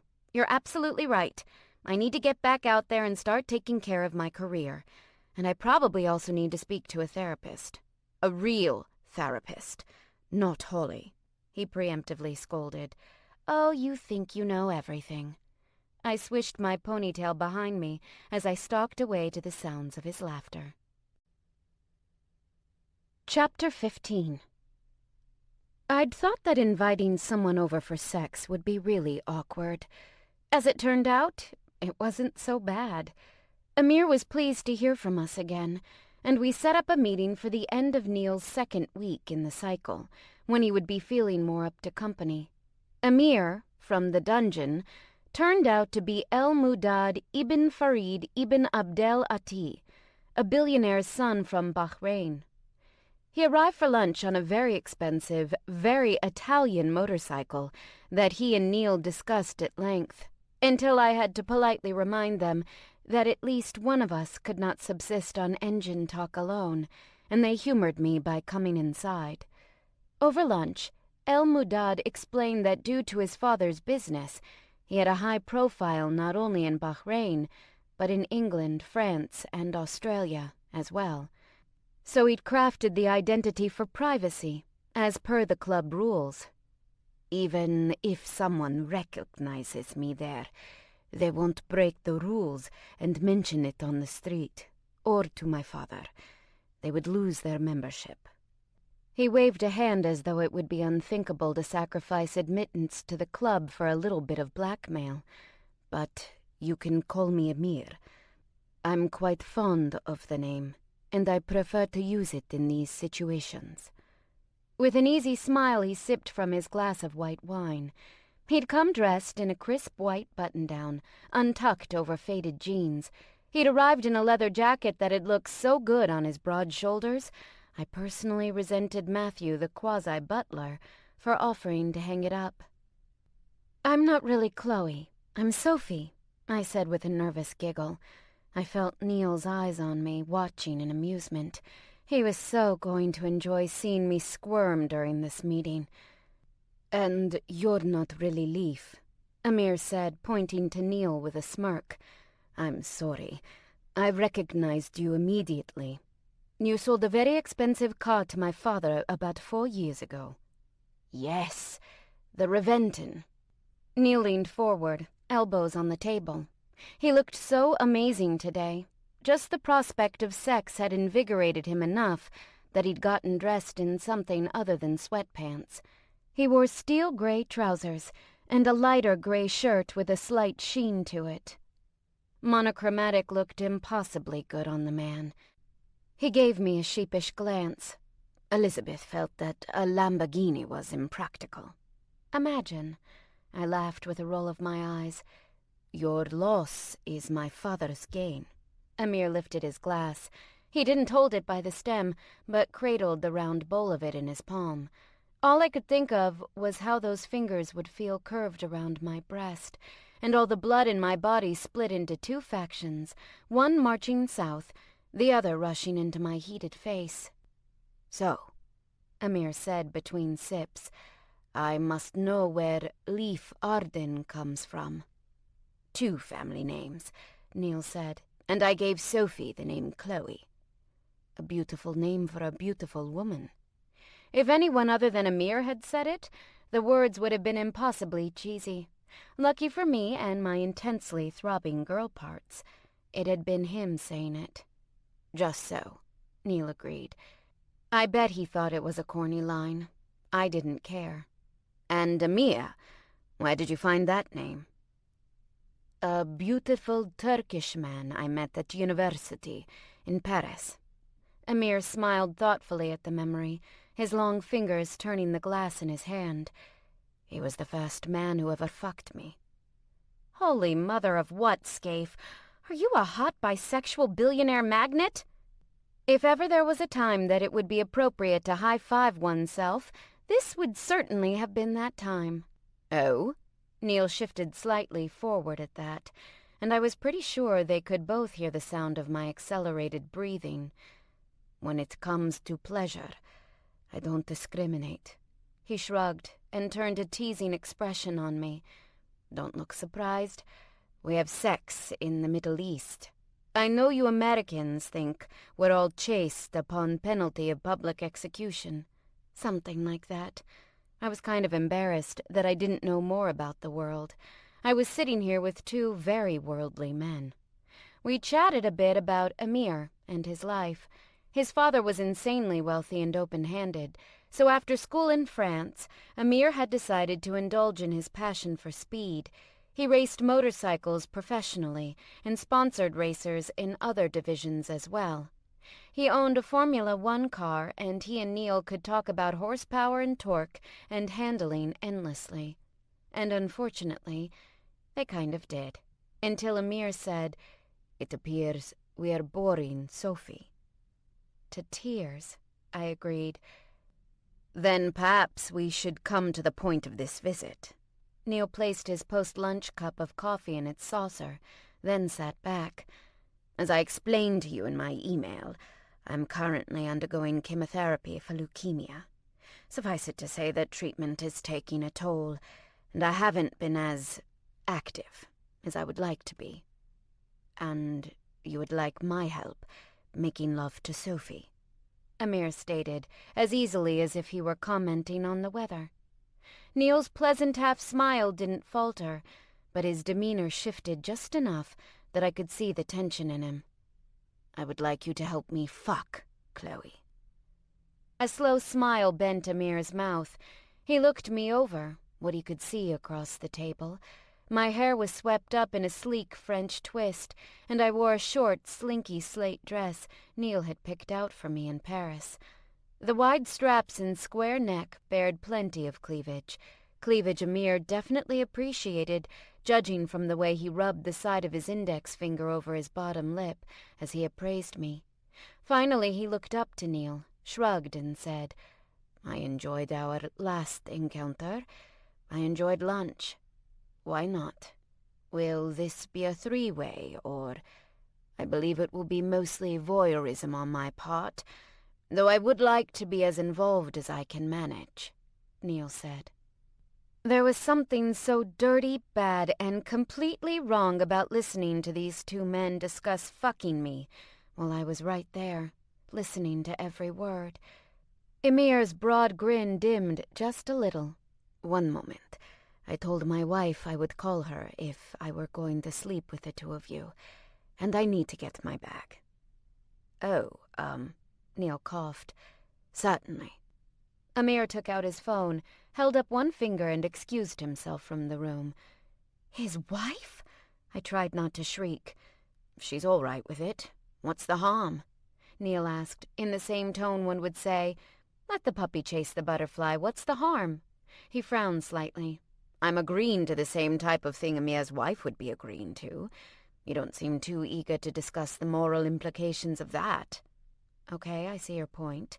I bit my thumbnail. "I suppose it's okay. I mean, I really hope it's okay." He slid an arm around my waist. "You want to fuck him?" "I do. I loved that I didn't have to lie to Neil. So do you. Would that I had the energy." He chuckled, and it wasn't bitter the way he had been sounding lately. "Hey, you're calling me Chloe again?" I asked. He nodded, his slight smile combining with his words to take my breath away. "Sophie is my sub. I've no problem sharing Chloe, but you, Sophie, I want you to be only for me." I took his hand and pulled it across the tabletop. "Always, sir." Amir came back into the room, slipping his phone into his back pocket. "All right, so where shall we go to do this?" My throat stuck closed. I looked to Neil. I really hoped he would say right here, right now, because the anticipation was killing me. Ever since he'd proposed the idea, all I'd been able to think about was the night at the club and Neil watching me getting off with someone else. I knew the experience had been powerfully erotic for him as well. And I wanted Amir. Not only was he incredibly interesting and cool as a person, his sexual attractiveness wasn't a subjective matter. It was absolute fact. He was so powerful and confident, and when he looked at me, I felt like he could see into my head, to all the filthy things I imagined doing with him. When Neil looked at me, I was pretty sure he could see those things too. Maybe that's what turned me on so much about Amir. Deep down, he and Neil were the same animal. "I did have a hope that this was a social call, and not about another Lambo," Amir said with an easy laugh as we left the dining room. My knees trembled as we walked toward the elevator. Amir followed behind Neil and myself, and when I looked over my shoulder, his gaze was exactly where I'd expected it to be. I exaggerated the natural sway of my hips just a bit. I have a great ass, and I play to my strengths. When Neil took us up to the bedroom, I was a bit surprised. I would have thought he would keep another barrier there between Sophie and Chloe. "Is this all right?" he asked me, leaning down to whisper in my ear at the same time he pulled me tight against his side. "Yeah, if it's okay with you." I preferred the privacy there. The staff didn't enter rooms without knocking, but they never bothered us when we were in the bedroom. Amir went to the chaise in front of the window and sat down. "Shall we discuss our terms?" "I'm down for anything except electricity, full-on punching, bodily fluids, or choking with belts or ropes." When I heard it all tumble out of my mouth like that, I thought, wow, Scaife, you're really getting good at this. You could do a BDSM report on the news. Neil looked proud of me, too, and it sent a silly little thrill through me. He'd once told me he was happy to be my mentor in depravity, and I was glad I was proving a worthy student. Amir nodded as though all that were reasonable. "And I would like to add that anything we do must be safe.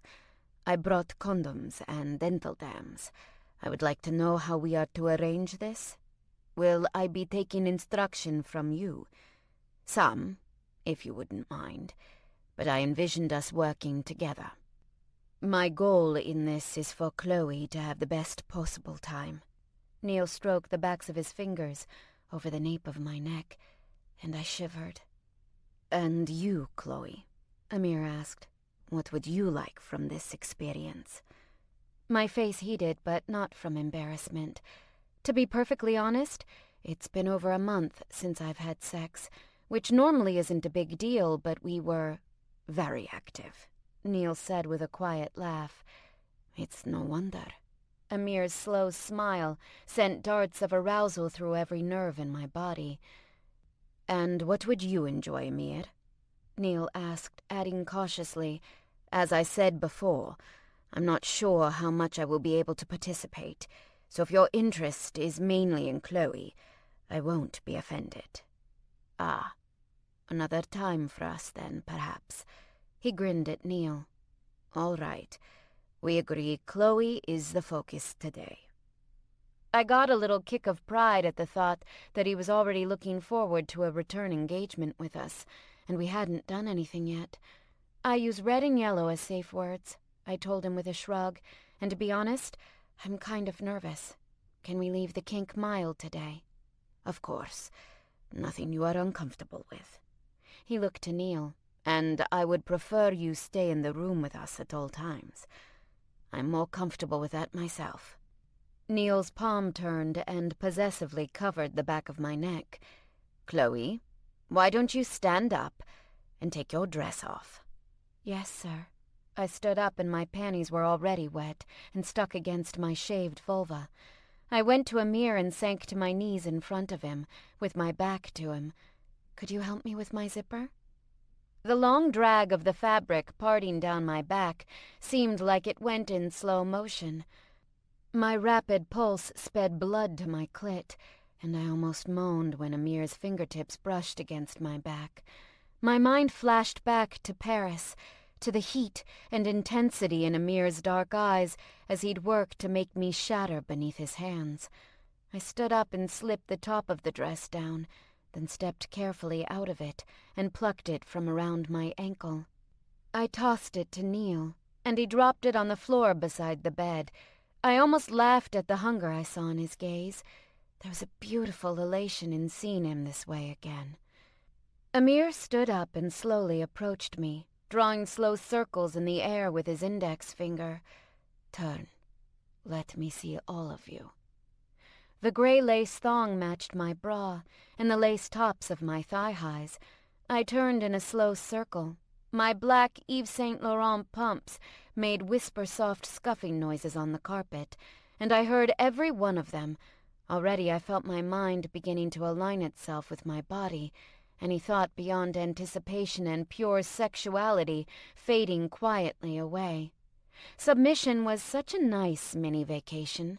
In that respect, a pleasure cruise through sex with heightened senses and emotions, and no thought to the outside world until... "Very nice." Amir's gaze dropped to my feet. "Take off your shoes." That was a change.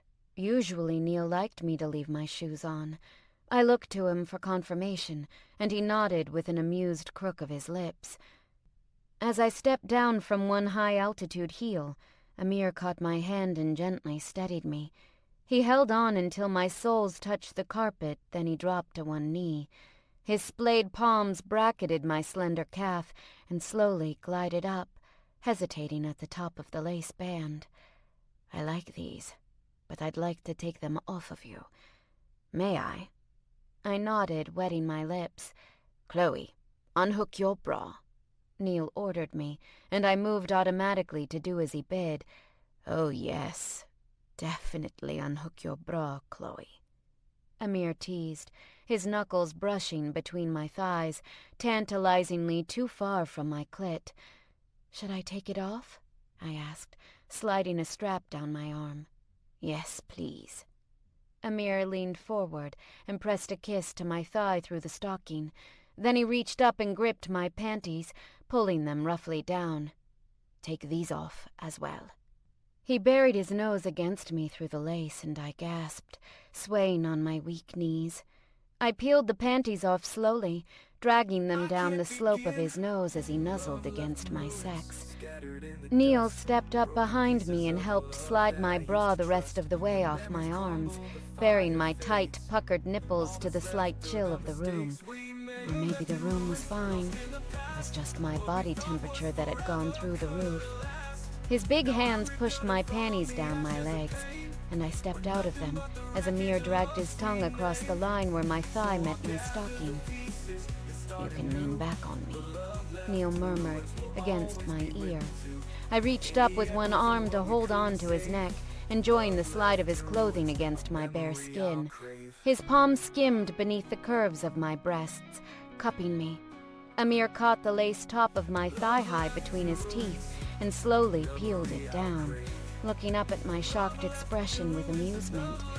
I don't think anybody had ever undressed me with their teeth before. When his mouth no longer sufficed, Amir carefully rolled the stocking down and whipped it from my foot with a flourish. The silk dangled from his fingers. "I very much enjoy a woman's stockings. Do you want to know why?" I caught my bottom lip in my teeth as I nodded. Neil's hands moved down my sides to grip my hips, his fingers digging into the firm flesh there. Amir's hand skimmed up between my thighs, the stocking whispering over my skin. "Take hold of it on your side," Amir said to Neil, and they both held opposite ends, Neil the lace top and Amir the toe. With painstaking care, Amir slipped his fingers into my cleft and over my clitoris, tucking the silk around the rigid nub. He pulled up on his end of the stocking, eliciting a cry from me. Then, climbing to his feet, he took one step back and then another. That was as far as he could go. Silk doesn't stretch much. But there was space between us, and he beckoned with a crooked finger. "Take a step toward me, Chloe." "Wait." Neil let his end of the stocking drop, then knelt on the floor behind me. He rolled the other one down. Once it was free of my foot, he shook it out and wrapped it snug around my ankles. "Good idea," Amir said, and I couldn't for the life of me figure out how they both knew exactly what was going on when I hadn't the faintest clue. Some of it probably had to do with the fact that all the blood had rushed away from my brain and into my aching cunt. "But with silk," Amir went on, watching as Neil worked. "I have scissors nearby," Neil told him, "in the drawer of the nightstand closest to the window, in case any issues arise." Normally I might have been horrified to hear someone casually discuss cutting up an article of my clothing, but I was too far gone to care. Amir waited until Neil stood and took his end of the stocking between my legs, then repeated his earlier instruction, "Come toward me." The moment I moved, I knew exactly what they had done. The silk tucked between my folds slipped over and around my clit as I attempted a step. My bound ankles only prolonged the agony, because I couldn't do more than shuffle forward with great effort. Balancing was a trick, and I threw my arms out to my sides. I was a tightrope walker of a different kind, it seemed. I reached Amir with 3 teensy, tottering steps. He leaned down and brushed his lips over my cheek, my jaw, to my ear. "Maybe we should do this until you come," he said, low enough that it was an intimate threat, loud enough that Neil would have certainly overheard. All 3 of us stood practically on top of each other. Amir reached down and caressed me through the silk, his fingertips smoothing along my slit, then pressing deeper to find my clitoris and rub in slow circles. Stepping up behind me, Neil dropped his end of the stocking and cupped my breasts, his thumbs skating over my nipples. He kissed down my neck, finding the magical spot behind my ear that always made me come undone. Holly had once told me that a threesome can either be a lot of work or a lot of fun. This one was turning out to be the latter. I felt almost guilty at the amount of attention I received. Amir rolled my clit in the stocking between his thumb and forefinger, and I shuddered, close to the breaking point, as Neil's mouth and hands helped to overwhelm me. "Are you close, Chloe?" Amir asked, teasing me. "So soon?" "When she's close, she'll close her legs as if she's trying to keep you away," Neil told him over my shoulder. Then his teeth sank into that shoulder, biting a little too hard to be gentle, and my thighs clamped around Amir's hand. "Why don't we move to the bed?" Amir suggested. "My ankles," I said, dizzy and out of breath from being brought so close to the edge. When Amir swooped me up in his arms and carried me, I realized what swoon meant.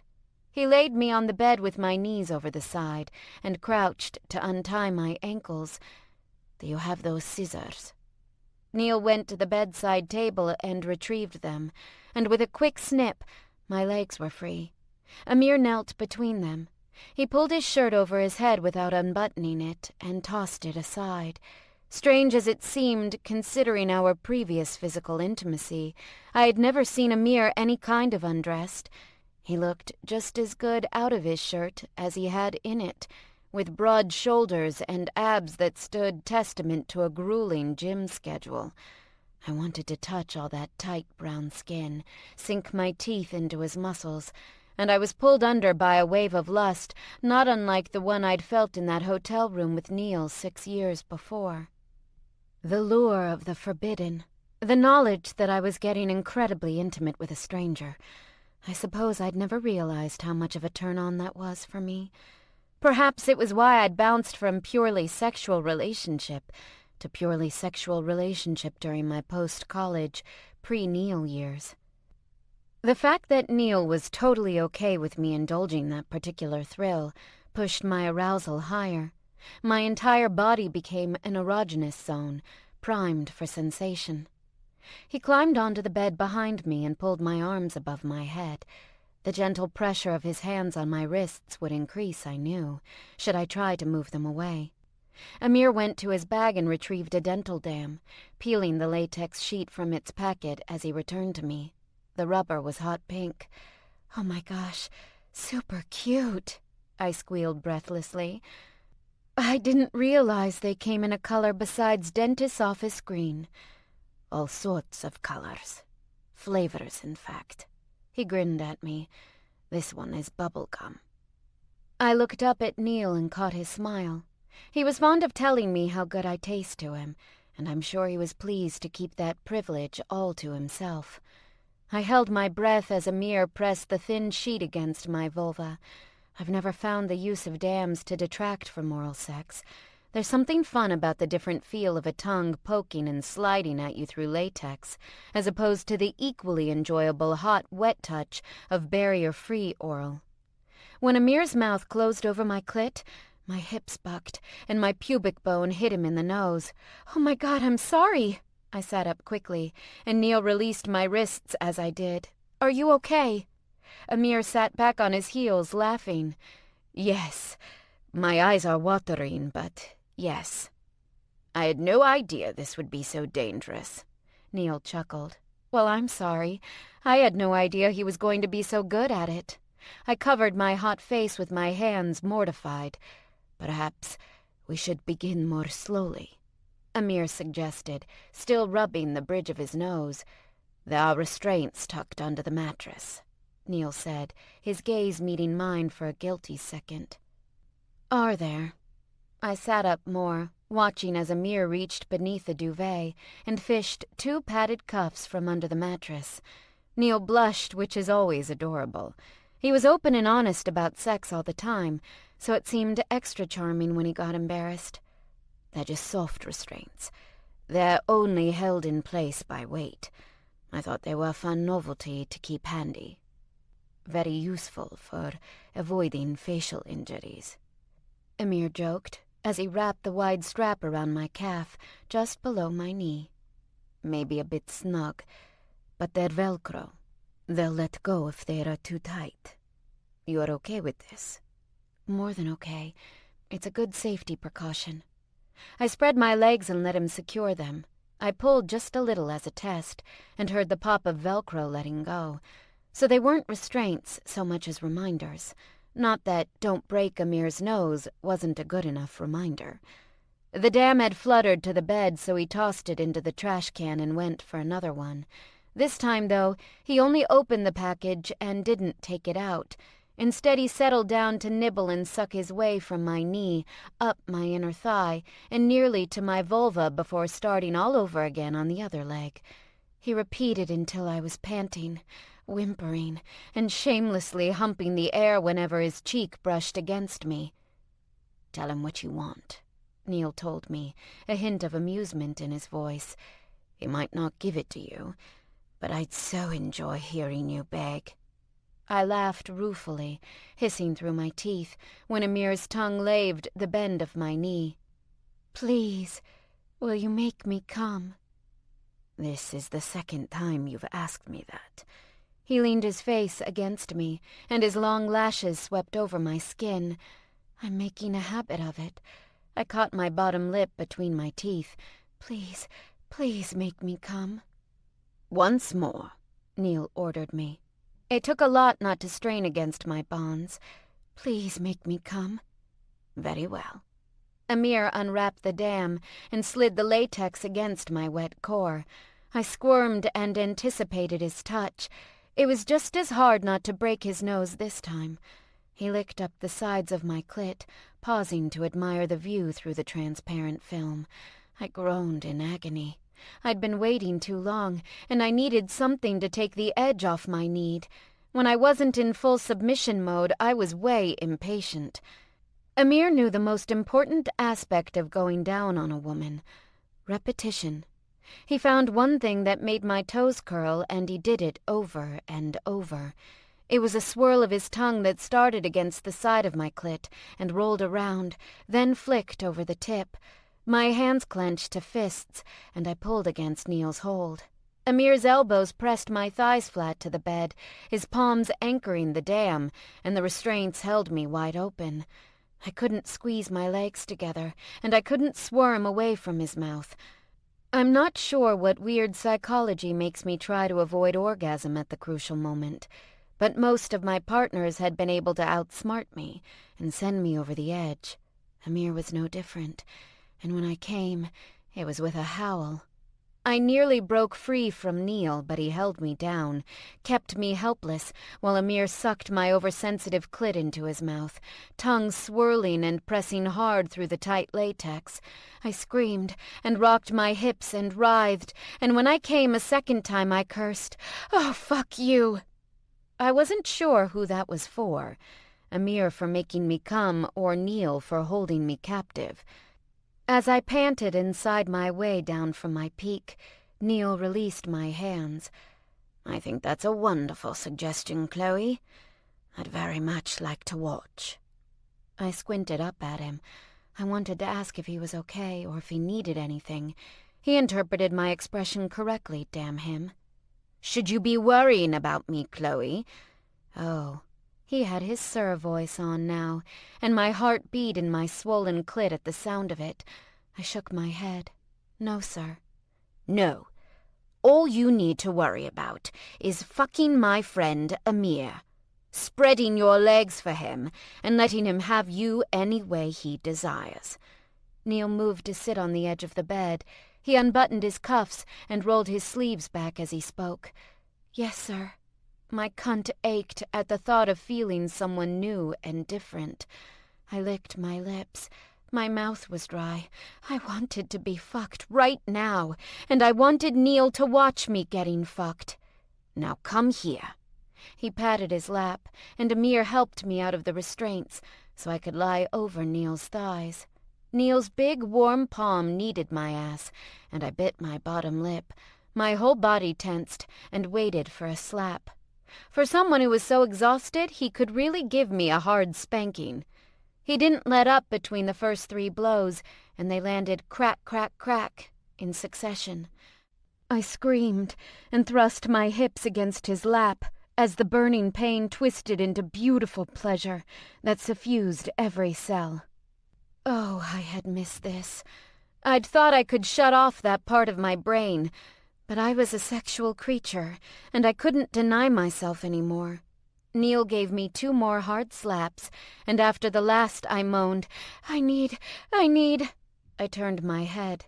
Amir had undressed the rest of the way, and I squeaked a little as I watched him roll a condom down his length. Size-wise, he was a bit above average, and his shaft was smooth where Neil's had lovely fat veins. I wondered how different Amir's cock would feel. I wondered how he would move, how he would fuck me. I wanted so badly to be filled by him. I wavered on the edge of desperate tears. I got up, and Neil showed me just how he wanted me, on my hands and knees on the bed.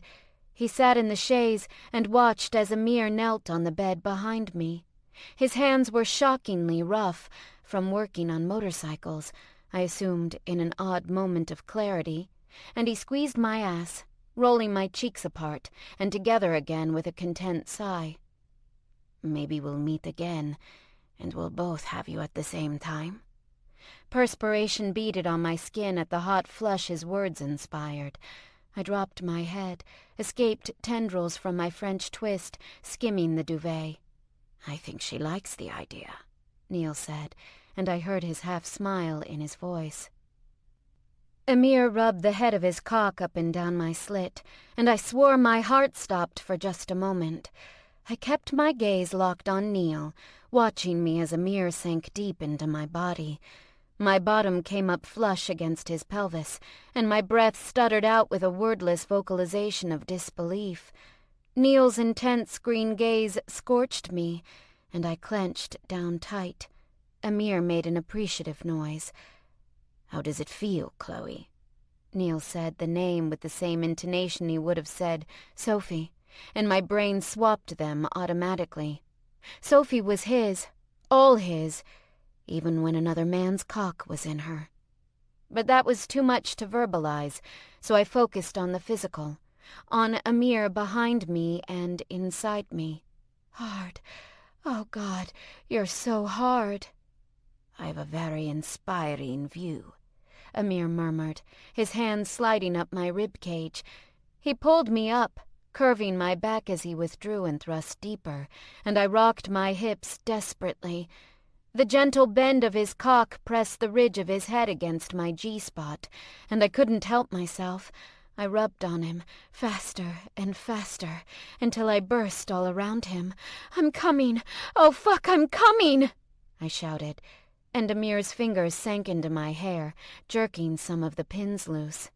My body had barely finished trembling when he abruptly withdrew, and with a firm grip on my hair ordered, "Look at him. Do you see how much he wants you?" Neil's cock was in his hand now, his belt-in fly hanging open as he leaned against the high end of the chaise.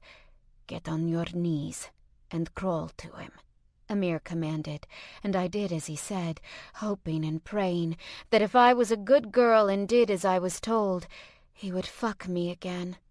One brief taste wasn't enough. I'd been starving for too long. Amir held my hair as I crawled, and long tendrils fell loose. My face was sweaty, and I was sure my mascara had run. I must have looked so depraved, crawling across the rug, desperate for cock, because Neil's throat moved with a painful-looking swallow as I approached. "I think Chloe should suck your cock, Leaf. I think she should suck you off while I fuck her." Amir led me between Neil's spread knees. "Go on, Chloe. Show me how you can make him come." I wetted my lips and locked eyes with Neil before taking the tip of him in. "I can't believe you can get all of that in your mouth," Amir said with a chuckle, kneeling behind me again. Leaf, you have a very impressive cock. Thank you. Perhaps you'd like to try it out sometime. I'm sure Chloe would love to watch. My pussy clenched. Watching him fuck Amir would be... My eyes rolled back in my head as Amir pushed inside me. With one hard thrust, I sucked Neil deeper into my mouth, bracing myself awkwardly between the two men. I was so busy concentrating on not falling or moving in a way that would force Amir out of me that I didn't even notice the orgasm building in me. Swelling to a breaking point just a heartbeat after I recognized what was happening. All I could do for a moment was hold on to the edge of the chaise and gasp as I rose higher and higher, then fell like gunpowder from a firework. "I'm going to come, Leaf," Amir rasped, his hands falling to grip my ass and rock me harder against him. "I'm going to fucking come in this beautiful pussy." "Yes!" I cried around a mouthful of cock, and Neil's dick jerked against the back of my throat, spraying hot droplets on my tongue as he groaned.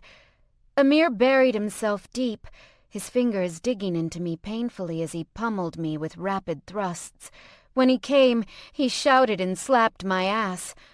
The moment Amir withdrew, I hurried to the wastebasket to spit. Chemo had made Neil's semen taste god-awful, and I worried that indicated the presence of meds in it.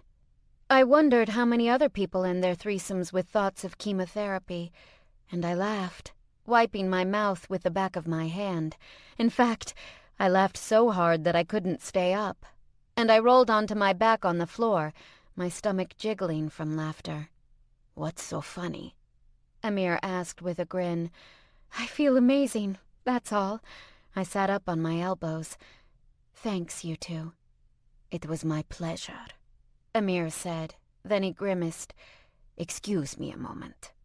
He went to the bathroom to get rid of the condom, leaving Neil and I alone. I beamed at him. He looked pretty damned pleased himself. "That was incredibly hot." "Thanks." I bent my knees, my feet flat on the carpet, giving him a little peep show. I thought I was doing okay. "Better than okay," Amir said as he stepped out of the bathroom. "Chloe, you are amazing. I hope we do this again." "Maybe you two could get involved while I watch next time," I suggested, making a finger gun that moved from Amir to Leaf. Amir couldn't hide his smirk. "Any time I'm in London." He declined an offer of a shower or something to drink, checking his watch after he drew his jeans up and over his hips. "I don't wish to be rude, but I want to get back to my wife. We have dinner plans tonight." "Oh, fucking run, why don't you?" I giggled. I got up and donned my black silk robe while he buttoned his shirt. When he was ready to leave, I shook his hand. He leaned forward and kissed the air beside my cheek. Neil had fastened his belt, but he didn't stand. "Forgive me if I don't get up." No, stay there," Amir said, stepping over to shake hands with him. "It has truly been a pleasure." I showed Amir out, thanked him again, and I was surprised at how easy it was to be around him, even after we'd had sex. It was like saying goodbye to an old friend. I really hoped we would see him again. "That went well," Neil observed when I returned to the bedroom. "Perhaps shorter than I would have liked, but with my current stamina." "It went better than well." I cut him off, because I didn't want him to get down on himself, not after our great afternoon. I had a super good time. "So did I." Neil stood and moved to the bed, where he dropped down heavily. "I need a nap now. That's the mark of good sex, isn't it?" "Definitely." I shrugged out of my robe and dropped to my knees in front of him. I slipped his leather loafers off and rolled down his socks. I'd found that his mood improved greatly if I fussed over him while I was naked. It helped distract him so he couldn't lecture me. He reached down and traced the line of my jaw, brushing back slashes of my fallen hair. "You are so beautiful. While I love fucking you, it was fantastic to have the opportunity to watch you have sex." I shivered. I'd just come down from insane heights of arousal, but my body throbbed again at his words. His thumb brushed my earlobe as his fingers threaded through the roots of my hair. Knowing how you feel is one thing. Having the visual from a different perspective was the most arousing thing I've ever seen. He didn't ask me if Amir was better. I didn't think he would, and he probably knew what the answer was already. Sex with Amir had been wonderful, but the connection between Neil and me lent more weight to our encounters. Still, I was glad that Neil didn't ask. It proved to me, in a way I couldn't effectively analyze, that this was something we had done, together, not something that I'd done or that had been done to me. I helped Neil undress and get into bed, then climbed in beside him to snuggle. Once he was soundly asleep, I dressed, grabbed my laptop and headed downstairs.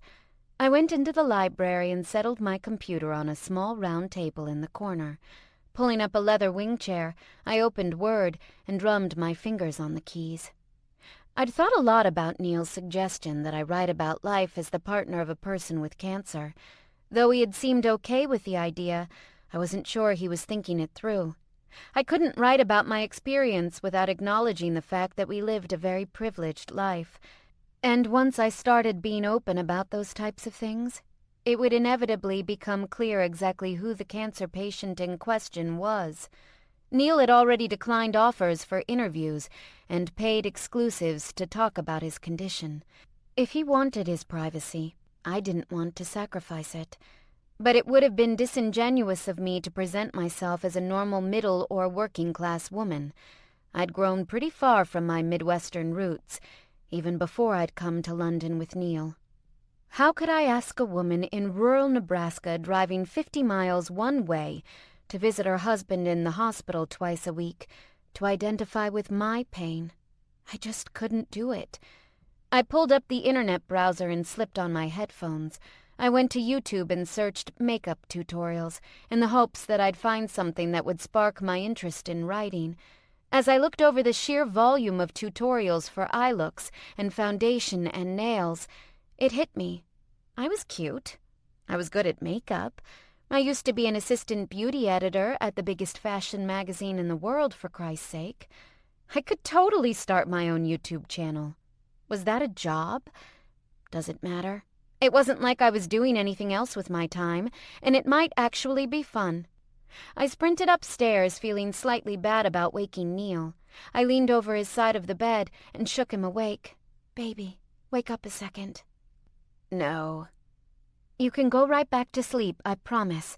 I just need to know if you have a video camera." In the closet. In the toy cupboard. He motioned toward the nightstand. You need the key. "Thanks. You're a peach." I leaned down and kissed his forehead. "Go back to sleep." While Neil wasn't weird about some things being in the open, he had no problem keeping condoms and lube and his vibrator in the unsecured nightstand. He kept the bulk of his toys under lock and key. It had been necessary, he'd explained, when Emma had lived at home full-time and would go snooping around his things. "There are just some parts of my life I'm not comfortable sharing with my daughter," he'd told me with a laugh. His ex-wife hadn't been too into that stuff either, so she had appreciated not having to explain the presence of the items in question to the maids. I'd seen the inside of the cabinet once, when we'd returned from Paris and Neil had put stuff away. While I knew I had an open invite to use anything inside, I hadn't thoroughly perused the inventory yet. Sex had been the last thing on my mind for the past 2 months. I slipped the key into the lock and opened the doors.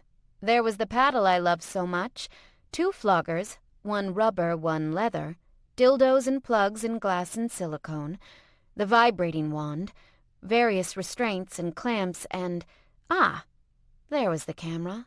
A little black flip HD. I plucked it from its shelf and turned it over in my hands. I'd expected something a little fancier. Wait, why is this in here? I almost dropped it. Okay, so obviously you know what this particular camera is for, but anybody he's filmed with it is in the past. There's no reason to be irrationally jealous. How did I feel about Neil possibly having video of past encounters with people who weren't me?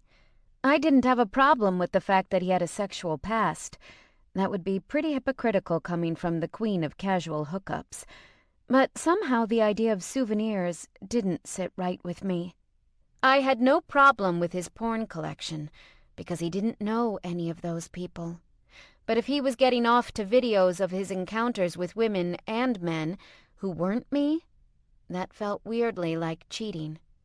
Then I remembered why I'd wanted the camera in the first place, and I decided I could worry about the other stuff later. I grabbed the small tabletop tripod that had been stored with it, left the key dangling in the lock, and grabbed my tote full of nail care stuff and thundered back down the stairs to the library. That was where Neil found me 3 hours later, wired on coffee with a vertical French manicure design on my nails. "What are you doing?" he asked with a hint of amusement in his voice. He made it as far as the sofa and had to sit down, out of breath. "I'm working on something really exciting." I slipped my headphones off. "I'm editing a nail tutorial I made, and then I'm going to upload it to YouTube." "Oh?" He pushed himself up again and came over. It took a lot of effort, so he was genuinely interested. "Is this a part of your plan to jumpstart your career?" "I don't know. Maybe. I'm not pinning too many hopes on this. It's good enough as a hobby."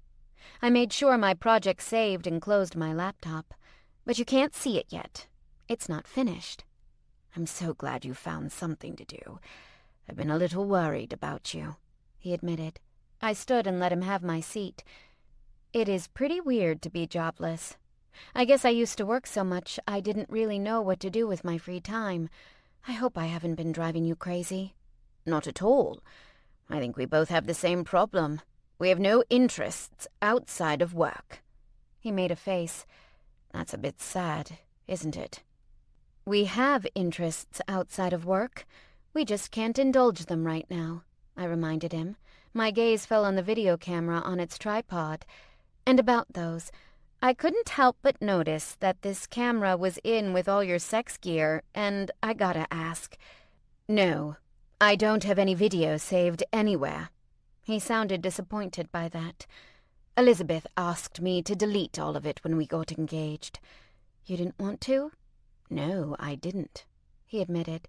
"I'm sure it sounds selfish of me, adulterous even, but I had some very happy memories recorded." "Knowing what I know about you, I guess I can see why she felt threatened. I mean, she wasn't into everything you were into. Maybe she was worried she wasn't fulfilling all of your needs?" I shrugged. "Honestly, I didn't like the idea of you looking at past conquests either.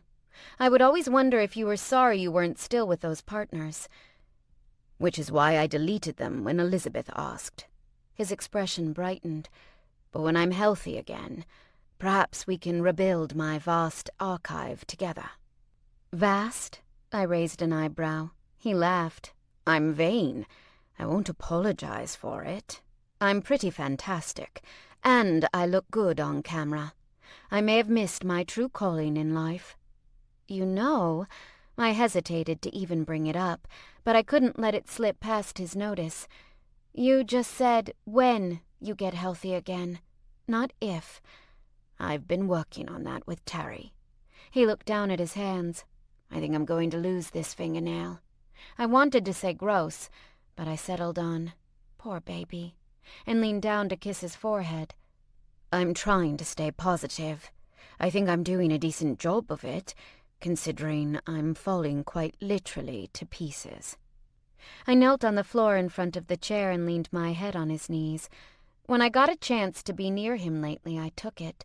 Some days he was so hot or clammy or just plain uncomfortable that I couldn't even hug him. "But you haven't lost your hair yet. That's a bonus, right? Dr. Grant said you'd lose it in 2 weeks, and you're about to go through the 3rd round of this junk." "I'll almost certainly lose it during the high dose for the transplant." He reached up to touch it. "I am not going to look good bald." "You always look good to me." But I had to admit to myself that I couldn't exactly picture it in my head. I guess I would find out when it happened. "And you can trust me, because I'm a former assistant beauty editor for Porteris." And that reminded me. Do you have a second to talk business? He hesitated. What kind of business?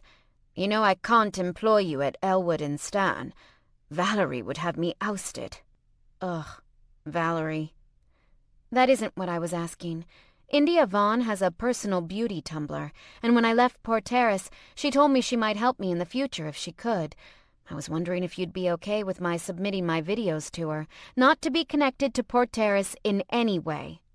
I'd expected him to answer immediately in the affirmative, to be enthusiastic about the prospect even, but it took him a moment to consider. I'm not sure I'm entirely comfortable with that. India shouldn't be helping someone who was fired from the company for the reason you were. The upside is, at least you know I've burned all my bridges in the industry, so I can't harm your company. I was surprised and a little hurt by Neil's distrust. I couldn't tell if it was me or India he felt dodgy about. He regarded me for a long moment. As long as it is made clear that her extracurricular blogging is not connected to or endorsed by Port Terrace, I don't see what the harm could be. Thanks. I hopped back up. I have to finish it before I can send it to her, though. So I should get out of your chair. He got up, yawned, and stretched. I think I might do a little work myself today. Catch up on emails and return some calls. Just don't wear yourself out, I warned. You feel good now, but you just got up. I promise. I will be careful. After he left, I opened up my email and tapped out a quick message to India. Then, before I could second-guess myself, I clicked send. Chapter 16. March came in like a lion. A sea lion. It was wet as hell and impossibly gray outside.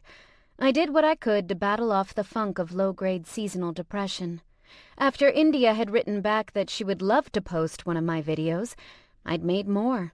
An eye look for spring, a tutorial on BB cream, advice on shaving legs in the bikini line without razor bumps, and I was pleased to see that at least someone was watching them. Most of them had view counts in the low thousands. I owed that to her. Having people actually watching the videos only made me more enthusiastic about producing them. I was working on a nail design video when Holly called me. I was shocked and delighted. Since her return to New York, communication between the two of us had been spotty at best. The time change and her busy schedule had really messed us up, and at the worst possible time. We emailed each other regularly, but it wasn't the same. The third cycle of chemotherapy was harder on Neil than before. All he seemed to do was sleep and puke, sleep and puke. It was a nightmare for him. I hated to even think to myself about how lonely I was, because it felt too much like complaining while he was the one in pain. But I was lonely. And while Emma visited when she was in town, she had her own life and friends here. She didn't want to babysit her father's girlfriend, and I wouldn't ask it of her. Holly's call was like a lifeline. "Hey girl, what's up?" I practically bubbled. I was so relieved to talk to someone we didn't employ. "Sophie? I have amazing news." I got up and closed the door, in case my voice floated into the stairwell and into the den, where Neil had fallen asleep on the couch. I didn't want to disturb him. Even though he was bone-tired all the time, he had trouble getting restful sleep. "Oh my God, tell me. Okay, Deja and I," my stomach plummeted, "are moving in together." "That's..." I had to act happy. Wait, no. I should have been happy. Why wasn't I happy? Holly was my friend. I wanted good things for her, didn't I? "That's fantastic." "I know. I mean, you know we still have the lease until September, but I can afford to pay it until then."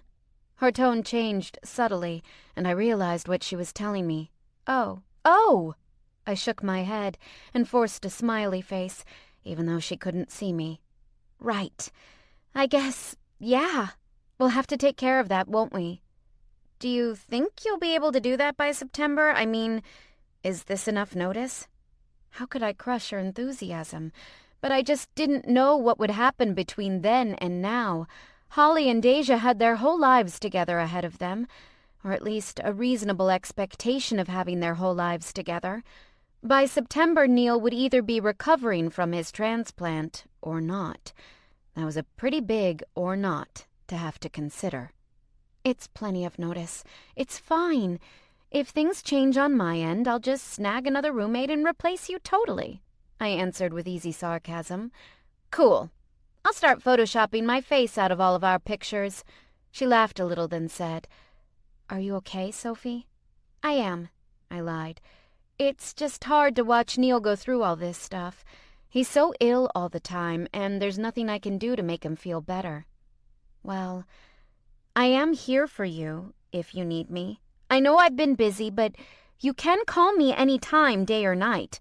You wouldn't be bothering me or anything. Don't do all of this alone. I knew she meant well, but there was no other way to do this. I had to do it alone, because no one else could be Neil's girlfriend with me. No one could share the same feelings I was going through, just like I couldn't begin to understand what Neil was going through. And somehow the offer of help made me a little resentful. It wasn't her fault. It wasn't anyone's fault. Just don't let me become that asshole who gets a girlfriend and stops talking to her friends, okay? Holly continued. I know I can be like that. I know I can too. Well, I didn't know that. I'd never had a serious boyfriend. But considering the way I'd packed up and fled across the sea, I could make an educated guess. But it's good that you and Deja are where you are, Holly. You and I couldn't go on being each other's platonic life partners forever. We're just changing a little bit. There's nothing wrong with that. This is really weird, isn't it? Holly giggled. This time last year, I felt like I'm finally a grown-up. I've finally got things figured out. And then Deja comes along and it's like, whoa, I didn't have as much figured out as I thought I did. I think it's going to be like that for our entire lives. At least it seemed like it would be.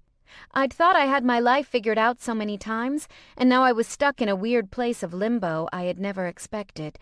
Would there be more times like this? Just hanging out, waiting to see what would happen? I'm sorry. I shouldn't be so happy. I know you're going through stuff right now, Holly apologized. Nah, it's nice to hear about life outside of the cancer bubble. You're one of the few people I can talk to and say what I'm really feeling about all of this stuff. What about Neil? Holly asked carefully. Are things with you guys not... Honestly, I don't know. I considered before I expanded on that. I don't feel like anything has changed between us. I mean, I know he loves me and I love him, but it's like every time I want to get close to him, nope, there's the cancer. He's either too tired to talk or too sick to be touched, and none of that is his fault. But even when he's having an okay day, there's a protective bubble around him. The cancer bubble? Holly asked, using my earlier terminology. Yeah, the cancer bubble. It's almost like he's not here, like he's on pause and my life with him is on pause, and we're just waiting to see if somebody is going to hit play again or just stop the thing entirely. My voice quivered and I wiped at my eyes. You don't want to hear all of this. Bullshit, I don't! You're in pain, Sophie. I can hear it in your voice. Her tone was sympathetic and helpless. Have you thought about going to a support group? Can you really see me in a support group? Holly knew me better than anyone. She knew I would never open up to a stranger, let alone a group of strangers all crying into their wadded-up tissues. Good point. I heard Holly sigh over the line. Too bad there isn't a handbook or something. I found a lot of information online, but it's so non-specific. The effects of chemotherapy vary from patient to patient. Your loved ones may experience yada yada. The frustration in my voice was creeping into my neck muscles. I was going to have a whopper of a headache tonight. I just want to see the way I'm feeling written down. Yes, it is totally normal for Neil Elwood to be withdrawn and weird during chemotherapy, and he still loves Sophie Scaife and wants her around. I'm sure he does. Holly's tone was so earnest, it was easy to believe her. I really hate that you're so far away right now. After we met up in Paris, I went by that cafe every day. I was kind of hoping I would see you there, even though I knew you were in London. Her sad laugh broke my heart. I know what you mean about isolation, Sophie. Trust me. I feel like I'm finally achieving something great, something I maybe didn't even want to let myself hope for. And in return, I'm never home. I'm always working. Deja is getting pissed at me for never being around. It's different from what you're going through, obviously, but I guess what I'm saying is, don't feel alone. In your isolation. We're together, side by side in our glass tubes. That's not how isolation works, I pointed out, and then we both laughed. Fuck you, bitch. I'm trying to cheer you up, Holly shrieked in mock outrage. Seriously, though. I'll call you tomorrow. I love you. Do something that will make you happy. When we hung up, I tried to think about what would make me happy. Neil not having cancer, that would make me happy. Neil surviving this, that would make me happy. Neither of those things were guaranteed, and every day he just got sicker and sicker. I went to the door of the den and peeked in. He was still asleep, his chest rising and falling, his normally soft snoring like the roaring of a freight train. There was a linen closet on the 3rd floor. I went to it and grabbed a woven cotton blanket. I took it to Neil in the den and carefully tucked it over him. His eyes didn't open, but his hand caught mine. He mumbled something I couldn't understand and squeezed my fingers, and I leaned down to kiss his forehead. When I left the room, I was hit with such a wave of sadness that I doubled over. My stomach hurt with held-back sobs, and I ran upstairs to the bedroom before I could let them loose. When I did, I had to muffle them with a pillow. I was crying so hard, I was making sounds I'd never heard myself make before, and I was super embarrassed, even though there was no one around to see me. I was happy for Holly. My sadness had nothing to do with, and took nothing away from, her happiness or the way I felt about her great news. But isolated in my little sadness bubble, it was so hard for me to see wonderful things happening for people around me. My career had stalled and Holly's had blossomed. I had moved to England and she was back in New York. I was homesick and nervous and worried about Neil's health. I didn't know if we even had anything to look forward to. I didn't know if I could move my stuff out in September, or if I would need to find a new roommate and a way to pay the bills. And there was nothing I could do to attempt to make it better. I had to wait. All I could imagine was a future in which my best friend didn't have time for me, as I tried to make my shitty savings last just a little longer while I worked at a sub shop and the love of my life was fucking dead. All my positive thinking had been used up. I didn't believe I'd ever smile or be happy again. I don't know how long I laid there and cried, but at some point I didn't have energy nor tears left. I dozed off and woke to find the room dark. The light was on in the bathroom and the shower was running. It didn't surprise me. Neil's occasional bouts of insomnia led to weird stuff like late-night showering. I was just glad that he was up and moving around. I got up and headed in to check on him. The master bathroom wasn't quite as spectacular as the one in New York. It was done up in dove gray with black counters and brushed steel faucets. The shower was black tile with glass doors, and the bathtub was an ultra-modern white stone basin that fit 2 people comfortably. It was no match for my bathtub, which I missed terribly. "Neil?" I asked, in lieu of knocking. I checked my face in the mirror over the vanity as I passed through. My eyes were still puffy and red. I splashed myself with some cold water, put on my most fake smiley face and said, "Baby, are you okay in there?" "No." I pulled the foggy door open. He was sitting in the gray plastic shower chair he hated using, his head in his hands. When he pushed his fingers through the wet strands, clumps fell away. Oh no. I didn't care if Neil lost his hair. I was kind of surprised he hadn't during the first round of chemo. Maybe because he'd made it through the first 2, he was shocked by now. "I'm sorry," he sniffled. I hated it when he cried because I felt so helpless. Now I knew why he would often tell me not to cry. Not because he didn't want to deal with me and my stupid emotions, but because he didn't like being helpless to do anything about them. "It's silly of me to be upset about this. Of all things." "It's not silly at all," I stated firmly. "All the stuff I read online said that this hits people hard." "I just thought—" He shook his head, then rubbed his palm over his scalp. My heart ached for him. "You thought you would be different." He nodded miserably. "Do you want my help?" I asked. He'd been so withdrawn and solitary lately that I was surprised when he said, "Yes, I don't know how you can help, but I need you." I didn't know how I was going to help him either, but I had to do something. It was the first chance I'd had in a long time to do anything that felt remotely useful.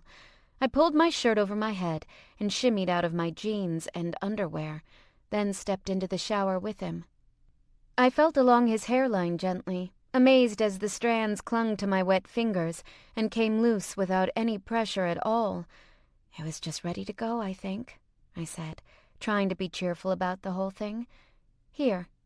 I reached for the towel hanging on the bar away from the spray. I wetted the corner and gently rubbed it over his scalp. "Is that painful?" "No," he sniffed. "My head has been itchy all day. It's actually a bit of a relief."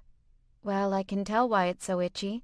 The hair rubbed away from his pale scalp as easily as if I were wiping up a mess on the kitchen counter. Do you want me to shave the whole thing, if you've got patches?" "It might be best to wait for the doctor's approval on that. Knowing how heads are, you might nick me and I'd bleed to death in seconds." He laughed a little, and I was so glad to hear humor there. It didn't matter that it was buried beneath layers of self-pity. All that mattered was that it was still there. He was still the man I loved. "Good point," I giggled, and I leaned down to kiss his cheek. The inevitable divide was happening between us again, but it was less painful this time.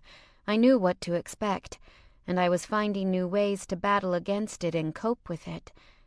"Maybe he can give you some extra iron and vitamin K, and we can pierce your ear at the same time. I've always had the hots for Mr. Clean." Most of his hair came right off, only a few patches remained. "I bet Josh can take care of those," I said, trying to remain cheerful. I got out first, quickly toweled and dressed, then helped him. When he saw himself in the mirror, he stopped as still as if his own reflection had turned him to stone. I put my hand on his arm and squeezed to reassure him.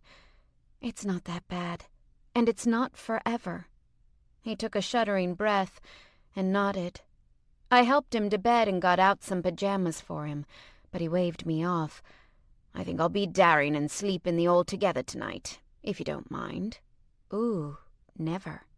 I slid beneath the covers and curled up beside him. He lifted his arm to put it around me, and I nestled against his bony shoulder. He turned his head and let out a whoop of shocked laughter. "What?" I startled, sitting up. "My head, it's very—" He turned his head on the pillow and giggled like a little kid. "It's ticklish." "Really?" That's adorable." "Oh, I'm glad you find it so." He reached up and gingerly placed his palm between his scalp and the pillow. "I can't sleep like this all night." "I have an idea. Sit up." I slipped the pillow from behind his head and pulled off the cover.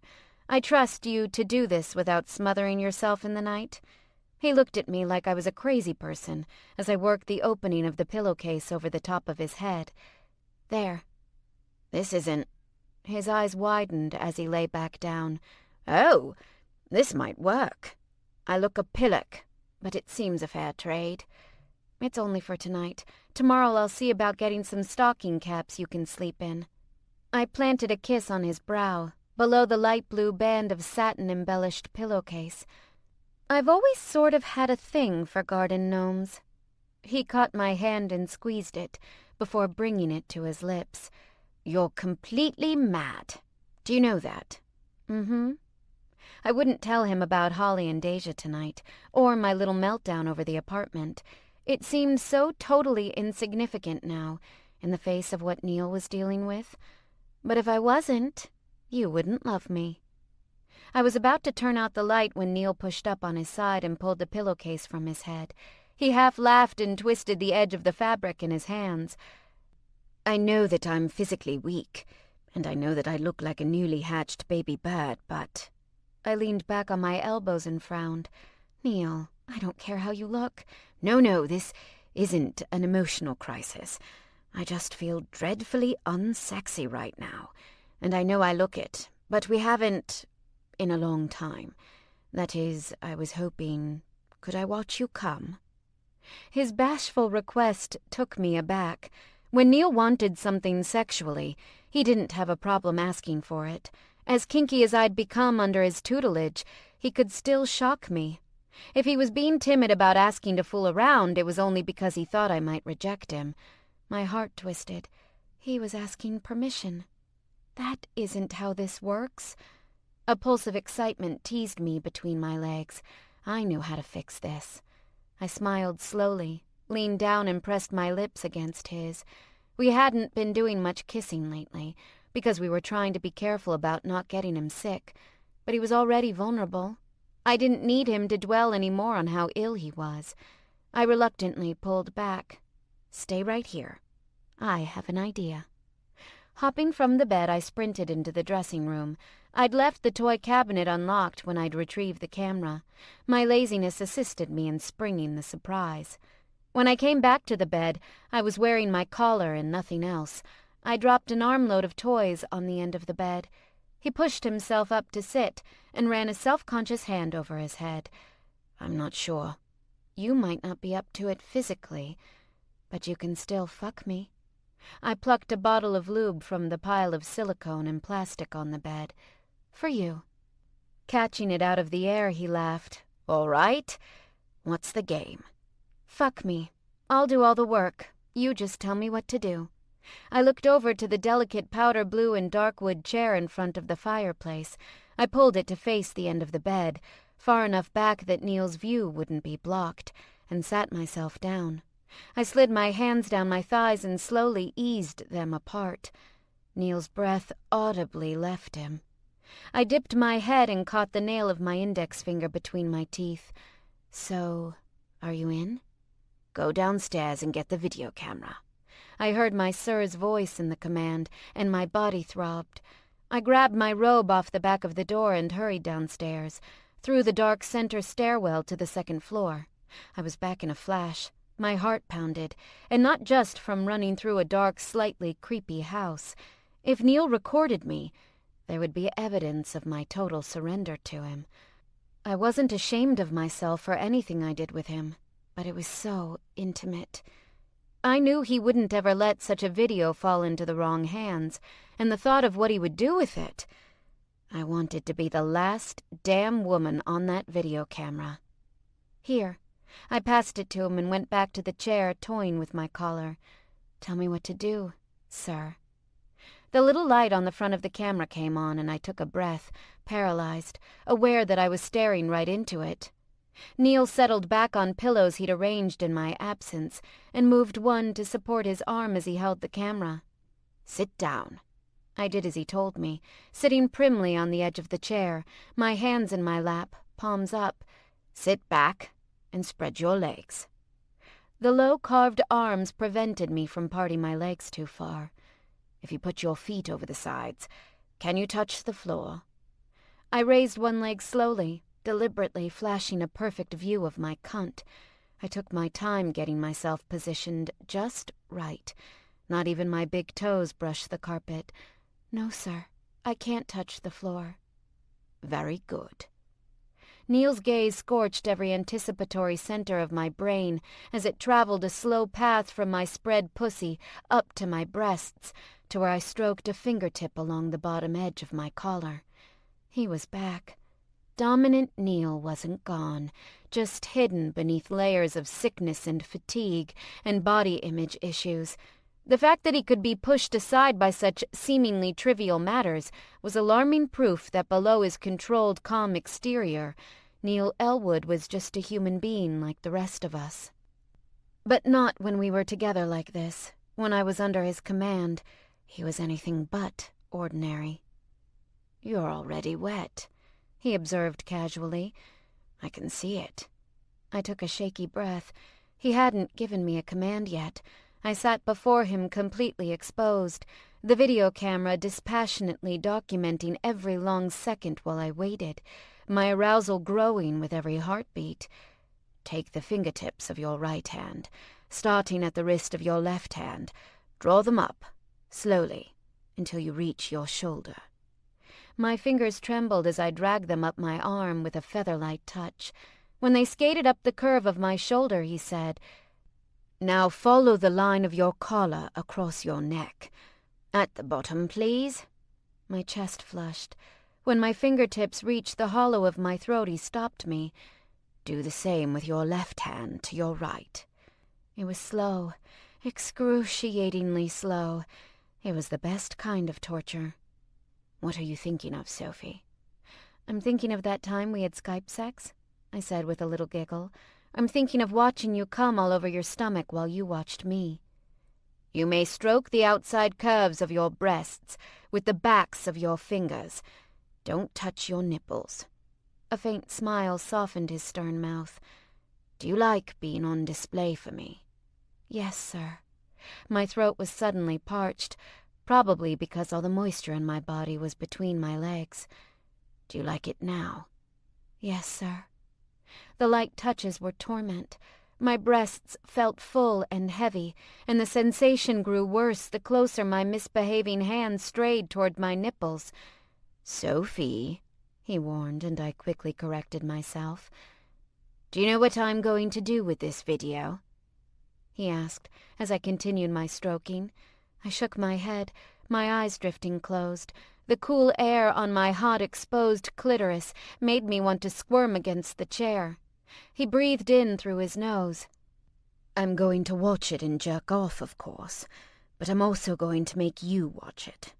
I'd love to restrain you, so you couldn't look away, and force you to come again and again while you watch yourself doing what I'm going to make you do tonight." "And what's that, sir?"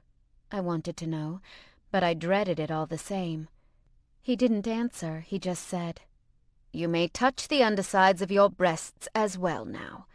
I skimmed my fingers over the sensitive swells, my breathing speeding up. I rocked my hips a little in the chair. "Don't get ahead of yourself." He reached below the blankets, and I realized he was stroking himself with his left hand, lazy movements I couldn't see. I pouted a bit. "You know, it's not fair that you get such a good show, and I don't get to see anything." "I never said this was going to be fair." He said nothing else, just watched for several long minutes as I teased my aching breasts. Just when I thought I would scream with impatience, he ordered, "Make wide circles around your nipples." I did as he asked, and he watched me for a moment before continuing. "I'm going to count backward from 10, and for every number you're going to make those circles smaller. Do you understand?" "Yes, sir." Slowly he counted down the passes of my fingertips over my skin. I brushed across the puckered line of demarcation between the pale skin of my breast and the rosy, delicate areola. With every narrowing circle, my nipples grew harder. Into stiff peaks, I swirled my index finger around as Neil reached 1. "Now pinch them between your thumb and forefinger." I did as he ordered, my head dropping back with a moan. I arched my back, forgetting in a second of bliss that I was under his control and not my own. I wasn't sure if I could move or not. "Do you want to move?" he asked, and my whimper in response elicited a chuckle from him. "You can if you'd like. Keep pinching, though." I rolled my hips, the motion both relieving and intensifying the ache in my pelvis. I wanted him. That was the absolute worst part about getting my mental health back on track. I had a libido, and missed the sex we weren't having. "Is there a vibrator in that pile of toys you brought out?" Neil asked. I nodded. "Stop what you're doing and get it. A dildo as well." I swung my legs down and went to the end of the bed. I picked up a forked Jimmy Jane vibe and one of the dildos I'd brought out, a lifelike one about 7 inches long. "Excuse me, but if I'm going to be fucking you, at least give me some credit." He laughed, and I picked up another, slightly larger one. "No, none of those will do at all. Go back to the cupboard. You'll find a purple one in there you might like." Okay?" I gave him a smile coupled with a furrowed brow. I hadn't seen any purple ones, just... The moment I opened the cupboard, I saw it. It was what I would have called magenta, instead of purple. It was also just about as long as Neil was, and slightly thicker. which meant I needed to carry the damn thing with 2 hands. "You're kidding, right?" I called, giggling as I exited the closet. He grinned that malicious Dom grin of his and slowly shook his head. "As you were." My tummy fluttered as I scooped up the vibrator and carried it and the dildo back to my chair. I laid them between my legs, perilously close to the edge of the seat, and returned to my assigned position. "Lay it on your chest, between your breasts, so it doesn't roll away from you," Neil instructed. But how the thing would roll I had no idea. At the base, a disturbingly detailed magenta scrotum curved down to a suction cup, so you could use it in the shower, obviously. Man, I really had to go through that toy cupboard more often. I did as Neil told me, the weight surprising against my chest. There was something decidedly filthy about reclining there, my legs spread, with a huge magenta dick nestled between my breasts for later use. "Stroke your clit, however you like, whichever way turns you on most. You're going to need to be absolutely soaked to handle that." "Oh, fuck. You know I can't deal when you talk like that." I flicked my middle finger over my clit, back and forth, raising my hips up in little jerks. "I do." He adjusted something on the camera. I was pretty sure he was zooming in. "That's why I said it." I took slow, deep breaths, trying to control my arousal. He never let me come right away anyway, and I wanted this to last a while. I sighed and moaned, more than I would have if he weren't watching me. It's not that I ever fake an orgasm, but sometimes it's fun to exaggerate the sounds you would have been making anyway. I admit, I have a hidden love of performing. "You must be wet by now," he murmured. "Show me." I slipped a middle finger between my aching folds and encountered the slickness that had already seeped from my cunt. I pushed inside and pumped back and forth a few times. I held up my hand, glistening with proof. "See?" "Very good. Now spread it over yourself," he commanded. This time I pressed the tips of 3 of my fingers against my opening, coating them, coaxing more wetness out, reveling in the decadent lack of friction. I honestly thought I could fit my entire fist inside of me, if not for the angle. Then I thought about Neil's big hands and I moaned, "Wow, that might be the dirtiest thing you've ever imagined doing, Scaife." I supposed it was only fair to share the image with him. I was just thinking about how good this feels, and then I was thinking about how good it would feel if you did it. I pushed my fingers deeper and moaned, "And I've never tried fisting." "Good Lord," he flushed. It wasn't often I could shock Neil, so when I did, I was enormously proud of myself. I beamed at him and he cleared his throat. "Well, if you're ready for a fist, you're capable of that." "This?" I reached for the dildo and he tutted at my impatience. "Not yet. I want to see you use the vibrator first." I picked up the vibe with its 2-pronged tip. The shape reminded me a little of the Millennium Falcon. "Oh, you're going to enjoy that one," he said, and I could have sworn his eyebrows made points like a cartoon devil's. I slipped the vibe down, trapping my clit in the narrow space between the 2 prongs, and hit the little plus sign on the front to turn it on. It jolted to life, 2 different vibration patterns on both sides of my clit, and I was almost immediately there. "Don't come, Sophie," he warned me, and I pulled the vibe away just in time. "I want you to bring yourself to the edge several times, and back off just before you come." I remembered this lovely torture from Paris. It had been hard enough to do with my fingers. I took deep breaths and tried to think of anything but the pounding need in my clit. When I was able to start again, the vibrator wasn't against me for more than 30 seconds before I had to pull it away. "You're right. I really, really like this one. Can I use it all the time?" "You can use anything you like. You know that." He sighed happily and leaned back on the pillows. "How many times do I have to do this?" I asked him, after I'd pulled the vibrator away for a third time. "Oh, as many as you like," he said with a shrug that I didn't believe for a moment. There would be a catch. I narrowed my eyes at him and flicked the vibrator back on. "Then I'll do 5. 5 sounds reasonable." He was giving me way too much control. Who the hell knew what he had planned? "When you back off for the final time, set the vibrator aside and use the dildo. Run the tip of it up and down your slit. Get it nice and wet." "You're not helping me calm down," I whined, rolling my hips against the chair. I made it through 2 more torturous edges. "Don't drop it on the floor," Neil warned me. "You're going to need it again." I rested the vibe between my tits, in the space the dildo had taken up. The fake cock was incredibly heavy in my hands, and it didn't help that my body was trembling. I'd perspired during my exercise in denial, and the surface of the silicone was slightly damp from my chest. I did as Neil asked, rubbing the massive head between my labia. While I was wet, I was going to need some serious help to get the damn thing in. Neil said my name softly, and when I looked up he tossed me the bottle of lube. I caught it and laughed. That would have been embarrassing. If I'd missed that and it was recorded for posterity. "No one will ever see it but you and me," he promised. "Now, get it good and slick, and let's see if you can take it."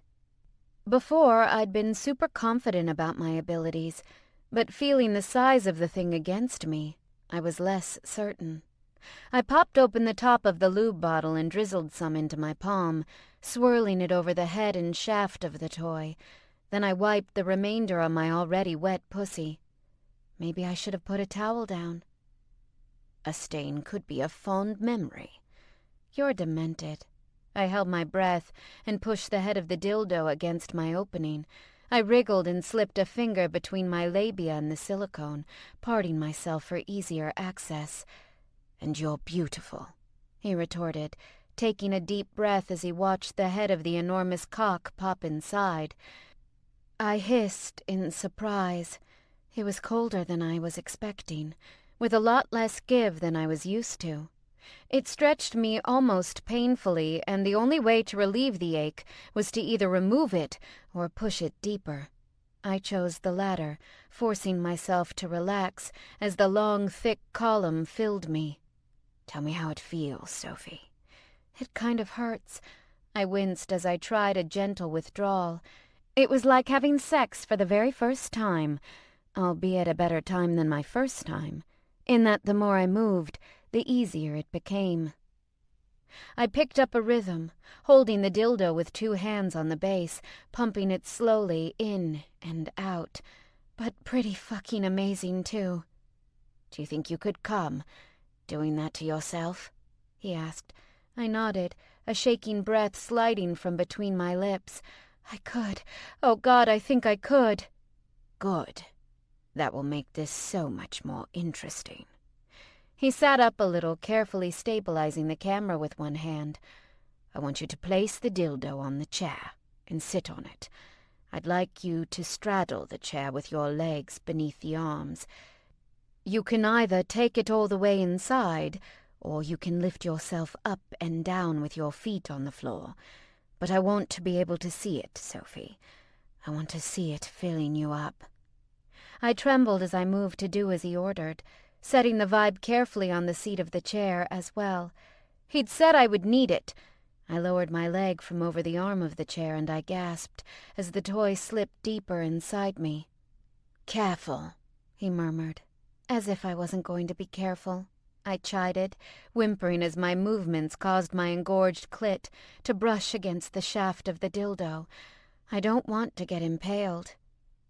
"These don't appear to be the actions of a woman who doesn't want to be impaled," he said dryly. I opted to do what he'd suggested, and raised and lowered myself on the dildo experimentally. I'd had plenty of fun with toys on my own in my life, but I'd never gotten so elaborate as to semi-bind my legs with a piece of antique furniture. I'd really been missing out. I moaned in relief as the beginning of an orgasm coiled within me, and my bouncing got a bit more enthusiastic. Neil groaned as he watched me and took a slow, deep breath through his nose. "I can't wait to watch this with you. I want you to understand even just a fraction of what you're doing to me. I want to suck your cock while you watch it." Two could play at his arousing talk game. I was getting a lot better at it. "Are you close, Sophie?" he asked, and when I nodded, my lips clamped tight between my teeth, and he instructed, "Now I want you to take the vibrator and use it, and I want you to come." "Yes, sir," I agreed enthusiastically. I reached for the vibe, nearly slapping it off the seat of the chair, but I caught it, turned it on, and slipped it over my very grateful clit.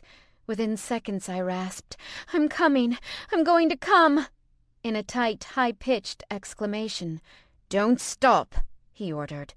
"What?" My head was dizzy, spinning out of control, and I broke over the edge, my knees shaking, unable to support me. I slammed down on the huge toy and cried out at the shock of the blunt, hard tip hitting my cervix. A naughty thrill of cold pain spiked through me, prolonging the waves of bliss that radiated from beneath those two vibrating protrusions on the vibe. "Don't stop," Neil repeated. "Leave the vibrator there." I wanted to pull it away.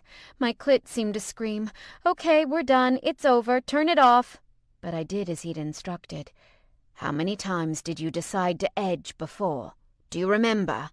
He asked this casually, as if I could forget the 5 long, fruitless climbs to release I'd already experienced tonight.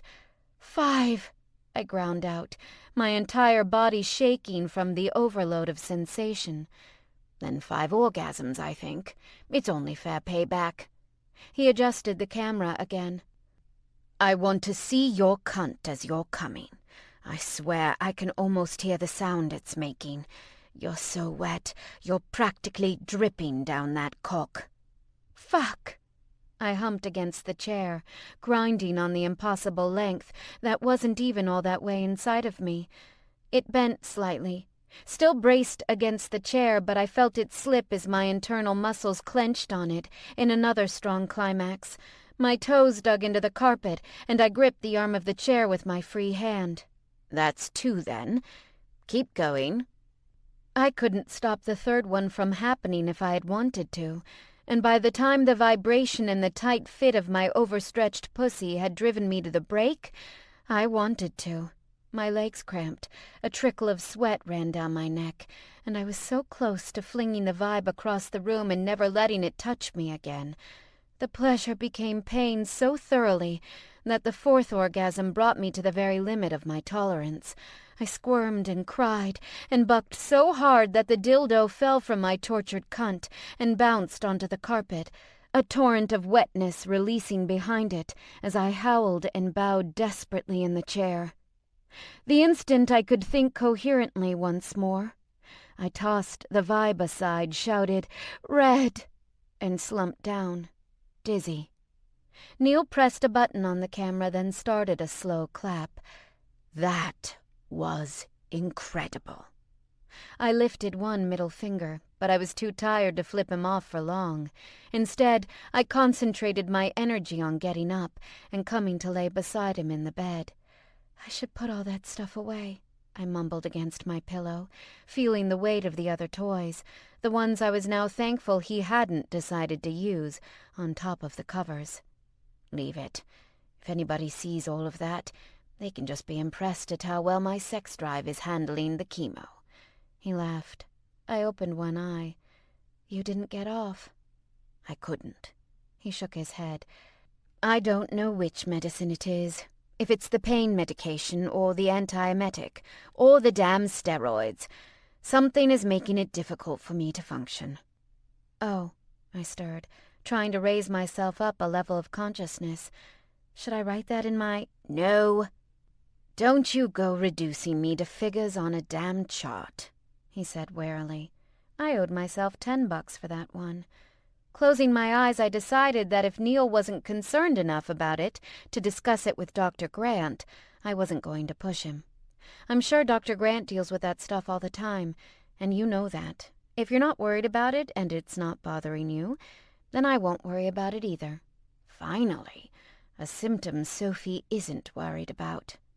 He pushed aside his pillows and reached for me, and I snuggled down beside him, nuzzling my head against his shoulder. It had been so lonely before when I'd hung up with Holly. Now, just from spending time with Neil, I felt so much better. And it wasn't the sex. It was the intimacy. In a way, I had to thank his cancer for that. We'd done things with each other I'm not sure I would have thought of trying if not for us needing to work around the unfortunate side effects of his treatment. Neil reached up and smoothed his palm over his head. A few strands from a patchy spot clung to his fingers. He grimaced. For a moment there, I'd actually forgotten. I scooted up to give him a kiss. That's what I'm here for. He wrapped me in his arms and held me as tightly as an exhausted man could. And I am so very, very glad that you are. Chapter 17. Later that week, either Thursday or Friday, I forget because my sleep schedule was so jacked up from all-night coffee binges, I found an email from India waiting in my inbox. My latest video already had over 10,000 notes. I ran into the dining room in a tank top, Neil's boxers, and my fluffy pink socks. I held my iPad over my head and crowed, 10,000 views, while doing a ridiculous little dance. Neil and Emma were having breakfast. "Oh, hey," I said with a goofy flush. "I totally forgot you were getting in this morning." Emma shook her head and smiled down at her bowl of quinoa porridge. 10,000? Darling, that's wonderful. Neil pushed his chair back and I went to him before he could stand up. I leaned down so he could hug me and kiss my cheek. 10,000 views on what? Emma asked, pointedly avoiding eye contact with either of us, while her father pulled me into his lap. I looped my arm around Neil's neck. A nail polish tutorial I posted on YouTube. India Vaughn posted it to her Tumblr and it's just exploded. Congratulations. Emma took a bite, chewed thoughtfully, wiped her mouth and said, I wondered what you were doing to fill your time lately. Dad said you were quite invested in your job at Port Terrace. Neil had been talking about me to his daughter? I wondered what kind of things he had said about me. I had been diligent about not listening to the conversations Neil had with Emma, because I didn't want there to be any feelings of resentment at my intrusion. I tilted my head and narrowed my eyes at him. I think this is something you should celebrate, Neil said, happily changing the subject. Maybe you and Emma could go out and grab lunch, do a little shopping.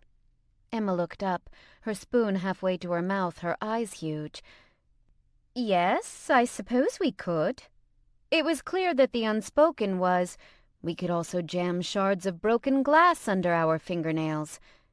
Emma, if you have other plans— Nonsense. Neil wasn't going to allow either of us an escape. You and Emma need to get to know each other better. And Sophie, you need to get out of the house. You've been cooped up here for far too long. Look at what you're wearing, for God's sake, Emma said, resignedly backing up her father. Dad's right. We should go out, if only so you can get some color. And that's coming from an Englishwoman, Sophie. I'd begun to understand Emma's language, I thought. She was teasing me, or not. Maybe she was being honest, or maybe not. But she wasn't maliciously unrestrained as she had been the first morning we'd met. She was talking to me the same way I'd heard her speak to her father. In other words, as a part of the family, or just someone she didn't totally hate. Okay. It had been a while since I'd washed my hair. They may have had a point. Give me a second to shower? By all means, she said, her green eyes flaring wide. After I'd thoroughly defunked myself, I stepped into the closet and rummaged through my clothes. Neil came in and leaned on the doorway. I want you to have fun today. We will, I promised him. I haven't really had a chance to see the city. Don't expect Emma to be much for sightseeing, he warned, but she'll shop like a demon. Take as much cash as you'd like from the safe in my office. Neil, don't. He raised a hand. Consider it payment for your full-time nursing services. Then give it to Josh, I said dryly, adjusting my towel under my arms. Sophie, let me be perfectly blunt. He walked toward me slowly, with the cocky half-smile I had been missing lately. "If you don't take some money, I'm going to start stuffing your purse with fistfuls of cash whenever you're not looking." "I just don't want to bankrupt you by going spend crazy or something. Actually, I didn't want Emma to think I was a gold digger." "I appreciate that, since I'm so close to abject poverty," he said with a grave sense of false sincerity. He regarded me seriously for a moment. "I'm not sure if you understand exactly how much money we have." "We don't have any money," I reminded him. "You have money. I have a rapidly dwindling savings account back in the States." "We do have money," he stated again. "I didn't bring you all the way over here so you could have different scenery during your financial hardship. You told me once that you wanted to share your life with me, and I think a part of that is letting me share my wealth with you." "Okay, but you've been rich your whole life," I reminded him. "You know how to be rich. How do you know I'm not going to just freak out and start spending like crazy all over the place? I don't want to negatively impact your bank account, and I don't want it to become a point of resentment between us. And you know I don't communicate well about money. It makes me uncomfortable."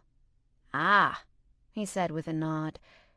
"You're concerned that your inability to talk about money in a frank and impersonal way, coupled with my open-handed nature, will create some kind of financial issue?" I shrugged. "I don't know. I'm uncomfortable with this stuff, remember?" "Maybe this will put your mind at ease. I don't think it's even feasible for you to outspend the money I make in a day from my investments and income from Elwood and Stern." I didn't know that. My throat was super dry all of a sudden. This time his laugh was one of disbelief.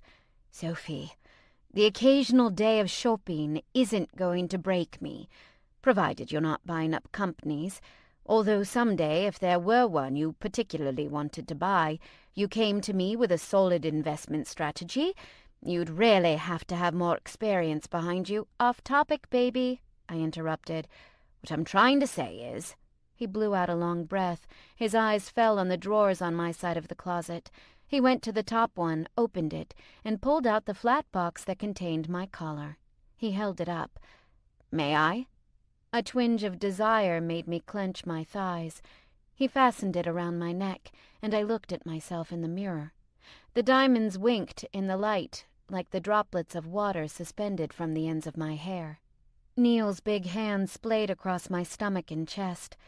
"Remember when we were fighting, and I told you that you could ask me for $1 million, and I would give it to you?" I reached up to touch the collar.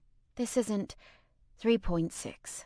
His gaze met mine in the mirror as his hand came up to cover mine, over my throat. "Why did you accept this?" "Because you wanted to give it to me. I'd missed this intimacy, the purposeful touches. I'd missed submission, because it meant something to you and I didn't want to hurt your feelings."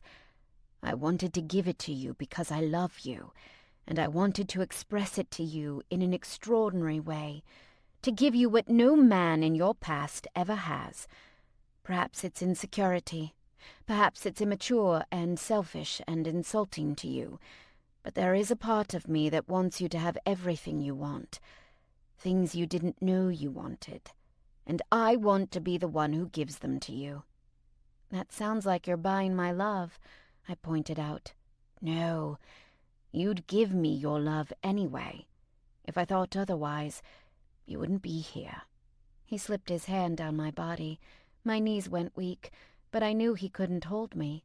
I caught myself with my palms against the mirror, my fingers clenching and unclenching.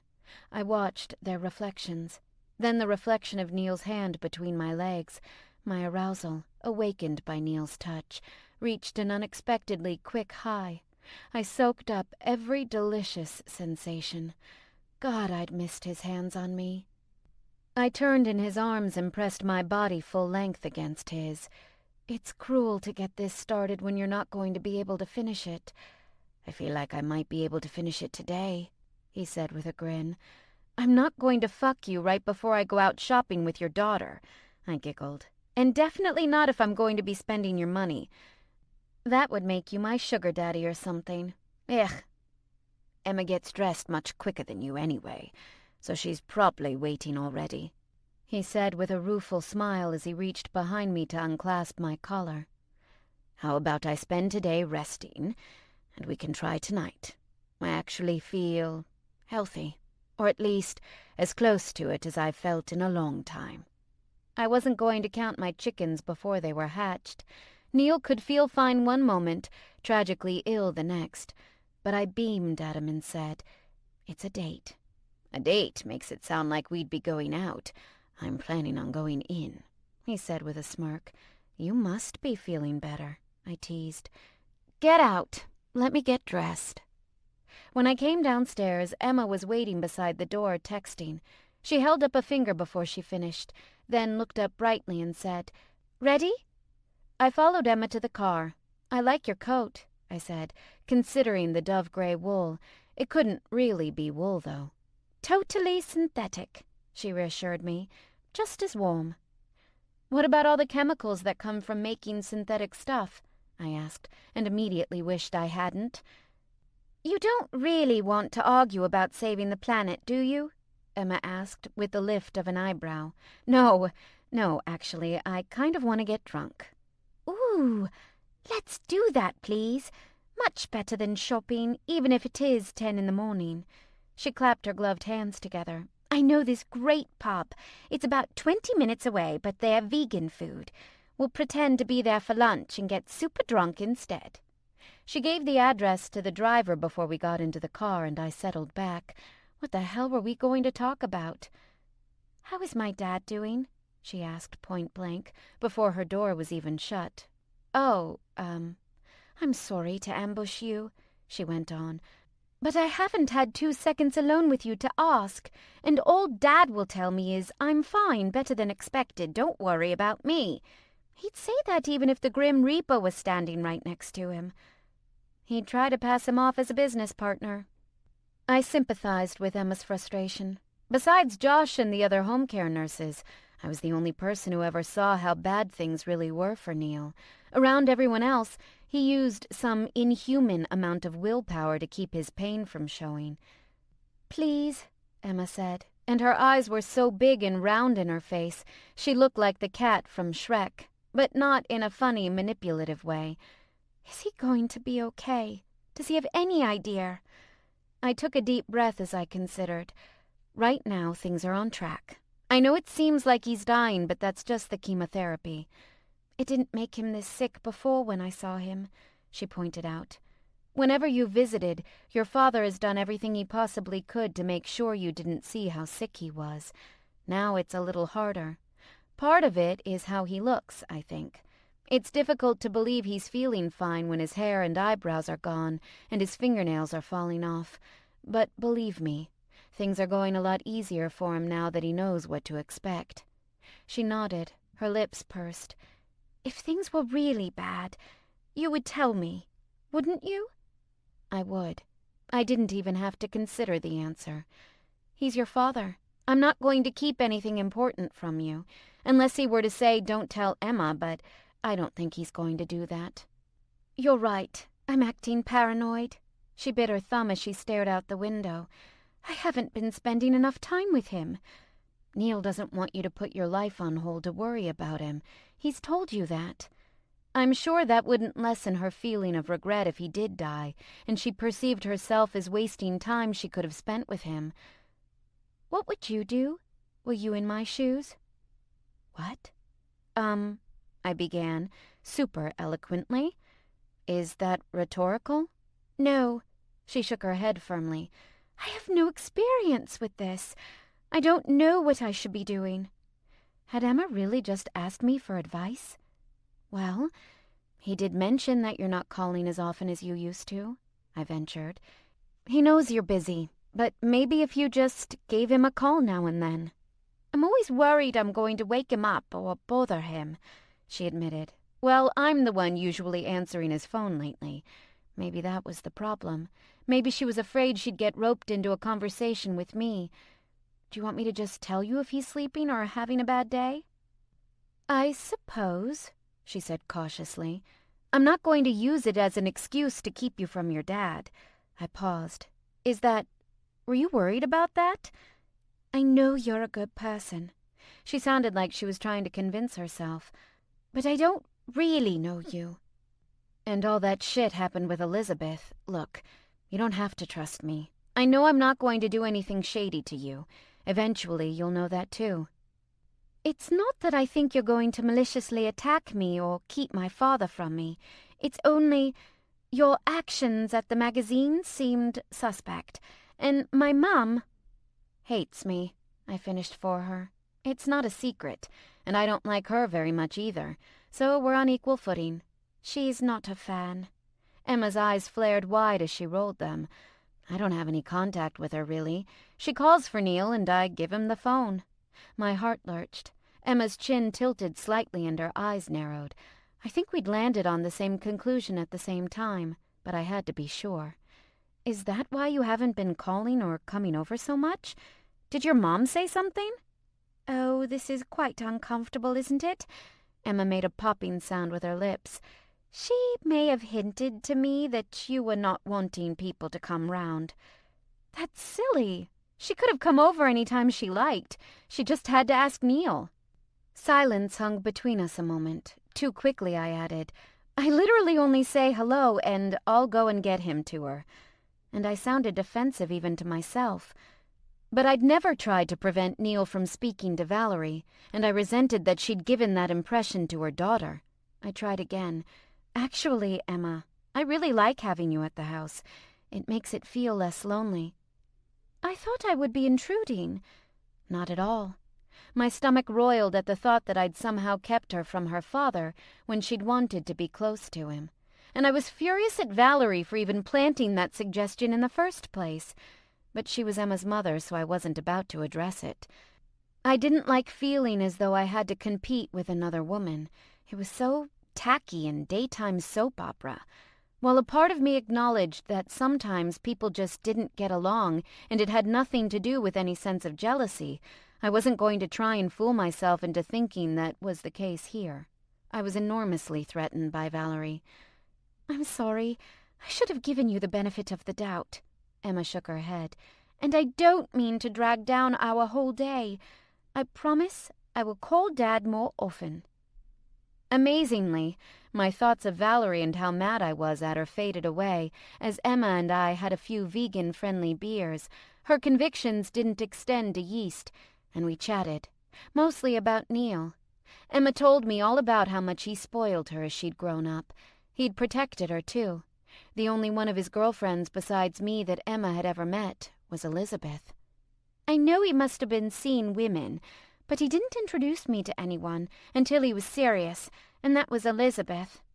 Emma dug into a plate of pumpkin ravioli made with soy cheese and eggless pasta. "So I take it you guys are pretty serious." "He didn't mean for us to meet, though," I reminded her, although I hated to. It had been the single most embarrassing moment of my life. I mean, obviously we would have met at Christmas, since I ended up over here. She tilted her head as she examined my plate of hot and sour tofu with grilled asparagus. "You could have ordered a burger, you know. I wouldn't have been offended." "I'm actually really liking the whole vegan thing. I think it's not helping me lose weight, because all I've been doing is sitting around, but it's keeping me from gaining too much." I lifted a chunk of asparagus with my fork. "So, thank you.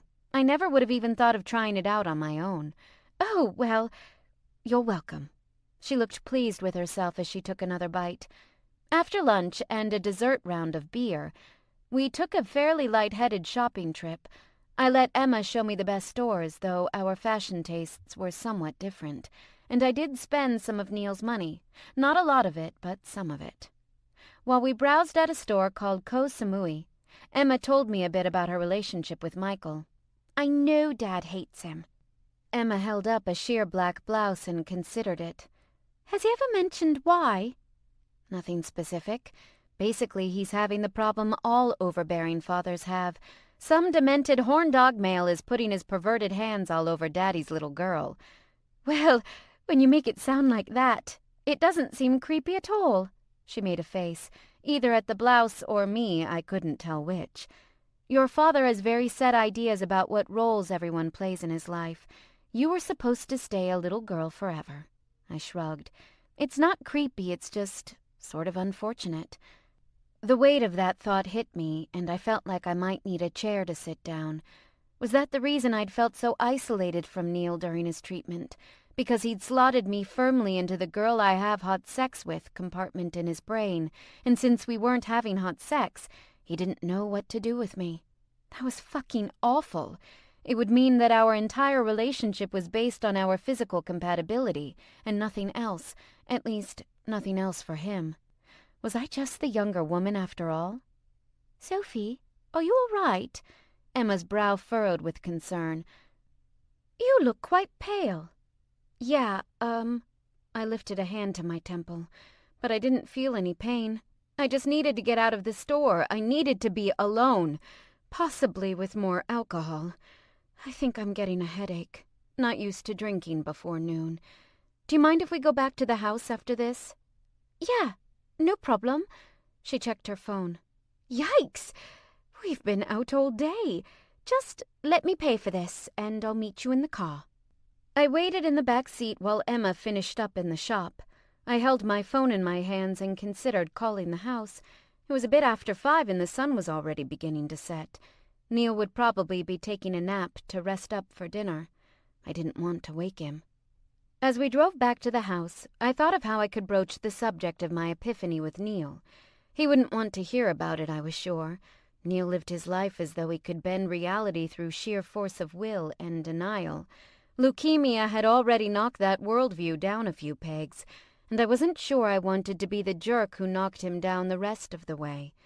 Emma was quiet on the ride home, probably because of my fake headache, which made me feel guilty for lying about it. But it was way easier than explaining that I'd succumbed to a sudden bout of emotional turmoil. "That's my mother's car," Emma said with a frown as the Maybach approached the house. A silver Bentley sat at the curb. My hackles were officially raised. Emma didn't look pleased. "What the Christ could she possibly be doing here?" I had no idea, but if this was why Neil had sent Emma and I out today, I would be furious. I tried not to do the whole woman scorn thing as I stormed through the foyer and up the first flight of stairs. "Neil," I called out, "we're home." We're up here," he called out, and I could tell from his tone that he knew he'd been caught. "We're in the library." Emma let me lead the way, and we found the study doors open. Neil sat in the armchair in front of the fireplace, a blanket tucked around his legs. He was in his navy pajamas with a scarf covering his head. On the couch perpendicular to him, Valerie sat holding a rocks glass of something amber-colored, and beside her was a man in a gray suit. He stood when we entered.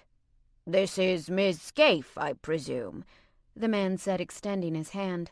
I shook it briefly. "Sophie, please." "You are?" "Sophie, this is Alan. He's handling some things with my estate," Neil said quietly. Oh, so that explained Valerie's presence. After all, she was his business partner. But I couldn't help but feel a little hurt that Neil sent me away.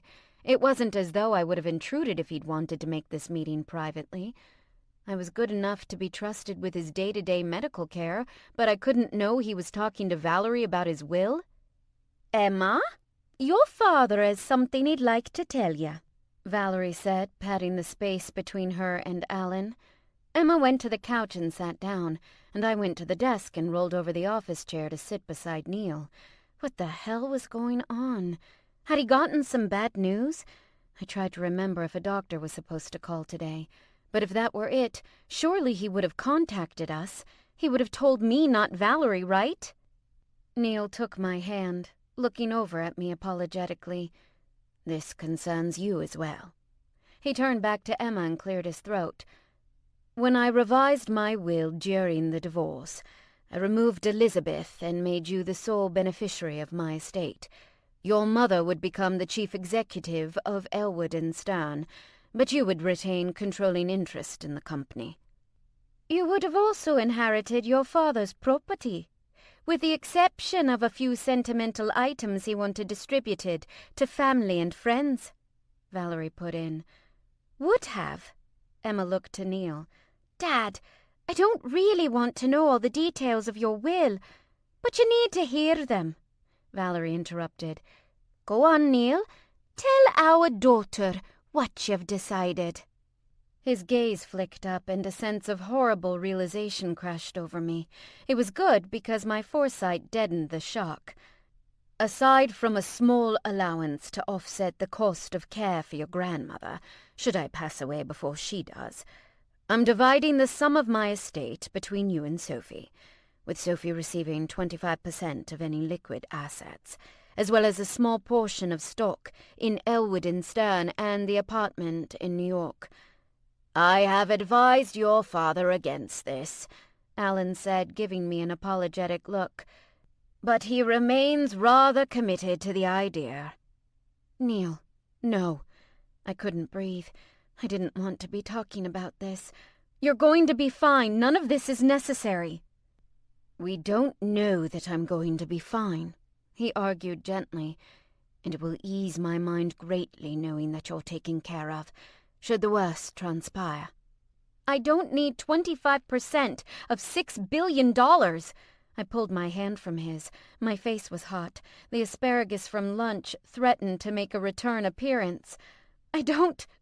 Were you even going to discuss this with me? I'm not going to agree to this."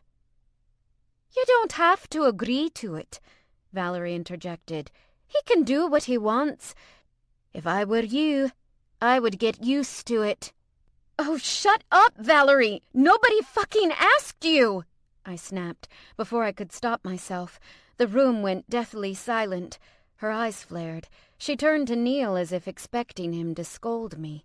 When he said nothing, she set her drink on the end table and got up to storm from the room. Emma gave me a very clear "what the hell" glare and got up, following her. Damn it! I closed my eyes and dropped my head back. "We're not done, Neil. We're going to talk. I'll be right back." He didn't try to stop me from leaving as I followed Valerie out of the room and into the hallway. "Valerie!" I didn't want to apologize to her, because I wasn't sorry. It had felt good to yell at her in the meanest way possible. I'm sure she didn't want to hear an insincere apology from me anyway. She turned, Emma standing beside her, eyes wide, perfectly mirroring her father's "I'm terrified of conflict" face. Valerie waited for me to speak first. "I didn't ask him for this, and I'm going to do what I can to change his mind." I waited a beat, then added, "But this isn't any of your business. I'm not taking anything away from you. I don't even know why you're here." "No, you're taking it away from my daughter." Valerie smiled. It wasn't a friendly smile. "And I'm here because I care about Neil, and I don't trust you. I don't think he should trust you. You haven't been with Neil a year, and you're suddenly in his will. As I said, I didn't ask for it, and I don't want it." My back teeth ground together of their own volition. "If you've a problem with me over what happened at Port Terrace, that's more than fair. But you don't get to have a problem with my relationship with Neil. You aren't a part of it." "Look, you have to have something." Emma surprised both of us by speaking up. "You moved to a different country to be with him through this, and you've been out of a job." "She made the choice, Emma. She followed the money." And that was it. That was all it took. I was either going to rip Valerie to shreds right there in the hallway, or I was going to cry. I chose the latter because it didn't come with jail time. "God damn it, Mother!" I heard Emma curse as I stormed back toward the study. When I got within earshot, I heard Alan saying, "Strongly urge you to reconsider. There are a number of other options we can explore to see Miss Scaife provided for." "Fix this," I demanded as I marched up to Neil. "You've got your ex and your daughter thinking I'm some kind of gold-digging freak. I can't deal with this right now." "Sophie," Neil said, his eyes going wide with shock. He pushed up from the chair, wheezing as he did. I knew the pain-managing drugs made him tired, and I felt instantly guilty. He was set, though, on putting his arms around me, and I let him. Jesus, he was so much thinner than before. When did that happen? I don't want to think about any of this. I don't want people to think I'm rooting for you to die. No one thinks that, he murmured against my hair. Mom thinks that, I heard Emma say from the door. Sophie, I'm sorry. She's just drunk and she's not handling this well. Emma, could you? Neil asked, and she cut him off before he could continue. Yeah, I'm going to take her home and try to calm her down. I'll call you in the morning, Neil, Alan said, awkwardly collecting his things. I'm so sorry about all of this, Neil said, and I know he was embarrassed. By my behavior, by Valerie's behavior, by the entire situation. But I didn't care. I felt attacked and wronged, and not just by Valerie. You can't just spring something like this on me, I said quietly, once Emma and Alan had left the room. You can't do that to Emma either. I didn't know any other way, he admitted quietly. I wanted to have everything settled before you got back. I think you mean settled behind my back. That was another part that bothered me. You trusted Valerie to be a part of this decision, and not me. She's my business partner, he began patiently, making his way back to his chair. And the mother of my child. And you're not with her. You're with me. This sucked. No matter how close I felt to him through all of this, we'd only been together for 5 months. Did I have the right to demand to be included in these decisions? If they had to do with me, then yes. If I'm your partner, if you really believe that this is a serious relationship, and we're on equal footing, you shouldn't be going to Valerie for this stuff. You should be coming to me. I knew I sounded jealous. I needed to own it. I don't like her, Neil. I think she is trying to insinuate herself into your life in ways that aren't healthy. I know for a fact that she doesn't want us to be together. I know. He said it like he'd had this conversation before. With Elizabeth? With someone else? But you needn't be threatened. I am not threatened by her. I'm threatened by your behavior toward her. How dare he put this down to unfounded jealousy on my part? I was secure in our relationship until I found out you were making enormous life decisions with your ex. She wasn't a part of the decision at any point, he asserted. She knew about Emma's inheritance, and I invited her here tonight to tell her about it, so that it wouldn't come as a shock to her if I did pass away. But you were fine shocking the hell out of me and dropping some ridiculously huge amount of money in my lap when you'd be dead. And I couldn't argue with you about it. Jesus Christ, the taxes alone! I pressed my fingertips to my temples. Then after a cleansing breath, I tried again. You made me look like a fool. You let Valerie break important news to me. She knew before I did, when I'm supposed to be closest to you. You just sent her a message that she's more important to you than I am. Now that is absurd. I thought by not telling you ahead of time, you would be absolved from any allegations of so-called gold-digging, which you seem particularly concerned about avoiding. His voice rose a little. Normally I would have closed the door, but I didn't care if anyone heard this fight. I had run out of fucks to give. I don't want your damn money! I shouted back. I don't want to be in your will. I don't want to make a profit off your death. Then what were you planning to do if I were to die?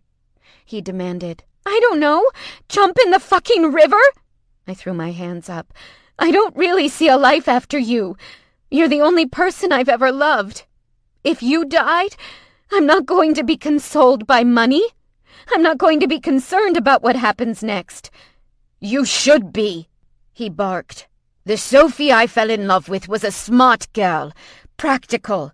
She worried about her future, and she wanted it to be a good one. Do you remember her at all? Of course I remember. It was just a few months ago. But things got a little weird for me, okay? You came back into my life. I've had no time at all with you, and now I'm facing losing you again, permanently. And you're making plans for what will happen to me in my life after you're gone. And you're making these plans with your fucking ex-girlfriend. If Valerie is so goddamned important to you, you should be living with her, not me. I stomped toward the door, brushing tears from my eyes. What the hell was wrong with me? Neil was thinking about possibly dying, and I was throwing a temper tantrum out of jealousy.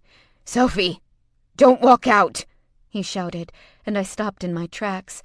When I turned, he said, calmer, "I don't have the energy to chase after you." "I don't like her, Neil." My limbs trembled with the anger I felt toward Valerie, anger I wasn't even sure was entirely warranted. Neil had been the one who'd invited her here. All she'd done was show up. "You don't have to like her. I just work with her. She's my business partner." "She's your pseudo-wife." I laid the allegation squarely where it belonged. "When you and Elizabeth separated, who did you go to talk about things?" "Rudy, mostly," he said, then softer. "And Valerie, I suppose." "And when you wound up in the hospital and we were not talking, for those 4 days, who did you talk to?" I knew the truth already, and it hurt. When he didn't answer me directly, something inside me crumpled up into a tight little ball of pain, and I could barely breathe through. "Valerie and I have history," he admitted. "That's not something that goes away overnight. But I no more have romantic feelings for her than I do for Rudy. I trust her because we've known each other for a very long time. We have a child together, and that forms a bond that we will always have." The last remark hit me squarely in the chest. I wondered if words could crack your ribs. He knew instantly that it was the wrong thing to have said to me. "I didn't mean—" "I know you didn't. But not meaning to say it didn't make it hurt any less. You can't use that justification to me. It's not fair. I understand she's Emma's mother, and you guys will always have that part of your lives together. But right now, it feels like you're telling me that it's an impenetrable wall, and that I'll never be as close to you as Valerie is, unless I give you a baby, which I think I've already made pretty damn clear that I'm not willing to do." "That isn't my intention at all." He sighed in frustration and wiped his palm across his forehead. "I just wanted to make this... I wanted to make it easy for you. I wanted to protect you from the unpleasantness of discussing my possible death." "Do you think I haven't thought about any of this?" I went to the sofa and sat down. With neither of us talking, the room was too quiet. "I think about it all the time. I'm constantly making plans for what I'll do after you're gone, and yeah, maybe it's not practical. But when I think about it, money is pretty low on my list of concerns." "Oh?" "Yeah. I worry more that if you die, I'll never feel love for any other man ever again. I worry that I'll be alone, and that I'll never get over you. I worry that I'm not strong enough to handle that, because right now, I really don't feel strong enough to handle it." When he didn't say anything after a long moment, I continued, "You're not helping. I know I'm supposed to be here for you, helping you. But you have to give something back. You have to at least let me feel like I'm important to you as more than just some woman you have sex with.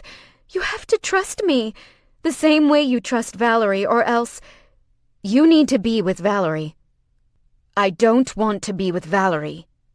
It didn't take him any time at all to respond. If he'd hesitated, maybe I wouldn't have believed him. But he stated it so forcefully, I couldn't take it as anything other than genuine. "I want to be with you. I had no idea you felt this way, and I am deeply ashamed of my behavior, now that I see how much I hurt you. I took it for granted that you knew how I felt about you." "I know you love me," I sniffled, "but I don't know how much. I don't know how replaceable I am." "You aren't," he said firmly. He sat beside me and put his arms around me, pulling my head to lay against his shoulder. "You have been here for every blood test, every late-night sick spell, and that's terribly unfair to you. I thought I might be able to spare you some unpleasantness if I left all of this to the people who are used to giving me advice about financial matters. But that's the problem, I sat back. You won't let anyone in your life be themselves. You decide how you want a person to be, and then you assign them their part. It's like you're the casting director for everyone else's life.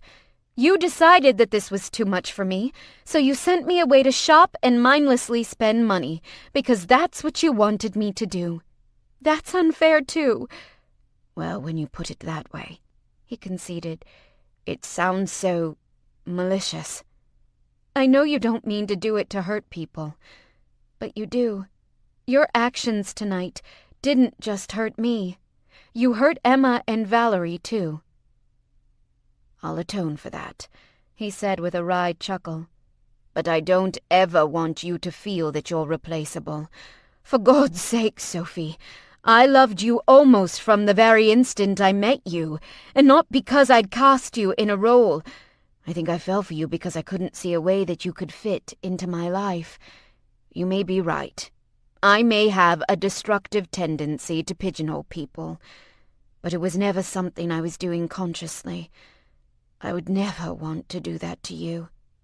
I'm sorry I snapped at Valerie. No, you aren't. He rejected my apology with humor, at least. I'm very aware of how Valerie treats the women in my life. I don't like it, and it has been a point of contention between us. Emma said it was between Valerie and Elizabeth, too. I shrugged. I don't need everyone in your life to like me. I don't need everyone in my life to like me. But I heard what she said to you at Christmas. She's going to keep this shit up until I'm gone. It will never happen, he stated firmly. At least, not because of anything she does. I love you, Sophie. Even when we don't see eye to eye, I love you. I love you too. But you're infuriating. I pushed my hair out of my face and took a deep breath. I didn't want to talk about Valerie anymore. How about this? If you're so eager to give me something in your will, give me enough money to buy an apartment and enough savings for a year, and let me keep the jewelry you've given me. You could sell it for a fair price, he said, his mind snapping into business mode. That's not why I want it. It probably wouldn't be fun to eat ramen noodles every night, knowing I had a $3.6 million worth of diamonds in my bedside drawer, but I couldn't imagine ever selling the collar. I know. He looked to the flickering gas flames in the fireplace, and the tiny points of light made the thin rim of tears on his lower lids glisten. I'd rather think of my practical Sophie selling them than my actual Sophie clinging to the only tangible memory I left her. And perhaps I am casting you in a role there, but you have to allow me that fantasy. When I think of dying, I think of how hurt you'll be, how hurt Emma and Rudy and my mother. I know you would be shattered, but I need to pretend that you won't be. I put an arm around his back and leaned my head on his shoulder. You're tired. Let's get you upstairs.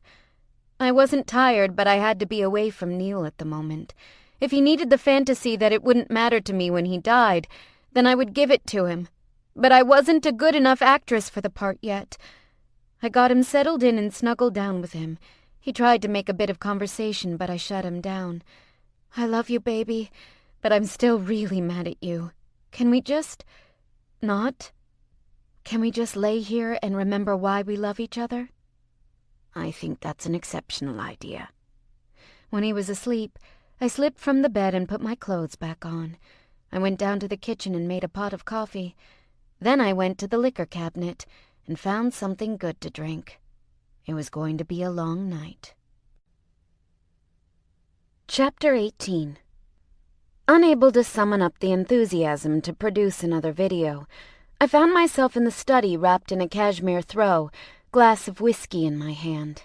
It was my third, actually, and I was reeling from the effects. I had a book open in my lap, but even the mists of Avalon couldn't draw me out of my thoughts. I just stared into the fireplace, at the little gas flames there, and listened to the loud tick of the clock on the mantel. Sophie? I turned and gave the room a second to catch up. Hey, Emma. Everything okay with your mom? Not as such. She came in swinging her arms slightly. the sleeves of her cardigan pulled down over her hands. "I wanted to make sure you were okay, after all of that." "I am." I sat up and brought my legs down so there was room on the couch. "I told your dad that I didn't want any of your money. He won't listen to me, of course, but I think I got him to come down in price a bit." Emma nodded, her shrewd eyes narrowing a little.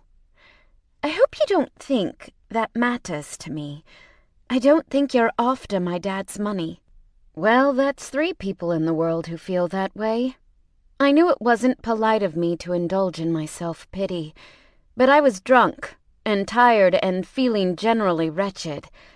"I'm sorry, I just feel so completely alone here." "You're not completely alone. You've got Dad," Emma said with a surprising amount of sympathy. "Is everything all right between you two?" "Yeah, everything's fine with us. It's just there is so much stuff that's bothering me that I can't talk about with anyone. My best friend and I used to talk all the time, but she's in this new relationship, and her career is taking off, and the time zones, we just seem to miss each other's calls. I'm really starting to be afraid that the best part of my life ended 3 months ago." I snorted. "I'm sorry. You don't want to hear about all this." "No, it's all right," she said quickly. "It's nice to talk to you, even if it is because you're drunk." I looked down at my glass and frowned. "Oh, well, you caught me. But you could talk to me any time. I just thought you wanted me to keep my distance. Maybe I did in the past, but I don't now. I've always felt like you were not resentful of me, but perhaps slightly inconvenienced by my existence. I got the feeling that you didn't like me around." She paused. "Like I made you uncomfortable somehow." "You made me uncomfortable?" That absolutely flabbergasted me. "No, Emma. I felt like I was making you uncomfortable because your dad was dating me and we're the same age, and the way we first met, in hindsight, that's quite funny." She shook her head. "Or at least, Michael tells me it is." I laughed. "I have no problem with you at all. I actually like you a lot. I don't know how you're getting through all this without totally freaking." "I was going to say the same about you. If it were Michael who was so sick." She did a full body shiver. "Look, I think we've both had enough grim contemplation for one night. How about a midnight swim?" "I'm really drunk," I pointed out. "People die like that." "I'm not drunk. I'll watch out for you. Come on. Do you need a suit?" I hadn't really thought to pack a bathing suit for a trip to London. "Yeah, do you have one that will fit me?" Emma was about my height but smaller than I was, with a totally different body type. I was slender but curvy, with extra padding in the rear, and she was slim and graceful and delicate. She probably wore cool triangle-top bikinis that looked totally awesome and sporty on her. I'm sure. Come on. I'd never been in Emma's room before, but it was exactly as I would have pictured the childhood room of Neil Elwood's daughter. The walls were pale pink, striped with darker pink, like the nursery in the pop-up book of Peter Pan I'd had as a kid. The floor was carpeted wall-to-wall in dusky rose, and a tall canopy bed with frilly white curtains stood in the far corner. "I was kind of a Barbie girl when I was younger," Emma said, almost as though she were ashamed. "My mom hasn't changed my room since I was living at home," I told her in solidarity.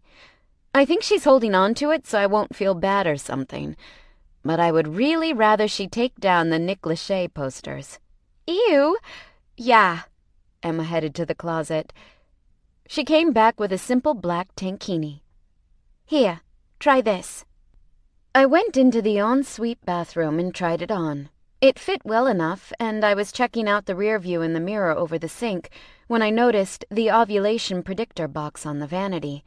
At first, I thought it might have been mine. Directly after the abortion, I'd been hyper-vigilant about my fertility, so we wouldn't have any accidents in the gap in my birth control. But I'd never been in Emma's room, and definitely not her bathroom. Plus, if I'd left something like that where she could see it, she would have most definitely confronted me or her father about it. Stepping out of the bathroom, I weighed the chances of ruining my tentative friendship with Emma against the possibility that we might be close enough at this point that we could discuss such a thing. This is going to sound... There's something in your bathroom. Like a spider? Emma charged toward the door with huge eyes. I hate those bastards. No. I waited until she flipped on the light. She went very still, her hand lingering on the door. When she turned around, she said, "Don't tell my dad." She said it like I had caught her with cigarettes in the 5th grade or something. I shrugged. I won't. 1, because I think it would actually kill him to have some kind of proof that you and Michael are having sex, and 2, because it's really none of his business. You're an adult. Oh. Emma blinked at me in surprise.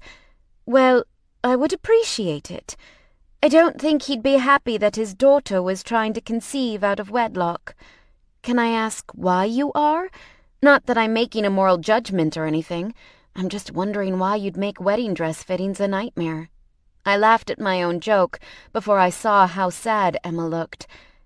It's not something I tell a lot of people, but I've got issues with my fertility. My doctor said she wants me to try for at least a year before going on any hormone treatments, and we want children so badly. Michael suggested we start now, in the hope that it will save us some time after the wedding. I may walk down the aisle pregnant, but it's a risk we're willing to take. That's exciting! I really did hope Neil wouldn't find out. This was far too private an issue for him to try and control his daughter's decision. Emma, really, I think it's great. It struck me then that Neil was going to have a hard time letting go when Emma married. He was going to flip out when he was no longer the most important man in his daughter's life. In a way, it was cute, but mostly it was just frustrating. I had a suspicion that Neil, for all his progressive leanings, would not have been so protective of a son. I hesitate to ask, but do you and my father plan on having children? Emma asked, with feigned casual interest as we got into the elevator. She pushed the button for the basement. You heard about my stepmother, I'm sure? Yeah, I don't really know where your dad stands on that. He says he doesn't want any more children, but I got this weird feeling. I mentally put on the brakes to keep from revealing too much. Then I thought of all the other embarrassing shit she'd been privy to, least of all the fight with her mother today, and, to borrow an expression I'd heard Neil use before, in for a penny, in for a pound. Can I be totally upfront with you about something? We stepped out into the short hallway, Emma frowning slightly. You've yet to refrain from completely mortifying me with the details of your relationship with my father, and I doubt anything you could tell me would be worse than hearing you shout, "Fuck me harder," at the very top of your lungs, so why not? I wished I'd been drinking something when she said that, because a spit take would have been completely appropriate. But she'd put me at ease. I was starting to see a pattern with her. She would say the most horrible, awkward thing possible right out of the gate, almost as if she were getting it over with. I owed her the same in return. We did get pregnant. I had an abortion the week before Christmas. Wow. Emma stopped in front of the door to the pool and turned to face me. I don't know what to say to that. He didn't pressure you to... No, I shook my head emphatically. I actually think he wanted to keep the baby. I don't think. I know he wanted to keep it, but no. He never once suggested I should keep it for him. Well, Emma pursed her lips. Good job, Dad. She opened the door and gestured for me to go ahead of her, but I felt awful, like I'd crossed a boundary between us that I should have thought about before. She wasn't Holly. She wasn't my bestest buddy I could just spill all of this to. You know, you don't have to hang out with me. I'm sure you have friends and stuff. Better things to do than listen to your dad's girlfriend talk about personal problems you don't care to hear. Nonsense. She shook her head adamantly. Sophie, you're not really like my dad's girlfriend. If you hadn't figured it out already, he sees you as pretty permanent. You take care of all his medical and household stuff. He's open with you in a way I've never seen him with another woman. You're not his girlfriend. You're kind of his family right now. I suppose that makes you, in a completely dysfunctional way, my family as well." My heart felt like it was going to fall out, from shock more than anything. And even though we were wearing bathing suits and it was incredibly weird, I hugged her. A genuine hug, not one I felt obligated to give her. "Yes, well," she said when she stepped back. "Come on." The hot tub was amazing. It could fit 8 people and was sunken into some elevated marble steps. I turned on the bubbles and we eased into the hot water with matching happy sighs. "I'll be totally honest with you," Emma said, leaning back in the molded plastic seat. "When I first met you, I did think you were some gold-digging bimbo." "Thanks," I said dryly. "Well, look at the facts. You were his assistant, for God's sake. But seeing how you care for him, just the fact that you're not running away from all this cancer nonsense, speaks highly of you." "I don't think it does." I didn't want to dissuade her from her revised opinion of me, but I hated the thought that people wanted to give me some kind of credit for staying with Neil, despite his illness. I love him. Walking away was never an option. Not because I'm a good person. I honestly couldn't blame someone if they wanted to walk away from this type of situation. But I just know that for me, leaving him alone was never on the table. We lapsed into an awkward silence. "Sorry I told your mom to shut up," I blurted. "She was well out of line," Emma said with a roll of her eyes. "Between you and me, I think my mother has some issues where my dad is concerned." "Oh?" I said, when what I wanted to say was, "No shit?" I flicked some of the surface bubbles with my index finger and held my tongue. "Don't play dumb, Sophie. You had to notice." Sometimes Emma could sound so much like her father it was eerie. "Well, what are the issues? I don't know a lot of Neil's history where your mom is involved. All I know is that they got pregnant and they split up before you were born." "After," she clarified, "but not much after. According to my mum, they were going to try to make it work for my sake, but then she called off the whole thing. It wouldn't have been fair to you," Emma said with an exaggerated frown and air quotes. "The only thing they could agree on was wanting what was best for me. They do better as friends." "Your mom doesn't think so," I said with a snort, and then I wished I'd never said it. If Emma took offense, she hid it well. I've noticed that myself. Mum is content to be Dad's friend and business partner most of the time. But the moment he has a serious girlfriend, she becomes insanely jealous. She hated Elizabeth. "That might have just been because she could see it was a bad match," I suggested, trying not to condemn Valerie without knowing her better. "It was because Dad was serious about her," Emma insisted. "She hates you too." "I got that memo, thanks." I closed my eyes and leaned back. I hoped we never went back to New York. I liked the hot tub too much. "Don't let Mum bully you or intimidate you," Emma advised. "I love her, but that woman can be vicious. Just ignore her, don't let her bait you, and don't give her any information about your relationship with my dad." "Okay, now you're sounding paranoid." I forced myself to laugh, but Emma wouldn't be telling me this stuff if she didn't really believe her mom was a threat. Well, the best way to neutralize a threat would be to remain unthreatened. She's done things in the past. I don't know what her motivation was, but promise you'll never tell Dad that I told you this. I nodded, although I wasn't sure I wanted to actually hear what Emma was about to tell me.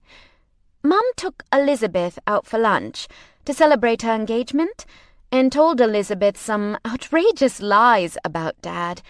Elizabeth came home and they got into a huge fight. It was absolutely ridiculous garbage about how he's allegedly gay or something and slept with my Uncle Stephen before he dated Mum. Totally unbelievable bullshit. But Elizabeth felt hugely betrayed and came home and they almost called off the wedding. I opened my eyes to stare up at the ceiling and its shimmering mosaic of ancient Roman ladies bathing. From a past conversation between Neil and Rudy, I'd gathered that there had been some involvement between Neil and Valerie's brother Stephen, but Emma wouldn't want to hear it. Neil was clearly not out to his daughter about the fact he was bisexual, and it wasn't my place to do the outing.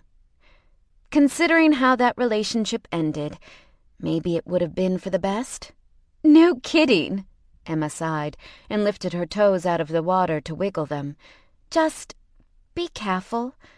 I love my mum, but it's like she has some mean streak in her that can't stand to see my dad happy. Because she still loves him? I don't think she does. She has Bertie, and they've been together for ages. I don't think it's a matter of wanting my father back, but punishing him for not wanting her. Emma tilted her head. Sad, really. I think my father deserves to be happy. Well, I hope I make him happy. There wasn't much more I could say to that. You do. She considered a moment. I don't know why. Because you're simply awful. I splashed her and our conversation devolved into juvenile water-based combat. It was strange, but somehow in a single day, my contentious relationship with Emma had become a refuge of solace. Emma went to bed long before I did. I was still so wounded and confused by the exchange with Neil and Valerie and the lawyer that I couldn't sleep.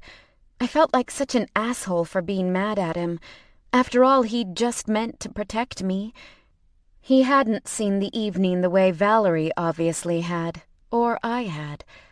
I'm sure he thought he was doing me a favor by getting some kind of safety net set up for me, whether I wanted it or not. I went to the library, to the little table in the corner where I'd dug in and made a space for myself. I moved my coffee cup aside. I'd given the housekeeping staff strict instructions not to wash it, ever, much to Neil's chagrin.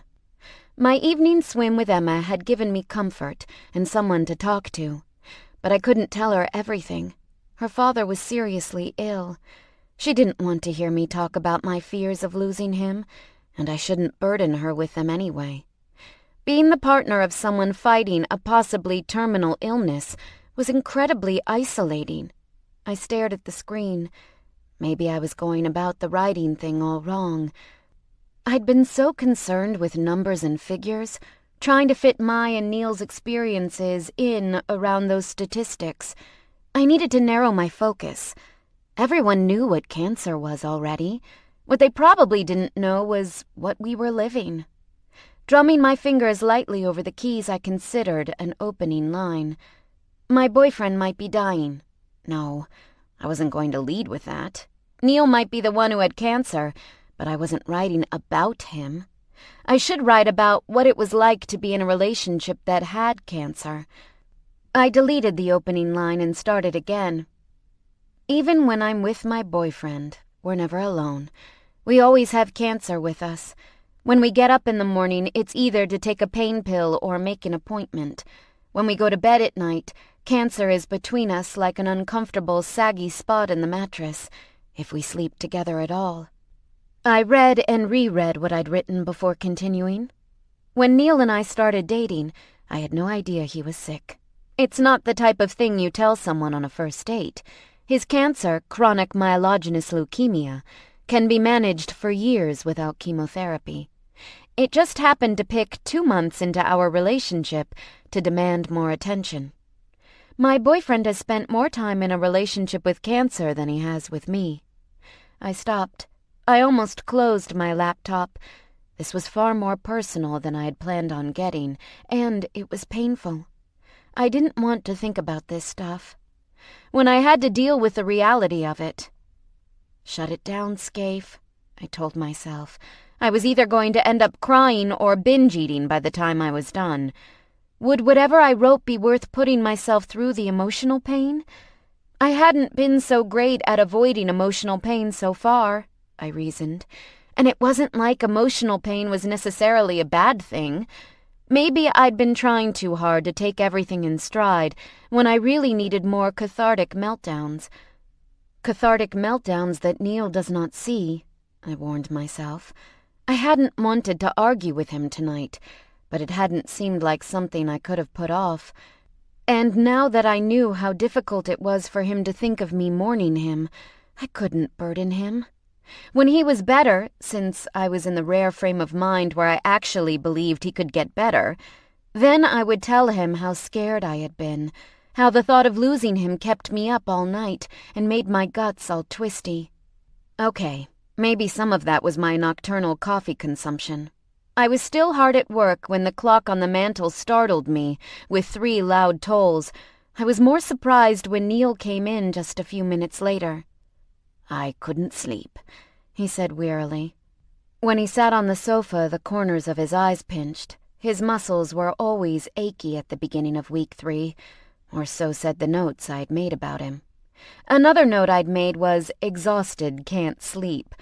I'd stayed up with him through a few nights like this already. "What are you working on?" I squinted at my screen. "I'm working out my issues over your potentially fatal disease? An article about living with someone who has cancer, but I want to finish it first and see what you thought about it. I don't want to overshare personal stuff." "All right, I'm listening." He lay back on the couch. He'd come downstairs wearing just his pajama bottoms. Chemo bloat had given him a little potbelly, and though no power on earth would move me to point it out to him, I secretly found it adorable. "You're half undressed. Are you coming down from a fever?" I stood and went to his side, despite his annoyed muttering.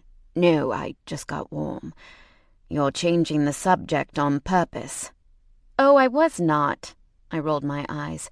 "Look, it's not finished yet. I promise. I'll show it to you when it is. But I don't even know what I'm going to do with it." "I'm sure you'll find somewhere to sell it. You're a very good writer, Sophie." I looked up. "When have you read anything I've written? I never wrote a full-length piece in Porteris." "Oh, can I say for this one very small but very embarrassing infraction that I would like to forget I mentioned anything? Just this once. I will never ask for this favor again." Whatever it was Neil was ashamed to admit to me, it had to be good. This was the man who'd fucked me like a beast and made me ride home with no panties on our first date. What could he possibly be embarrassed about? He was so going to tell me. I didn't have to ask. I just folded my arms across my chest and pursed my lips, and he said with a heavy sigh, "All right. I Googled you and found some articles you'd written for your college newspaper. I realize that this technically qualifies as stalking you, but my motives were pure." "And those were?" I shifted, tightening my arms a little, pushing my boobs up slightly. He laughed, clearly relieved at my silliness. "Curiosity. Burning curiosity. Probably born from my need for total control." "You're making my job so easy on this end." I couldn't pretend that I'd thought what he'd done was all that bad. Everyone Googles the person they're fucking. It's why you get their names. "Did you Google me?" "I did. And you're a knight?" Finally an opening to ask about that. "It's kind of intimidating to find out your boyfriend is a knight from Wikipedia." "It's not that impressive. They pass them out like hard candy if you pay enough in taxes." He could barely keep a straight face. "Besides, I'm just an MBE. "I'm an American. I don't know what that means." I chirped happily. He shook his head in playful exasperation. "The difference is what makes me an American, and I'd like it to stay that way." I leaned forward and kissed him. "You knew quite a lot about me then, when you decided to get into this mess. I can't help but feel a bit relieved." I sat back on my heels. "Why's that?" "Because I sometimes feel guilty. I feel like I've thrown you into a rather deep pool." He cut me off as I began to protest. "I know. You can handle anything, and I truly believe that you can. But I've worried that I was unfair to you, bringing you here, in a totally different way of life on so many levels. And that's why you wanted to give me money in your will? I'm not just talking about the money or cancer. You haven't had many serious relationships, and while you've had a lot of sexual experience, you've never been a sub to anyone the way you are to me. I realized I was nervously clicking my nails on my bottom teeth, and I stopped myself. It sounds like you're saying I'm in over my head, and you regret this. No, never. He took my hand and brought it to his lips, giving me the gentlest kiss. I wouldn't trade a moment of what we've had. I just wish that it didn't have to change us. I think it's making us better. I suppose what I should have said was, I hate the thought that I might die and that it would change you. You would become a version of Sophie that I would never know, one I can't properly imagine. He shook the dark thought away. I've been framing everyone in my life this way lately, trying to imagine what they would feel if I were gone, and I've thought about the baby. The word died on my lips. He looked me in the eye, nothing but the best intentions written across his features. If this is hard for you to hear, it would be, but it might have been harder for him not to say it. Not at all. His uncertain smile informed me that he wasn't believing a word, but he went on. I think about what would be happening if you were pregnant right now. Maybe I wouldn't have lived to see my child born, and you would have been alone. That would change you. Maybe it would have destroyed the Sophie I left behind. That absolutely terrified me. So I thought if I gave you the money, if you could keep living the life I would have given you. I laid a comforting hand on his arm. You thought that if you did that, I wouldn't be changed at all? Yes, he admitted with a sniff. I know it's stupid. I know that you love me and you would be crushed by my death. I know that, even before you admitted it. I shouldn't have let our argument go so far. You hurt me. I wasn't going to let him forget that right now, or forgive him so close to the transgression. You made me feel like a fool in front of Valerie. If it had been anyone else... But it was Valerie. You really hate her, he said with a wavering smile. I shrugged. Yup. Don't do that to me again, okay? All right. From now on, I will not involve Valerie in personal business without consulting you. He considered a moment. This excludes business at Elwood and Stern, of course. I'm not going to run to you for permission over every little teleconference. Well, obviously. I rolled my eyes at him. Sophie, I want to make this very clear. Valerie is not a threat to our relationship. He held up his hand to keep me from leaping in. I have made some very unwise decisions in my life. My relationship with Valerie was one of them. The only good thing that came of dating each other was Emma. Just don't give her another opening to humiliate me, I warned him. That's all I ask. And stop dealing with me the way you would deal with Emma. I'm not. I know it's difficult and uncomfortable to hear me make that comparison, but tough shit. You try to protect me the same way you try to protect Emma, by trying to horn in and decide the course of my life. And by the way, that's not going to work out with her for much longer either. He sighed wearily. I've been told that many times, since she was 6 years old. I'll step back, eventually. When is eventually? I teased. A full minute after they take me off life support. I didn't dwell on that. Just don't stress yourself out, okay? Your counts have been amazing lately. You just keep going up. Let's not reverse the trend because you're worrying yourself into an early grave. I just want this to be over. I want to have the transplant and move on with my life. He sighed. I realize I have to be well enough to have the transplant, but I feel as though I never will be. How am I supposed to get well when I'm being poisoned? You're not being poisoned. Remember what that blog said? Chemo damages your healthy cells, but it doesn't kill them all off. You just need to get close to something that vaguely resembles remission. We're almost there, even if you have to do a 4th round of chemo. I suppose we'll see what Dr. Grant has to say next week, he said with a sigh. I don't want to spend my birthday puking into a bucket. If you do, I'll attach some balloons to it. Make it festive. He smiled, but he didn't laugh. Therapy was doing wonders for Neil, but he was never going to be one of those people who could make jokes about their cancer. He grabbed the throw from the back of the sofa. I'll let you get back to work. Will it bother you if I sleep here? Not at all. Another lie. His snoring lately could wake the dead. I would put on headphones and deal. Besides, I like having you close by. That one wasn't a lie.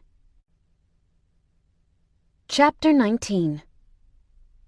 Neil's last round of chemotherapy in the cycle had been like the last leg of a trail ride. He was barn sour, a horse who just wanted to get back to his stall and his straw. He did not appreciate my folksy euphemism when I shared it with him, possibly because he'd just had a bone marrow aspiration at the time. During the last week of every cycle, Neil had a blood draw to make sure he was physically capable of handling the next round. This week, though, we'd gotten a call from Dr. Grant, saying he wanted to do further tests. Of course, Neil had been furious. I feel fine. I don't know why he thinks it's so damned pleasant to have holes drilled in your bones, he grumbled.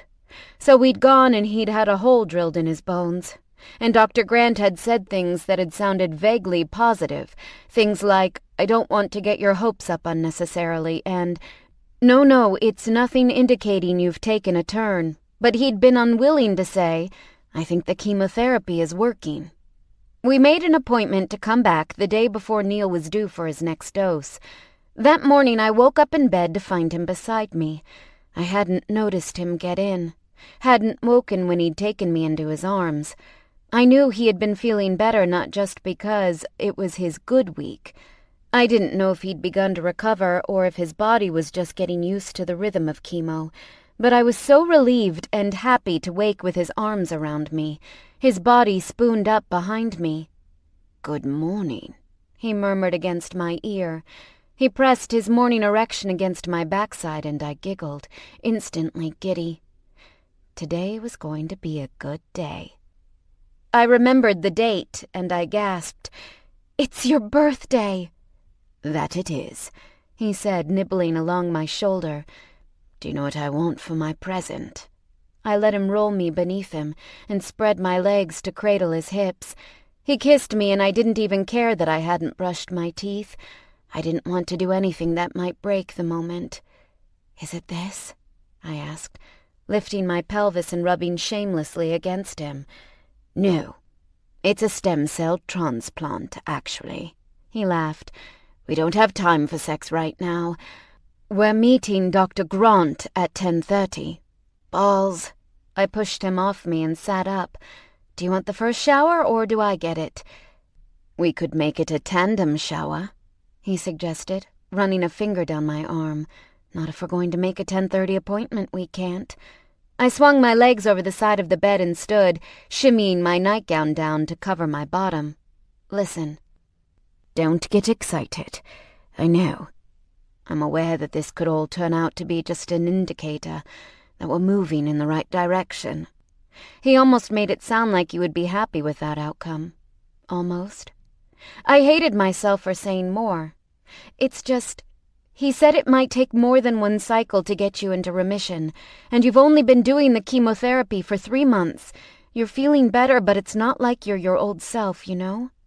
I do. He sat up and reached for his glasses on the nightstand. Look, I'll be having chemotherapy tomorrow, or I won't. Either way, would you like to go out to dinner tonight? It is my birthday, after all. Of course, I smiled brightly. Please, please let this be about remission. Please don't let him be disappointed today. It's either very good news or just good news, Neil said quietly as we waited in the chairs in front of Dr. Grant's desk. He said it was nothing to worry about. I took Neil's hand in mine and squeezed it. The nurse had led us to Dr. Grant's office and told us he would be in presently, just like every time we'd been in to see him. But today it felt like drawn-out reality show bullshit. "Mr. Elwood, Ms. Scaife," the doctor said as he stepped into the room. We both rose to shake his hand over his desk. Then Dr. Grant sat down and turned to his computer. "Dr. Grant, very good to see you again," Neil said pleasantly, though his entire body was tensed as though he would leap up and push the doctor out of the way. "And very good to see you again. You're looking very well," the doctor said approvingly. "Your platelet counts were very promising in your last test, which is why I wanted your bone marrow." His voice trailed off as he read the screen. I thought I could hear a drum roll in the back of my mind. I almost screamed to break the brief silence as Dr. Grant looked down his nose at the computer. "They didn't find any blast clusters?" Dr. Grant made a huh noise and turned back to us. He looked pleased. Yes, this was positive. Dr. Grant had no bedside manner, so he wasn't putting on a show. "I think we're in a good place to go forward with stem cell collection." The air went out of the room. I didn't dare to hope. Neil didn't either. I could tell from his shocked expression. "Are you saying?" "Happy birthday, Mr. Elwood," Dr. Grant said with a satisfied smile. "You're either in remission or damned close." A uniformed sommelier popped the cork on a bottle of champagne with a professional flourish. I clapped politely and beamed at Neil. He looked like himself again, and better than he had in months, than since New York, I realized, startled. Neil was going to have his transplant. From all the stories I'd read online and everything Josh had told me, Neil was having this whole cancer thing incredibly easy. Some people took cycle after cycle of chemotherapy just to get to the point that they could even begin discussing a transplant. So we weren't just celebrating Neil's birthday. We were celebrating a near miracle. The sommelier poured champagne into my flute, then into Neil's, and told us to enjoy. Neil raised his glass. Tonight he'd worn a dark blue jacket over a white shirt. He looked really great, even with a bald head. It was very Jason Statham on him. I'd almost forgotten what Neil looked like in anything other than a bathrobe. Seeing him wear normal clothing all day was a shock to the system. "To the end of chemotherapy," he said with a broad smile. "I am so happy to be done with it for now." That "for now" would be over sooner than either of us wanted, but it didn't matter. His cancer wouldn't stay in remission forever, and the transplant process was going to move fast.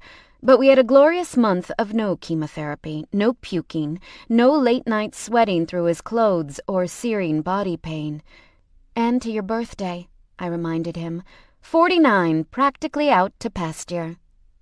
"Just all you like. I'm thrilled to be 49. It means I'm still alive." We clinked glasses together. "To the hottest 49-year-old I know." I purred at him over the rim of my flute and took a sip. He smiled fondly. "You look beyond beautiful tonight. Your dress has been noted." I smoothed down the front of the black chiffon dress he'd bought me in France. I was easily the least clothed person in the restaurant, but I didn't care. I hadn't worn it for the other diners. The place Neil had chosen was super fancy, as in there were no prices on the menu or any signage out front to declare it was a restaurant. Just a little brass plaque beside the door. The light was low and the tables were spaced perfectly for intimate conversation. It was incredibly romantic, and I was surprised at how much I had missed doing normal couple things together. It would also give us a chance to catch up on stuff. I hadn't been bothering him with all my problems and daily bullshit, unless it was somewhat positive. We'd had enough troubles, but I could at least let him know what was going on with me. Our food arrived, a gorgeous pesto and eggless pasta for Neil, and a beautifully presented red Thai curry and grilled tofu for me. The vegan thing was surprisingly easy to live with, and it hadn't occurred to me to order meat in the first place. I kinda wanted to call Emma and tell her. "So," Neil said, spreading his napkin in his lap, "I've barely heard anything about what's happening in your life these days, Sophie." "You're my life these days," I said with a sweet smile he would know was partially me pulling his leg. "That's very sad if it's true." He lifted his fork. "Something is happening. I know it is. You've been a bit moody, and I know it's not still about my will." It wasn't still about the will, he was right. We'd worked that out between me and him and Emma. If anything happened to Neil, I would receive $10 million, all my jewelry, and Neil's New York apartment. I'd fought him a little until I'd realized that to Emma and Neil it was practically pocket change. My biggest problem lately had been missing Holly, and my bizarre unwillingness to speak to her in spite of it. I believe the exact word Lauren, my therapist, had used to describe the situation was avoidance. I swallowed a bite. "Actually, something has been kind of bothering me, but I don't want to bring you down." "Sophie, I just found out I don't have to have chemotherapy tomorrow. You couldn't possibly bring me down." He lifted his fork to his mouth. For a minute, I was paralyzed by the sight of his lips closing over the tines. When we got home, he was in such trouble. I cleared my throat. "Well, Holly and Deja are moving in together." "Congratulations to Holly and Deja. That's wonderful news. Are they going to live in your old apartment?" "Old apartment?" No. Holly is moving into Deja's place." He nodded like he understood something. "You're worried about what will happen to your things. We can have them shipped here or move to my apartment." "No, I'm not worried about my stuff. I'm worried what will happen to the place where I live." He frowned slightly. "Why's that?" I tilted my head, sensing the beginnings of a misunderstanding. "Well, we haven't really discussed what's going to happen after your treatment is over." His frown deepened. "I assumed we would continue living together. Was that a wrong assumption?" I guess I had never thought about it before. Well, I'd thought about it, I'd just never brought it up to him. "I suppose that's something we need to figure out. I have to get a job. I can't do that here. I don't have a work visa." "We could always get you one," Neil said easily, as though it were just a matter of making a phone call. For him, it probably was. He had lawyers and stuff who took care of all of that. "Or we could go back to New York." "Your company is here, though. I thought the only reason you were in New York was because of Porteris. If Valerie is taking that over, what would be the point?" "The point would be," Neil began slowly, interrupting himself with a small, awkward laugh, "to be with you." "But how would you run your company?" I asked. "It's not that I don't appreciate the idea that you would uproot your life and move to New York for me." "As you've done by moving to London with me," he pointed out. I nodded patiently. "I just didn't want to be presumptuous. I said I would move in with you while you had treatment. I didn't know if this was something you wanted to be more permanent." He swallowed the bite he'd taken and paused thoughtfully. "I would be willing to live in New York and expand the American office if you want to go back to the States. I would have to come back to London on occasion, and I'd still like to retire at Longhurst Court." "I don't think we have to prepare for retirement yet, do we?" I laughed. "I know it's your birthday and you get weird about that stuff, but come on." "If I plan to retire at 65, that's... Christ, that's only 16 years away." He began rapidly swallowing from his champagne flute. I rolled my eyes. "That's a really long time. I mean, it's nice to think that we'll still be together then, but we haven't even been dating for a year yet. Do you think you'll even want to still be with me in 15 years? "Yes," he answered automatically. "You don't have to answer that question for yourself. I know that our concept of time is quite different at the moment." "How so?" Not that I minded talking about the future. I'd been so careful to avoid the subject lately since we had no idea how long Neil's future would actually be. "Right now to you, 15 years seems like a terribly long time. But you'll get to a point where a year passes so much faster than it did before. And that feeling of accelerating time only gets worse the older you get." He dug his fork into his food, then added, "I think it starts in your 30s. And it's really all downhill from there." Yikes. I slid a bite of curry into my mouth and chewed. I was incredibly glad that I'd swallowed by the time Neil said suddenly, "I was actually thinking of proposing tonight, but I didn't know how you would take it." I lunged for my water glass and drained it in 6 huge gulps. I'm sure I looked the picture of sophistication at that moment, judging from the expression on the face of the man at the table next to ours. I could have only been more disgusting if I'd birthed an alien baby at the table. A faint smile crossed Neil's lips. "Not well, then, I see." "You can't do that," I gasped, shaking my head. "You can't just casually drop marriage into the conversation." "Why not?" he asked pleasantly, as though we were discussing the concept of marriage in the abstract, and not as it pertained to the two of us. "If I were going to get married again, it would be to you. I carried a torch for you for 6 years, without any guarantee we'd ever see each other again. It shouldn't come as a surprise that I'm certain about my feelings for you." "That's true," I said cautiously, a little out of breath from the water. I just had no idea marriage would ever be an option. "Only if you wanted to get married," he clarified. "I could just as happily go on living in sin with you." Neil was talking about this like there was really a chance for the future. He hadn't done that in ages. It had to be because of the good news he'd gotten today. He saw light at the end of the tunnel. I wasn't going to point out that between him and the tunnel light was a big scary monster of a transplant that could still kill him.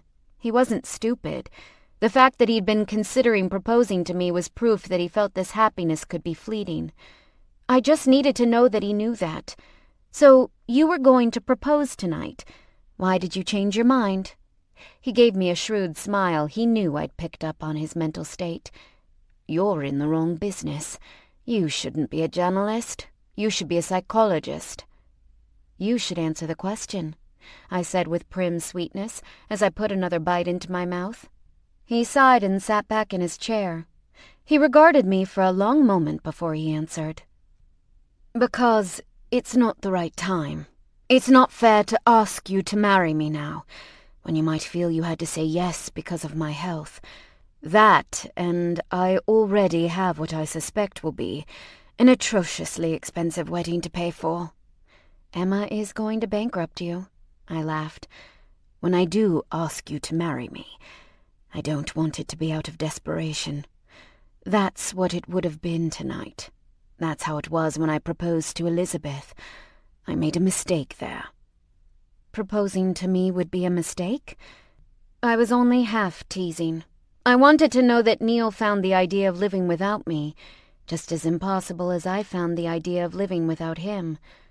"When I do ask you to marry me, or you ask me to marry you, I'd like it to happen in a happier time, so there isn't any doubt. I don't want it to be because I'm so relieved to have a few weeks of normalcy that I'm in a rush to make them count." "Ah, I see." Thinking of it that way, it was quite romantic, and there was certainty there. Not "if I ask you to marry me," he'd said when. And even though I was terrified beyond reason of the idea of a legal commitment based entirely on emotion, I could see myself married to Neil, for the right reasons, as he said, not because I was knocked up or he was dying. For what it's worth, if you had proposed tonight, I would have said no. He lifted an eyebrow. "Would you have?" I dabbed the corners of my mouth with my napkin, careful not to smudge my lipstick. I couldn't lie to him.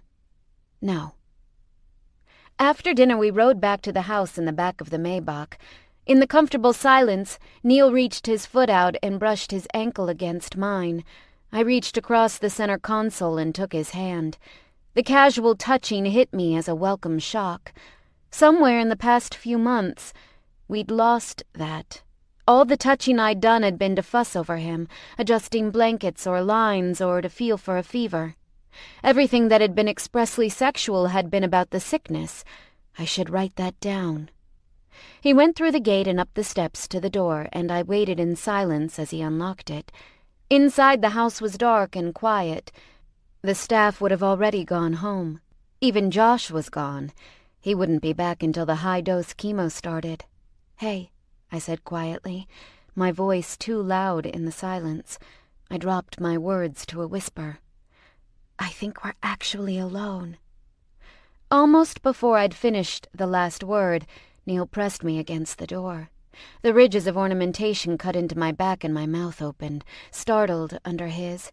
His hands slid up my thighs under my dress to find my panties and pull them down. "Right here?" I gasped, as I stepped carefully out of the scrap of black satin. "Call me boring and traditional," he murmured against my neck, "but I want you in our bed." We made it to the bedroom somehow, pawing each other all the way. By the time we got to the bedroom, I was shoeless in addition to the missing panties, and Neil's jacket and shirt were discarded on the stairs. He turned on the lights and dimmed them to a warm glow. I shimmied my dress down and stepped into his arms. I needed skin-to-skin contact like I was a premature baby or something. I almost cried at the relief when he was finally holding me. Chemotherapy had changed his body. His skin felt different, dry and kind of fragile. He was a little thinner than before, and he had no body hair. I giggled and brushed my fingers over his bare chest, and he smacked my bottom. "Don't tease me. I'm a very sick man." There was no actual recrimination in his voice. I laughed with him and reached between us to unbuckle his belt. He pushed me back to land on the bed, and I giggled breathlessly as I bounced on the mattress. I was so ready for him. "I want you so bad," I moaned, my clenched fist pressed against my mound to relieve some of the ache there. He stepped out of his pants and knelt on the bed between my spread legs. "It has been far too long." "I think it was just 2 days ago, wasn't it?" I teased. But it had been too long before that. My body ached for him, not just my cunt, which throbbed and flooded as he brushed his hands down my sides to grip my hips, but every part of me. My arms wanted to hold him. My legs needed to wrap around him. I needed Neil, healthy as a man just off of chemotherapy could possibly be. "No, I think it was 3 days ago. Or 4. 10 days ago, I'm sure," he joked as he kissed his way down my body. His teeth sank lightly into my nipple, and I hissed. "Weeks," I chided along with him, my fingers curling against his shoulders. 3 months. To a year," I agreed, breathless from laughter at our exaggerations and from the path of his tongue down the curve of my breast. He mumbled a shocked, 2 years, against my navel, and I squirmed. I said, 2 a year. My sentence ended on a groan as he settled between my legs and gave me a long, slow lick. Oh, God! I found fistfuls of duvet and held on. I felt his appreciative chuckle more than I heard it, and that was a fine trade. "There, I've missed you," he cooed to my clit as he pushed the hood back and stroked a finger over the bare, sensitive organ. I squirmed and giggled at the overstimulating contact. He leaned down, still pinching and exposing that sensitive organ, and thrummed his tongue over it. "Oh, fuck," I whispered, raising my hips against his face. "Don't stop." He lifted his head. "You know that eventually I will stop." "Not right now, though," I begged. "Just keep going."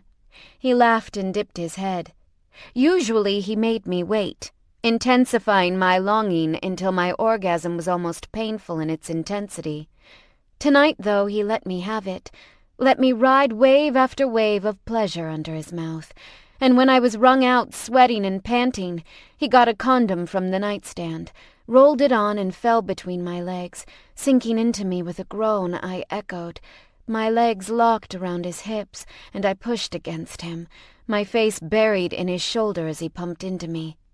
"I love you," I panted against his ear. I tasted the perspiration on his neck, inhaled the scent of his cologne. I'd missed that so much. He leaned his forehead against mine, still moving within me, and I gasped. I love you, like a mantra as he pushed hard and deep and stilled inside me. I clung to him, desperate to hold him as tightly as I could, as if that were enough to hold him here. Even if things weren't exactly like they used to be, at least we could have the tantalizing promise that everything could be the same as it had been. I knew we could never really be the way we had been. He was right. This had changed us. I knew him better than I had ever known a lover. I loved him more than I'd ever loved anyone, and in 5 months he'd become such a huge part of my life, I couldn't imagine being with anyone else. I'm so sorry. I had intended that to last much longer.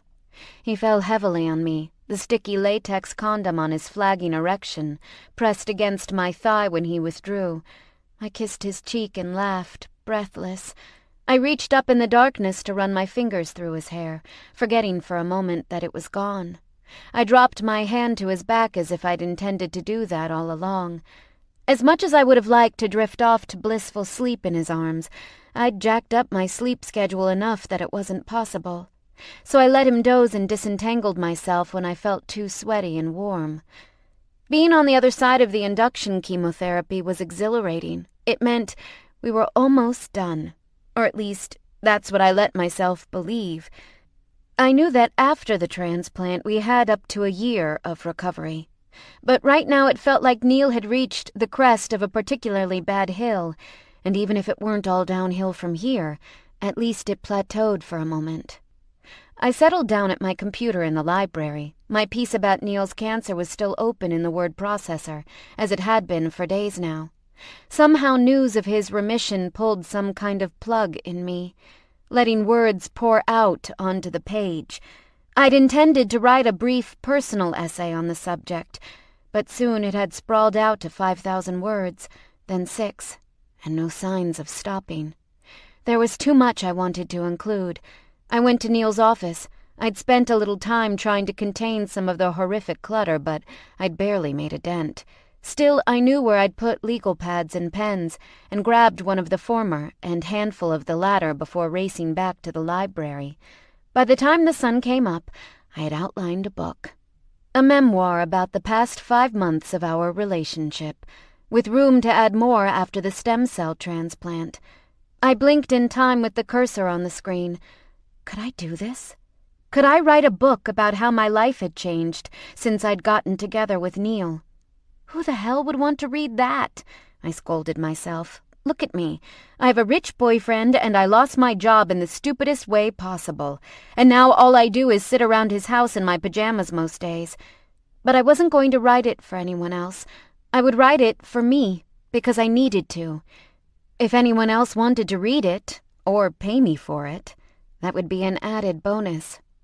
Neil had told me that the details of his life that had gotten mixed in with mine were fair game, so I decided not to tell him about the book. I could see so many ways that my motives could be misconstrued if he mentioned it to anyone. I didn't need Valerie or Emma thinking I'd stuck it out with Neil just for an opportunity to flex my journalist muscles and reap a big payday. Bleary-eyed and in sore need of coffee, I promised myself I would do just one last thing and then go straight to bed. I opened up my email and typed out a message to India Vaughn. Chapter 20. The stem cell collection process was a walk in the park compared to the chemotherapy Neil had just gone through. After his initial 2 weeks off from pretty much anything medical, he started on a 10-day regimen of injections that boosted stem cell growth. Neil had learned to give himself the shots at home, and aside from the occasional stabbing femur pain, they didn't seem to bother him. During that 10-day course, he went into the hospital for another minor outpatient procedure to install an apheresis catheter. The port he'd had for chemo had been convenient, but it wouldn't work for the transplant. After he'd taken all the cell growth serum and his catheter incision site was healing properly, they started sucking out his cells. He went into the hospital every morning for 4 days and napped while they pumped his blood into a machine that separated his stem cells and returned the rest. Then we'd come home, rest, and spend the evening together. It was nice. It felt normal. At least, more normal than we'd been in a long time, and about as normal as visiting a hospital every day can feel.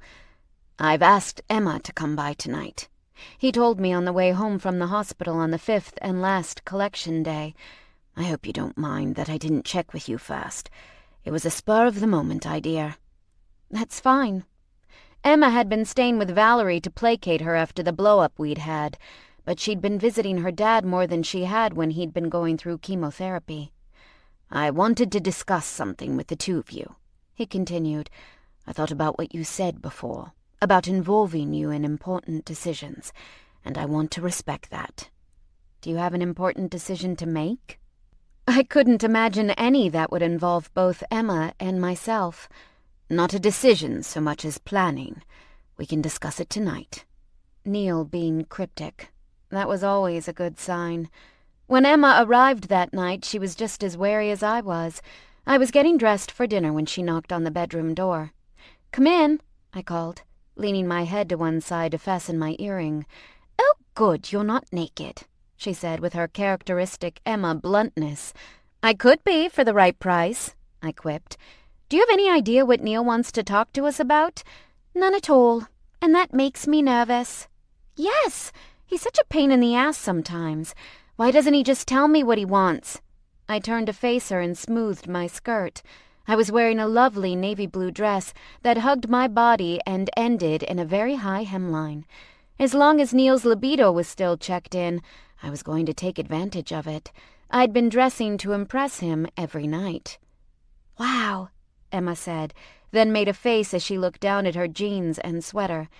"Am I underdressed for this?" "No, this is all for your dad's benefit, while he can still enjoy it," I admitted, then added, "Sorry."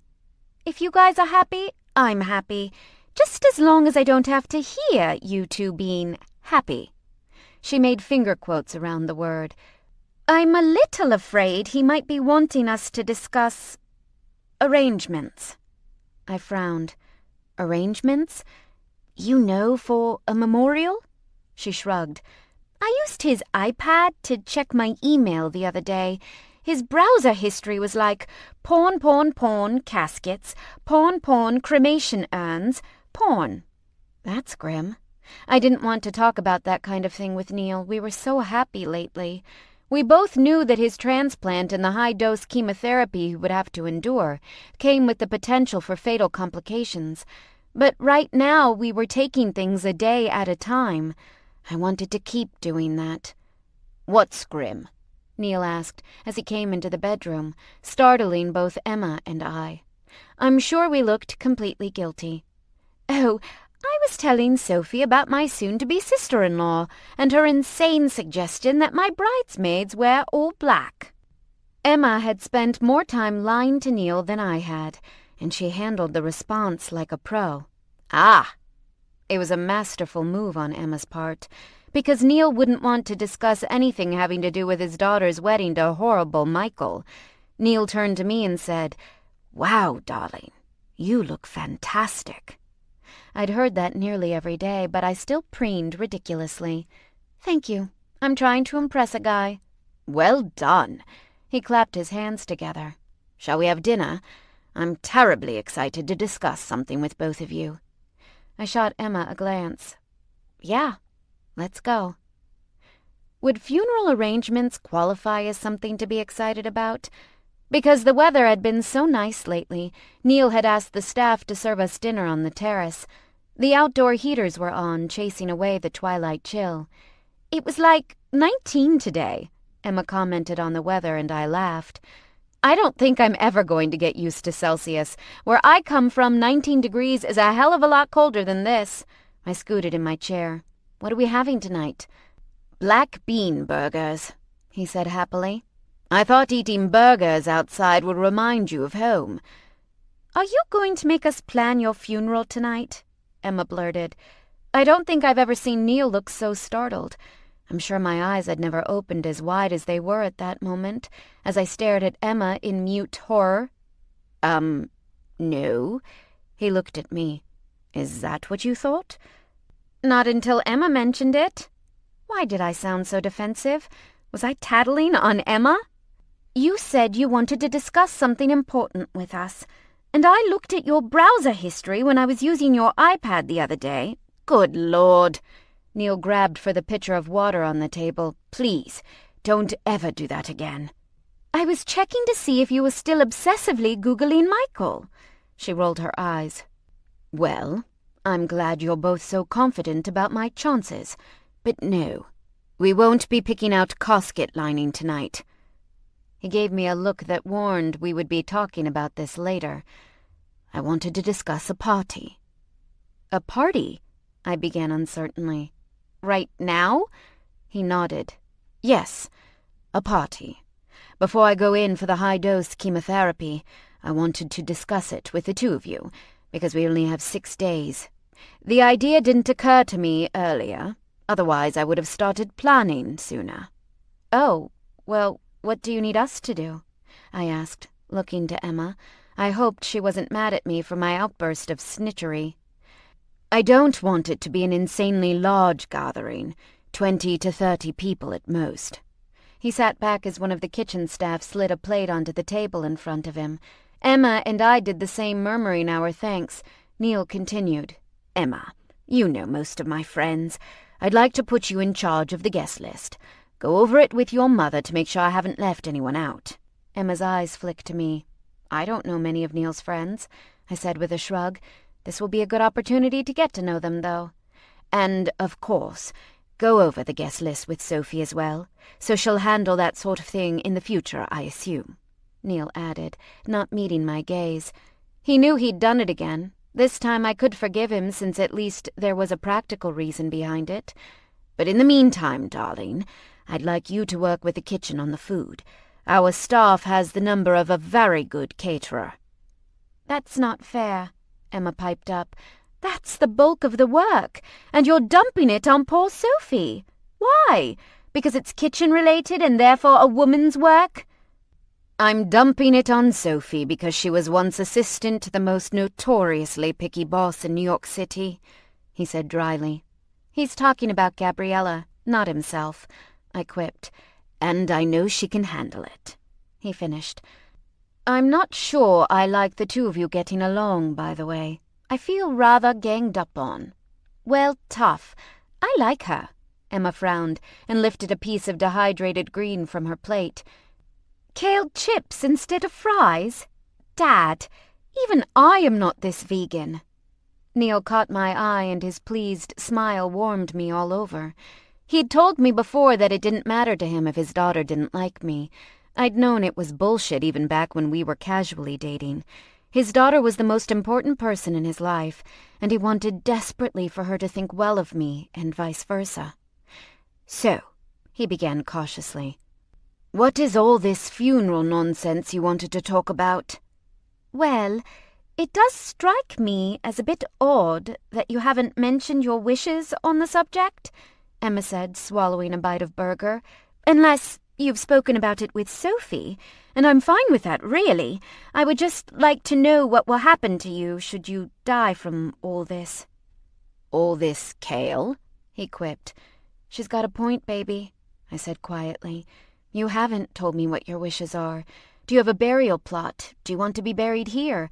Do you want to be cremated or have a Viking funeral or something? I think a Viking funeral qualifies as cremation, Emma said with a snort. I left instructions with Alan, Neil said, dodging two subjects at once. My face grew hot and I swallowed down my anger. And these instructions? I assume you spoke about them with Alan and Valerie at the same time you were discussing the will? He didn't answer. I nodded. Ah! Emma's gaze flicked back and forth between the two of us, like she was a bomb technician trying to decide whether to cut the blue wire or make a run for minimum safe distance. I could have sworn she was sweating. I considered my options. I could scream at him, I could storm off, but I was really hungry and the burger smelled good. And I'd done enough of the embarrassing confrontations over Emma's mother with Emma present. Those weren't fun. I understand. This is a difficult subject to talk about, I said, reaching over and putting my hand on his knee beneath the table. How about I make it a little easier? You either tell me what these funerary plans entail, or you buy me a plane ticket and I go back to New York tonight." He took a breath. "Sophie." "I'm mad. I'll be less mad if you just tell me about the damn arrangements." "I'm with her on this," Emma said. She sounded pretty pissed as well. "I'm an adult now. I think it's incredibly strange that you continue to do this stuff behind my back, with Mother. The two of you need to stop treating me like a child." "Ganged up on," Neil muttered to his plate. Then, brightening up a bit, he said, "Fine. I would like a funeral with a low mass at St. Paul's, Knightsbridge, followed by a luncheon here at the house." "Low mass?" I shook my head. "Neil, you aren't even religious." "I'm not, but my mother is C of E. More as a hobby, but it would please her and put on a good show in front of her friends. I can give her that much." He cleared his throat and continued, "I don't want to be put on ice after I die. That seems ghoulish. Just have me cremated before the funeral. I have an urn picked out. Alan has it in his office." Oh, God. He'd already picked out his urn. He'd already bought his urn. He went on, "Sophie, you're to be seated with Emma and my family. You'll be listed in my obituary and in the minister's remarks as my surviving partner. I hope that's all right." "Yes." I could barely squeak out the word. "As for my ashes, if the two of you wish to divide them between you to keep them, you have my blessing. If you ever wish to be rid of me, my only request is that I be kept at Langhurst Court. Emma, Langhurst Court is part of your inheritance. If you sell it, I would first like to be buried on the island in the Southern Lake, near the Folly." My throat stuck closed. I didn't want to think about Neil being dead, his body reduced to ashes, gone from my life forever. I didn't want to think about carrying around an urn with what was left of my boyfriend in it. I wished I'd never brought it up. "Excuse me for a quick minute." I pushed back from the table and headed into the house, trying hard to stay composed for the short walk across the terrace. I heard Neil curse and push his chair back, but I didn't stop for him. And as soon as I was inside, I picked up my pace, darting around a corner and into one of the service hallways. The break from chemotherapy had lulled me into a false sense of security. I'd been happy to ignore the thought of Neil dying, and it had been easy to do when he seemed to be getting well with every passing day. But we were about to be plunged into the scariest part of his treatment, and here I was, acting like a jealous fool, because he hadn't told me all about his hypothetical funeral. I braced myself with a palm against the wall as I cried. I felt like my rib cage was going to splinter inward and pierce my heart. The pressure there was so great. At the moment, I almost would have welcomed it. Without a heart, metaphorical or literal, I couldn't be hurt by Neil's death. His footsteps preceded his soft, "Sophie, Sophie, darling, look at me." I turned slowly, wobbling in my heels. My clothes felt stupid now. What was I doing playing dress-up when my boyfriend was dealing with all this shit?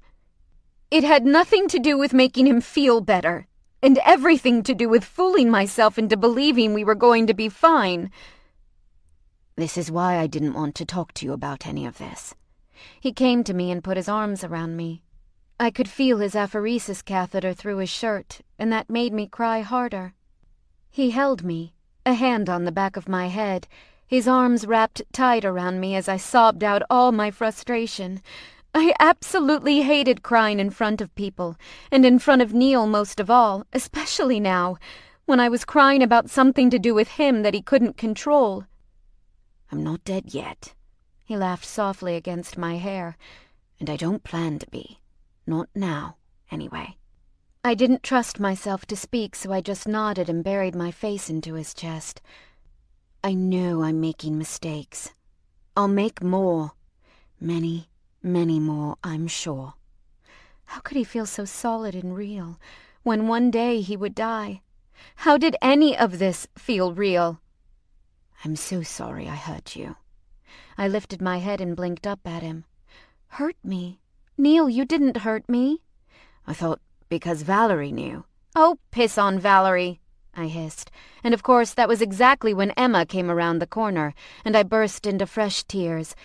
"Give us a moment, Emma," Neil asked over the top of my head, his arms tightening around me once more. I peeked up to be sure she was gone. "I don't care about that. That's not why I'm upset. It was a dick move on your part, yeah, but I'm upset and sad and angry because I don't want to think about you dying.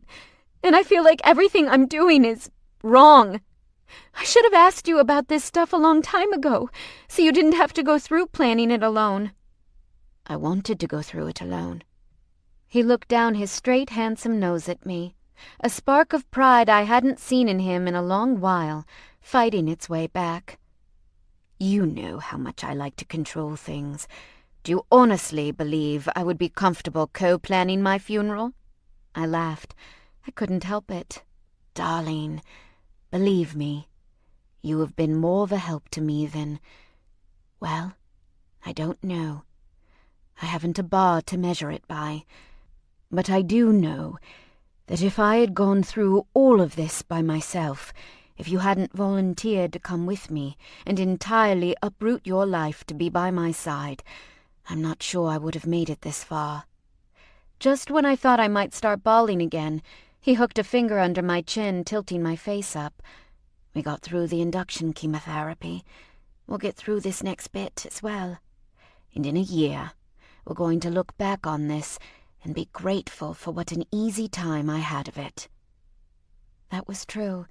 He'd had a very easy time, even if he'd been sick and miserable throughout. No infections, no hospitalizations, and remission within 3 months. There was no reason to believe the transplant process wouldn't go just as well. "Let's go back outside. Let's enjoy our cold burgers," he suggested with a chuckle, and I smiled. "I'm sorry. The stress is getting to me," I said, wiping my eyes. "Well, I happen to know a very good method for eliminating stress," he said with a lascivious arch of a brow. "I'm sorry for eavesdropping," Emma called loudly from around the corner. "I really am leaving this time. Believe me, that was entirely its own punishment." And then I couldn't stay sad, because Emma was too damn funny. When I'd emailed India Vaughn about my book idea, I'd expected her to respond by telling me to stick to my strengths and keep working on makeup videos.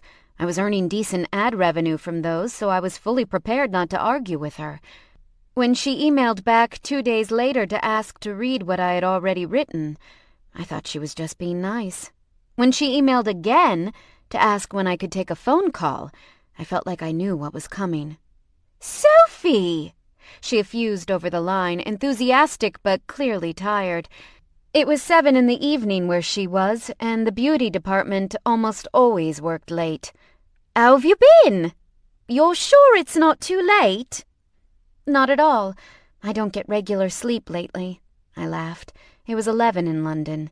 Neil was in the den waiting for me to come in and get up to some porn-watching naughtiness with him.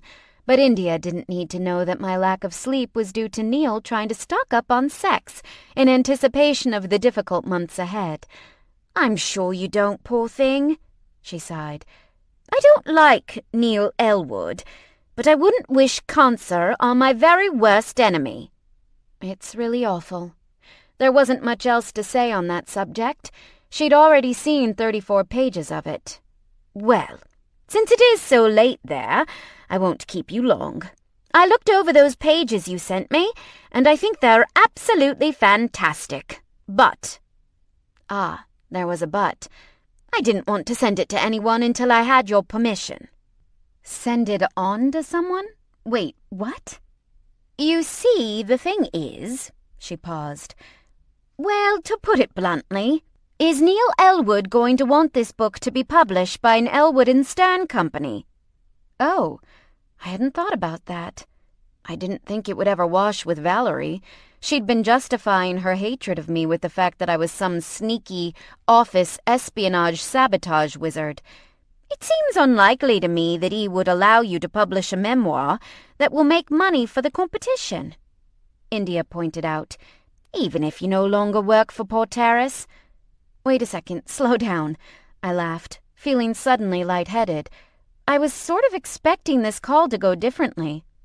"Differently how?" she asked patiently. "You know, differently, like, I thought you would tell me that I'm an okay writer, but I should stick to fashion. Now you're offering to send it somewhere for me?" I hurried to add, "Not that I'm not extremely grateful to you, I'm just not prepared. The book isn't even finished yet." "That's the lovely thing about advances, Sophie. They pay you before the book is finished." India's throaty chuckle betrayed her legendary cigarette habit. "Here is what I suggest. Speak to Elwood, finish the book, then come to me. If I can't find a place for this book myself, then I'll crawl on my hands and knees over broken glass to find you an agent for it."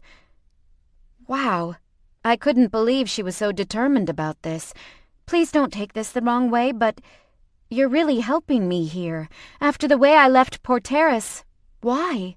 I heard her slow exhale and imagined the smoke curling from ruby-red lips. "You have talent, and I've learned from long, hard years in this business that if you nurture talent and it grows into something successful, that success reflects back on you." That's a good point. It does kind of work like that. I don't know why I felt slightly disappointed in that answer. I suppose because I wanted to hear that I reminded her of herself at my age, or that she had some emotional connection to me that made her want to mentor me. Then I snapped the fuck out of it. If India Vaughn wanted to help me become successful, I didn't care if it was because she thought I might be a Russian sleeper agent or something. I could let her open the doors for selfish reasons, as long as I could stick my foot in them. When I hung up with India, I was full of raw, unrestrained writing power.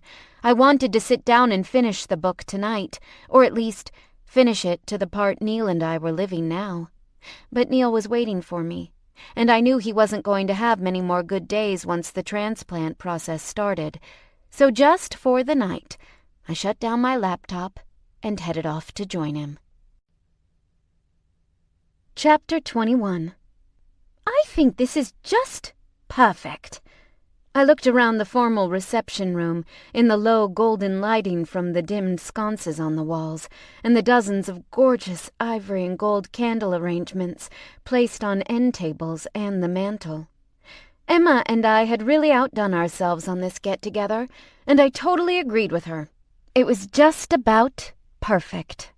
The catering service had set up a bar in the dining room, and instead of dinner we'd decided on hot hors d'oeuvres. "Okay, music-wise, what do you think the vibe is? This is a laid-back thing, so I don't want anything too stuffy or formal. So no piano." Emma tapped her lips. "I'll work it out." "You go do that," I smiled, but it was somewhat frozen on my face. I was nervous, as I had been on Christmas meeting his family. This was almost worse. Friends are the family you choose for yourself. I didn't want Neil's chosen family to dislike me. I wondered if Rudy disliked me after what had gone down at Porteris. He was coming to stay in London while Neil had his transplant. I looked down at my lovely black skater dress and the wide band of sparkling silver sequins along the skirt's hem. I wore some cheap, no-name sequined heels with it.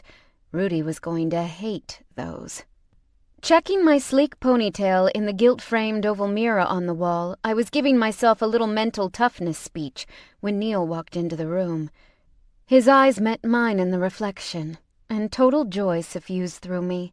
We saw each other every day, but when he walked into a room, my heart lit up. "This is incredible," he said, eyes boggling as he looked around. "You and Emma did all this." "Well, Emma and I used your money to pay for all of this, and then we pointed to where the people we were paying should put things. But yeah, we did it." I turned and met him in the middle of the room. Tonight he wore tan herringbone tweed trousers and a fitted white button-down beneath a thin black V-neck pullover and black bedroom slippers.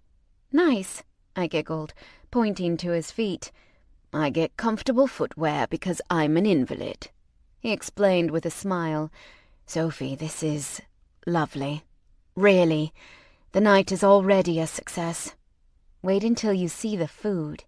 I reached up and looped my arms around his neck. His hair had started to grow back just a little, just enough that I could see the shadow of it close up. I knew it itched like hell, but he wouldn't shave it off until he started chemotherapy again. Which was tomorrow, so I warned, just don't overeat, otherwise it'll be the puke Olympics tomorrow night. I can't promise anything. He leaned down and kissed me. The bell rang. You're the guest of honor. You don't have to open the door, I told him. Go help Emma pick music. The first person to arrive was Michael. He stepped in and looked around warily as though Neil would spring out and knife him. I'm not the first here, am I? You are indeed, you lucky dog. A Foster the People song started over the room-to-room sound system. Emma and Neil are picking the music. That will end in bloodshed. He laughed, just as the bell rang again. Neil's friends and family were prompt. Emma and I had invited people to come at 7, and by 5 after nearly everyone had arrived. Valerie showed up with Bertie, her longtime partner, who I'd only heard about, and who had become some kind of mythical beast in my imagination. I was a bit disappointed to see that he was just a man, average height, with a few silver threads in his black hair. He had a square jaw. He looked like a middle-aged Superman. Valerie was cordial to me, but only just on this side of icy. She made a beeline for Neil, hugging him and acting concerned. I heard her ask, "Have you been receiving my messages?" And I thought the party might end in a brawl, but then Rudy's arrival distracted me. Miss Sophie. It wasn't a greeting, but a scolding. You know you haven't seen me in like 3 months. Could you manage a hello before you start getting all snippy? Could you manage not to destroy my best friend's magazine? Oh no, I didn't think you could. He looked down at my feet, raised an eyebrow and turned his face away. Those are ugly shoes. Rudy! Neil called as we entered the sitting room. He was standing beside the fireplace, talking to Bertie. Neil excused himself and came over to embrace his friend in a huge bear hug. Rudy staggered back, gripping Neil's forearms to hold him still for a look. My God, you've lost so much weight. And so much hair. Neil ran his hand self-consciously over his scalp. Bald is a classic style, Rudy observed. Now, where is that nosy little busybody? I can't believe you invited her. She drove me absolutely crazy on the flight over. What nosy little busybody? I asked, wondering if Rudy meant Emma or Valerie, but neither made sense because they'd both been in London this week. Plus, I didn't think Neil would look so quietly pleased if someone called his daughter that. He scratched the back of his head and barely met my gaze. Yes, well, I'd meant that to be a bit of a surprise, Rudy. What's a surprise? I asked. Before he could answer me, I heard a very familiar voice squeal, "We're here!" I turned and there were Holly and Deja, standing in the wide-open double doors. Oh my God! I ran to Holly and practically tackled her, tears of happiness streaming down my face. You fucking bitch! Why didn't you tell me? Because it's a surprise? Holly almost cracked my ribs with her bony, surprisingly strong arms. What? How? I wiped my cheeks and looked over to Deja, who beamed.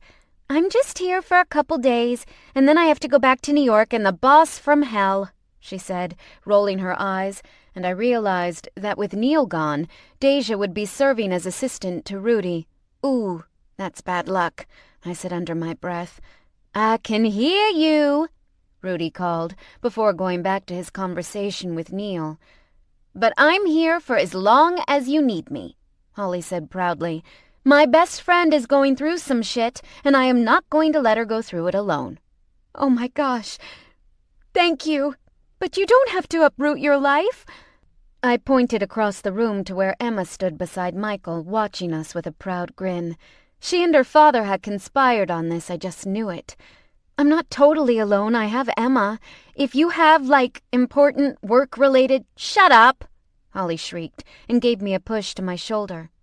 You are my best friend, and I'm going to be here for you. Besides, I'm your blonde friend. There can be only one. I laughed and hugged her again. The night was a total success. Neil kept me stuck to his side like glue for the most part, introducing me to all of his friends and colleagues I hadn't met yet. It felt a little bit like he was showing me off, but he was so damned happy that I could give him a one-time pass. Everyone remarked on how good he looked for a guy fresh off chemo, and how great his attitude was. Every time such a comment came his way, he would give me a quick, appreciative glance. I slipped away for a moment to refresh my drink, and Valerie sought me out. I could have sworn I felt a chill in the air before I turned and saw her standing there, waiting to talk to me. "Sophie," she began, clinking the underside of her ring against the glass in her hand. "Do you need something, Valerie? Another drink?" I gestured to her half-full glass. "What are you having?" "No, I'm fine. And it's just Diet Coke tonight." She looked down, then up again, tossing her beautiful auburn hair over one shoulder. "I'm sorry for the way I acted the last time we spoke. I know that what Neil does with his estate is none of my concern, and that he's smart enough not to fall in love with someone who's only after his money." Crap. If she was going to be nice to me, I had to be nice back. I wanted to stay mad and jealous. Apology accepted. She went on. "I must admit, after what happened at Port Terrace, I didn't like you. I decided I never would. But Emma has been very insistent that I have the wrong idea about you. And if you were able to turn around her opinion of you, after how the two of you met—" Oh God, does everyone know that story? Did she send out a mass email? Valerie tilted her head. "A Facebook status. But I am sorry. I shouldn't have been so weirdly possessive of my boyfriend," I supplied. It still bothered me, and I was going to call it like it was. Her shoulders stiffened, but she nodded with a slight smile and took a sip of her pop. "Well, as long as we understand each other." "I do think you're good for him," she admitted after a long swallow